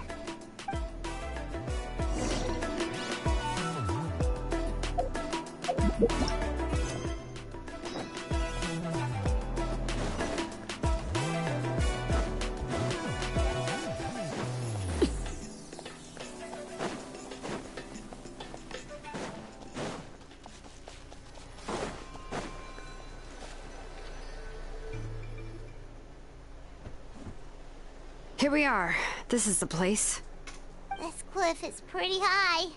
What are we going to do here? Are we going to climb to the very top and then throw this inscription down the cliff? I'm going to use phlogiston to make an engraving circle on the cliff wall. That will allow me to investigate the internals of the central inscription. Now let me see if this thing can even turn on. I was still an apprentice the last time I used it. Before we attempt to engrave the inside pattern of an ancient name with phlogiston, we always use this to draw out the engraving diagram on a cliff or open ground. Only after we've confirmed that phlogiston can flow properly through the internal engravings can we start formally working on the small internal engravings of the ancient name. If we want to dismantle the central inscription in a non-destructive manner, we'll have to use this thing. I really don't want to engrave such a large diagram with my bare hands. Oh, so you'll be able to see what it looks like on the inside without ruining Tlasoli's inscription? For the most part. If it were just an ordinary unfinished ancient name piece, I'd just take it apart and pour phlogiston into the internal engravings to see everything. But since it's a central inscription, it would be better not to destroy the blessing that Auntie has prepared for Nechka. So, Shilonin, does this central inscription fall under the 20% you understand about ancient names, or the other 80% you don't understand? Oh, don't worry. As I said, Auntie and I share an understanding of the most important principle, which is names are intrinsically valuable. Only by having names can things be sorted and categorized. They allow the world to become more orderly and identifiable. For example, when I order ore, I would usually say I need volcanic crystals of about 35% purity and no more than 3% of impurities. Without specific names, I would only be able to go to the ore merchant and say, I want this and this. No, this isn't it. That one. No, not that one either. Yeah, you see what I mean? Names are a crucial part of how we standardize our workflow. Without names, the work would be impossible. Yes, because forging ancient names is first and foremost a technical job. There's no debating that. As for the question of why it's important, as long as it does not affect your ability to perform your work, you'll gradually understand it as you put the process into practice. After all, creating an ancient name is quite the complicated process. Well, let me break it down even further. We're not in the tribe right now anyway. Essentially, by forging ancient names, I'm assigning nicknames to the heroes in Natlan's history. Giving someone a name is a subjective expression. You just need to express your hopes and wishes for them. But giving someone a nickname is a much more objective expression. To come up with a fitting and accurate nickname requires much thought and observation. If ancient names or nicknames aren't descriptive enough, no one will remember them anyway. So the best I can do is gather all the information I could and try to come up with the most fitting nicknames possible. Even a minor mistake in the process could cause people to misunderstand the nickname. For a name engraver such as myself, such mistakes would be considered a major blunder. Paimon isn't trying to come up with a nickname for Shilonen. Besides, all of Paimon's nicknames have been very descriptive. Everyone can remember them. Phew. Now I'm curious. Why don't you, come up with one for me? Are you serious? Of course. This is also my line of work, you know. Go ahead. A nickname? Shilonen. Well, she uses phlogiston to forge weapons and make names for others.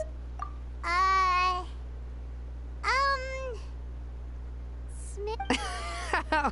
Yeah, not bad, not bad. And quite fitting, too. I'll remember it. But, you should keep observing my work, Paimon. Maybe you'll come up with an even better nickname. Right, okay. Time to make like a smith and start smithing. Watch closely.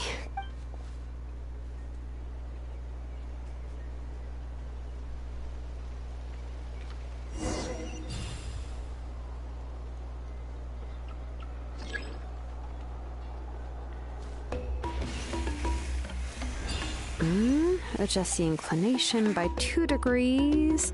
Stop.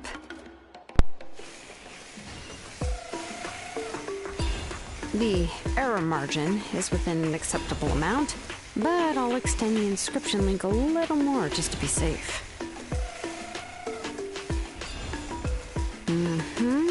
I'll leave some space here. When the linked engravings are activated, the inscriptions here will overlap with each other.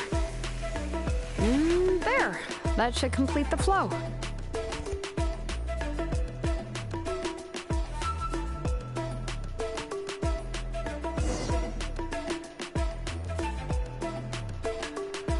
Amazing, Shilonen!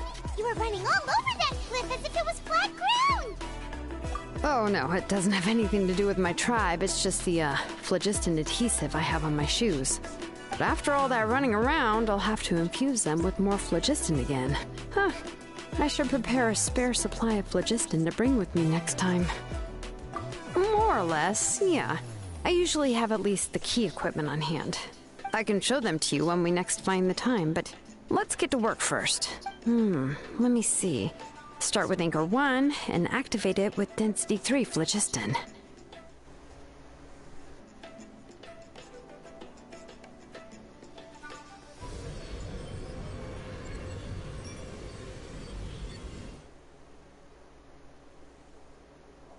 Whoa! A super huge diagram just appeared! Tlasoli's central inscription is even floating!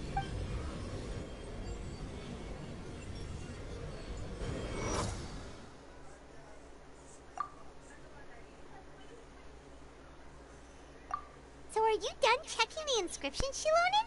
How does it look? I didn't find any anomalies in the phlogiston engraving.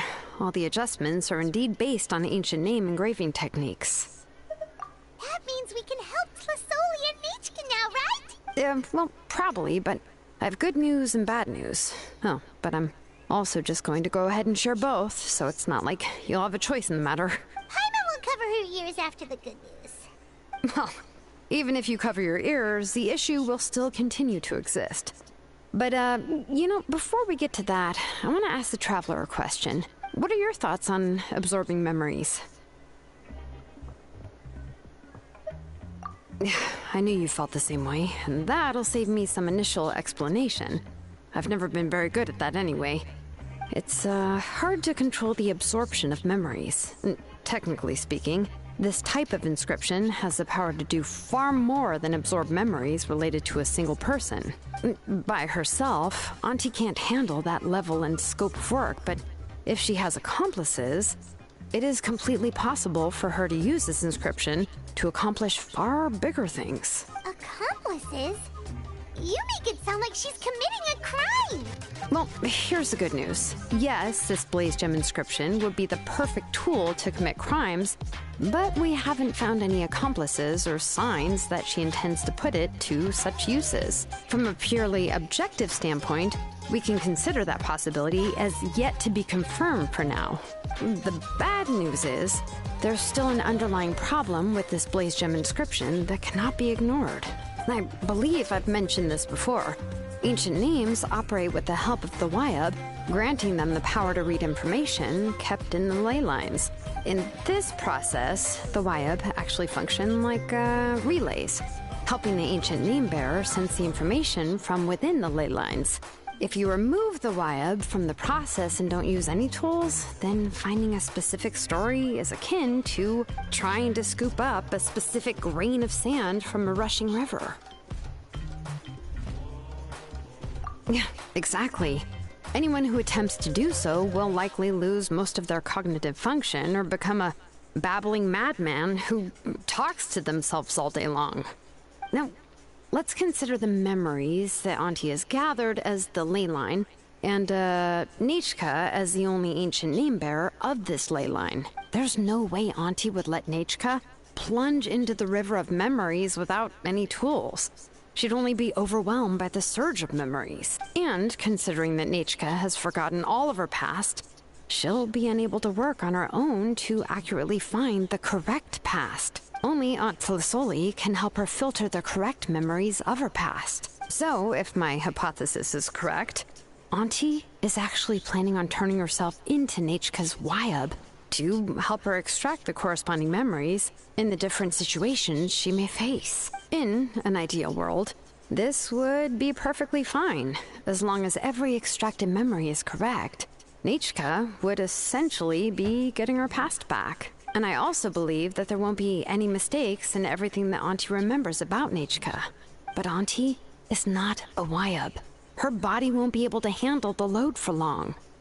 But how can we solve this problem? No matter how we try, Tlasoli will...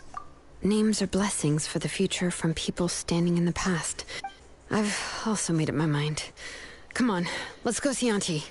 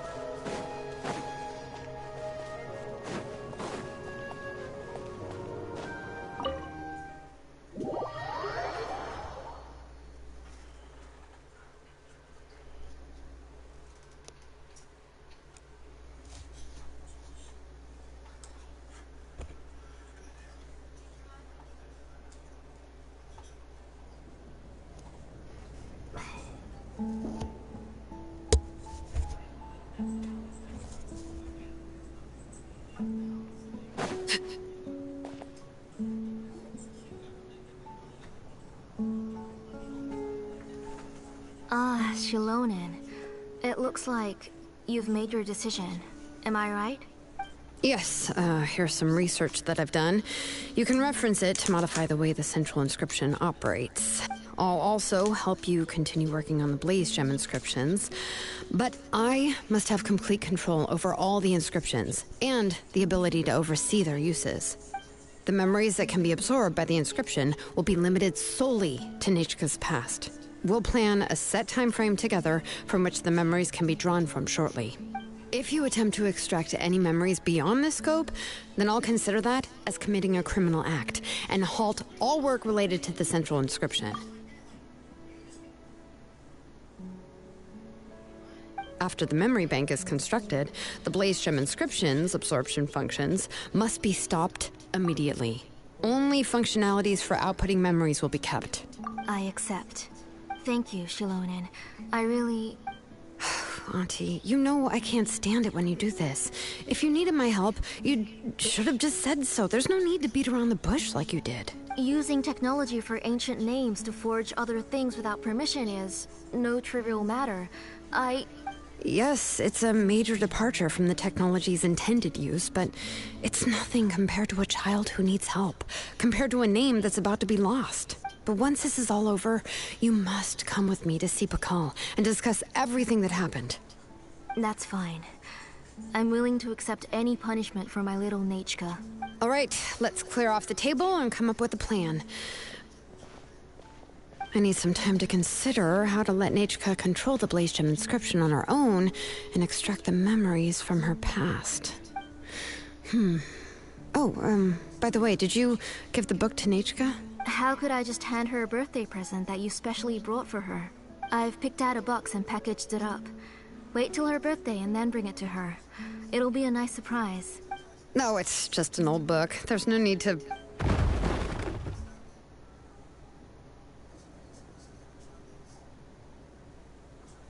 Oh! Is Nechka up again? But what was all that noise? It sounded like something broke. Uh-oh. What if something fell on her? We should check. Paimon will go have a look. Nechka, don't hurt yourself. Shilonen, is that you? You're Nechka? How many times have I told you? Don't get out of bed on your own. You were running a fever yesterday. Hello, Nechka. Thank you for the book. I've already read it several times. You've already read it? But didn't Tlasoli package up the book that Shilonen brought? No. She's all mixed up. The one she read isn't from Shilonen.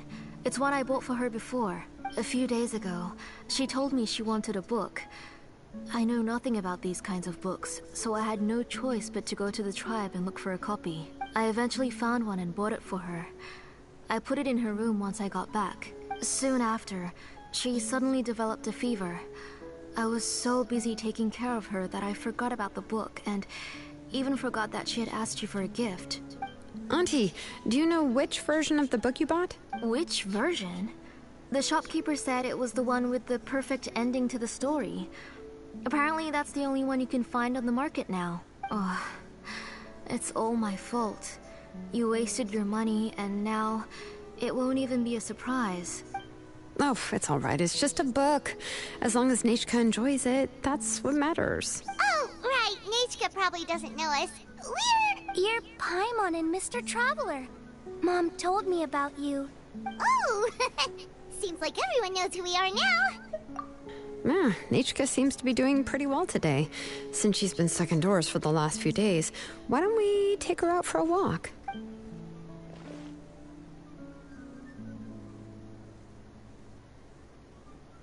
Take her for a walk.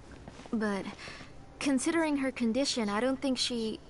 Oh, don't worry, Auntie. She'll be safe with the Traveler and me. We won't leave the tribe, and if anything comes up, we'll be sure to find the doctor immediately. Besides, it's her birthday in a few days, and we need to go to the tribe to buy some things. Let's give her a proper celebration. What do you think, Auntie? I promise I'll be good, Mom. Didn't you say before that I need more fresh air? All right. As you wish.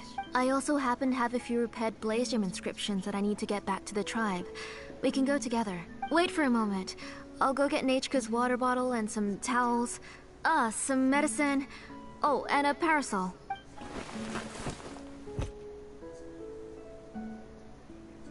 Talk about being prepared.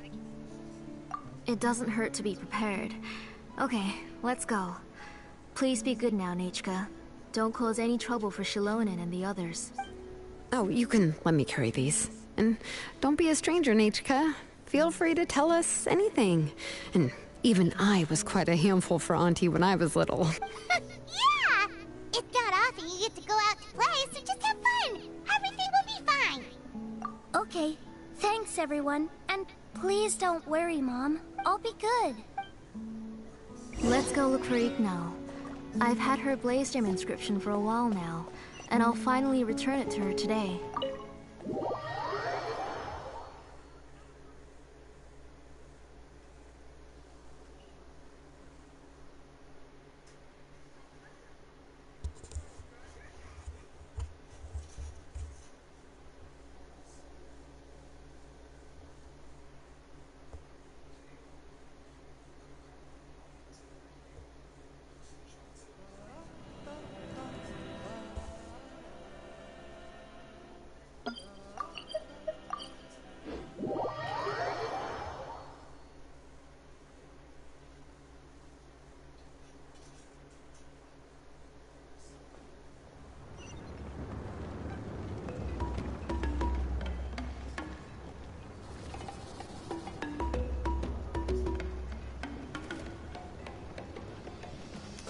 Tosoli, what brings you to the tribe today?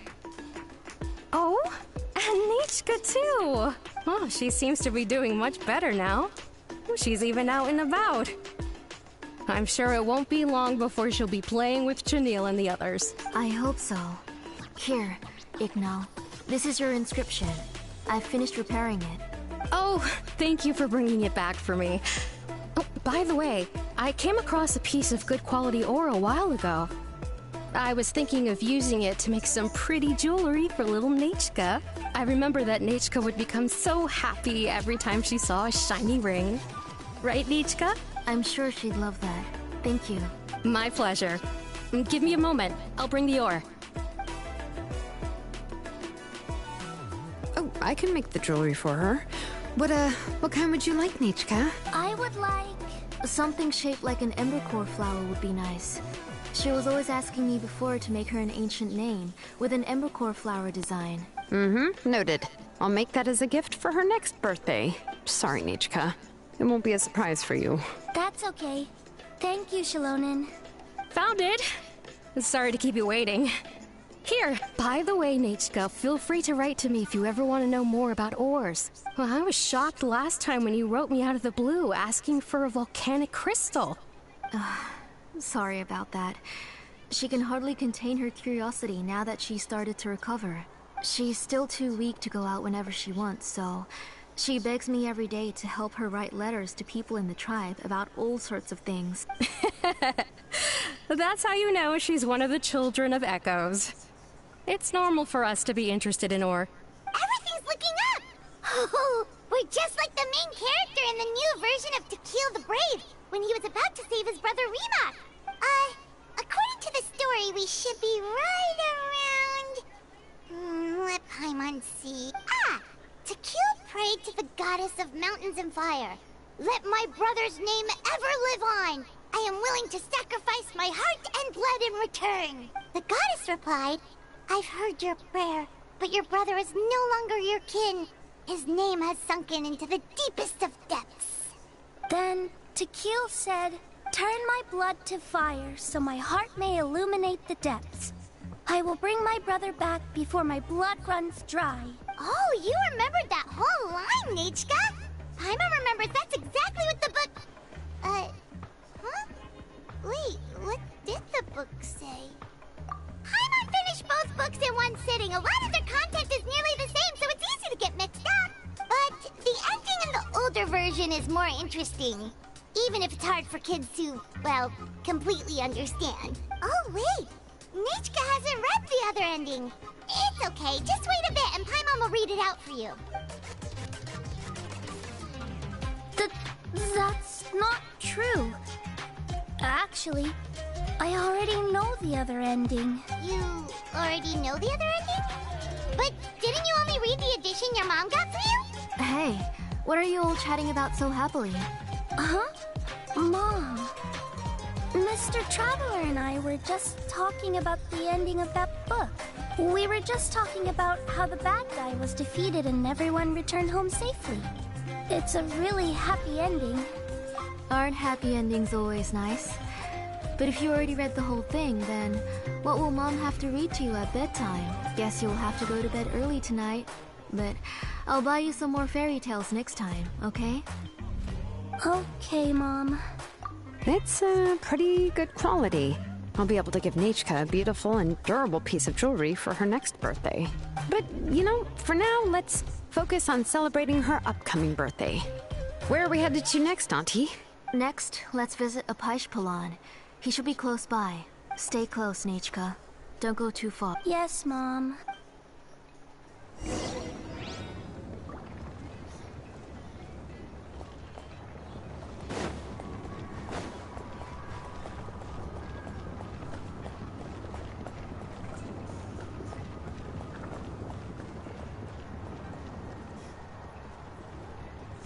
Why do my eyebrows keep twitching today? Strange. That means you're about to hit the jackpot, Apaish. I didn't expect to have 2 name engravers coming in today. Welcome. What are you looking to buy, Tlazoli? I'll give you a discount like usual.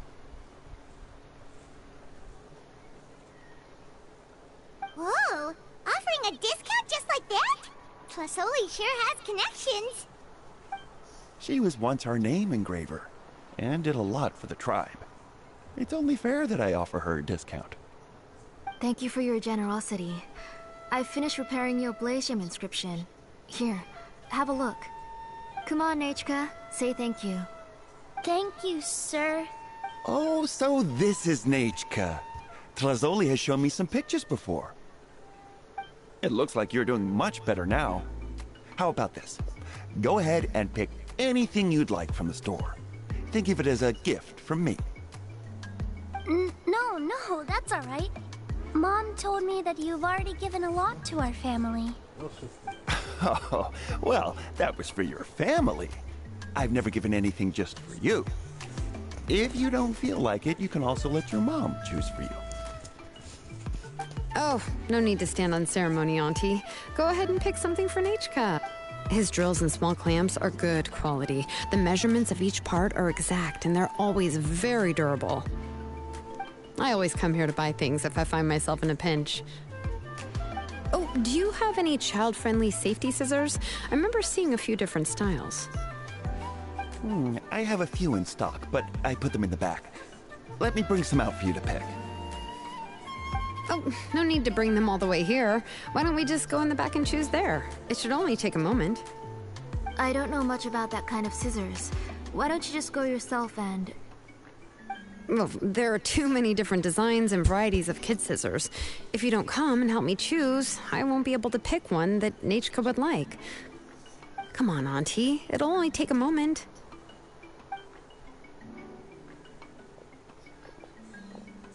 And there goes Shalone dragging Tlazoli off to buy more stuff. Ooh, what a busy day. I won't run off. Paimon, who's your favorite character in To Kill the Brave? Paimon's favorite? To Kill, of course. He went through a lot to rescue his family. In the old version of the story, he was never able to reunite with his family, but he was still really strong and fought as best as he could. What about you, Nechka? Which character do you like? I like Remak. Oh, the one who was possessed by Kuatlique, but never forgot his brother Tequil. He was also an amazing character. If it wasn't for his determination, both he and his brother would have been defeated by Kuatlique in the final battle. Of course! A story's only interesting if you can really get immersed in it. Hey, Nechka, why don't we play pretend? You can be Remak, and Paimon will be Tequil, okay? Mr. Traveler, can I play the role of Kuatlique? But isn't she the villain? In the old version, she even ate Remak and took on his appearance. Ah, right. She read the version with a happy ending. And that one, Kuatlique was defeated and the brothers both survived. Well, it doesn't matter. Only the lines at the end were different. You can go on ahead and say your favorite lines, Nechka. Paimon's read both versions, so she'll be able to play along. My favorite line is the one from the end. It's... Come here, Nechka. Look at you. You're sweating. Mom! Let me wipe your forehead. Now, drink some water. This child. You forget everything as soon as you start playing. We've picked something up for Nechka. A Paishpalan will deliver it to Auntie's house once he's packaged it up. How was Nechka? Oh, we were just about to get to the exciting part.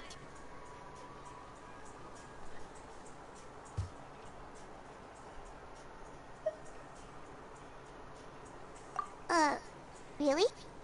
Oh, now that Paimon thinks about it, Shilonen has dragged Tlazoli away from us a couple of times now. But why? Let's talk later. Just trust me and act normal for now. Oh, we should head to our last stop, Auntie. It's real hot today, and we shouldn't let Nechka be in the heat for too long. Right. Let's go see Chevin and head back home.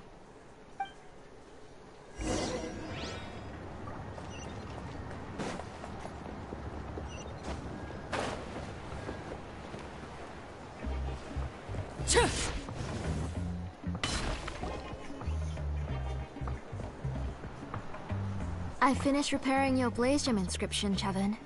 I've also reinforced it so it shouldn't fall apart so easily now. Thank you.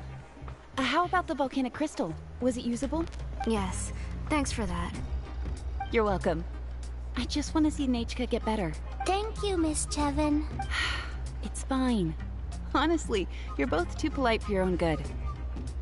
I was wondering where you got the ore for such a large-scale blaze gem inscription. So you must be one of Auntie's accomplices, then. Oh, Shilonen. We already know what's going on. You had me worried there. I thought we'd been found out. We'd be in real trouble if Bakal ever got wind of it. To be honest, I won't be able to cover it up for much longer. I've been traveling away from home every few days, and the ore reserves have noticeably decreased. The last time Bakal came and asked me about it, I could only say that I'd been using up a lot of ore to research new styles of jewelry. As for why I had been leaving so often, I said that I'd found a new ore vein and wanted to extract some new gems from it. Sorry. I've been talking my head off. Please, come in and have a seat. Sure, we can sit for a moment, but... Miss Chevin, can I go see some of the jewelry over there? You mean Amisha's work? Sure, go ahead. Remember to stay in the shade as much as you can. Paimon wants to go too! We'll go together. Paimon hasn't looked at Natlan's jewelry very closely yet. Really? Then Paimon's gonna take a good look at what they have. You haven't bought any jewelry for a while, Auntie. Why don't you pick one out? Come on, Nichka! We don't know anything about Natlan's jewelry. Mr. Traveler, Come here, Nachka. Huh? Sorry, Chevin and Shilonen, but it's already getting late. It'll be Nachka's birthday in a few days. No problem. I'll be... Mom,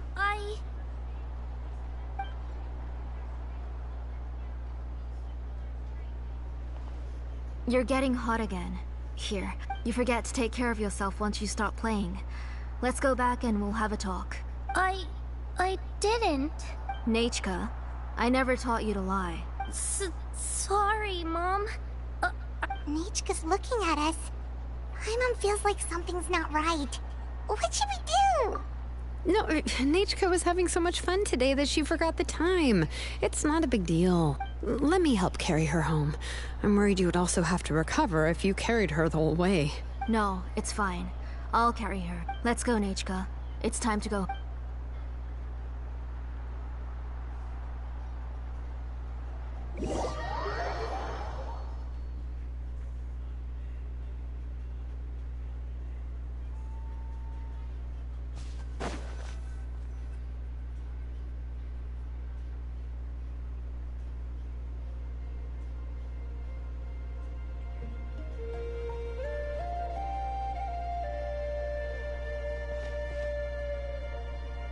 Thank you, everyone, for spending so much time with us today. Please be sure to come to Nachka's birthday party.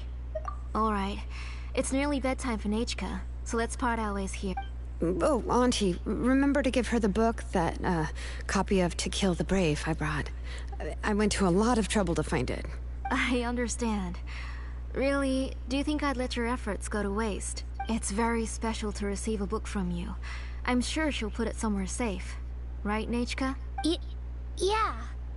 Thanks, Shilonen.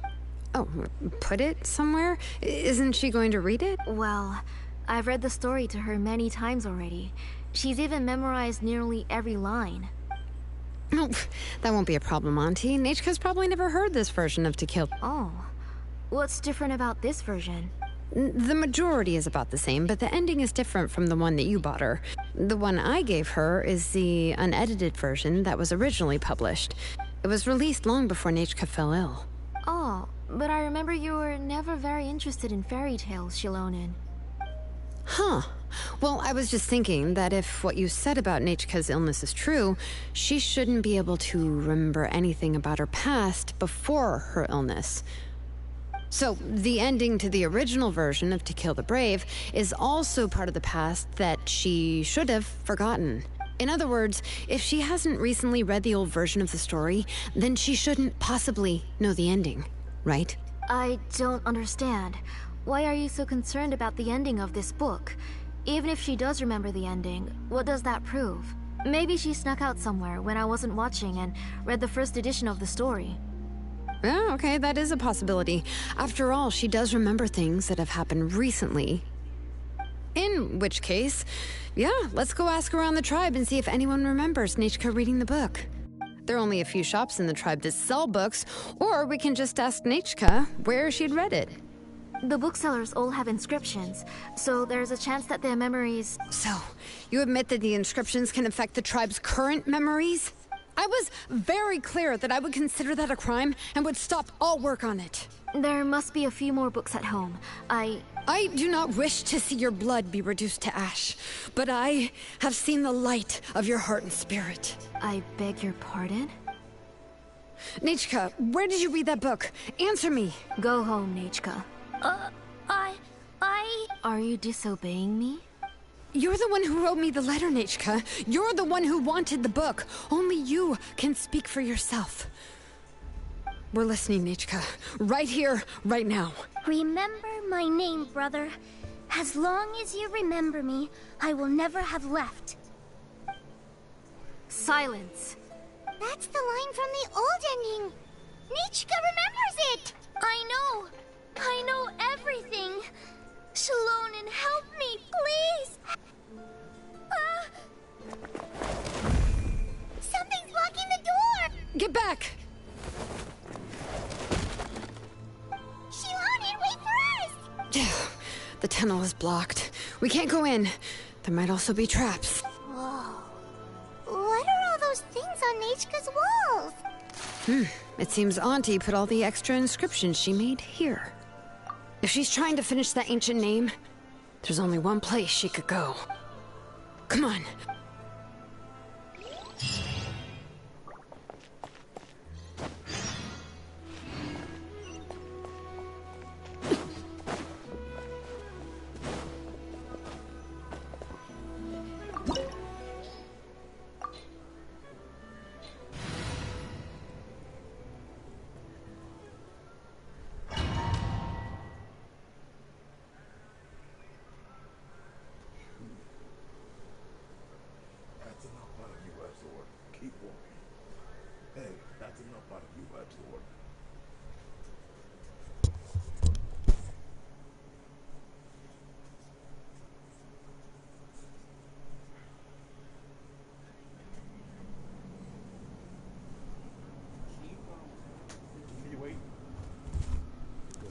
What is this place?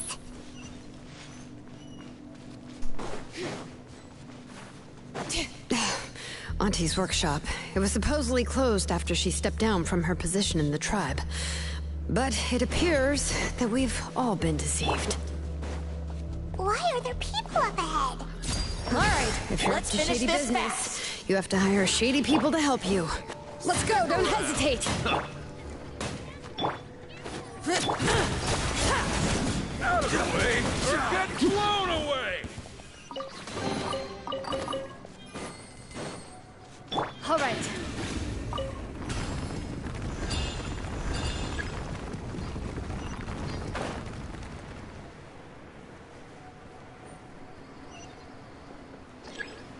Bring it!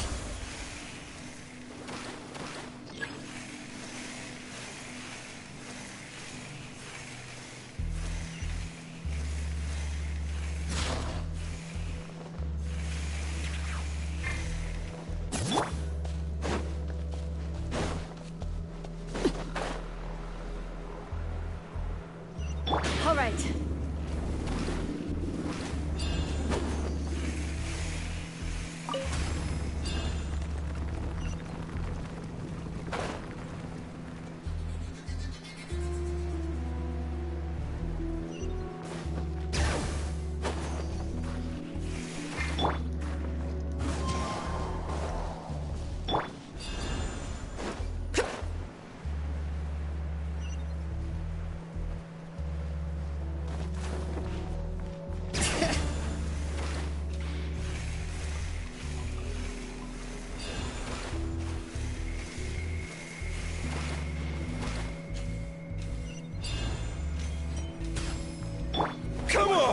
Show me your courage!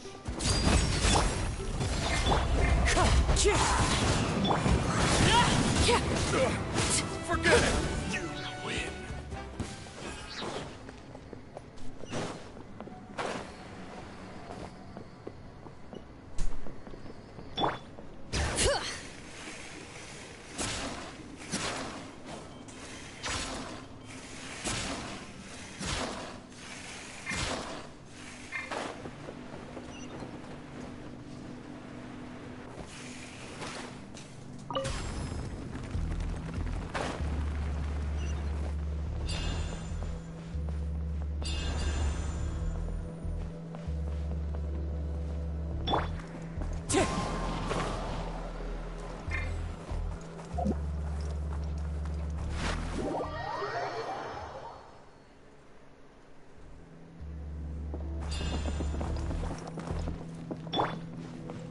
Bring it!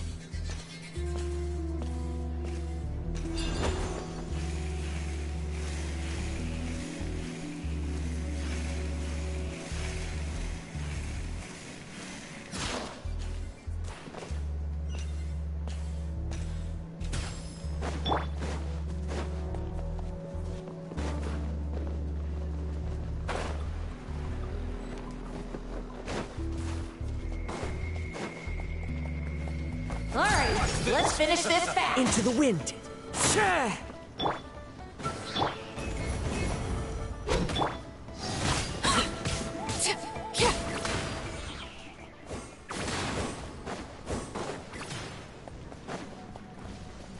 Teamwork is tricky. Clouds high. The birds. Yes, you are. The door's closed here too. Where should we go now? The transport system seems to still be functioning. Let's go look for the controls and get this cart running again. Maybe it can take us further inside.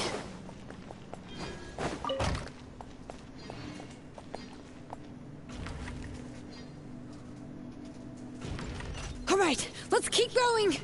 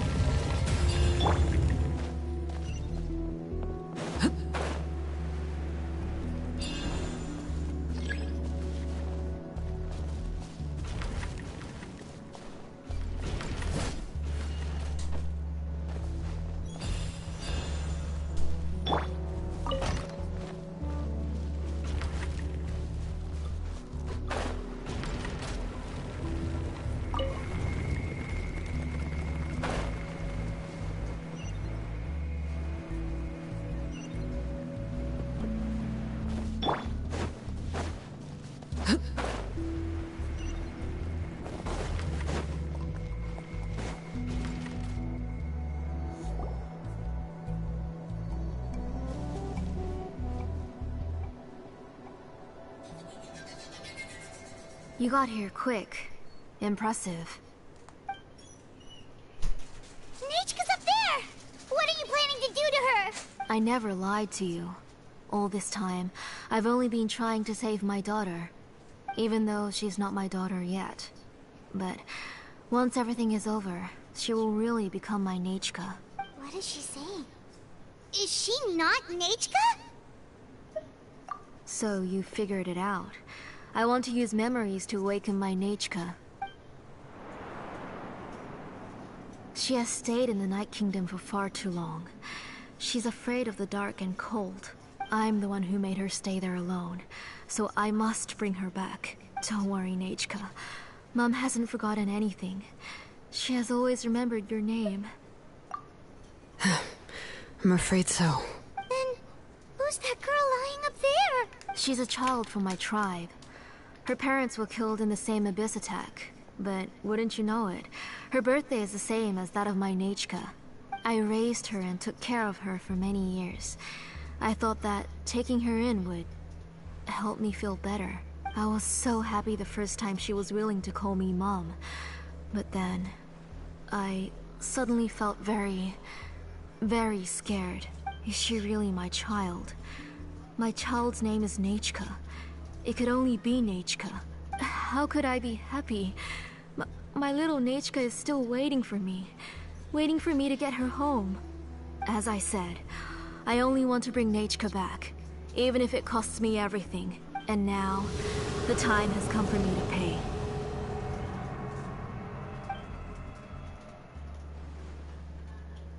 As for my useless ancient name, it's finally time to put it to good use. If you're not willing to help me, then you can become the fuel for Nechka's ancient name.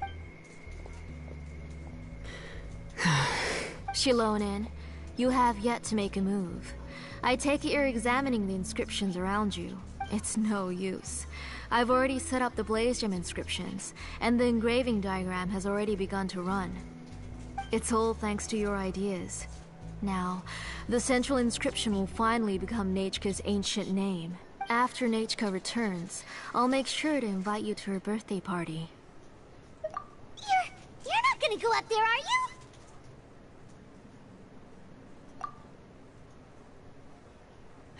There's a flaw in this engraving diagram.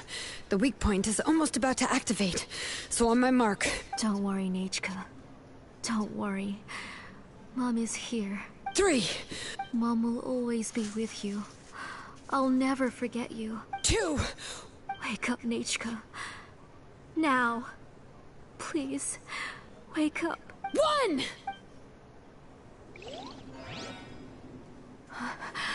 It's alright. It's alright. You'll see Mommy soon. Nechka.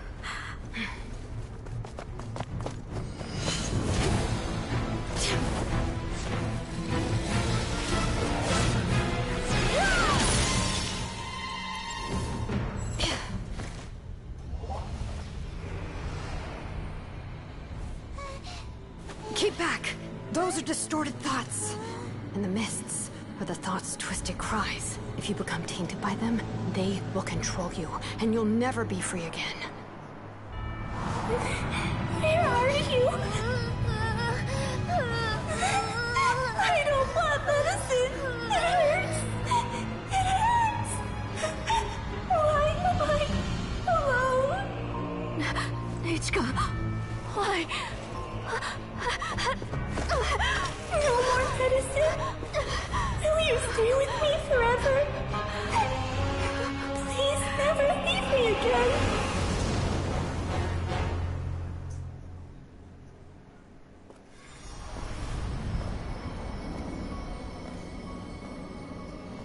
Telasoli, you're the one who twisted Nechka's name into a shackling prison.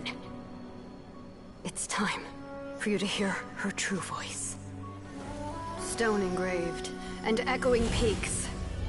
Converge, disperse. In ashes be reborn. For flames born anew, and the blazing dawn. Mommy will be with you. Nechka. Always. And forever. Mommy, I've always been with you. And now you're finally listening to me.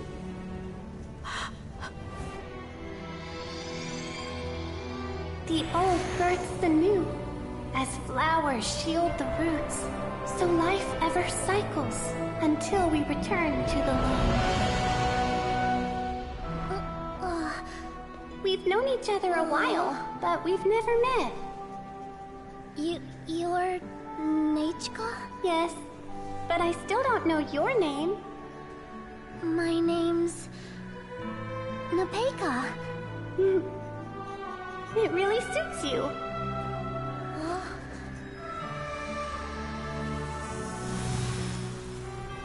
Nepeka,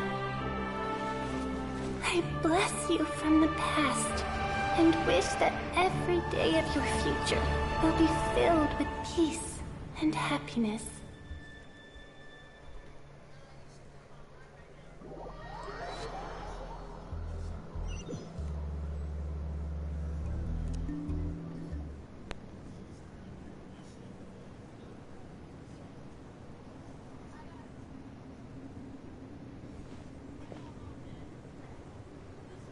I saw Nechka and was speaking with her, but now... Where did she go? Nechka? Nechka? Where are you? Answer, Mummy. Please. Please. Shilonen, you saw her too, didn't you? You saw my little Nechka. I felt her hands and hugged her. I was right. I was right. Those gray shadows were just a minor mistake. I just need to restart the ritual again. Alright, I'll start it again and Nechka will... Have you still not come to your senses, Auntie? What senses? I was not wrong. Nothing about what happened was wrong. She's just a little upset and was trying to ignore me. That child sure knows how to throw a tantrum. But I understand. I can accept that. Enough, Tlasoli! The person you summoned with the Blaze Gem inscription wasn't the real Nechka at all. You collected memories of Nechka from countless people, but you forgot one thing. Among what you gathered were not only real memories, but also countless emotions. Didn't you realize what kind of emotions people would feel upon seeing Nechka's condition?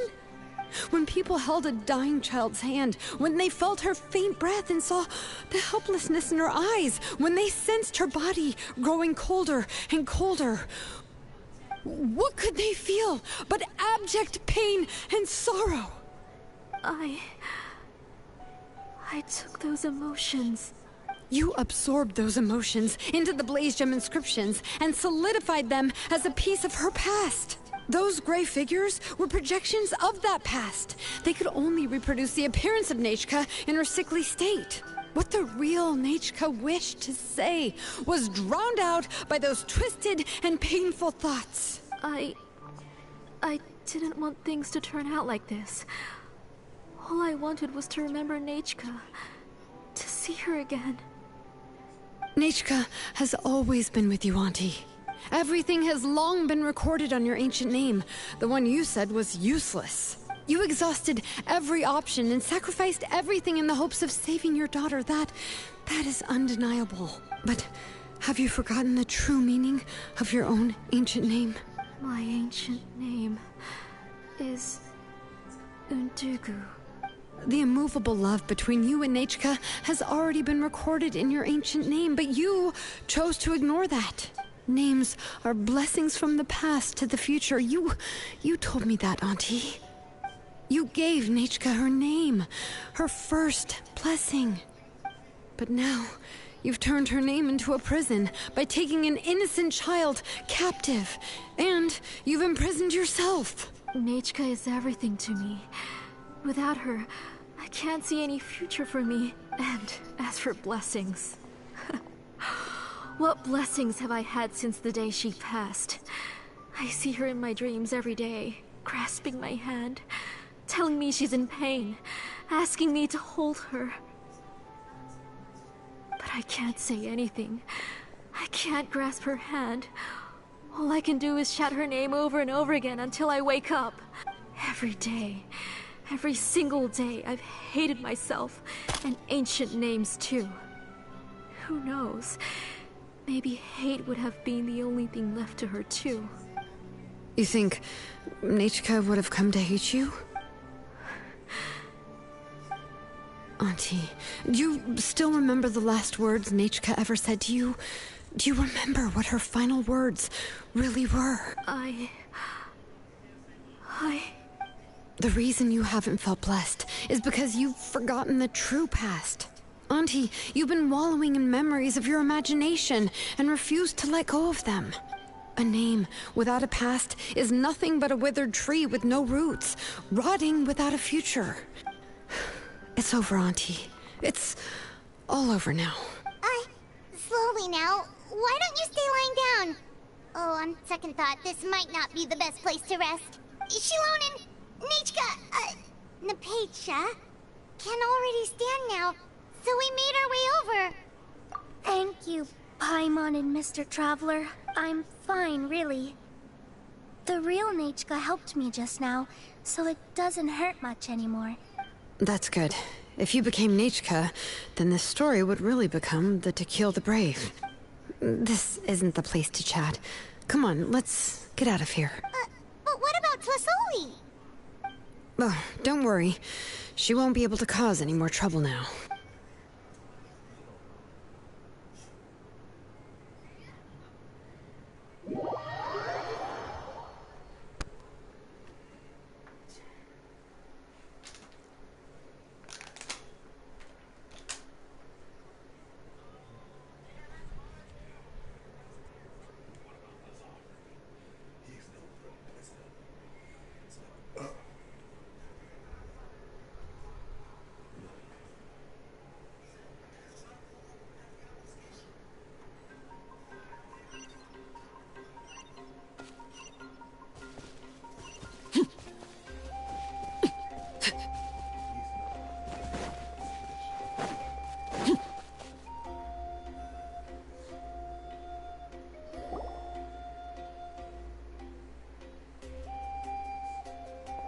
All right, I've locked Auntie in the house with a few ropes. I'll take her to the tribe shortly to be punished for what she did. As for now, we can get away from the house and get some sun. After dealing with all of that, I'm completely out of energy. She's already planned out everything. Shilonen sure doesn't waste time. It's still so scary to imagine. Tlasoli wanted to turn her adopted child into Nechka, and she even nearly succeeded. Yeah, she was so cool in the final moments. She went right into action and took control of the situation instantly. Well, it's all thanks to Nepeka's resilience. She never gave up. If it weren't for her bravely trying to get help, then I wouldn't have noticed Auntie's plan so easily.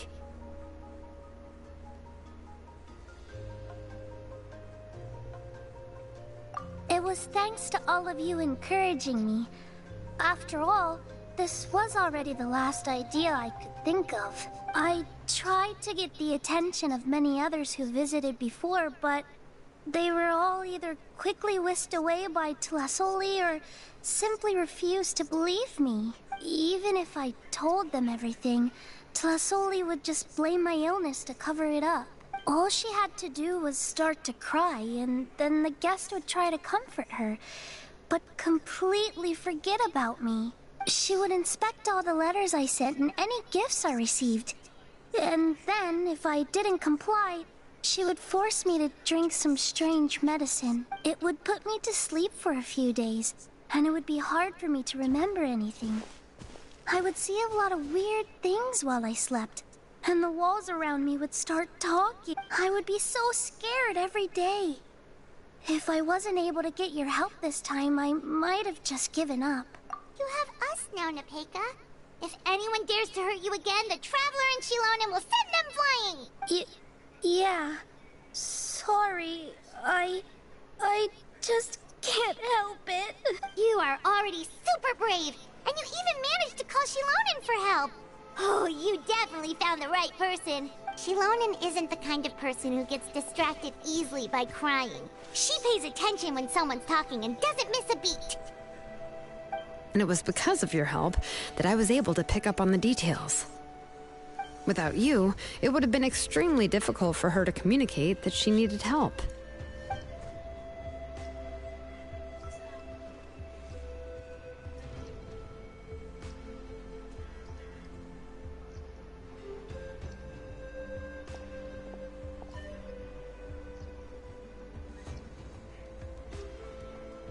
Tlasoli would certainly be more on guard if I tried to speak with her, and would probably have just kept Nepeka locked up in a room again. So we had a part to play too! But where did Tlasoli even get the confidence to try this scheme? When Nechka was alive, surely many tribe members would have tried to help her. Was she not scared that someone would realize that Nepeka wasn't Nechka? That's certainly a possibility. The inscription she created would not only collect information related to Nechka's past, but also actively erase people's memories of Nechka. It's similar to graffiti. If you want to paint something new on a wall that has been painted before, then first you must remove the old painting. It's possible that I was also one of her targets, which would explain why she was so willing to let me have the central inscription. Whoa. And you still took it? If it were Paimon, she would have thrown that thing away the first chance she had! Well, you can uncover the truth without taking some risks, right? If I hadn't disassembled the inscription myself, I would have never realized her actual motives. So you suspected her from the very beginning? Oh, no, she's my auntie after all. How could I have seen her as a villain from the start? The most I did was keep the possibility and a corresponding plan in mind, and it was just our luck that the worst-case scenario actually happened. But now that I look back on it, we still managed to rescue a suffering child, even if that wasn't our original intention. Anyway, I think we've just about summarized everything and praised each other enough by now. Everything is finally over, and Nepeka can finally be herself. So, what should I do now, Shalonen? You should do whatever you like, of course. No one's going to lock you up anymore.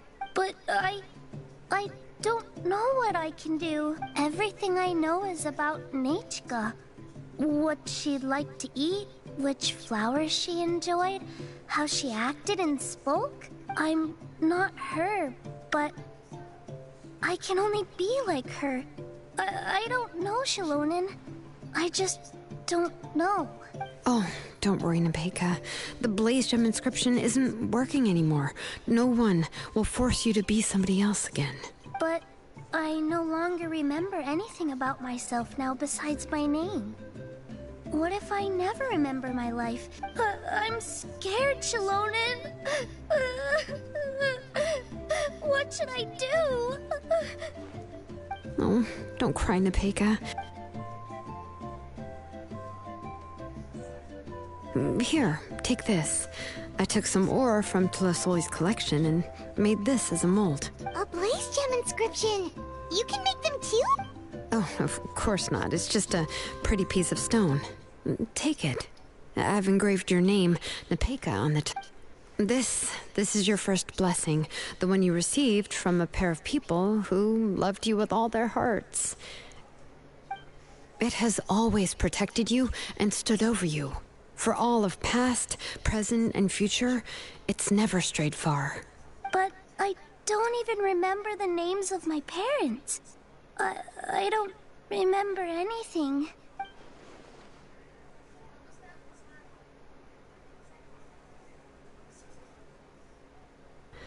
Huh.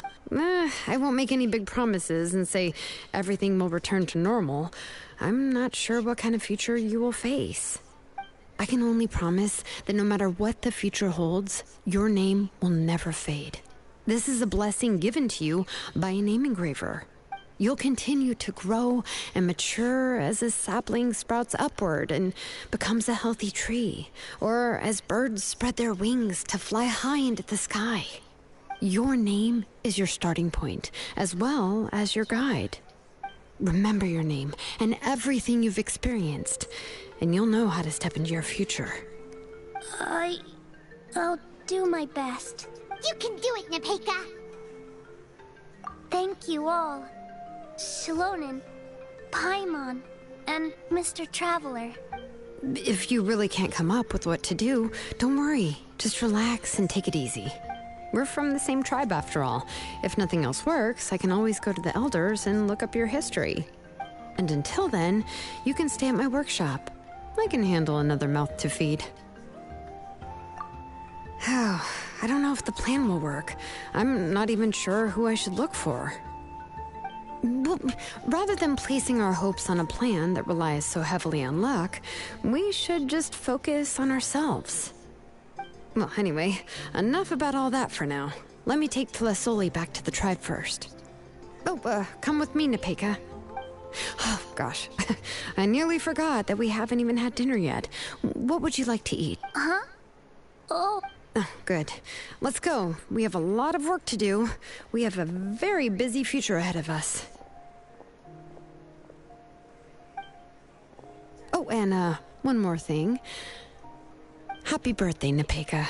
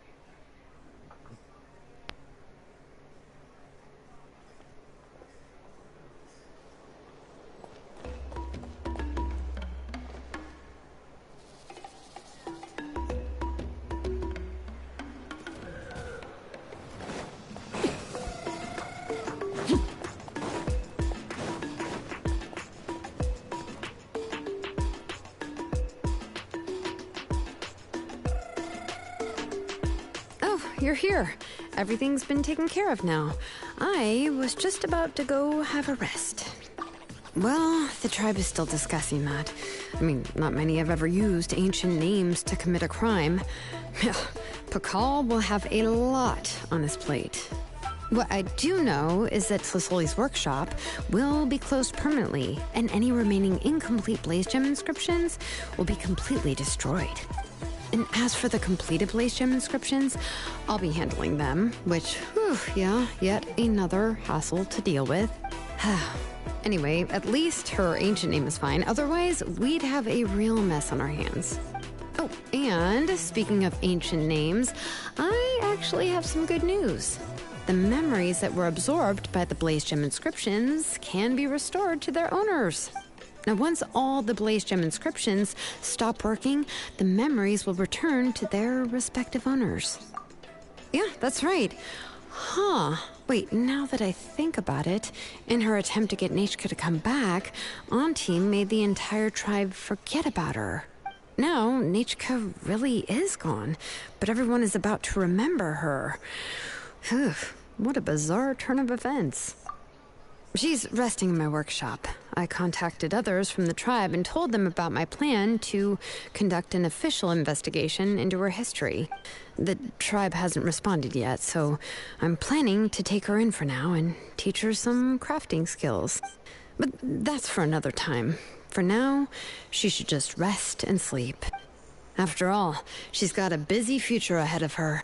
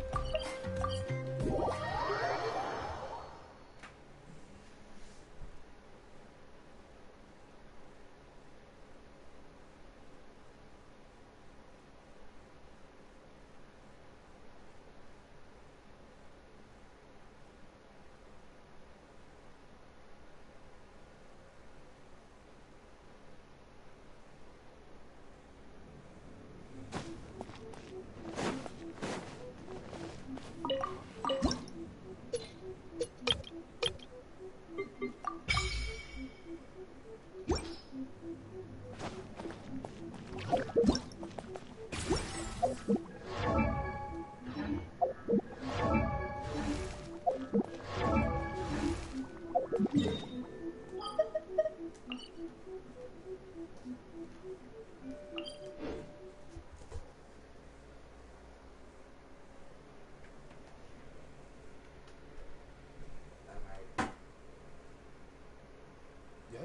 What do you accuse it?